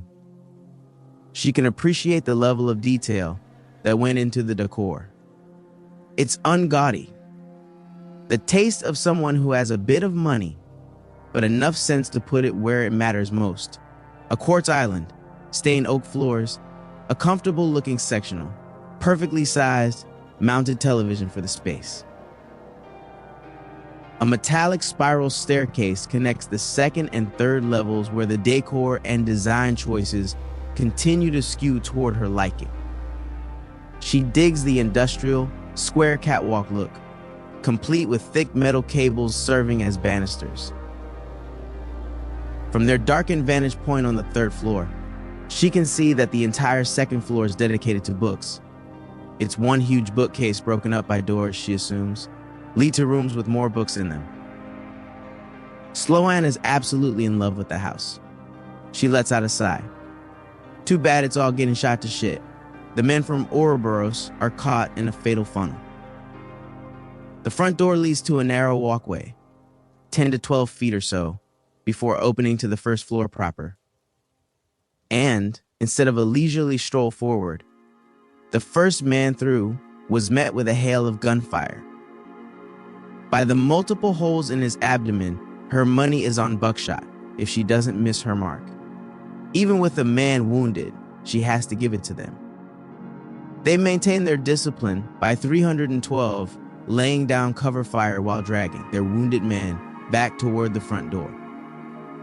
Semi-automatics and a few assault rifles litter that floor with a generous helping of spent shells in just a few seconds. Opposite the retreating Ouroboros operatives, she watches a big man barely squeeze behind one of the brick pillars, expertly reloading a shotgun with a questionable barrel length. The man has the best position to pick off anyone coming through the front door. It's a straight shot to the entrance and hallway. It's also the least advantageous position for cover and subsequently his own safety. A quick look behind the other pillars tells her why. Veras Rodriguez. She recognizes her picture instantly, recognizes the 1,000-yard stare of disbelief even faster. The woman's body clicked through all of its options and smashed the keyboard on the worst one. Fight! No. Flight! No. Freeze! Yes, yes, yes, yes. Luckily, a different man limps over and rushes her behind the kitchen island, taking up his post behind another brick pillar. It's a good supporting position. Once anyone passes the hallway's threshold, they'll be caught in a pincer. She wonders how long the exchange can continue, but with a heap of guns poking out from duffel bags at each of their feet, running out of ammo won't be the cause of a ceasefire.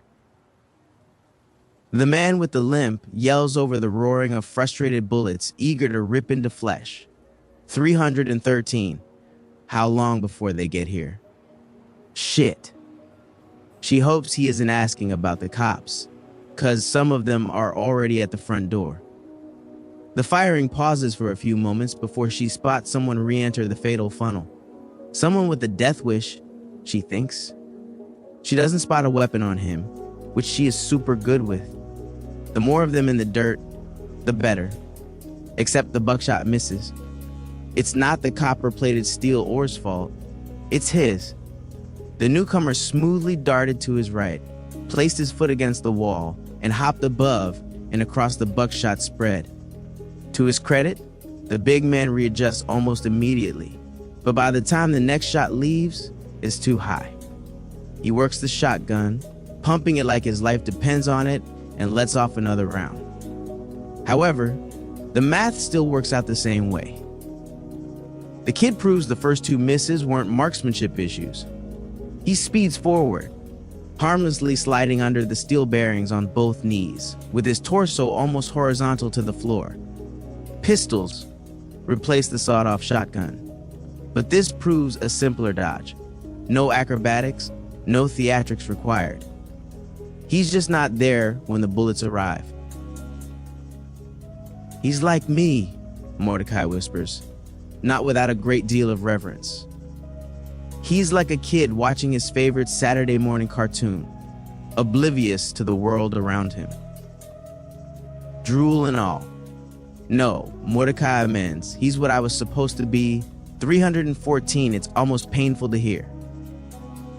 Sloan eyes the face of the man who wrecked an entire house of armed men without firing a single shot in disbelief. He's transfixed, jaw slacked, eyes focused, all while a slight shudder runs through his body. She can't blame him, really. Whoever the kid is, she can barely follow his movements. It's the goddamn Heisenberg effect, she tells herself. It's as if the second Sloan pins down and observes his movement, the more wrong she proves herself. They made it halfway up Lafayette Avenue before slamming on the brakes and hitting reverse. Sloan watched, wide-eyed, as men clad in balaclavas brazenly displayed weapons, explosives, and body armor, en route to the same house they were bound for. She even caught a glimpse of Dunn hanging back with a smug smile, while the tactical team huddled by the door. It was textbook. The men stacked on one another and would storm the place the moment the door was breached. She wanted in first. They opted to ditch the car and approach the house from the rear, quickly jumping fences and gates until they stood in the cramped backyard of 630 Lafayette. She had a moment to appreciate whoever owned the place. Security over decor was the design style. A huge padlock kept the raised cellar door locked, and thick parallel bars kept it fortified like Fort Knox. Enough ambient light fell on the brick facade to reveal a mismatched pattern where she estimated a window to the first and second floor should have been. The job was neat, but certainly done by a security-conscious deer. Sloan let her eyes do the walking and spotted no less than 5 cameras for a space barely 315 large enough for an intimate dinner party. She followed each camera's angle and noted all but one covered the tiny patio. The lone camera was dedicated to a wide-open third-floor window, but it might as well have been on the moon since they didn't have a ladder or way to scale the side of the house. She dismissed the idea of growing wings and continued to check out the area. Concrete slabs wide enough for maybe 5 people was all the space separating the house from the garage and subsequent neighbors. The walkway leading toward the front of the house even smaller. Shoulder to shoulder, her and Mordecai would be scraping against both buildings. The patio left her with a sum total of bupkis and mounting angst. Those Ouroboros operatives would be through the door in no time. She let out a quiet, frustrated sigh and returned to the problem at hand. Sloan craned her neck upward. How the hell do we get up the... The wind whistled against her ears and teased wetness from her eyes. The windowsill rushed toward her before she realized she was airborne, before she realized he had thrown her. She wrestled the sudden change of gravity pulling at the pit of her stomach and latched onto the window with both hands, scrambling into the dark room just as the dull hoomp of the breach charge announced the beginning of the party. Shouts, commands, and curses shot back and forth before the first bullet screamed through the house. Instinctively, or out of an abundance of caution, she got low and crawled forward, groping through the dark for a way out the room. But she couldn't move. A hand gripped her shoulder like a vice. Is that her? 316, she never heard him. Never heard him climb 3 stories or enter the damn room. Mordecai's low voice cut through the darkness, and despite believing they were in this together, Sloan couldn't help nearly jumping out her skin. It was the darkness and his proximity. The fear he instilled in her in the basement in Arverne ran deep, underneath the skin, fucking deep. Therapy deep, she realized with a heap of reluctance. She knew she would be talking about the last 3 days for the next 3 years. Sorry, he whispered slowly, as if privy to her thoughts. Mordecai slowly inched his hand toward the floor, coming up with her phone. He shined the screen around the room like a makeshift flashlight, revealing they were inside a bathroom on the 3rd floor. Before she reached for it, he pulled back the curtain tub and brought the phone closer to a body lying in water. Aria Mitchell's body. Well now, Sloan said with a smile, that certainly changes things. Is she? She didn't know what to call it. Preserved? Comatose? Pending expiration? Death adjacent? Turned out, he didn't know either. I can't see anima, he said with a ghostly, forlorn expression under the phone screen's limited brightness. That was fine. What he could do now was arguably more important. Mordecai gently cradled the girl from the water and jumped 317 out the window. By the time Sloan scrambled to see if he was a broken body on the ground, he was gone. She could only hope he stuck to the plan and placed her safely in the car before coming back. By the sound of things beyond the bathroom door, she was going to need all the help from Mordecai that she could get. Although, she wasn't sure which Mordecai would show up. He had confided the truth to her on the drive over. The more he used anima, the less stable his mind became. Maybe that's not such a bad thing, Sloan thought. Because this kid, she thinks, now watching him slip between bullets, this kid is going to be a fucking problem. 318 Bed-Stuy, Brooklyn. It's a fucking problem. He watches the rearview mirror as he blows past the cashless Robert F. Kennedy Triborough Bridge toll, well over the posted speed limit. Damn near triple. Yet, the marked police units waiting for late-night racers, typically in Civics like his borrowed one, flash their lights and sirens briefly. They pursue him for less than 30 seconds before going dark and returning to their posts. Someone with enough juice has their finger on the scale, he mutters, pinning his foot to the pedal. There's no helicopter, no eye in the sky, no police pursuit. What there is behind Hendricks are 5 vehicles racing after him, all better equipped for this sort of thing. The Japanese 4-cylinder engine is fuel efficient, but he would happily trade it for the 8-cylinder, gas-guzzling monster roaring alongside the driver's side window right now. It's a sleek, blacked-out, late-model Mustang.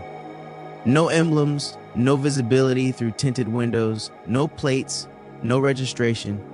It's heavier, faster, and the driver seems ready to settle the debate over the wonders of American muscle over Japanese craftsmanship, with Hendricks as the crash dummy. The Mustang drifts to the left before switching directions and slamming into the Civic. Broken glass pelts him across the face as the impact rocks Hendricks from side to side. It sends 319 the car careening toward the guardrails, but he rights it seconds later. If it were upset about being abused before, it lets its frustrations out with an angry flash of lights on the instrument cluster. Check engine light, oil temperature, seatbelt, airbag, tire pressure. He spares another glance. Everything but a catastrophic failure, imminent message. The revving 5 liters V8 cuts through his reverie, demanding his attention again. The second swipe is even more vicious. This time, the car finds the guardrail without a problem. Sparks fly along the right side of the car as the crunch of metal on metal grates on his nerves. But the Mustang isn't done. It slams into the driver's side again and pins the Civic against the rail. He yells toward the empty back seat, "I hope they flip the car and kill us both." He hears the absurdity of that statement the moment it left his mouth. Not to mention reviving Butler is something Ouroboros demonstrated they are willing and capable of. Hendricks is fucked, frustrated and fed up. His speed drops below the centennial mark since leaving El Barrio, and it gives him an idea. He smashes on the brakes, hoping they aren't on the car's "don't even bother you know it doesn't work" list. He smashes the pedal all the way to the ground without effect. Instead, it takes a few desperate pumps to get any love from the calipers. 320. The Mustang overtakes him, but that was the point.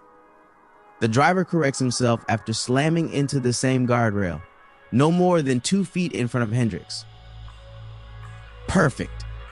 He's all accelerator again, beating on the steering wheel, begging the car to give him just a little more, to be a little more like its Nissan GTR cousin. It hears his automotive prayer and answers with healthy 4-cylinder whine. He cuts the wheel to the left, pinning the right fender against the Mustang's left bumper. They learned the pit maneuver in the academy, but the lesson was a redundant one. Hollywood and a misspent youth were Hendricks' first instructors. He taught a few veterans a thing or two before the 6-month academy was up. The Mustang's tail gives out, and all that American muscle becomes useless. It goes horizontal, front driving into the guardrail, as Hendricks breaks away and darts around it. But his automotive prayers went further than he hoped. Seconds after skirting from behind the stalled car, another of his pursuers crashes into the Mustang. It T-bones it at speed. He checks the rearview mirror and does the math. It's not pretty. The impact is ferocious, the sound even more so. A cloud of shrapnel explodes into the air, a plume of thick, ugly smoke, following on its heels moments later. The fused cars are rapidly shrinking behind him, but the subsequent explosion, violently lighting up the night sky, shrinks the world between them. He can feel the heat and slight change, 321 in pressure, even while racing away. Hendricks takes the exit onto I-278 west toward John F. Kennedy Airport. It's a safe bet. After 9/11, JFK is constantly swarming with all manner of law enforcement. He doesn't know how deep Ouroboros' filthy claws go, but he's betting they don't have enough hands to be in the FBI, HSI, DHS, DEA, National Guard, and Port Authority at once. It's a good idea, so good it's an obvious one. 3 of his remaining pursuers throw off the kid gloves and quit the subtle tactics. The Civic shakes as one of the cars overtakes him on the left, like a NASCAR professional driver.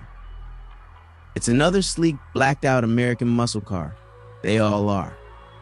Before he realizes it, he's boxed in on all sides but the right, and the lead car is slowing fast.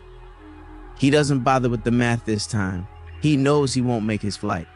Not ideal. He hates playing things their way. It's a surefire method to getting a bullet lodged in his skull before the night is over. There isn't much he can do about disrupting their plan. He knows he's asked the Civic for more than it's capable of since peeking out of the warehouse parking lot, but he can make them pay a steeper price than they may be willing. Hendricks sees his opportunity up ahead and waits until the last moment.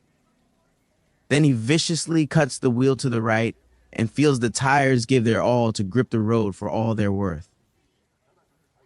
They hold as he takes the exit toward Brooklyn, Staten Island.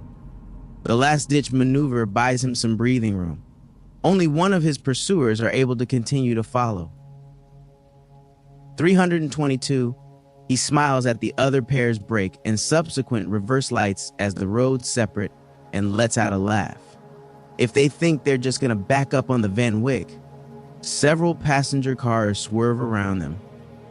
Several more pull up behind them and yell obscenities about their mothers in anal cavities. They ain't real New Yorkers. Without the safety of numbers, his lone pursuer seems much more timid, falling back enough to keep tabs on Hendricks. It's the smart play, and Hendricks could use a breather. So could the rattling Civic. He racks his brain for the next move and takes exit 31 for Wythe Avenue, Kent Avenue. Unlike the Bronx, Brooklyn has never let him down, never wished for his downfall. He knows her busy streets and knows they will shelter him. He can ditch the car, grab Butler, and nothing. Hendricks slams the wheel furiously for nearly a minute. He forgot that the goddamn tattooed Ouroboros can easily track. He needs Butler to end this, but every second they're together means more danger, more car crashes, more bullets, more chances for death to get another shot at him. Hendricks seriously considers driving the car off the nearest bridge and calling it a day. It's about what the man deserves. His buzzing phone interrupts his thoughts from getting even darker. There's no need when reality currently holds the patent. It's Irvin. 323, where do you keep your guns? And he means the big ones. Ouroboros is knocking on his front door. 324, chapter 18. 325, misery won't touch you gentle. It always leaves its thumbprints on you. Sometimes it leaves them for others to see. Sometimes for nobody but you to know of. Edwidge Danticat, 1998, Bed-Stuy, Brooklyn. It starts with a breath. Anima. Like motes of dust, particles of light, drops of rain, it's everywhere, dancing and swirling on the edges of each exhale. He feels it across his skin, like a charge in the air before a vicious storm. It's the stuff of life, the stuff of creation. It's free, it's raw, it's potent. He remains still as he feels the anima begin to swirl around him, creating a beautiful storm only he can witness. Freddie D takes a breath, exhaling who he is, the lost, confused, and dutiful cog society has created, and inhales who he wants to be, the decisive, confident, and master of his own destiny. 326. He takes in the storm, becomes the storm, but the power isn't like it was in the Bronx. It isn't a discordant rush forcing him into reckless action. No, it's a steadying presence beneath the surface, eager while calm, aggressive while gentle.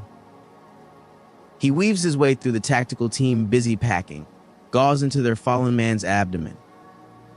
Freddie D leans closer to the squirming man, looking and not looking. He knows anima is in all living things, but he's never watched life become death. He's dead, and it doesn't take 4 years of medical school to make that call. Freddie D says as much. He can hear their angry shouts inches from his head, but he couldn't be farther away. He feels the muzzle of an assault rifle press against his chest and spares Dunn, who stands on the sidewalk nearly 2 houses away, a glance. "Show them," he says with a silent nod. He lets the animal loose. Freddie D shoots out his left hand from below, slapping the bottom of the muzzle upward like a rocket. It's too fast. The move goes unregistered in the angry blue eyes in front of him. The metal front sight suddenly lodged in his eye socket is a different story. That pain registers loud and clear. So does the pain from the man's severed trigger finger laying on the ground. Good. Despite the balaclavas hiding their faces, he paid close attention to him ever since he used the racial epithet. 327. Freddie D grinds the finger under his foot slowly until it's nothing but a bloody paste smeared into the crevices of the bricks below them. He spares a second to watch blood squirt from the disarmed man's hand with cold eyes. Then he leans by his ear, but doesn't bother to whisper, "I don't care how much rap you listen to or fried chicken you eat. I don't ever want to hear that word coming from your mouth again." Nigger, with the hard R, it gets him all the space he needs. The steel security door pulling double duty at the front entrance lays onto its side, half in and half out of the threshold. Its lock and hinges are nothing but burnt, twisted metal.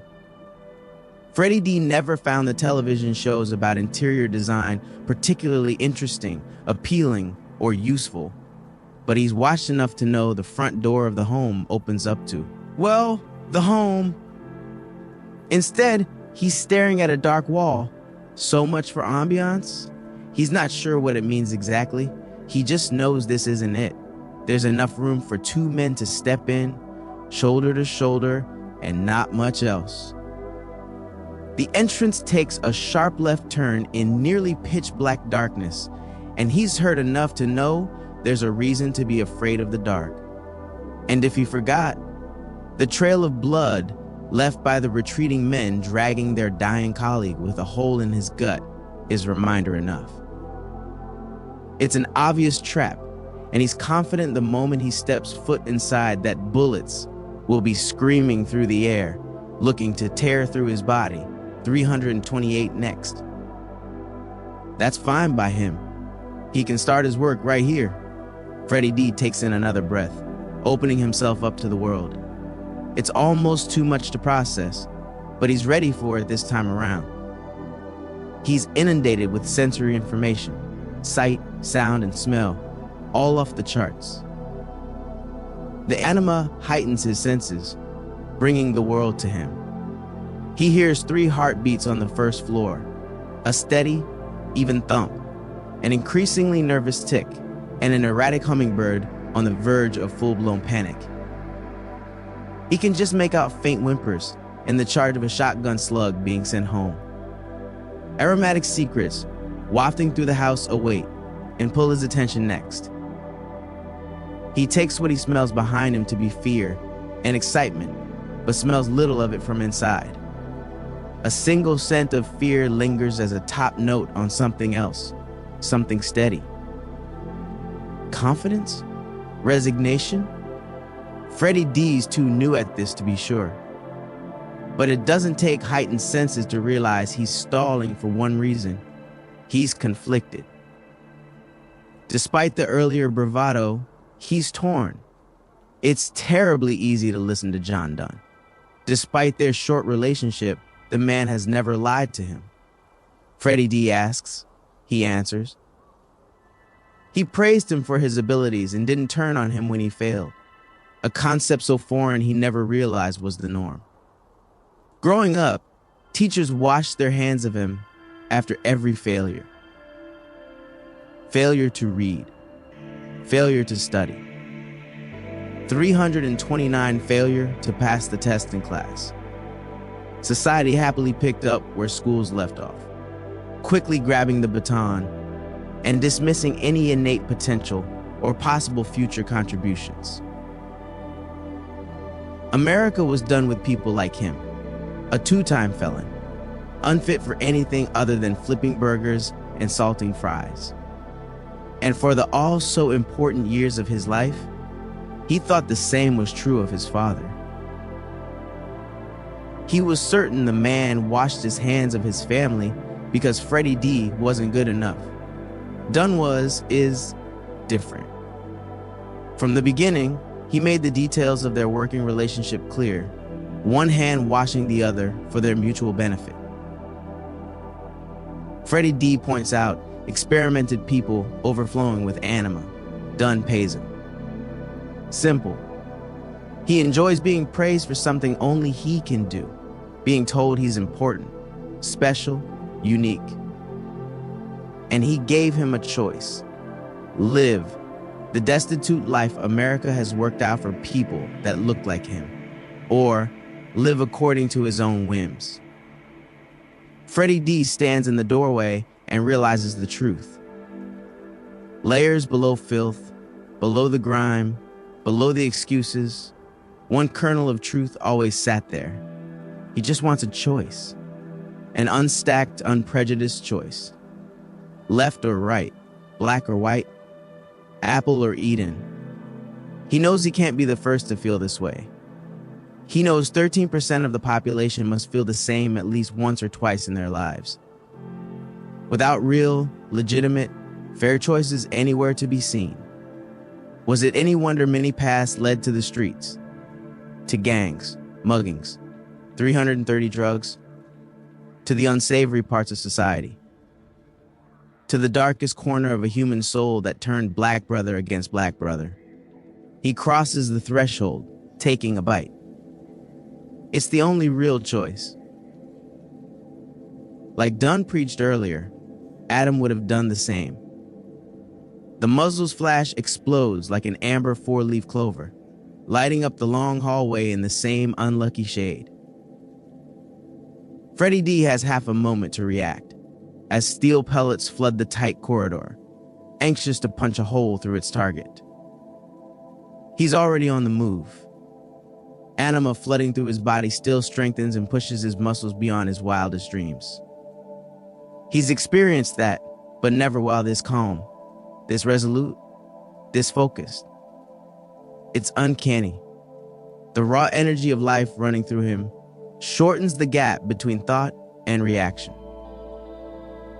Freddie D is gone before the sound of the blast reaches him. The wood floor beneath his right foot cracks and splinters from the force his sudden motion generates. He catapults toward the wall to his left, managing 2 vertical steps before pushing off and going airborne. The ejected steel impotently vents below him to the wide-eyed look of the man holding the shotgun. It's first time Freddie D's gotten a look at the him. Neck, arms and legs large enough to make a silverback gorilla pause. It's a wonder he's been able to use the brick column as cover at all. He's easily the biggest man Freddy D's ever seen. Quick too.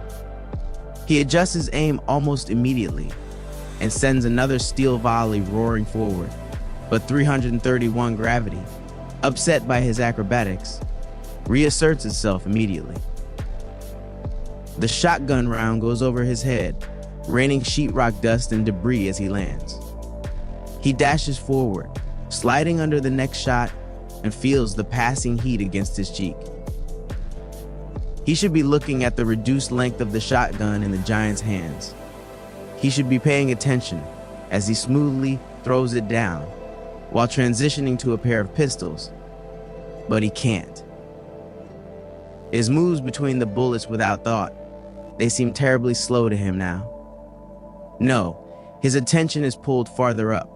He spots a woman crouching on the third floor, almost completely concealed by the poor lighting.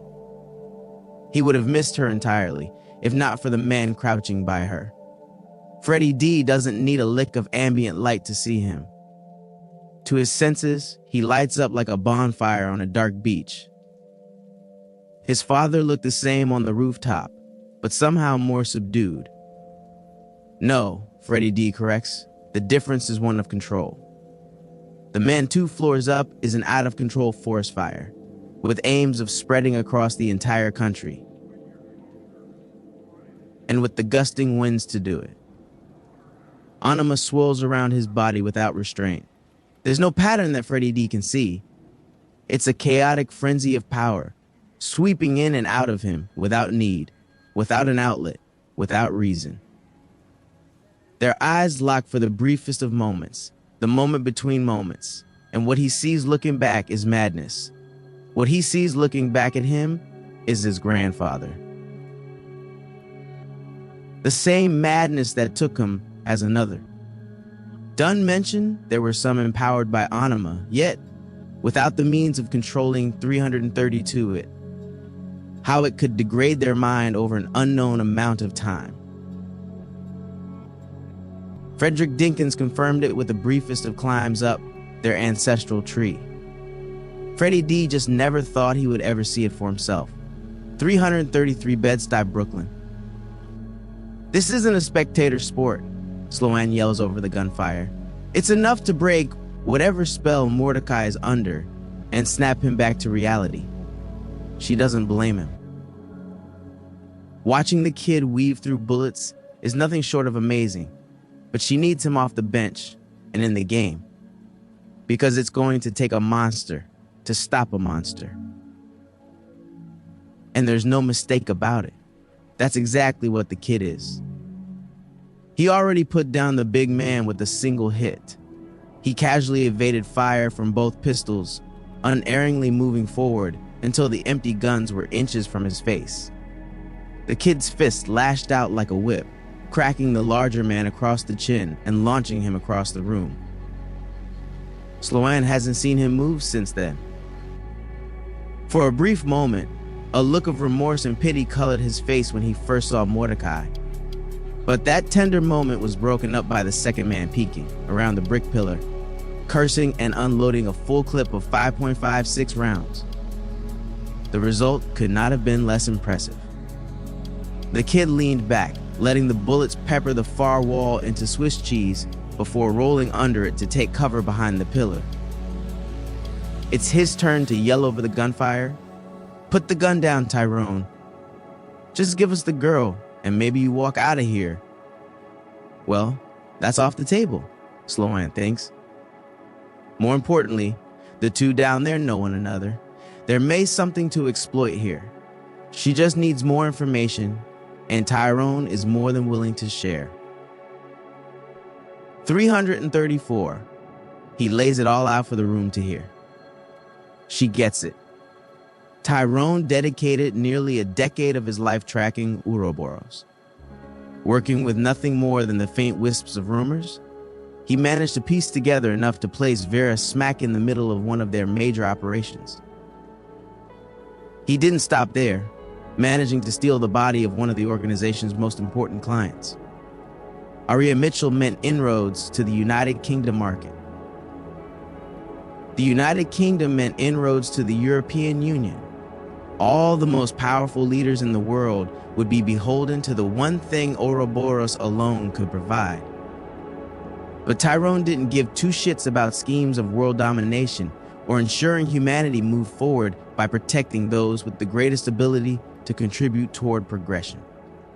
No, he holds the gun level despite the tears streaming down his face. How can you work with them? The last word comes out dripping with disgust.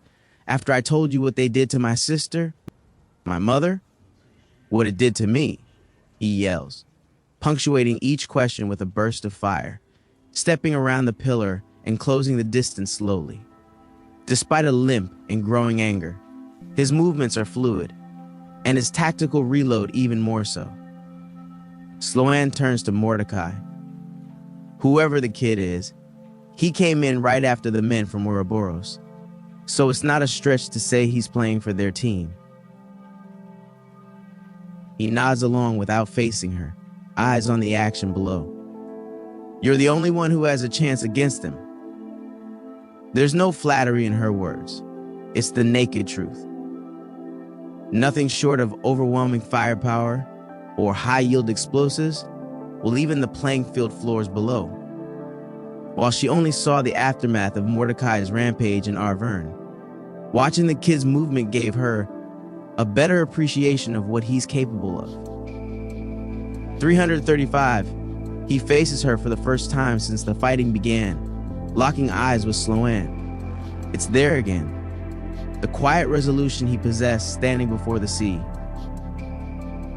A thin smile and empty gaze tell her all she needs. He doesn't think he can beat him. Mordecai was transfixed the moment the kid arrived. Undoubtedly, a mixture of envy and intrigue, but she's even more certain he was studying, watching and cataloging the kid's speed, reaction time, power. And the results are in. He doesn't think he matches up. I'm the prototype, full of defects. He's the floor model to complicate things further. It's only a matter of time before the near constant stream of gunfire is gone, and the tactical team realizes there's nothing fatal about the funnel any longer. Get yourself to safety, he says, preparing to jump over the railing, before Sloan reaches out and stops him. Men. They only seem capable of thinking in binary. 1 or 2. Black or white. Life or death. It's not kill or be killed. Stall him. Stalemate him. She'll handle the rest. Sloan knows she can't stand around idly. She has to find a way to end this. After all, it isn't a spectator sport. 336, her first thoughts flow to done. She saw him standing behind the tactical team, conducting the symphony like a maestro. She storms across the 3rd floor, moving toward the steel, spiral staircase while her thoughts center around holding a gun under the man's chin. If she can get to him, he can call off his mutt and the rest of the men standing by. Her feet clang against the stairs. The hurried, metallic, 1-2 rhythm of her steps seem horribly slow and barely audible over the fighting below. She spares a glance below, but shouldn't have bothered. The dueling pair are nearly impossible to follow. They're more observable by the destruction left in their wake. The stench of rotten eggs rises as she descends, emanating from a crumpled stove with a conspicuous human-sized dent in the center. The stainless steel refrigerator door swings precariously on its hinges, giving her the possibility of leftover dinner with the show. A deafening boom rattles the house, nearly knocking Sloan off her feet half a second after reaching the 1st floor. She's met by a thick cloud of debris, made from pulverized granite and quartz, mushrooming in the kitchen and rolling throughout the open space. The visibility drops to 0 in seconds, and she's left groping the walls while relying on her memory of the floor's layout to make it toward the hallway leading to the entrance. The plan is still the same. Get it done and bring an end to this mess. As far as plans go, Sloan knows it's an awful one. There's a full tactical team between them, and what amounts to two demigods dueling it out half a dozen feet away. As far as binary choices go, neither are great. And then there's the sobbing. It's barely audible over the slapping of fist against flesh. Fist 337 against stone. Fist against wood, but it's there. Sloan gets low, crawling along the ruined wood floor where the smoke and debris are thin enough for her to see. She fills her lungs, steadfastly ignoring the subsequent scratching at the back of her throat. It's like breathing in fine glass mixed with tiny granules of granite. It's excruciating, but she's a cop. She doesn't care how many shitty people sully the badge, the job comes first. Protect life. She knows the sound of misery pressed against a soul. She knows its mark, its brand. Sloan wears one of her own. Breathing or not, in dire pain or not, she can't ignore Vera's pleading cries for help. She's not built that way. No decent cop is. 338 Bed-Stuy, Brooklyn. John Dunn has never been a decent cop.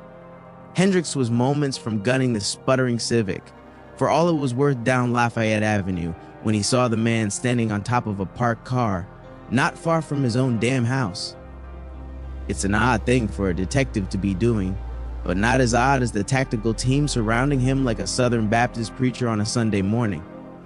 Context would be helpful, he thinks, as he reaches for his phone moments after pulling into a parking space half a block away.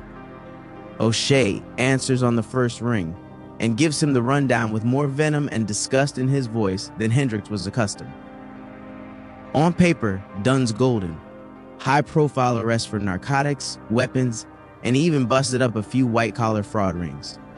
He's been awarded by the department on no less than 6 occasions and filled his share of cells with degenerate murderers and rapists.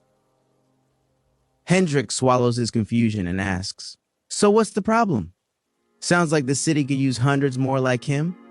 A frustrated sigh leads his response. "You'd think, but the rank and file won't go near him." Ah, cops are a funny bunch, Hendricks thinks. They lament and gripe about tight-lipped communities withholding information and evidence necessary to get bad guys off the street about as frequently as they complain about tourists and traffic. From a detective's point of view, snitches probably do get stitches. But more importantly, they close cases. Cops love snitches. 339 can't get enough of them. Yet, throw a blue uniform on one, and a snitch turns into a rat quicker than a New York minute. And there's nothing worse than a rat. So, if the rank and file avoid him like the plague, there's the reason.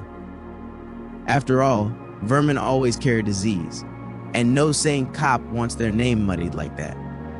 So, if they won't openly call out bad behavior through official channels, the solution is simple. They ice them out.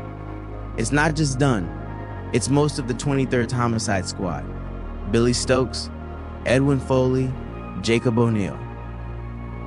There's too much smoke for internal affairs to not investigate the potential fire, but the team always came back squeaky clean.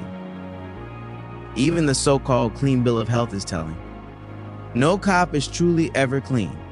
It's the nature of the job. Dealing with people at their most desperate and worst always leaves a stain. Ignoring the outright and ubiquitous claims of civil rights violations, complaints filed with the CCRB, complaints at the precinct, or complaints through the courts in the form of lawsuits are almost standard for anyone on the job. And with camera phones, everyone has a front row seat. The public has long memories. And the internet is the closest thing to God. It never forgets, O'Shea continues. I'm sitting on footage of Dunn meeting with plenty of men who eventually find themselves entertaining double-digit sentences or buried under 6 feet of dirt. Hendricks gets it. He's either psychic or the men he's met find themselves no longer useful to Ouroboros in the near future. So, yeah, John Dunn has never been a decent cop, but that doesn't change the current equation. A full tactical team standing in front of his home, with another complement speeding 340 his way. There are no good choices. Butler is a literal homing beacon for men with guns, and he's staring at men with guns in front of him. Sitting there now, Irvin's call was too many long minutes ago, and the repeated calls that go into the void of unreturned calls only calls to his anxiety. He feels the slow chill of inaction begin to settle in his gut, threatening to leave him between a rock and a hard place. Hendricks slams the steering wheel repeatedly before resting his head against the worn leather. What he needs is a miracle, and in the absence of a divine intervention, he goes with what he knows best: violence. The strength of a wall is neither greater nor less than the courage of the men who defend it. Well, shit. He hopes Genghis Khan knew what the hell he was talking about. The car is up to speed in seconds. A quick glance shows the engine struggling to make it to 50 miles per hour. That's more than enough, Hendricks thinks before the suspension screams in protest as the car collides with the cement curb. He barrels down the sidewalk, eyes glued on Dunn and the men around him. They're more focused on the house than him, but he knows that won't last for more than a handful of moments. Each bump and jolt over lawns, trash cans, and driveways rattle his teeth, but not any more than the sight of assault rifles leveled his way. He takes a bit of solace in knowing the great Khan was right. Several men dart off to the side, jump for cover, but more than a few stand their ground. 341 bullets pucker the front windshield, and one takes him in the left shoulder. Close enough, he growls over the lance of pain radiating down his arm. He keeps the accelerator pinned, cuts the wheel to the right, and pulls the emergency brake in one fluid motion.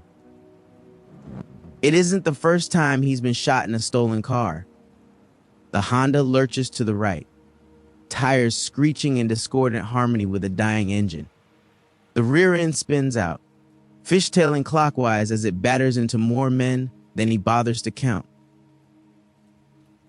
He keeps the wheel locked for a second pass, mopping up a few stragglers that were only glanced by his first attempt at vehicular homicide. He goes for a third, but the car has finally had enough. The rear end gets loose and sends the Civic shooting toward a line of parked cars. The impact is more jarring than deafening. Glass shards hurtle toward him, gouging fine lines into his face and exposed skin. The screeching grinding of metal on metal is the last thing Hendricks hears before the airbag explodes toward him. He fights his way back to consciousness, avoiding the seductive pull of utterly blissful darkness. Hendricks peels his eyes open slowly. It feels like layers of grime and dirt work to keep them shut, but he knows it's exhaustion. He's tired, more than he's been in a long time. He misses the adrenaline like an old crackhead misses the pop and sizzle of the white rock. It's not the high that he's chasing anymore. It's the inability to function without it any longer. 342. His body feels scoured, empty, raw to the bone. He feels the culmination of the last day's exertion, threatening to drown him in a tsunami of exhaustion. His shoulder throbs, and he can taste blood at the back of his throat. His head rolls to the side, colliding with the driver's side window in a dull thud. It's the only glass still intact. The car is a hissing mess of warped metal. It came to rest, pressed against the remains of what he thinks is a minivan. It's hard to tell. His tired eyes can't seem to focus on anything other than a man sandwiched between both vehicles. A black balaclava covers most of his features, but Hendricks is close enough to make out the particulars. He's only inches away, on the other side of the driver's side glass. It's a gruesome way to go, chest slowly crushed between several tons of metal. Bewildered eyes move between panic and disbelief, slower by the second as life seeps away. Wet coughs rack the man's body and color the once transparent window red. It's more mirror than glass. Lethargy happily takes both men, dragging them down into a murky abyss, like Ahab's whale always dreamed. Their combined breath is shallow, barely noticeable outside of the slight rise and fall of their chests. Hendrik sees what he could have been. Zealotry isn't reserved for religion. He's been selfish, focusing so much on doing what he felt was righteous. A ragged sigh escapes his lips. His sin was deeper than that. It's not about you, he mutters at his red-tinted reflection. It's never been about you. 343, a reinstatement would be amazing. He's tired of being out there alone, unprotected, out there in the cold. There's plenty fundamentally wrong with the Force, but he knows it's a force for good. He wants to be part of that good again, but he got caught up in being a part of something.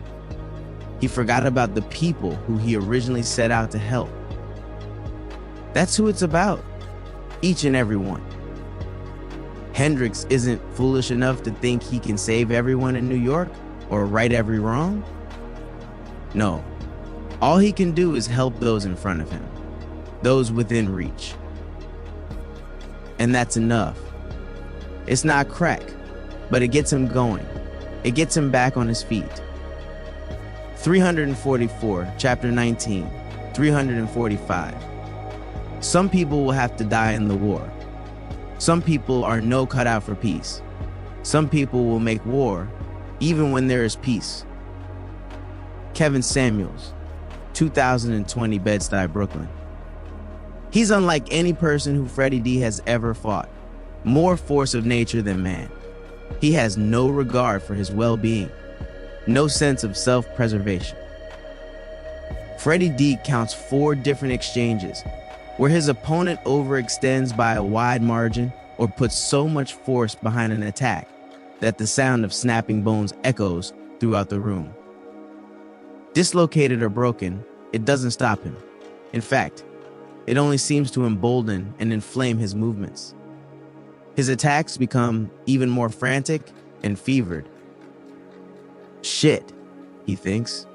Why wouldn't they? Anima swirls around his body, almost coating the man like a second skin.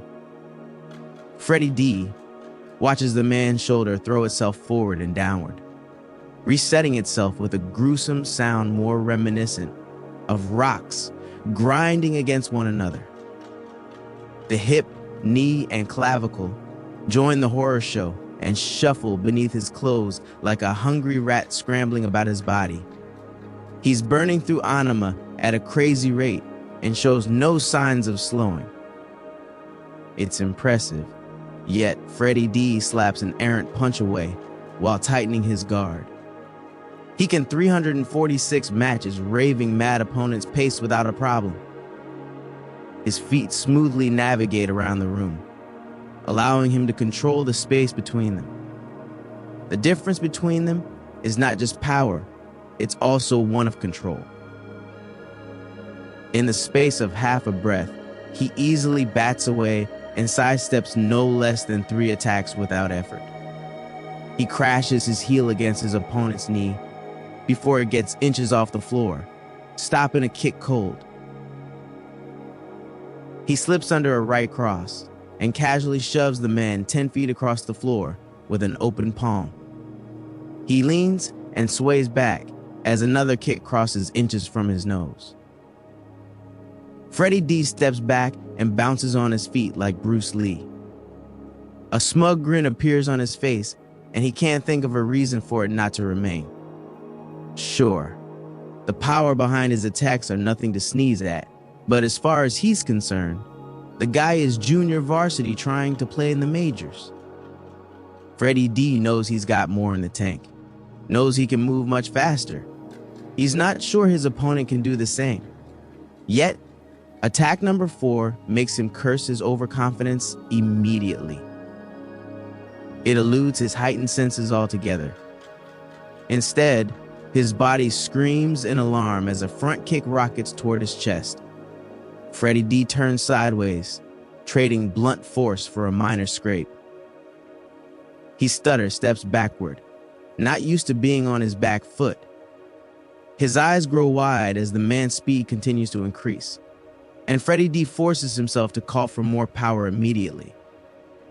It rushes into him in a welcoming deluge, aiding him in seeing the man's punches, but nowhere near all of them. Some simply move as a blur, and he relies on a combination of instinct and the slight change in the flow of air across his skin to dodge. It takes more concentration than he likes. He's beginning to think that's the point. Sometime during their fight, the woman he was with rushed down from the 3rd floor and hadn't stopped moving since. She darted around, always keeping as far from Freddie D as 347 possible. She even got a stuttering Veras into action, and the two managed to drag both unconscious men into the kitchen. Standing almost 25 feet behind the man, Freddie D can read the tension radiating off the women's bodies, but their eyes are sharp, determined, defiant. They're waiting for their moment to make their escape. Like what? When did that happen? It's about time you noticed, his opponent says, ending his reverie.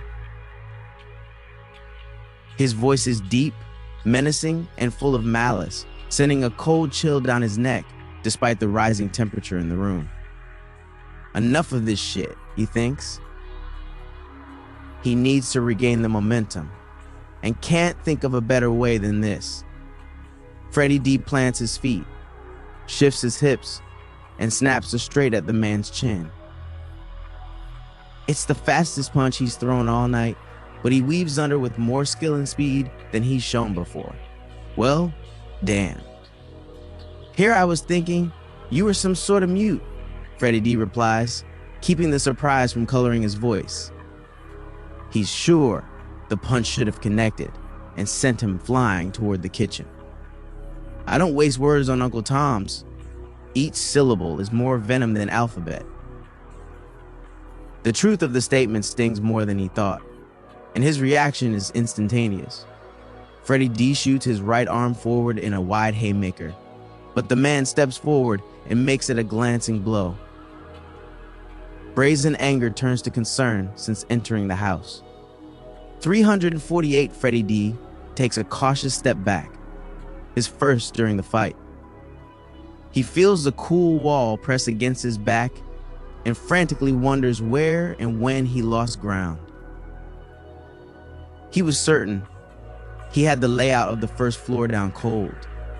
Minutes ago, he danced around the 4 brick pillars, using them to break the man's line of sight and force him to pull his punches unless he wanted to collapse the house on everybody. But Freddie D doesn't have time to think of any of that now. He says a silent curse and abandons the line of thought, focusing instead on the fist hurtling toward his face. He cranks his head to the left in time, but still feels a burning line of heat from where their skin makes the barest of contact. He spares a glance at his opponent's face and wishes he hadn't bothered. Freddie D's never been religious enough to believe in heaven or hell, but he's seen enough movies to recognize a man possessed when he sees one. Taut muscles on the man's lean frame twitch, as if electrified. Eyes like a dark sea reflect a maelstrom of anger, pride, and pain. Lips curled in a rictus of disgust work, with flared nostrils to belt out not words, but grunts that are somehow more communicative than the former ever could be. There's no one there to reason with. He's fighting a wild animal, concerned only with the prey in front of him. It's how his grandfather must have looked as he bared down on his wife. A part of him sees past the madness, sees the glimmer of anguish at not being in control, of being a puppet in one's own body, of being a victim of circumstance, of being adrift on the sea of destiny. He can't help but empathize. 349 small bits of brick and dust tickle Freddie D's neck, as the punch that cracked the wall behind his head is quickly extracted. He focuses his eyes on the other hand, anticipating a standard jab-cross combination, but a low shoulder tackle takes him in the gut instead. Oxygen escapes his body like it's late for work, and he hears his sternum crack before he can feel the pain. He leans forward and covers his head as indiscriminate punches rain down from above. There's no rhyme, reason, or thought to their placement, just rage. There's no style he can discern, no method to the madness. He can admit he was outplayed in his earlier fight with Hendricks without shame crawling up his neck now. The man couldn't hope to reach the heights of strength and speed that Freddie D knew he could, but lack of experience and a cool head handed him a loss, nonetheless. But this is different. It's like trying to wrestle a hurricane. Some men have to die in the war, Freddie D thinks. Some men aren't cut out for peace. Despite the beating, he keeps his center, keeps his grip on the anima flowing around and through him. It already made quick work in repairing the damage to his sternum, and Freddie D sees no reason to remain the man's punching bag. He shoots his left forearm straight above his head as he rises, clipping his opponent on the chin. There's not a whole lot of strength behind the move, but that's not what he needs most right now. What he needs is space.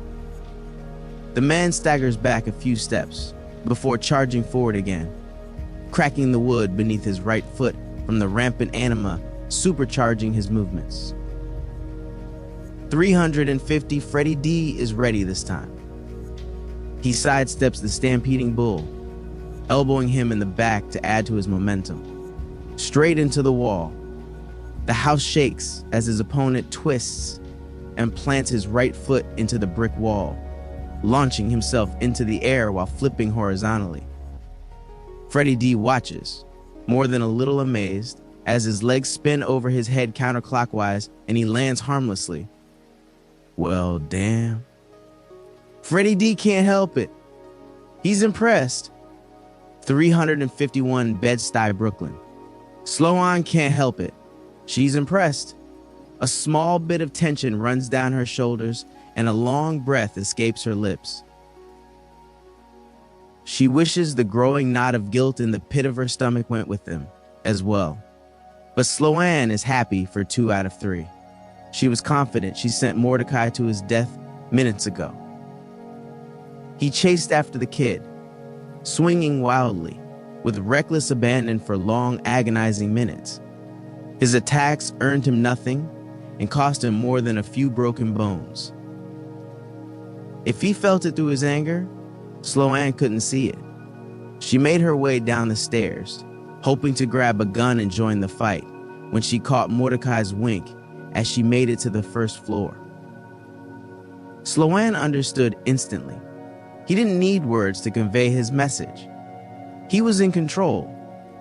She didn't know the particulars of anima or how it affected his mind, but she got the message and immediately veered toward the kitchen. She has to believe Mordecai had a shot at pulling this thing off. He was a knot of undisciplined rage minutes ago, chasing down his death like he did every night. But he must have pulled himself from the brink, pulled himself toward shore. She watched his movements slow, becoming more deliberate, calculating, precise. Good, Sloan thinks, tightening her grip on Barris's forearm. He was going to get himself killed if he didn't reassert control. Now they have a chance, a sliver of an opportunity to get out 352% of the fire and into the frying pan, because the kid is a terror, an absolute terror. She's not even sure he knows it yet. He's untrained, but his movements are fluid, tight, and controlled. When the two slow down enough, Sloan can see the inexperience in his footwork, tight hips, and split focus. But anima makes up the difference. Across the room, the kid kicks Mordecai's right leg out, gets underneath his shoulder, and hip tosses him onto his back.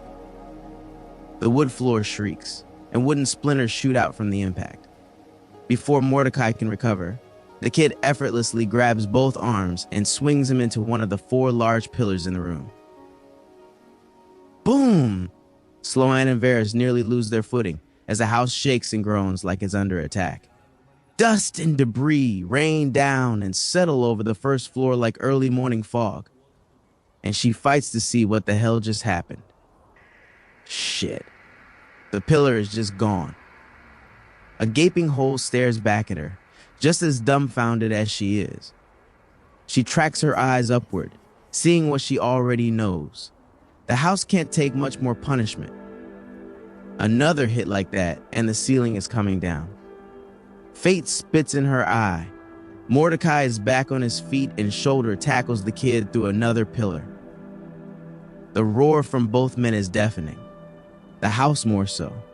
Sloan has never needed more of a reason to leave a place. It's now or never, and now seems like a much better option. 353, she pulls Vera's low and motions for her to grab the smaller Tyrone. She's on the big guy, never giving his weight a second thought. Where her physical strength may be lacking, fear and adrenaline make up the difference in spades, and she's halfway to the narrow hallway leading toward the entrance before the girl gets in gear. A look of shock splayed across her face at Sloan's quickness. Yeah, she thinks, fear of death is a hell of a motivator. They crash through the front door, a discordant tangle of limbs tumbling down steps, with a thick gray plume or dust and smoke behind them.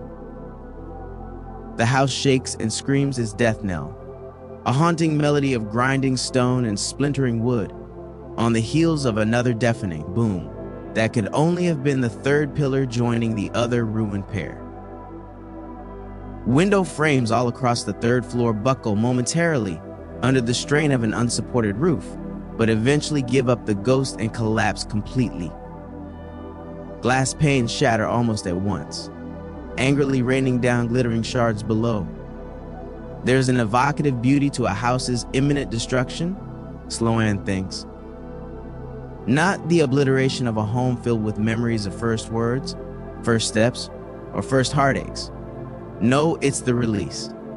There's beauty in the release.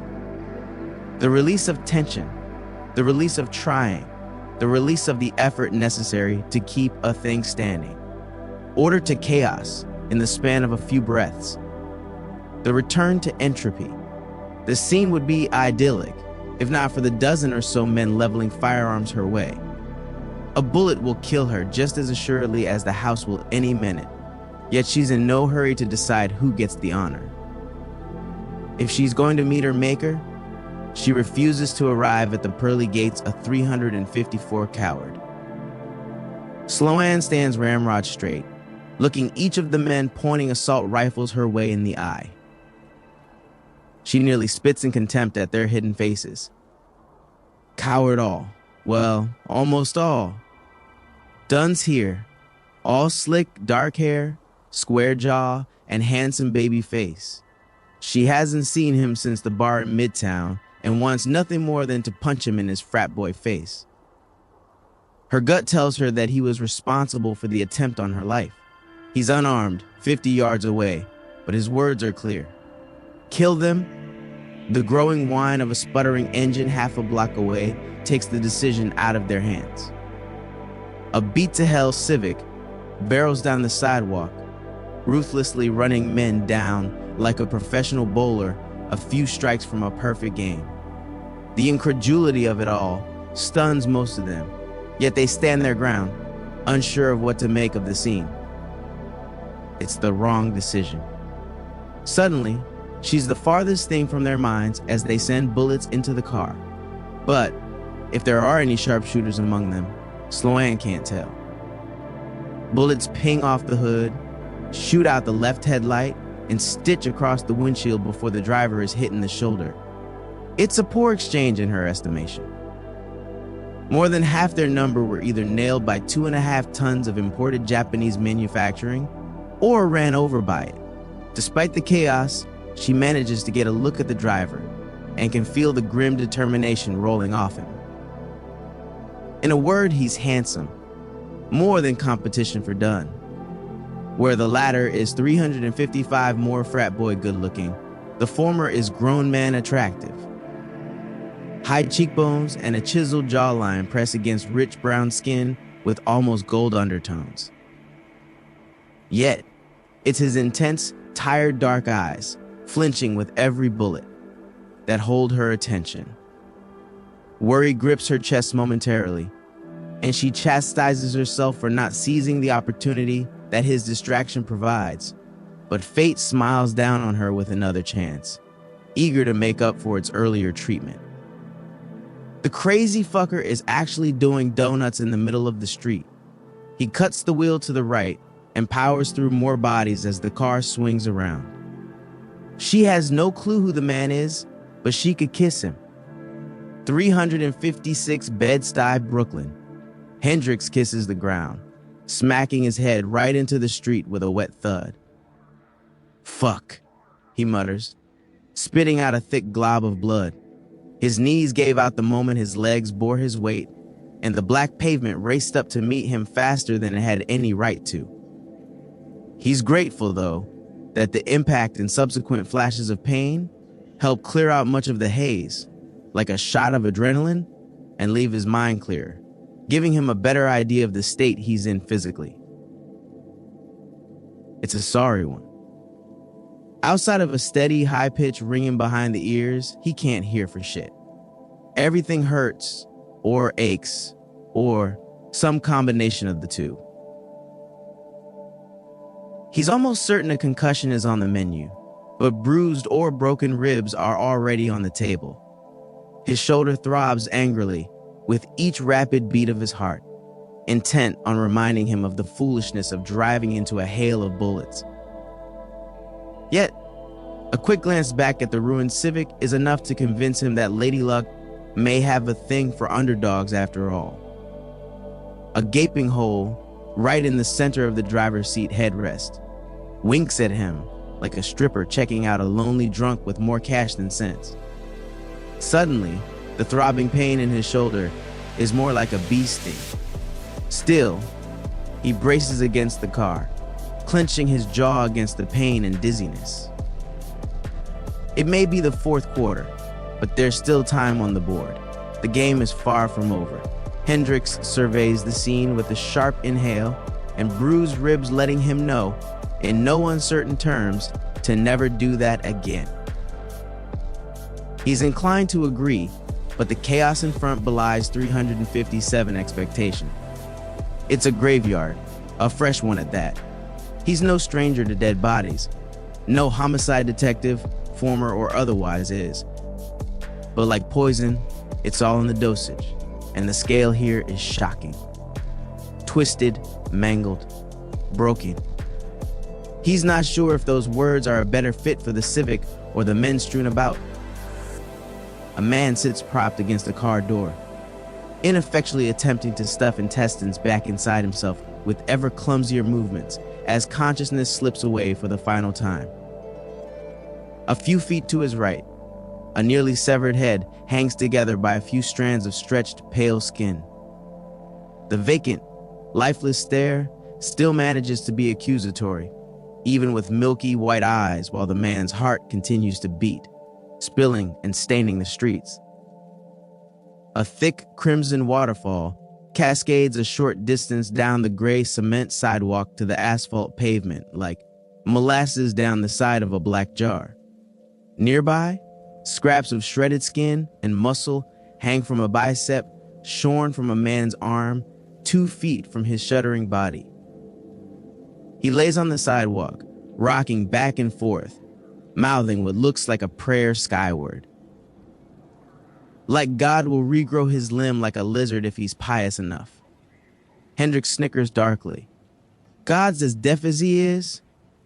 Must have been out longer than I thought, he mutters, carefully kneeling next to another gruesome corpse in order to retrieve a gun. His Genghis Khan-inspired stunt couldn't have caused all the injuries he's looking at. Blunt force trauma, certainly, but he's never seen victims of vehicular homicide with missing eyes.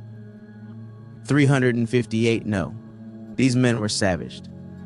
The Glock 19 is comfortable in his hands. He's not surprised to find the NYPD's standard issue firearm on the expired body. The men strewn about look and feel like the good old boys who seem to populate NYPD's emergency service unit teams. It jives with what he's come to learn about Ouroboros. They have their hands deeper in the NYPD than he hoped. Maybe even further. He faces his childhood home for the first time since arriving and bites down against a deluge of feelings. But guilt is a scorned ex-wife that wants nothing more than to see him suffer. It bubbles to the top, dragging worry, sorrow, and anger along for the ride. He sent Irvin and Veers here for their safety while he continued to poke the bear, investigating Ouroboros. And what does he have to show for it?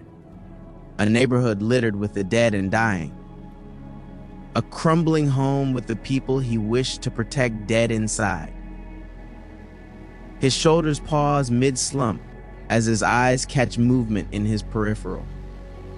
Hendricks watches multiple pairs of car lights flash, lighting him up as they barrel down the street toward him.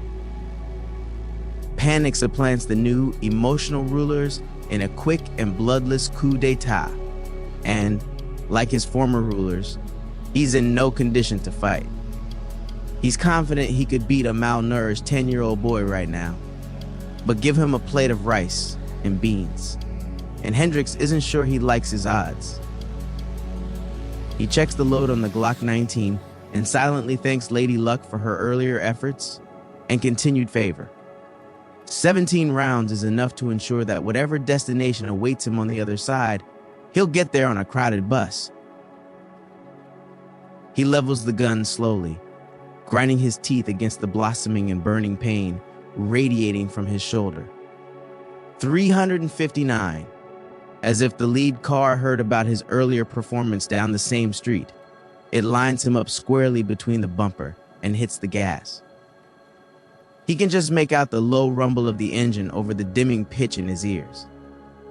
The lead car's LED lights nearly blind him, but he lines up his shot where he thinks the driver should be. 20 feet away, the world slows to a crawl. It's just him and the car and him. He pulls the trigger back slowly, smoothly. He slows his breath. He wills his arms to stop twitching. He lines up the next shot, and the next, and the next. The hammer slams back, and the supersonic 9mm round goes off just like he was taught. No, it's better. The sight picture, the sight alignment, the lack of anticipation, all perfect. The shot is perfect. With his life on the line, it's the best shot he's ever taken. And he misses by a wide margin. He's almost shocked when the pitch ringing in his ears is replaced by the wet crunch of a human body slamming into a 3-ton vehicle with enough force to flip it.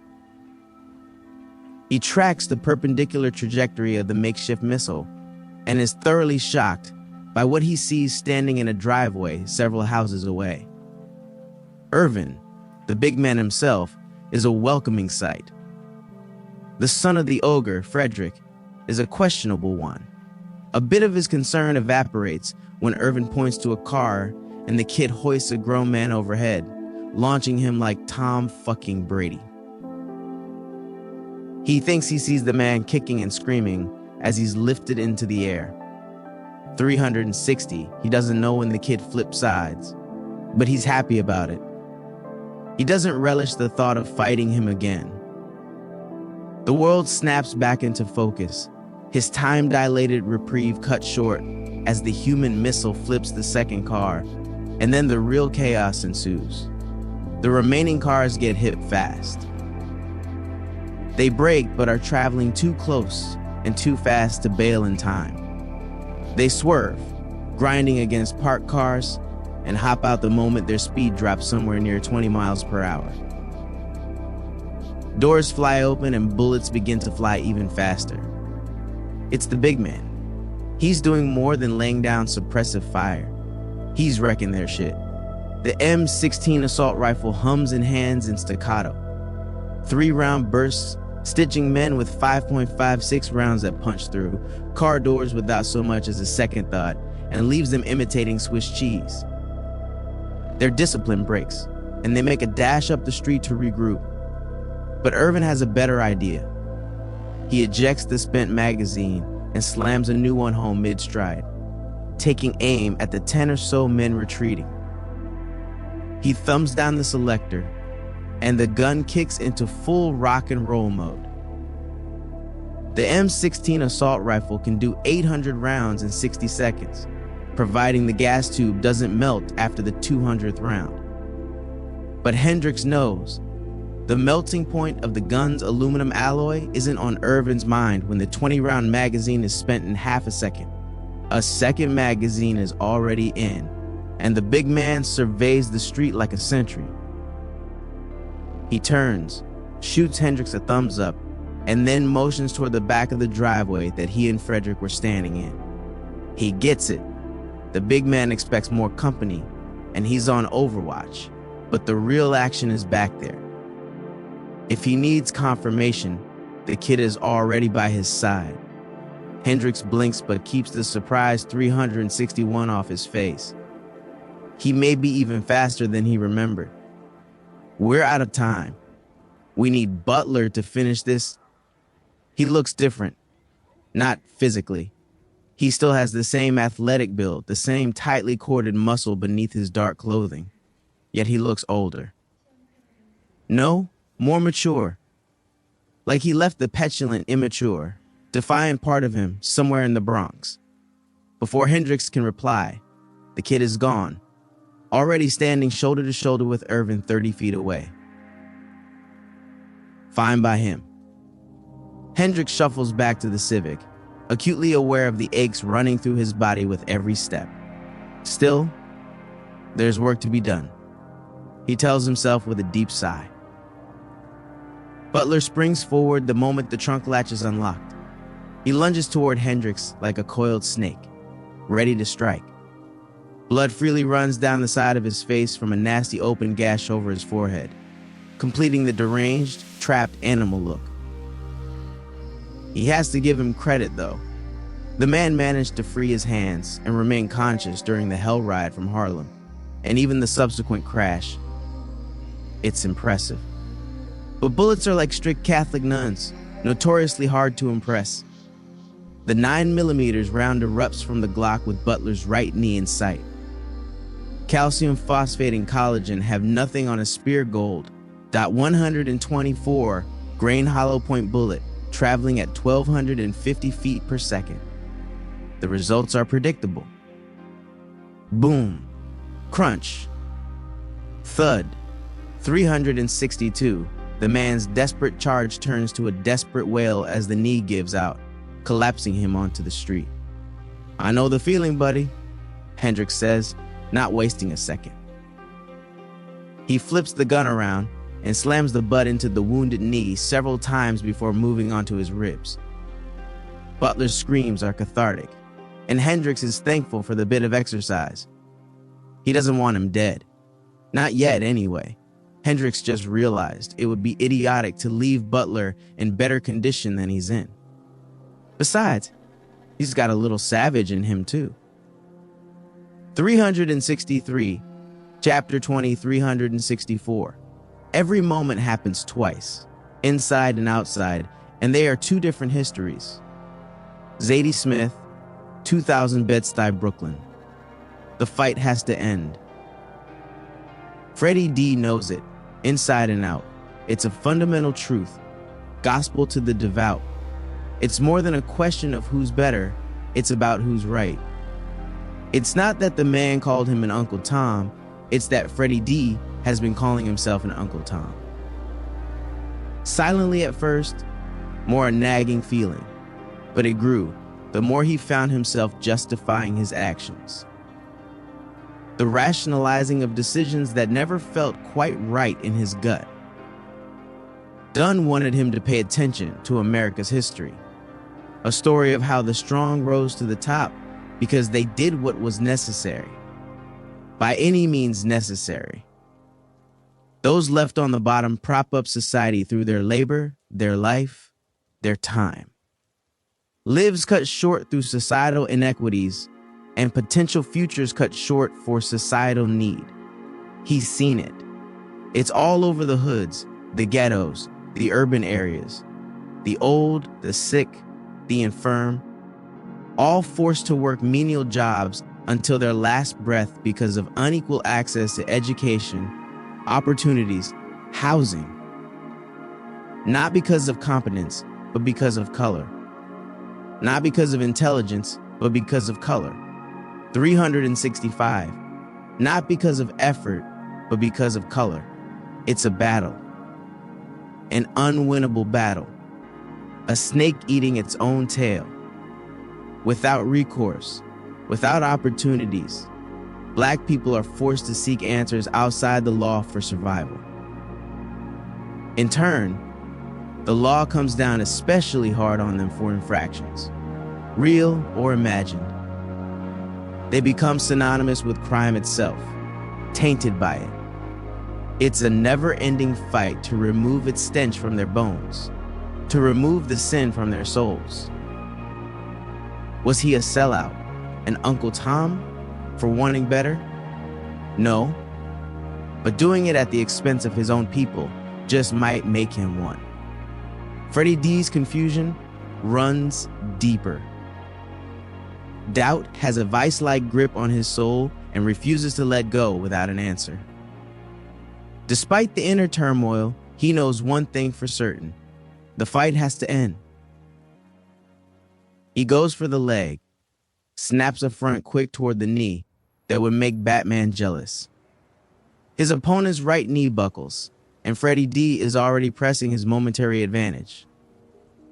The man's recovery speed is comically fast, and he knows he needs to make the next move count in order to take control of the situation, because he's all but certain he isn't directing the play any longer. He shoots forward, pouring on the speed while lowering his center of gravity a hair in order to get underneath the shoulder. He pivots 180 degrees, slamming his back into his opponent's in order to keep him off balance a second longer. Freddie D then snaps his hands around the man's wrist and underneath his elbow, hoisting him over the shoulder like a fulcrum. Boom! The impact is satisfying. The floor rumbles like a muffled grenade went off. A light growl 366 reverberates through the wooden floor, while several splinters explode outward like shrapnel, leaving several fine cuts against Freddie D's cheek. But he's seen this man shrug off more pain than a simple hip toss can provide. He darts his gaze around the room, needing to go big. They settle on their target, and a wicked smile touches his lips.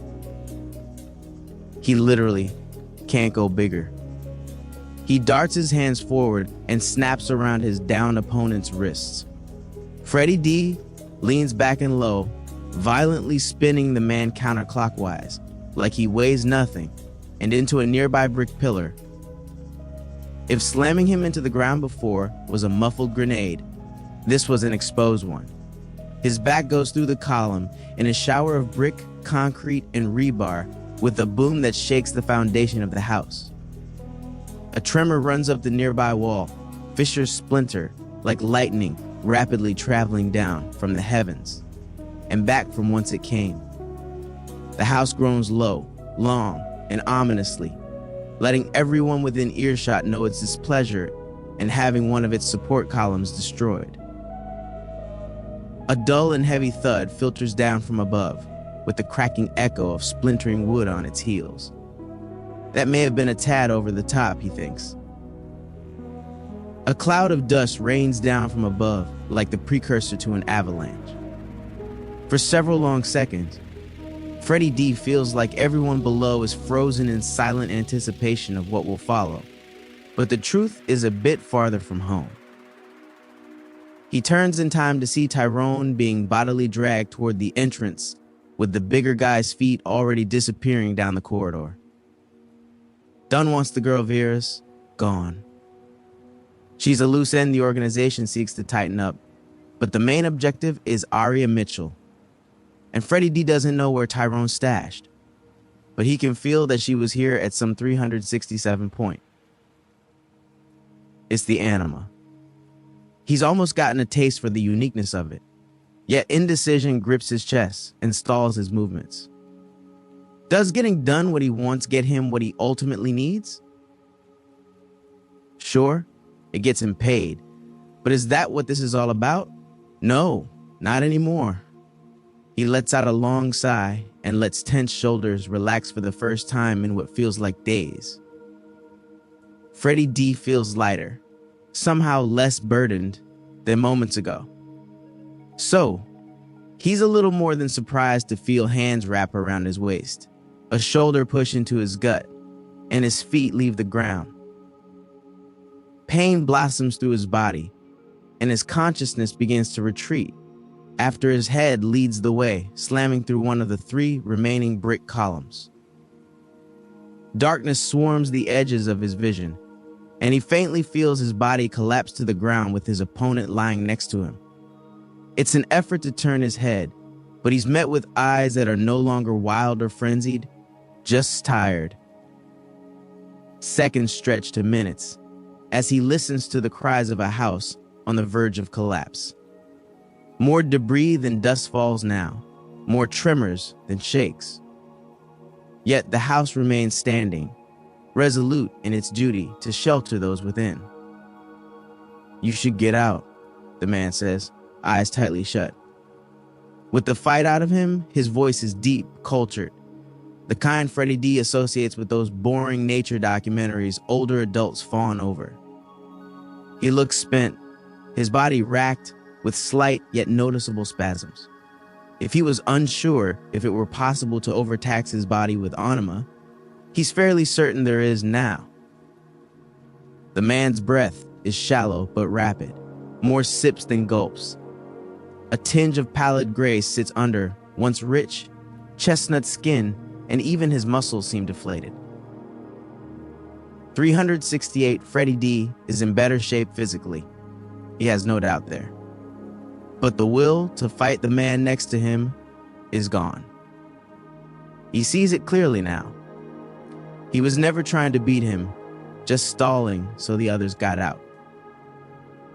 He feels like an ass and says as much. "Can you move?" It's a silly question, but it slips out nonetheless. A long silence, interspersed with even longer creaks and cracks of a house struggling to remain upright, is all the sound between them. "I couldn't fart if I wanted." Freddie D watches the man's face contort with effort to speak, moments before he breaks out in laughter. "And I really wanted 369 Bed-Stuy, Brooklyn." Sloan isn't laughing. "I really want to," she hisses through an aching jaw, moments away from shattering teeth, one twitch away from an extensive dental bill. It's done. The man who threatened her life not once, but twice now, standing several houses over, in shock over the chaos that unfolded in the streets. The Civic crashed his little frat get-together, spilled their drinks, and told them their time was up. But just like the movement, it too spun out of control and crashed. And, like the cockroach he is, Dunn emerged from the fallout unscathed. She can feel her blood running hot, just looking at him trying to rally his men back to their feet. He'll do it too, she can admit. The asshat can serve up the charm like it's on tap. So, yeah, Sloan would really like to put a bullet in his head. It's her best chance to settle things with the prick. Never mind the sea of men and firearms separating them, she thinks. Fuck it. God threw Moses a bone. He can throw in with her too. Even if she was somehow mistaken for the bearded religious leader, Sloan quickly spots another issue. At least the Jews were mobile, she says, looking at her smaller entourage. Varys is holding it together, but the men are literal dead weights. Figures. She shelves the atavistic fight or flight decision for the moment and gets low, beelining for the nearest unconscious or dead body. She's not picky about their state of existence at the 370 moment. No, she's more concerned with what party favors they brought to the big dance. It takes Sloan rummaging through 3 bodies, one of which she knocks out with a sharp hook against the jaw, before finding what she needs. Plenty of the wannabe, high-speed operatives within the NYPD's ESU took to carrying around ammonia inhalants, smelling salts. The release of ammonia triggers an inhalation reflex by irritating the mucous membranes of the nose and lungs, jacking up the body's respiration, blood pressure, and heart rate, an effect she introduces to both unconscious men. They sputter to life, as if suddenly attached to a car battery. She's met by a pair of confused eyes, but both men are quicker on the uptake than she would have originally thought. They forego launching 1,000 questions and take in the scene for themselves in seconds. It's the big man who speaks first. "Thanks for getting me out," he says to Sloan. "Looks like your friend finally got off the bench and into the game. He's different, like that kid." There's no doubt in his speech, no question of it. Even smarter still, she appraises. Not to be outdone, Tyrone already has a weapon in his hand and pockets bursting with magazines. She gives him a nod. "Prudent. Where is Arya?" His voice is demanding, frenzied, and accusatory. "Did you leave her inside?" Sloan ignores him. Yelling at her is decidedly not prudent. What an ass, she thinks. He hasn't even so much as looked at Vera since he woke up. How much do you two know of the situation? Now that the pair are ambulatory, she has a decision to make. Escaping now would be the obvious choice. But what would it change? What 371 would it solve? If she wants to cut the Ouroboros cancer from the department, she's staring at a bunch of malignant tumors right now, and she desperately wants to start surgery. However, she's a cop first, and their safety trumps her wants right now. She gives them the cliff notes, but finds each of them have more to add to the narrative. The more she learns, the more disgusted and, frankly, afraid she is. The revulsion isn't uniquely hers either. Sloan sees the same loathing take hold and contour each of their faces. It only takes a few minutes to get everyone up to speed, and to their credit, they want to end things. Good.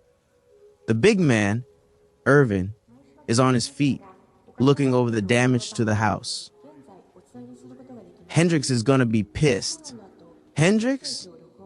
Her mind snaps back to the now, thinking of the man behind the vehicular assault minutes ago. Pissed enough to run people over in a Civic. Wouldn't be the fur. She watches as his eyes pan over to the crashed Honda and go wide. A slight tremble runs through his body before he can take a step forward. Don't worry, he's alive. The new voice comes from behind the group, eliciting reactions that run the gamut. Irvin pauses mid-stride, torn between addressing the threat or his best friend. Sloan has a Glock 19 raised and leveled. Tyrone is of a similar disposition, holding a pilfered M16 with his finger already on the trigger. Varys is behind Tyrone, but without her pistol raised. Sloan knows it's the most pragmatic 372% of the reactions. They've already seen what Freddie D can do. If the kid survived, they don't have the numbers or firepower to take him on. Sloan gets this, but that doesn't mean she's going to make it easy on him. Plus, she feels like she has a duty to avenge Mordecai. That is, until she sees him cradled in Freddie D's arms. Put the gun down, Tyrone, Freddie D says, jumping down from an open window 2 stories up. He lands effortlessly, as if it were the most normal thing in the world to do, while carrying a grown man in his arms. I was in the wrong. You said he's alive? Sloan asks, lowering her gun. The apology, sincere or not, is moot. The kid could probably dodge automatic fire at 5 feet away anyhow. More importantly, he's carrying Mordecai. Sloan, he says, appraising her for the first time with a nod. He gently sets the man down with a reverence that she can't help but notice. It's with the respect usually saved for the dead or dying. She's chomping at the bit, vacillating between guilt for sending Mordecai to his death and avenging him. He's exhausted, Freddie D says, giving her an understanding nod. He caught the slight twitch of the Glock, but makes no other mention of it. He's a better man than I am. That includes Hendricks, he adds. She doesn't hear him recount how he meant the latter. Not really. Doesn't pay attention to their fight in the Bronx, or his reassurances that he can hear the man's steady breath and heartbeat. No, Sloan's focus isn't on what he's saying. It's on how. The words are frank, honest, and well beyond what she expects, given his age. 373, her shoulders slump, and the pistol suddenly feels heavier in her hand. She's tired, emotionally raw, and was seconds away from attempted murder. Fuck. She pushes it behind her, stuffs it deep down with memories of pancreatic cancer and state-sanctioned torture in the desert. Compartmentalizing is what Dr. Teresa Hensley would probably mutter while scratching off notes. No, Sloan thinks, shaking her head. She needs to be grounded, to be in the here and now.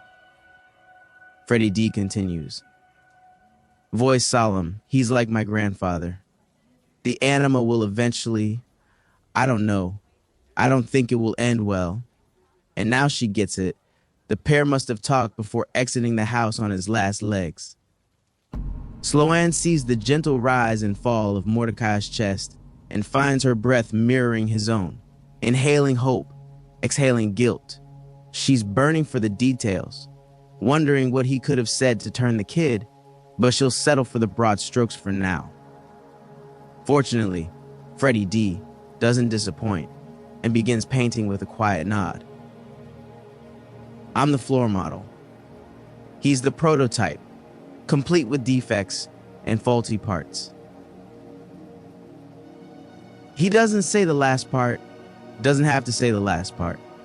Sloan has seen it, felt it. She knows Ouroboros broke something inside the man. Mordecai knew he couldn't win. He knew it the moment our eyes met floors apart. But he was driven to stop me. He burned through so much anima that it distorted the air around him. He knew he was killing himself, yet he was happy to gamble with his life to give you a chance to stop them from hurting more of us. The lump in her throat is a surprise, but it's there. Swelling, choking, damming up a response 374 with thick emotion. The blind faith he had in her is, well, heavy. Why would we do something like that? Virus asks, chiming in after giving Sloan a quick squeeze on the shoulder. She could kiss the woman for the verbal reprieve. It's not something she thinks both men notice, but their seemingly over-intense overwatch of their position tells her otherwise. He told me about how they create us, how they torture black people, siphoning anima from their bodies and discarding them like trash. Stopping and bringing them to light is what his mother would have wanted. What would have made her proud? And Mordecai asked if he could say the same, if what he was doing would make his mother proud, or would it break her heart?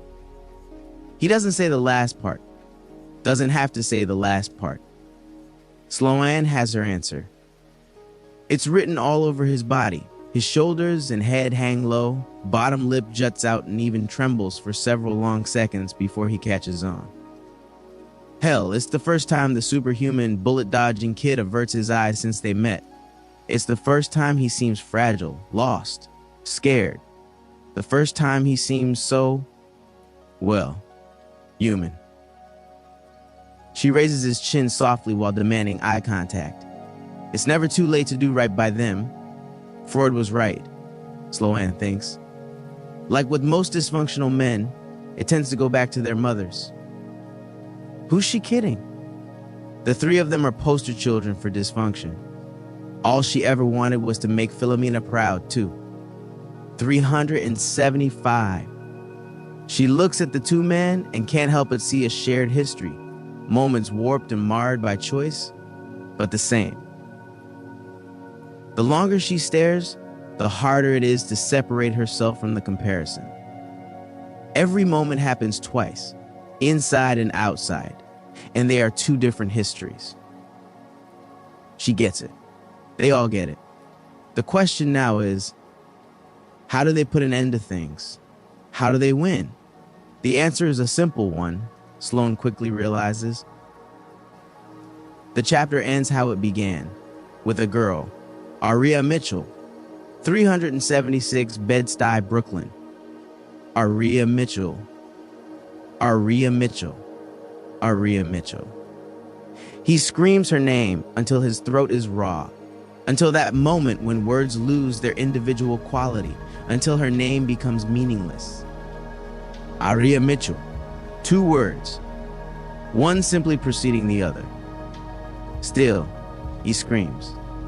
White globs of spittle claw their way from Hendrix's hoarse throat, launching themselves like kamikaze fighters en route to Pearl Harbor. He punctuates each howl of their dive with a sharp crack against Butler's face. Jaw, nose, eyes, his fist isn't picky. It simply wants the man to feel something other than smug and in control. Remorse, guilt, shame. Any of the three would be nice, but pain and fear are fine stand-ins. Except, it's not working. Next to the definition of incorrigible lays this man's goddamn face. Hendrix digs his fingers into Butler's neck, cutting off oxygen while slamming the back of his head against the sidewalk again and again. He jerks the man up, their faces inches apart, and screams, "I want to hear you say it. Say her goddamn name." The response is an unintelligible series of throat-filled croaks and gags, but if the wad of 370, 7 blood and phlegm that lands on Hendrix's face isn't clear enough, Butler's shit-eating grin sure is. He gets it. How do you put the fear of death in a man who has already experienced it? 2 bullets through the knee, a fractured orbital socket, split lip, broken nose, and possibly bruised ribs, yet the gleam in Butler's eyes has never diminished, never faltered. And why should it? Hendrix wonders. The street has become a veritable war zone behind them. Ouroboros floods the area in their pursuit and has dug in like an invading army. A makeshift barricade of cars and trucks bisect the street 3 rows deep, reminding him of urban war footage. Despite Irvin's prodigious aim, there's enough metal between them to stop anything short of a mounted. Bullets ineffectively ping off their barricades as they slowly reinforce their position, making his shots infrequent and sporadic. Behind their own improvised vehicle barricade, Hendrix knows the big man is conserving ammo. Even the superhuman kid huddling next to him can do the math. Hendrix watches him flinch at every nearby ping and clink as Ouroboros begins to give better than they've got. An unspoken message passes between Irvin and Frederick Dinkins' kid, and it settles him a bit. Even 30 feet away, he knows what the big man would say in this situation. Breathe. Conserve your strength. It's the right call because the big push is coming. They feel it. Everyone involved in this mess feels it. The end of the fight has already been worked out. It's a matter of attrition. Like time, the numbers are not on their side. 378. But then he sees her, the woman from the cell phone, on the team running with Logan Brewster, number 1 on Ouroboros' kill list. Sloane Seaman? She stands in the miller's driveway, 3 houses over from his ruined one. Her back presses firmly against adobo-colored stucco while she cautiously inches from cover. Sable-colored, curly hair frame striking features more at home on the cover of Vogue than on any cop he's seen before. He wouldn't call her classically beautiful. No, there's an edge that those stuffy Italian Renaissance painters could never capture. It's a persistent beauty, an enduring beauty, the last rays of sunshine before the night begins its shift. It's a beauty life only awards to the survivors, to the unflinching in the face of the abyss.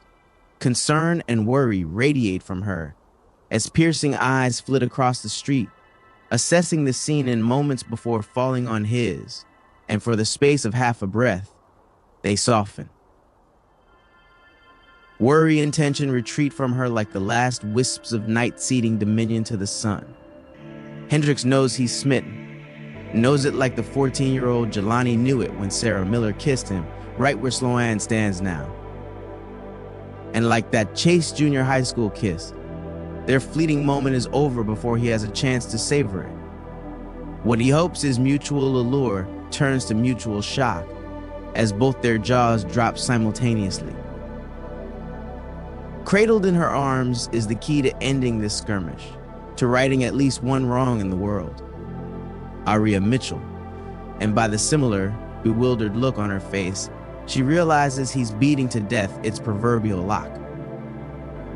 379, their eyes meet again, and this time, there's no heat, no passion, just tactics. Hendricks is the first to break eye contact, but he knows she's doing the same, surveying the scene again. There's a chance. One chance. It's one of those fourth and long plays, down by 5 with no time left on the clock. The Glock 19 is out of his waistband and digging into Butler's temple enough to make him wince. Finally, there's fear. Finally, there's panic. Finally, there's no spit, no snark, no resistance. Instead, Butler's eyes go wide, and Hendricks doesn't blame him. Shit. He can see his own desperation reflected in the man's eyes. He jerks Butler to his feet, nearly doubling him over, with a hand firmly gripping his neck.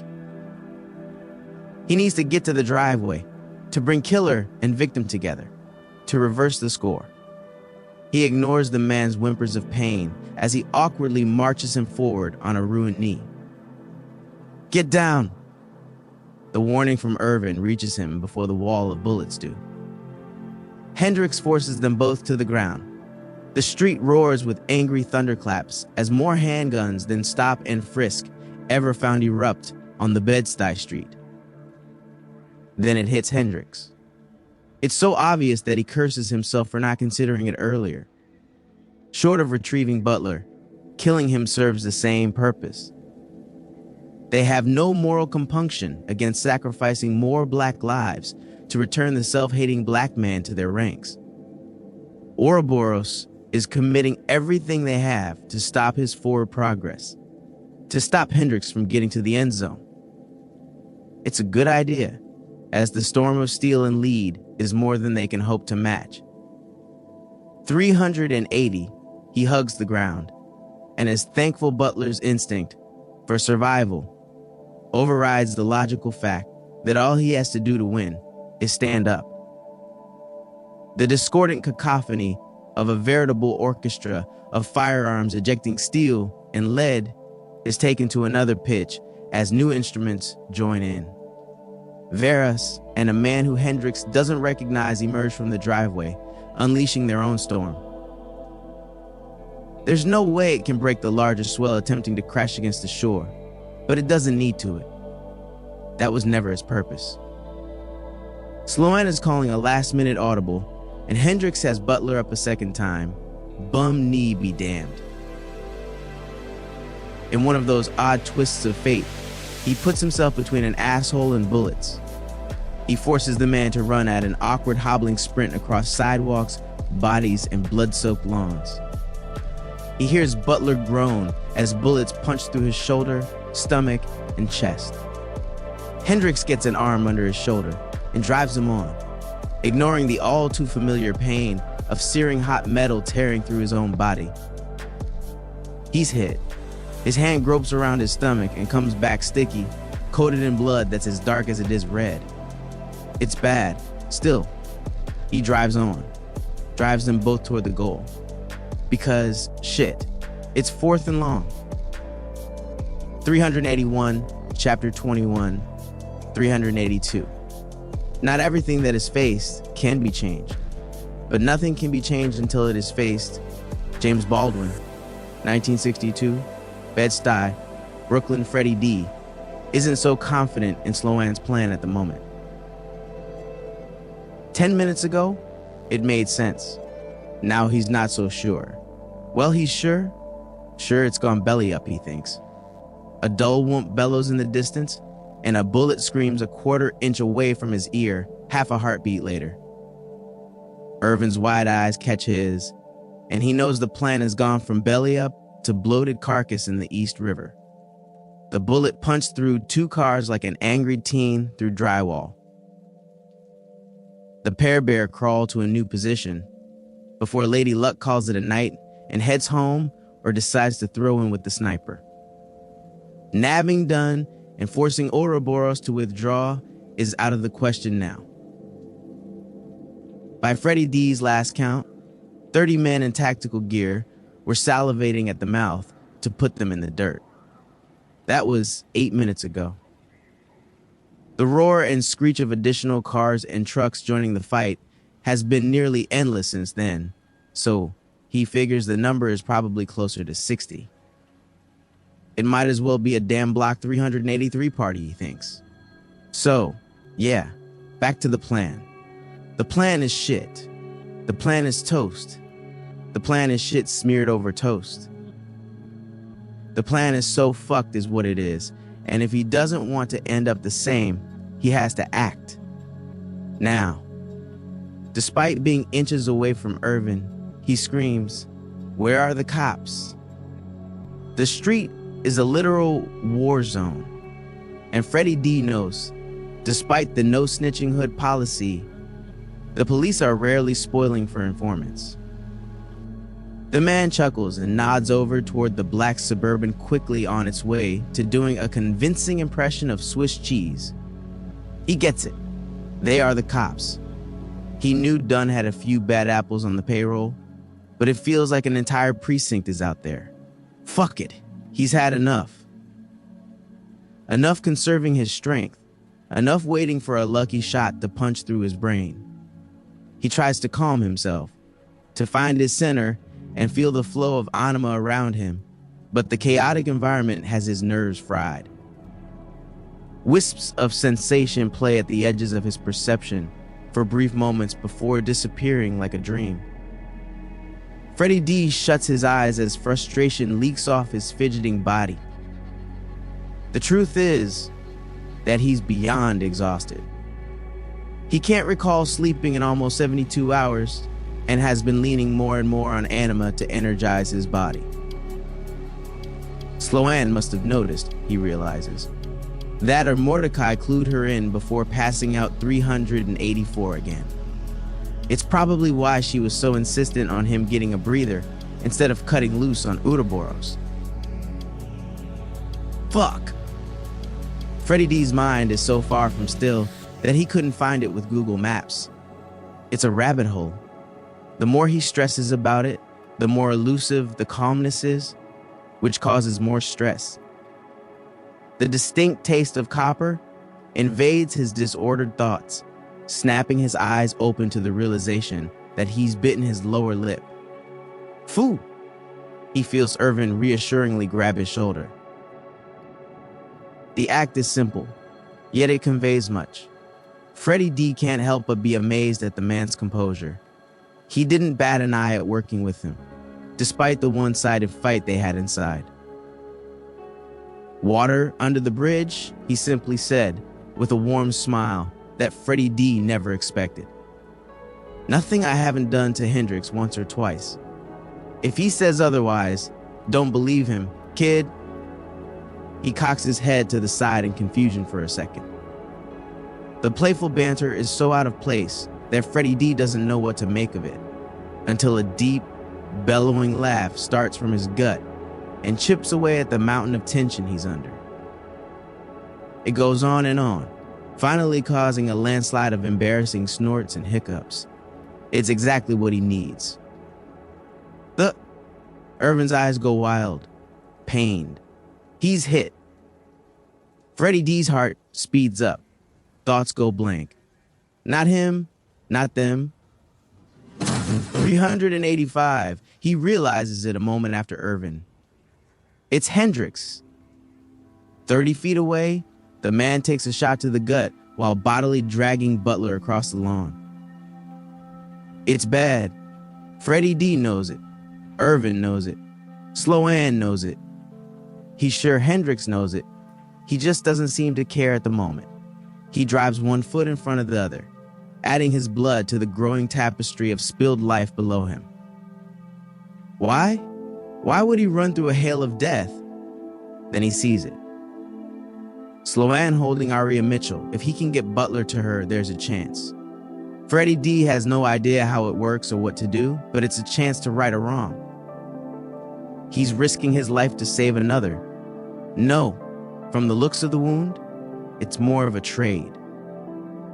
Anima rushes into his body with a force that nearly rocks him off his feet. He desperately grasps for it, to have it move him faster than he's moved before.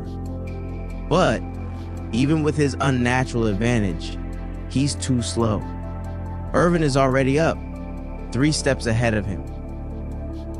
Freddie D's throat is suddenly tight. It's odd. He doesn't know these men, not really. He doesn't understand why it's hard for him to swallow, hard for him to think. He doesn't understand what makes them risk their lives. He doesn't understand when the same compulsion took a hold of his soul, got a hold of him, and replaced his need for self-preservation. Yet, for the 386th first time, what he does understand is the need to fight for something bigger than him. Mordecai understood this. Now it's his turn. Freddie D rushes forward, in time to watch Irvin fall. Fuck. He's hit too. 387 Bed-Stuy, Brooklyn, he's hit too. Fuck. The thin girl in her arms feels heavier with each breath, heavier with each life potentially sacrificed because of her. The street is littered with the dead, dying, and those somewhere in between. Now more lives hang in flux, more lives waiting to add to the ledger.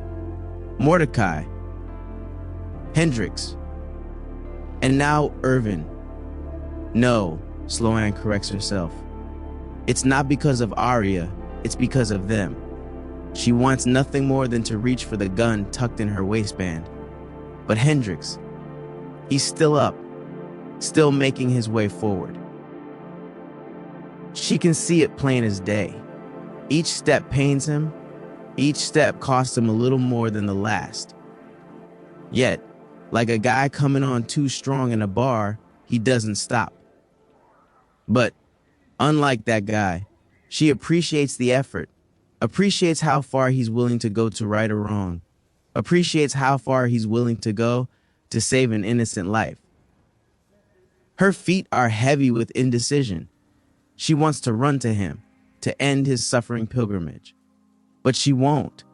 It's not the rain of steel and lead. It's not the girl abnormally clinging to life through anima in her hands either. 388 no. Both of those things are deathly frightening and troubling. But she remains rooted in place because it would cheapen his struggle, cheapen his sacrifice. Her mother once told her, the measure of one's life is found in what they are willing to give it up, for that's when she refused the next round of chemotherapy. Refused it to give her daughter her life back. No more sleepless hospital bedside nights. No more fretting about every racking cough. No more worry about her thinning frame. No more worry about more hair on a pillow than on her head. Sloan couldn't understand. Refused to understand. She was Philomena's daughter. She would always been Philomena's daughter. What would she be after her mother was gone? Silly child, her mother said, stroking her cheek for the last time.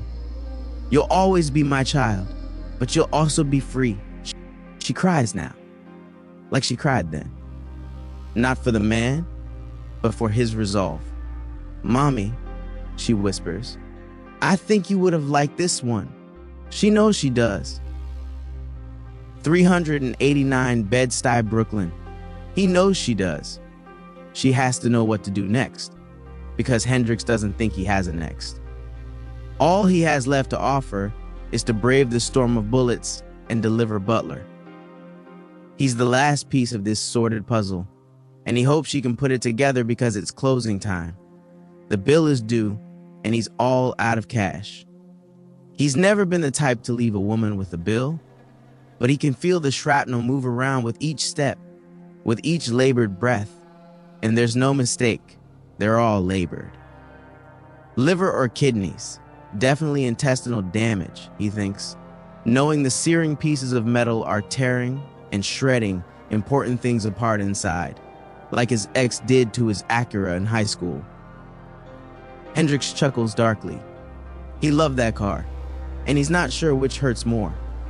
All the same, it's a grim knowledge that he can do without. Bar trivia to a recovering alcoholic. He's 10 feet away, and each step is a repeating sharp, piercing stab. Heel to toe, the knife goes in, the knife goes out. Darkness encroaches on the edge of his vision, pushing further inward, like a television on its way out. Just a few more steps is what he says out loud, but his ears only register an unintelligible. Hendrix shakes his head to clear the ever thicker cobwebs, but freezes as he looks left. It's the big man! He's hit. He's down. A growing pool of blood attempts to frame his limp body in the street. 390 Irvin wasn't supposed to have tickets for that crowded bus to the afterlife. Just Hendrix and these assholes. The agony of metal grating against muscle and organs fades to nothingness as he stares at Irvin. From the beginning, for all the praise heaped onto Hendrix's shoulders, for all the talks of his raw talent and intelligence, it was Irvin who made him a believer. The big man was the one who taught him there was more to life than ripping and running in the streets, that the muscle between his ears was infinitely more potent than all the others combined. It's not right, not fair. He's no stranger to the inequities of life. He's watched as those deserving the worst of punishments walk without a slap on the wrist. He's watched the poor struggle and gasp for air as society's boots slowly crush their airway. Daily miscarriages of justice rocked him to the core, but he weathered. He endured. No more. He tilts his head back, and a silent scream rips through his body. For the first time since the loss of his parents, Hendrix weeps. The moment of unadulterated grief stretches to what feels like days as the loss burrows deeper into his soul, no longer satisfied with just his heart. Fine, he thinks. Clumsy hands grope forward and find Butler's throat. Hendrix knows the effort is futile, but it's all he can think to do before old Snatch realizes he left another passenger and doubles back for him. If the man is bothered by Hendrix's fingers closing around his neck, there's no indication. The same irritating smug envelopes Butler's face, and he actually feels the prick push into his hands, willing and helping Hendrix. Guilt and rage war for prominence within him for what feels like hours. Finally, 391, compromising on shared custody and supervised visits. After all this, Ouroboros wins. No one will be left to uncover, expose, or stop them. His mind flashes through everything he's seen. All the victims, the ruined families, the broken bodies. The legacy of continued abuse is too much. It's heart-wrenching. No! The tortured growl escapes his lips with long-buried fury. He snaps his head back, spine stiff and body tight. He rocks back on tired heels, feeling something break inside. like an overburdened dam finally giving way. The air around him crackles and shimmers for a brief moment before heat washes over him, circling through his body and warming extremities that he hadn't realized had gone cold. It stays death's cold embrace as Hendrix's vision sharpens. His breathing is easier. His pain is numbed with each exhale. Fuck. Butler's eyes shake as he tries to scramble away. Not you, too? Too? He wants to ask the man what he's talking about, but a knot develops in his chest, twisting, tightening, and pulling him in two directions. One is forward, toward Sloan. No, toward Iria. The pull is faint, almost desperate, like a lost child desperately pleading for their parents. The other is just past Irvin, toward Frederick's kid. And it is angry. The kid is seething, jaw tighter than a hydraulic press under tension. Furious eyes are distant, the way trained fighters take in as much information around them all at once.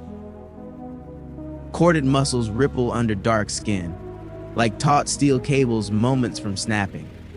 His chest rises and falls like a steam engine, and the shimmering aura surrounds him like he crawled out of the 392 circle of hell. His eyes snap into focus, finding Hendrix's. The kid cocks his head to the side for a moment before the same shimmering aura pushes out from him into Hendrix. It collides with the knot in his chest, surrounding it in waves of tightening pulses, and by the third breath, he's on his knees. It races throughout his body, scouring clean everything in its wake. His muscles convulse, seizing up as each desperate moment gives way to another. The agony is pure, white-hot, and all-encompassing, making the bullet fragments attempting to end his life a sweet caress in comparison. In a blink, the kid is gone, replaced by a demon that leaps over cars toward the hail of bullets. In seconds, the staccato rhythm of disciplined fire gives way to wailing screams of anguish, and Hendrix realizes with grim fascination that the outlandish stories passed around the 23rd were tame compared to the reality. Frederick Dinkins Jr. is every bit of a terror as his old man, maybe more. He descends from the heavens, more reaper than angel. 3 men meet their grisly end in half as many seconds. He slips under automatic fire like a counterpuncher, reading an obvious straight. The kid grabs the underside of the firing rifle and rockets it upward with enough force that it craters the shooter's face in. The man crumples, lifeless, but not before the gun is yanked free in a slurry of brain matter, teeth, and blood. He spins to the right, swinging the advanced weapon like a primitive club, and decapitates a man before flipping the rifle around and impaling another through the eye. He rides the screaming and flailing man to the ground while holding down the trigger, cooking the inside of his head as the barrel heats up. Many of the surrounding Ouroboros men gag at the stench, while others show more sense and run. Either way, the results are the same. 393, the kid isn't in a merciful mood. It's as if Hendrix is seeing him for the first time, seeing the world for the first time. He can smell the coppery tang of blood as it erupts from broken bodies and spills onto the street. He can hear the slowing of heartbeats all around, even feel the vibration of their weakening pulse against his skin from those closest. He can see dilated pupils jump with terror as the realization of superior number and weapons count for nothing against the monster in their midst. Then he gets it. Anima. He can see it swirling around. Feel it too. It gathers around the living and spills forth from the cooling bodies on the ground. He holds up his hand and wills it forward. That's what the kid did. But where he simply pushed a massive wave his way, Hendrix's control seems subtler. He knows instinctually. He can't do the same massive burst, but he doesn't have to. His gaze turns to Irvin and sees Anima still faintly pulsing around him. Hendrix tells it, demands it, to flood back into his body, but he needs more. In a shameless reversal of what Ouroboros has done, he greedily pulls from the unconscious bodies littering the ground and watches as Irvin's breathing evens out.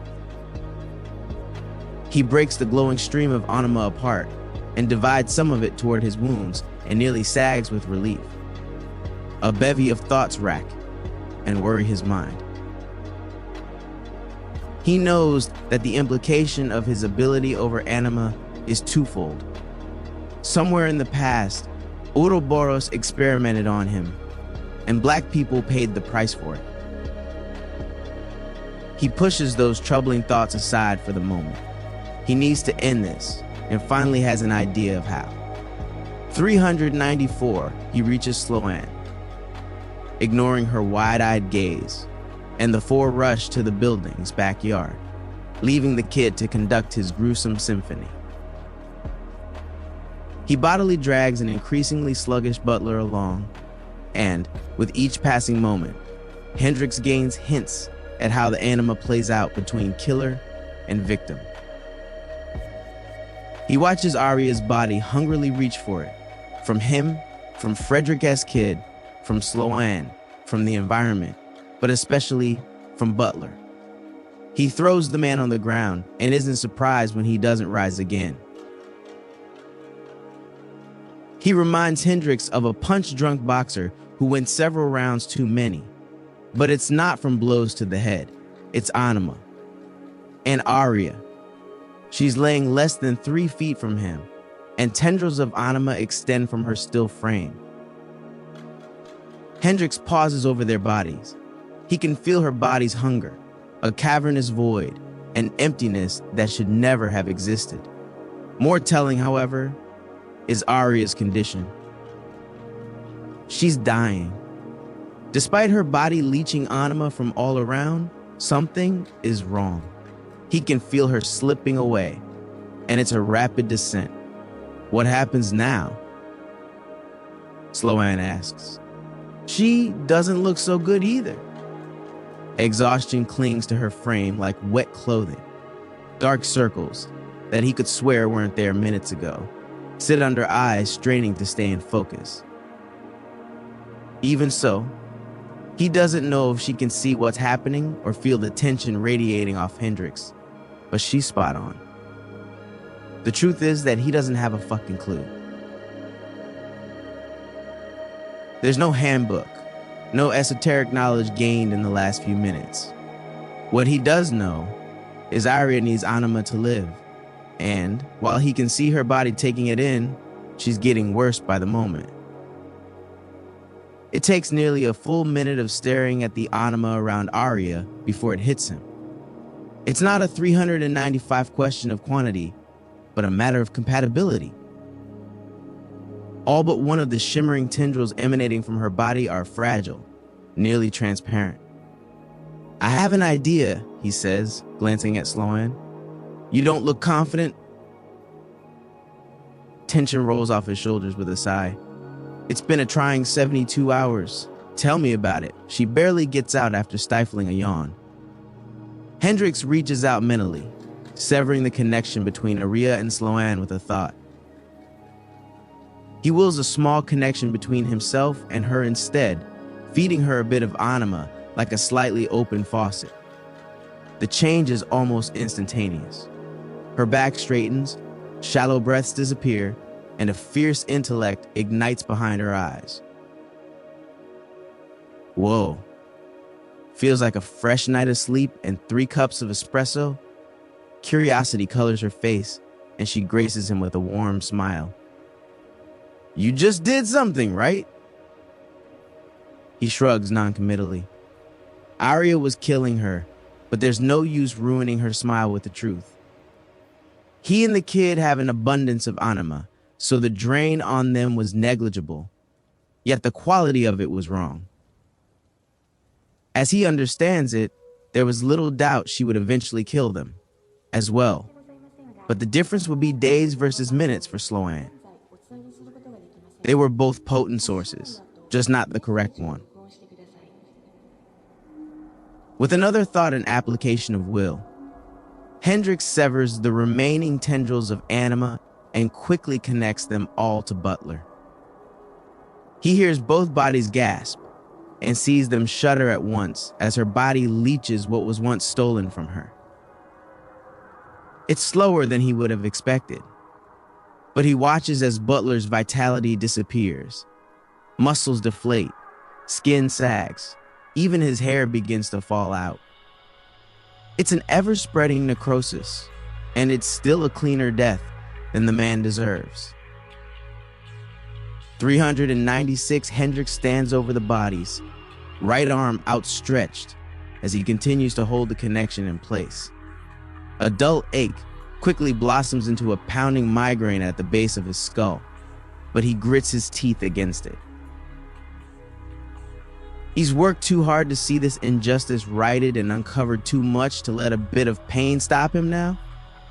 He begins to think how he'll stand against the tide alone, like he's always done, when he feels a warm hand slip into his and a strong supportive one grab his shoulder.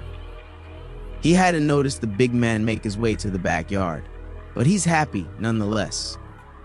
He knows there's a shitstorm heading their way, and he'll need all the help he can get to bring down Ouroboros and get a modicum of justice for their victims.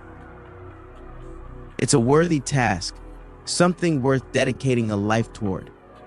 It takes nearly half an hour for Aria's blue eyes to flutter open, but Hendrix wonders how many black and brown eyes close to make it happen. Too many. One is too many. He wonders how long America will keep its eyes closed to that.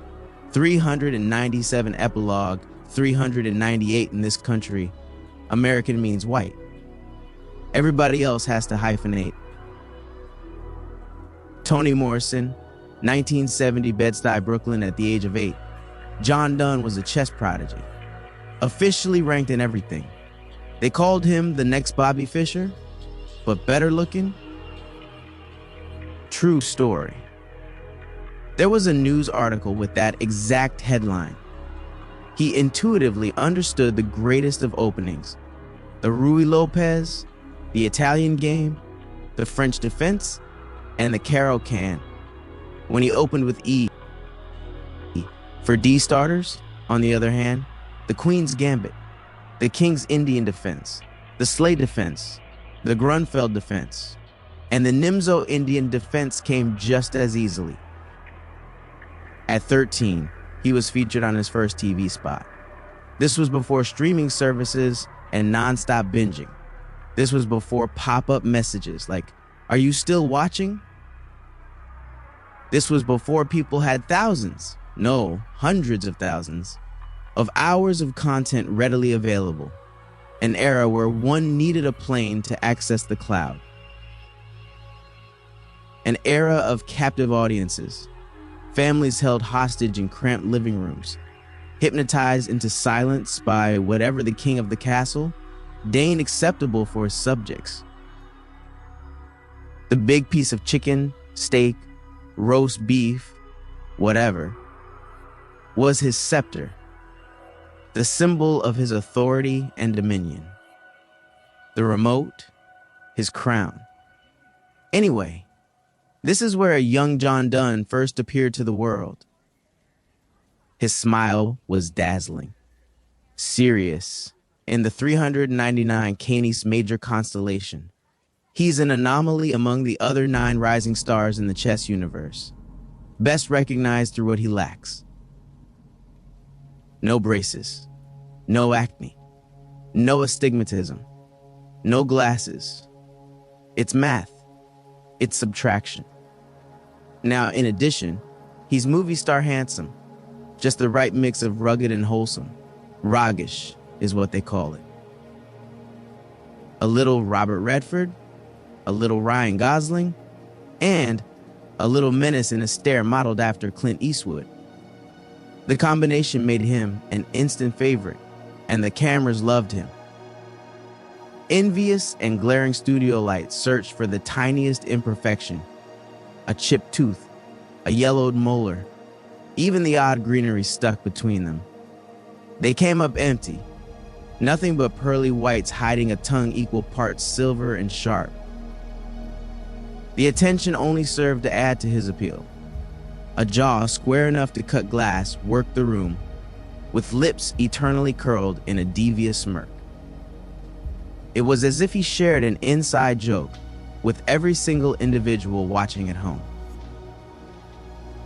He was whatever the viewer needed him to be: a best friend, a secret lover, a drinking buddy on a Friday night.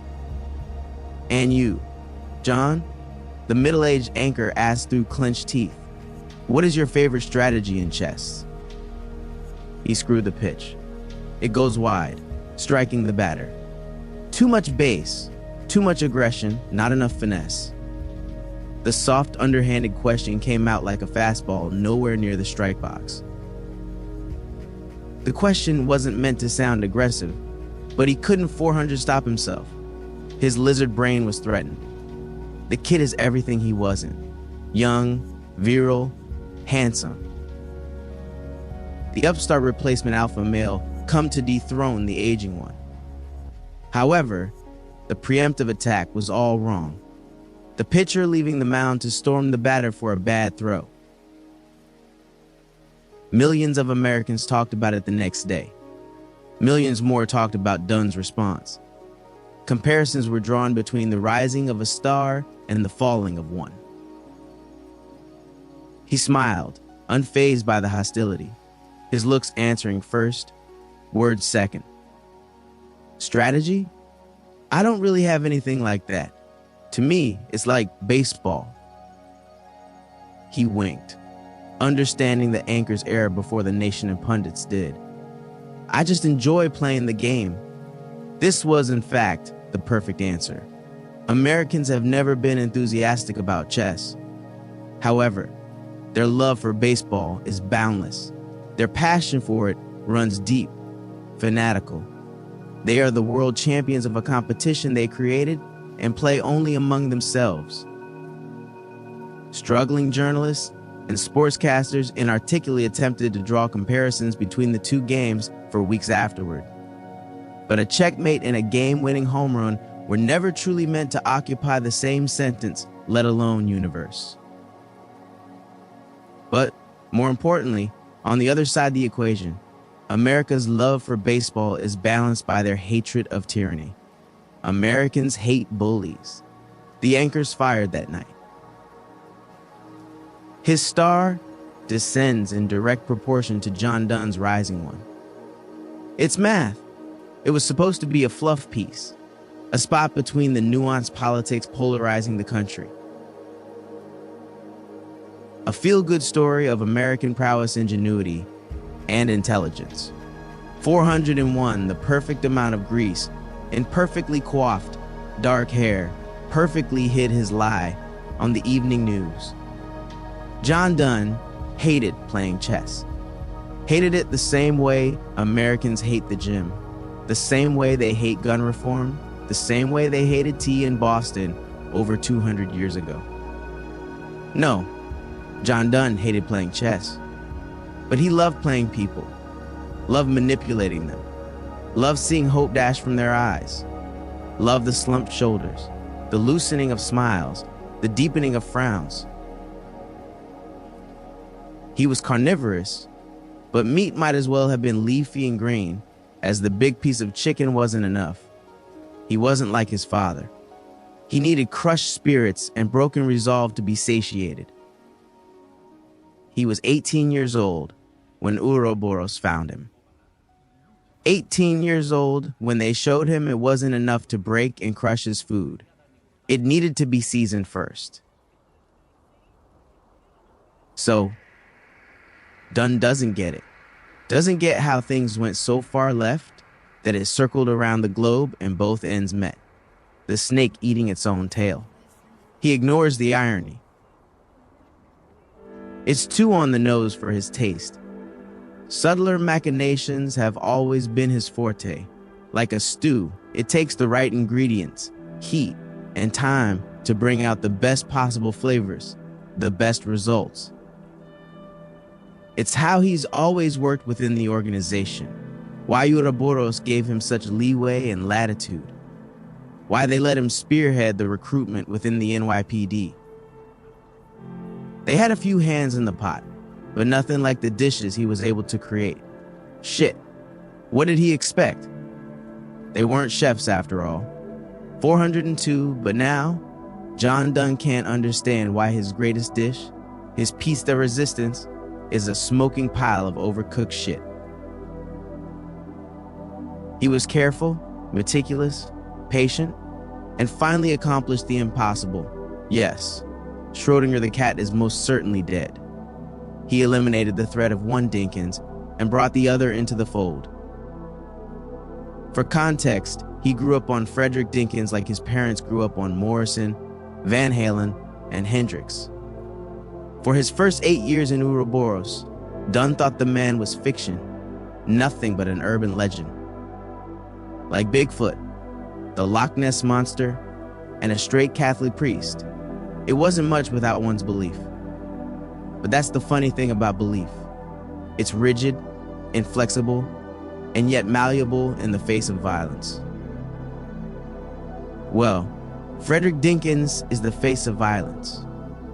Dunn was the first on scene the night Butler's operation went up in flames. There was no radio call, no complaint, no one to call it in. No, he was first on scene because he forgot his keys. He frequented Butler's comely brothels. Well, frequently. It's not because Dunn had trouble pulling women. It's not because it's convenient. It's because John Dunn is a sadist. There, it's out there. He comes from a long line of sadists, passed down more readily than male pattern baldness. The humiliation, the torture, the degradation of a woman, he knew no greater joy. So, yes, several blocks away, post-coital high, he doubled back to retrieve his keys and maybe another round if she regained consciousness. 403 not with the daughter. He's a sadist, not a pedophile. That was Butler's thing, although he didn't begrudge the man for it. His family understood vices dating back to the Civil War, after all. Anyway, he caught it all. Saw Frederick Dinkins absolutely wreck. Everyone with a dick and a bad idea in that basement. He tore through grown men like they were nothing more than a wet paper bag filled with damp tissue. He even let a young Tyrone finish the job, coached him on how and where to stab a man, like it was Little League or something. But that was a mistake. It proved something to Dunn, gave him the first sampling of ingredients he needed for a Michelin star dish that would open up a whole new world for him. The higher-ups said it couldn't be done, said it was a lost cause, that the danger didn't warrant the risk. Frederick Dinkins was the equivalent of a tactical nuke. Best to hope he was satisfied with taking down Butler.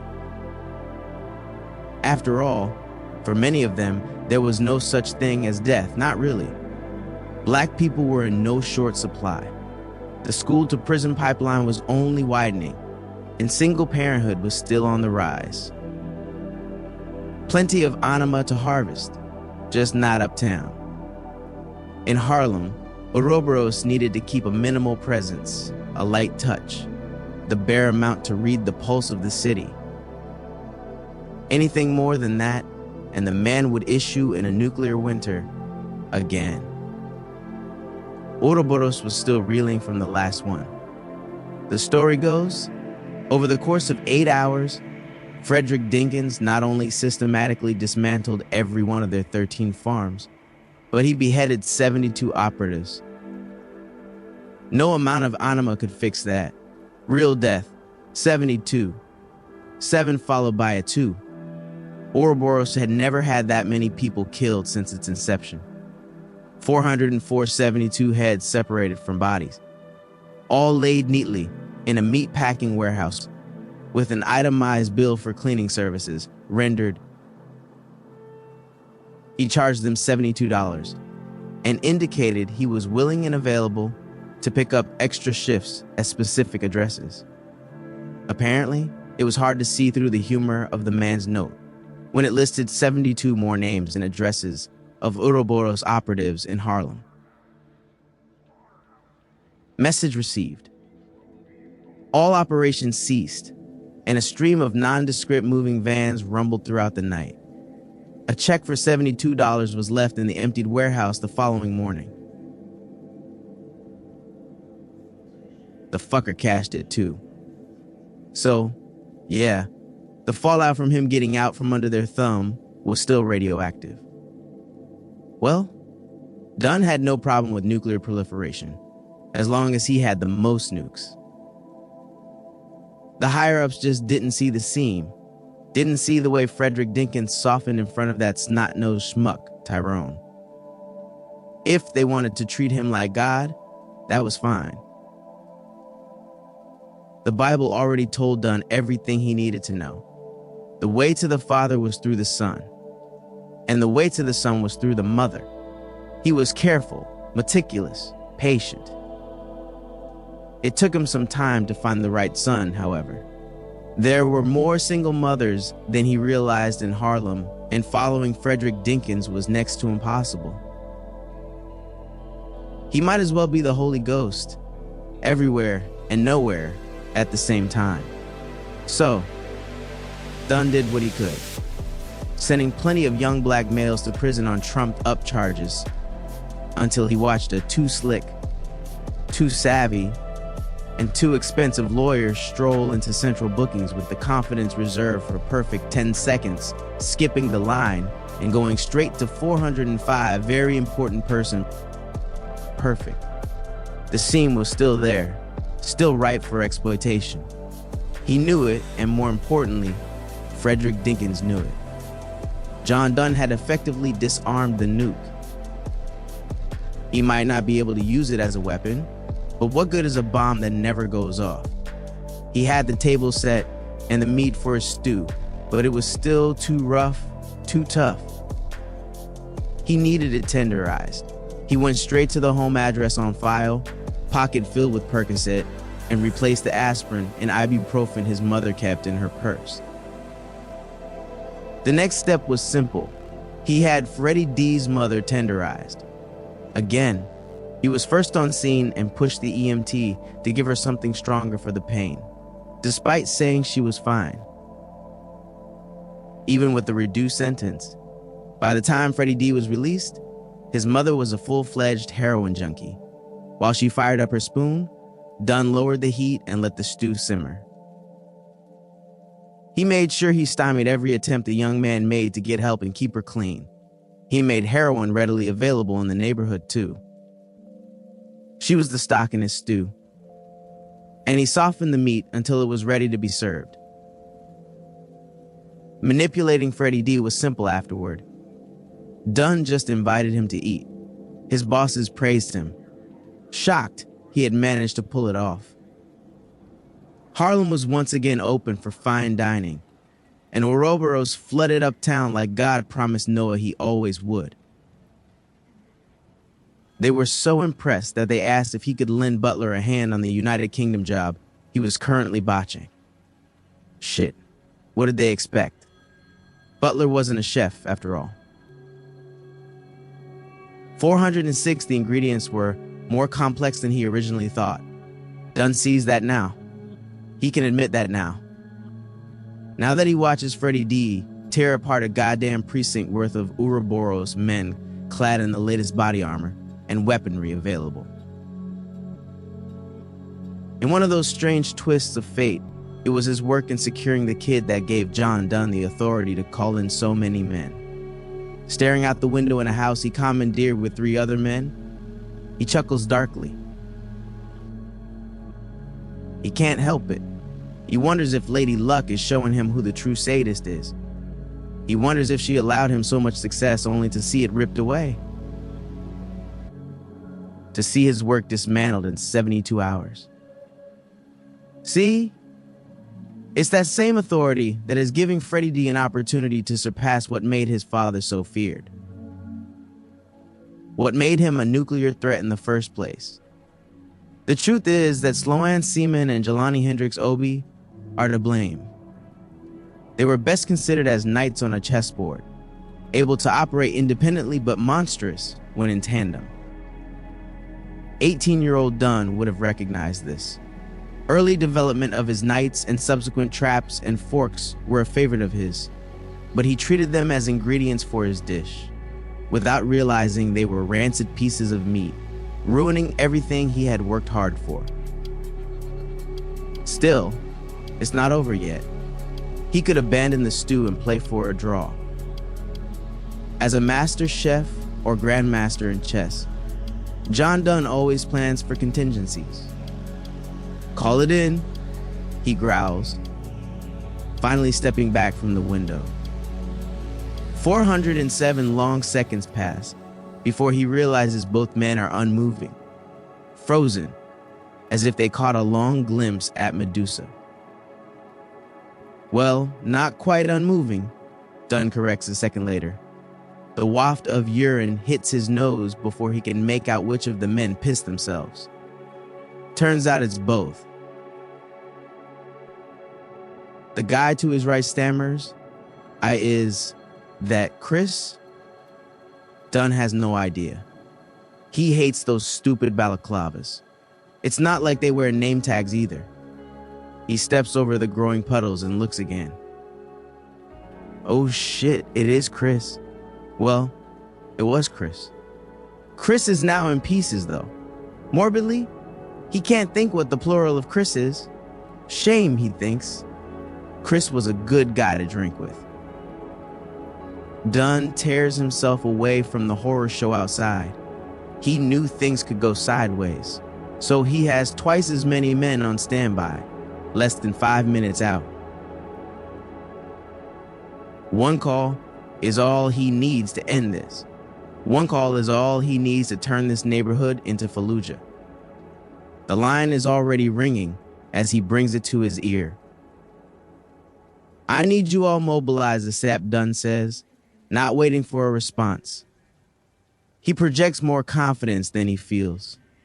He can feel the tension from the other men in the room and from the diminishing gunfire outside. It's obvious the direction things are heading in. "You don't want me there," he says with a genuine chuckle. "My son has a record to break, after all." He's never heard the voice before. Not ever. 408, but John Dunn knows it. The cold grip of certain death chills his body, making the warm sensation running down his legs surreal. Now he gets why they didn't appreciate Frederick Dinkins' peculiar humor. It's terrifying. His arm trembles, still holding the phone to his ear, but there are no more words for Dunn to say, only sounds. See, there's a different pitch a man makes when his life is assuredly at a violent end. A guttural spasm forces itself upward, expelling hope from within. John Dunn makes that sound moments after a blood-soaked Freddie D bursts into the house, demonic eyes immediately landing on his own. "Check please," or "checkmate." Either way, he's cooked. 409 somewhere over the Atlantic Ocean. "It's cooked," the woman says with all the subtlety of a grinning shark. It's the gleaming smile of someone unfamiliar with the thing. Unaccustomed, unconvincing, unable to get it just right. It's a smile biting back a retort, with teeth barely keeping back a flood of invectives, curses, and true feelings. Aria would know. She has a smile just like it. All women do. But the English even more so. It comes standard on all models. "It's just the way you like it," she adds, her words looking for purchase. It's always been that way. Snipe, snipe, snipe. A snide comment here, or an underhanded jab there. She was queen of the passive-aggressive, a ruler of non-confrontational confrontation. Aria's jaw tightens as an angry heat washes over her. Just one slap, she thinks, One act of violence surely couldn't be that bad, yet she remained seated, hands stoically placed on her lap, like a proper lady of the United Kingdom, like a woman of character and moral upbringing. Giving in to impetuousness is not the English thing to do, stiff upper lip, as it were. But on the inside, she hates this woman. Like Darth Vader hates Jedi, Voldemort hates Harry, Tom hates Jerry. Wait, she pauses in the middle of her mental rant. Those two are actually best friends. Anyway, it's pure, unadulterated, biblical hate. The hate only a woman can summon for another woman. 410 and rodents. An irreconcilable hate, bone deep? No, mitochondrial deep. She hates this woman in a way that only a teenage girl competing for her father's attention can muster. Arya bites down and dismisses the last thought. It's too close to home. Too close to the truth. Regret immediately seizes Arya's heart, and her brain launches on a tirade for agreeing to fly home with this woman. But her father insisted she'd had enough of New York's hospitality. Naturally, she disagreed. She hasn't seen the Statue of Liberty, Central Park, Rockefeller Center, or eaten a cheesesteak. She wasn't too sure of the last thing, but she is certain New York has those. More importantly, she is a proponent of the belief that teenage girls should never agree with their father's demands, no matter how articulately stated. Besides, she doesn't remember anything of her time there, just flashes of being rushed to a private hospital and eventually waking with him waiting on her like she was 10 years old again. Back when they were an actual family, not just pretending to be one. Fuck. She sucks her teeth, thoroughly annoyed. If the other line of thinking is too close to home, that last one is a bullseye. Arya watches the flight attendant lay down a gleaming silver plate, actual polished silver. She pulls the top off with a flourish reserved for 3-star Michelin restaurants. But this isn't a 5-star restaurant. It's a private jet, requisitioned by none other than the Queen of England, or some such person down the line of succession she can't seem to care about at the moment. Perhaps some third cousin twice removed, or an earl, a duke. Wait, she can't seem to recall which station is higher, or why it mattered so much just 72 hours ago.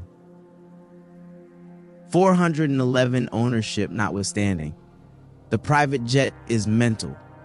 The Boeing business jet 777-8, priced at $410 million, is arguably the most expensive private jet flying today, depending on customization, of course. And this one is CUSTOM.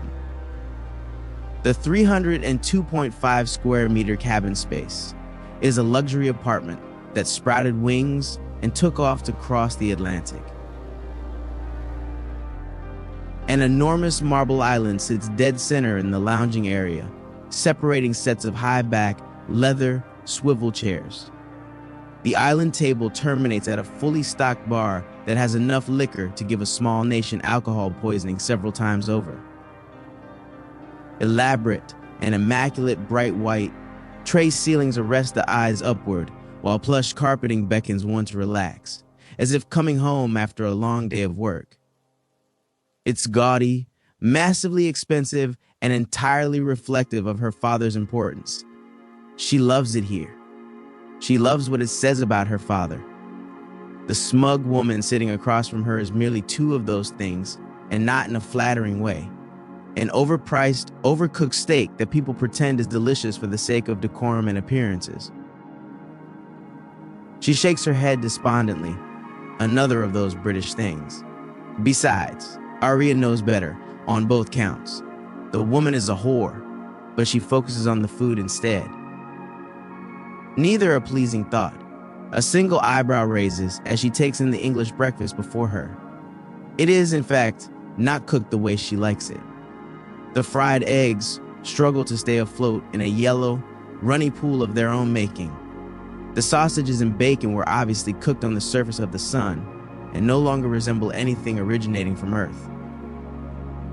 Hell, Arya's certain the disc of black pudding is a hockey puck in disguise.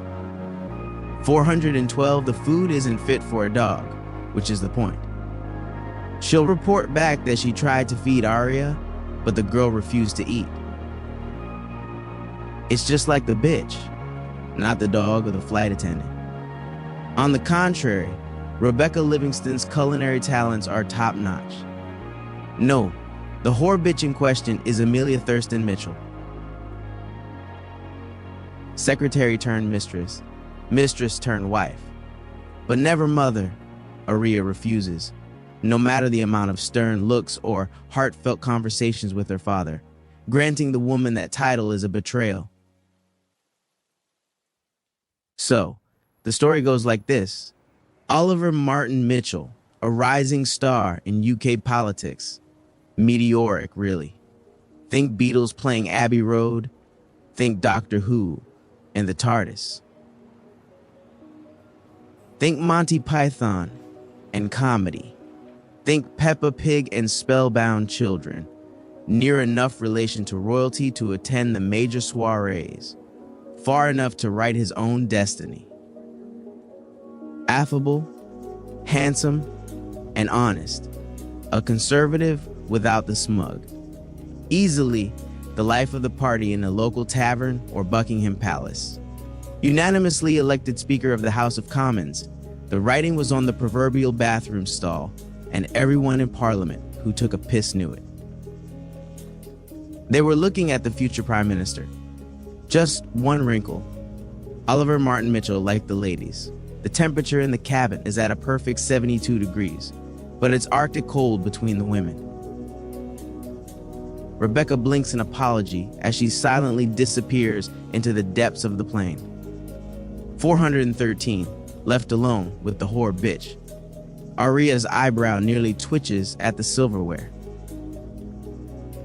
The knife doesn't look particularly sharp, but with little effort, she's certain it would open the woman's throat easily enough. Arya's next breath clings to her lungs like a frightened toddler separated from her mother. She can't move, can't think. It's as if ice crept into her veins, and she suddenly notices. Arya's eyes widen at the sudden onset of the violent thought. Where the hell did that thought come from? But just as quickly as it arrives, it's gone, like a thief in the night. A slight headache is the only evidence of its passing. She catches her breath while biting back the first response and the second. Instead, Arya takes in the woman sitting across from her. Like a 7-year-old caught in a lie, the story of her hair is in a constant state of flux. Blonde to black, bob to pixie cut. Her head is the zeitgeist of trendy. Today, it settles on a dirty blonde, wavy, mid-length cut that frames a face she likes to call Picasso-esque. She's just off. Sometimes sharp, sometimes angular, always just off so. Green eyes that can pass for hazel sit just a tad far apart. A nose that comes to too sharp a point, and a slender neck that goes on just a bit longer than one would expect. Yet, men trip over themselves for her attention. She's out of shape in the way those same men appreciate. Fat distributed to all the appropriate places, and with the proper wardrobe to accentuate it, she wields lust like a bayonet. The danger heightens the closer one is. Arya politely smiles. Thank you, Mrs. Thurston, but I just can't seem to summon in 414 appetite. The lie is barely past her lips when her stomach grumbles the truth of things. The girl is famished, but spite makes a better meal than the purposely inedible slop before her. Already, thin lips nearly disappear into an even thinner line. And the woman looks genuinely baffled and confused, even more Picasso-esque. An amalgam of features she never expected to see cross her face. For the life of me, I cannot understand why you seek to antagonize me, so it's like a punch to the gut, the nerve, the incredulity. She's hurt. She's hurt. The outrage of it flushes against Aria's skin and makes the spacious cabin seem small. The urge for violence wells up again, and this time, it takes a force of will to suppress it. She fails. The tray is in her hands and smashes against the far window before Aria realizes she's on her feet. The runny eggs coat the window and bathe part of the cabin in a mockery of golden light. She's across the table in a flash, chest scratching and heaving against the cheap black linen dress from Bergdorf Goodman that she was forced to put on before she was rushed out of the country. For long seconds, she towers over Amelia, seething. It's the woman's genuine fear that stays her hand. Carefully applied mascara runs haphazardly down her face, smudging the white dress as Amelia cowers with knees pressed tightly against her chest. Her abstract features finally twist in horror, in a way Pablo could never imagine. The woman's fear is palpable, nourishing even. Aria searches for Amelia's eyes, but the 415 woman refuses to meet them. No, she's locked on to what's in Aria's hand, a gleaming silver knife. Aria's head nearly splits in two as a lingering headache comes back after a hearty nap and nourishing breakfast. The shock of it is too much. She never realized, can't remember when. Aria stumbles toward the bathroom, barely locking it before her world is engulfed in darkness. 416? His world is engulfed in darkness. No matter, he thinks with a shrug. More a metaphorical thing. He's been here before. Many times, actually. He briefly entertains the thought of counting, but that way lay madness. He's seen that too. Many times. He almost chuckles at how much has changed, at how few understood the true mission of Ouroboros. Immortality. The human body is frail. The mind maybe more so. Upon its initial discovery, Anima addressed both problems, but Father Time is a loan shark, fed up with excuses. He will not be bartered with and will only be put off for so long. But Anima held another secret. Under the proper conditions, it creates a bridge between two anima-linked subjects. And the intimacy right before death is the strongest link they've ever found. One that allows one to transfer consciousness if done right. And Butler has the playbook. The process isn't without danger, but it's one he became familiar with over time. Technically, he's older than the United States, having shed more bodies than a snake does skin. He's been responsible for steering the course of the country more times than he can count, and lived some of the most mundane lives on record. Other than White, he's forgotten what his first body looked like. And, like many of the members of Ouroboros, he's enjoyed experimenting with different bodies, races, and sometimes genders. 417, he prefers not to be a woman again, but at least she wasn't black like his last body. Admittedly, he enjoyed committing acts of depravity in their skin. He just took things too far, a problem he's had to contend with for generations. The plan was simple enough. Exchange the girl for her father, a rising star in the United Kingdom, and take control of the country in the man's place. It may have worked, but a penchant for underage girls got the better of him. Not the first time, he can admit. Fortunately, Dunn foresaw things and put her through the process beforehand, buying them an extra 72 hours. But then someone brought in Hendricks and Sloan. he thinks with growing hate. He brings his thoughts forward. In his experience, it's always best to relax, to remain calm while in limbo. It's the best name he can think of for this ethereal space. He floats among an amalgam of thoughts and experiences. As a foreigner in this space, it's paramount to focus on his sense of self. Otherwise, he'll be pulled apart, awash and reconciled to nothing more than mild cases of deja vu. See, the human spirit, if there is such a thing, he muses, is inviolate. It can't be thrust out like day-old trash, but it can be whittled down, eroded. One simply needs the willpower. And in a contest of wills, Butler has yet to come across one as tempered as his. To be fair, he thinks, society has made men soft, lazy, fickle. Creature comforts and convenience only spawned weakness. And this girl is no different. He shrugs again, this time in self-reprobation. No, not all of them are weak. Hendrix, Sloan, and Frederick's spawn. They were strong, resilient, and dogged. A combination they often look to cultivate among their own. The three of them would have to be dealt with. 418 wholesale. Scorched earth like they did in the days of his youth.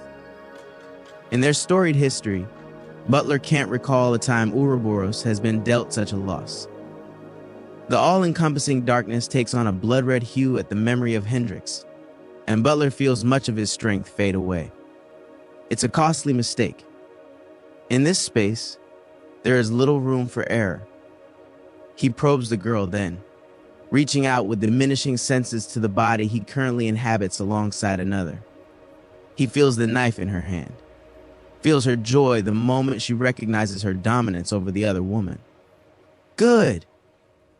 These are not the girl's feelings, but his own.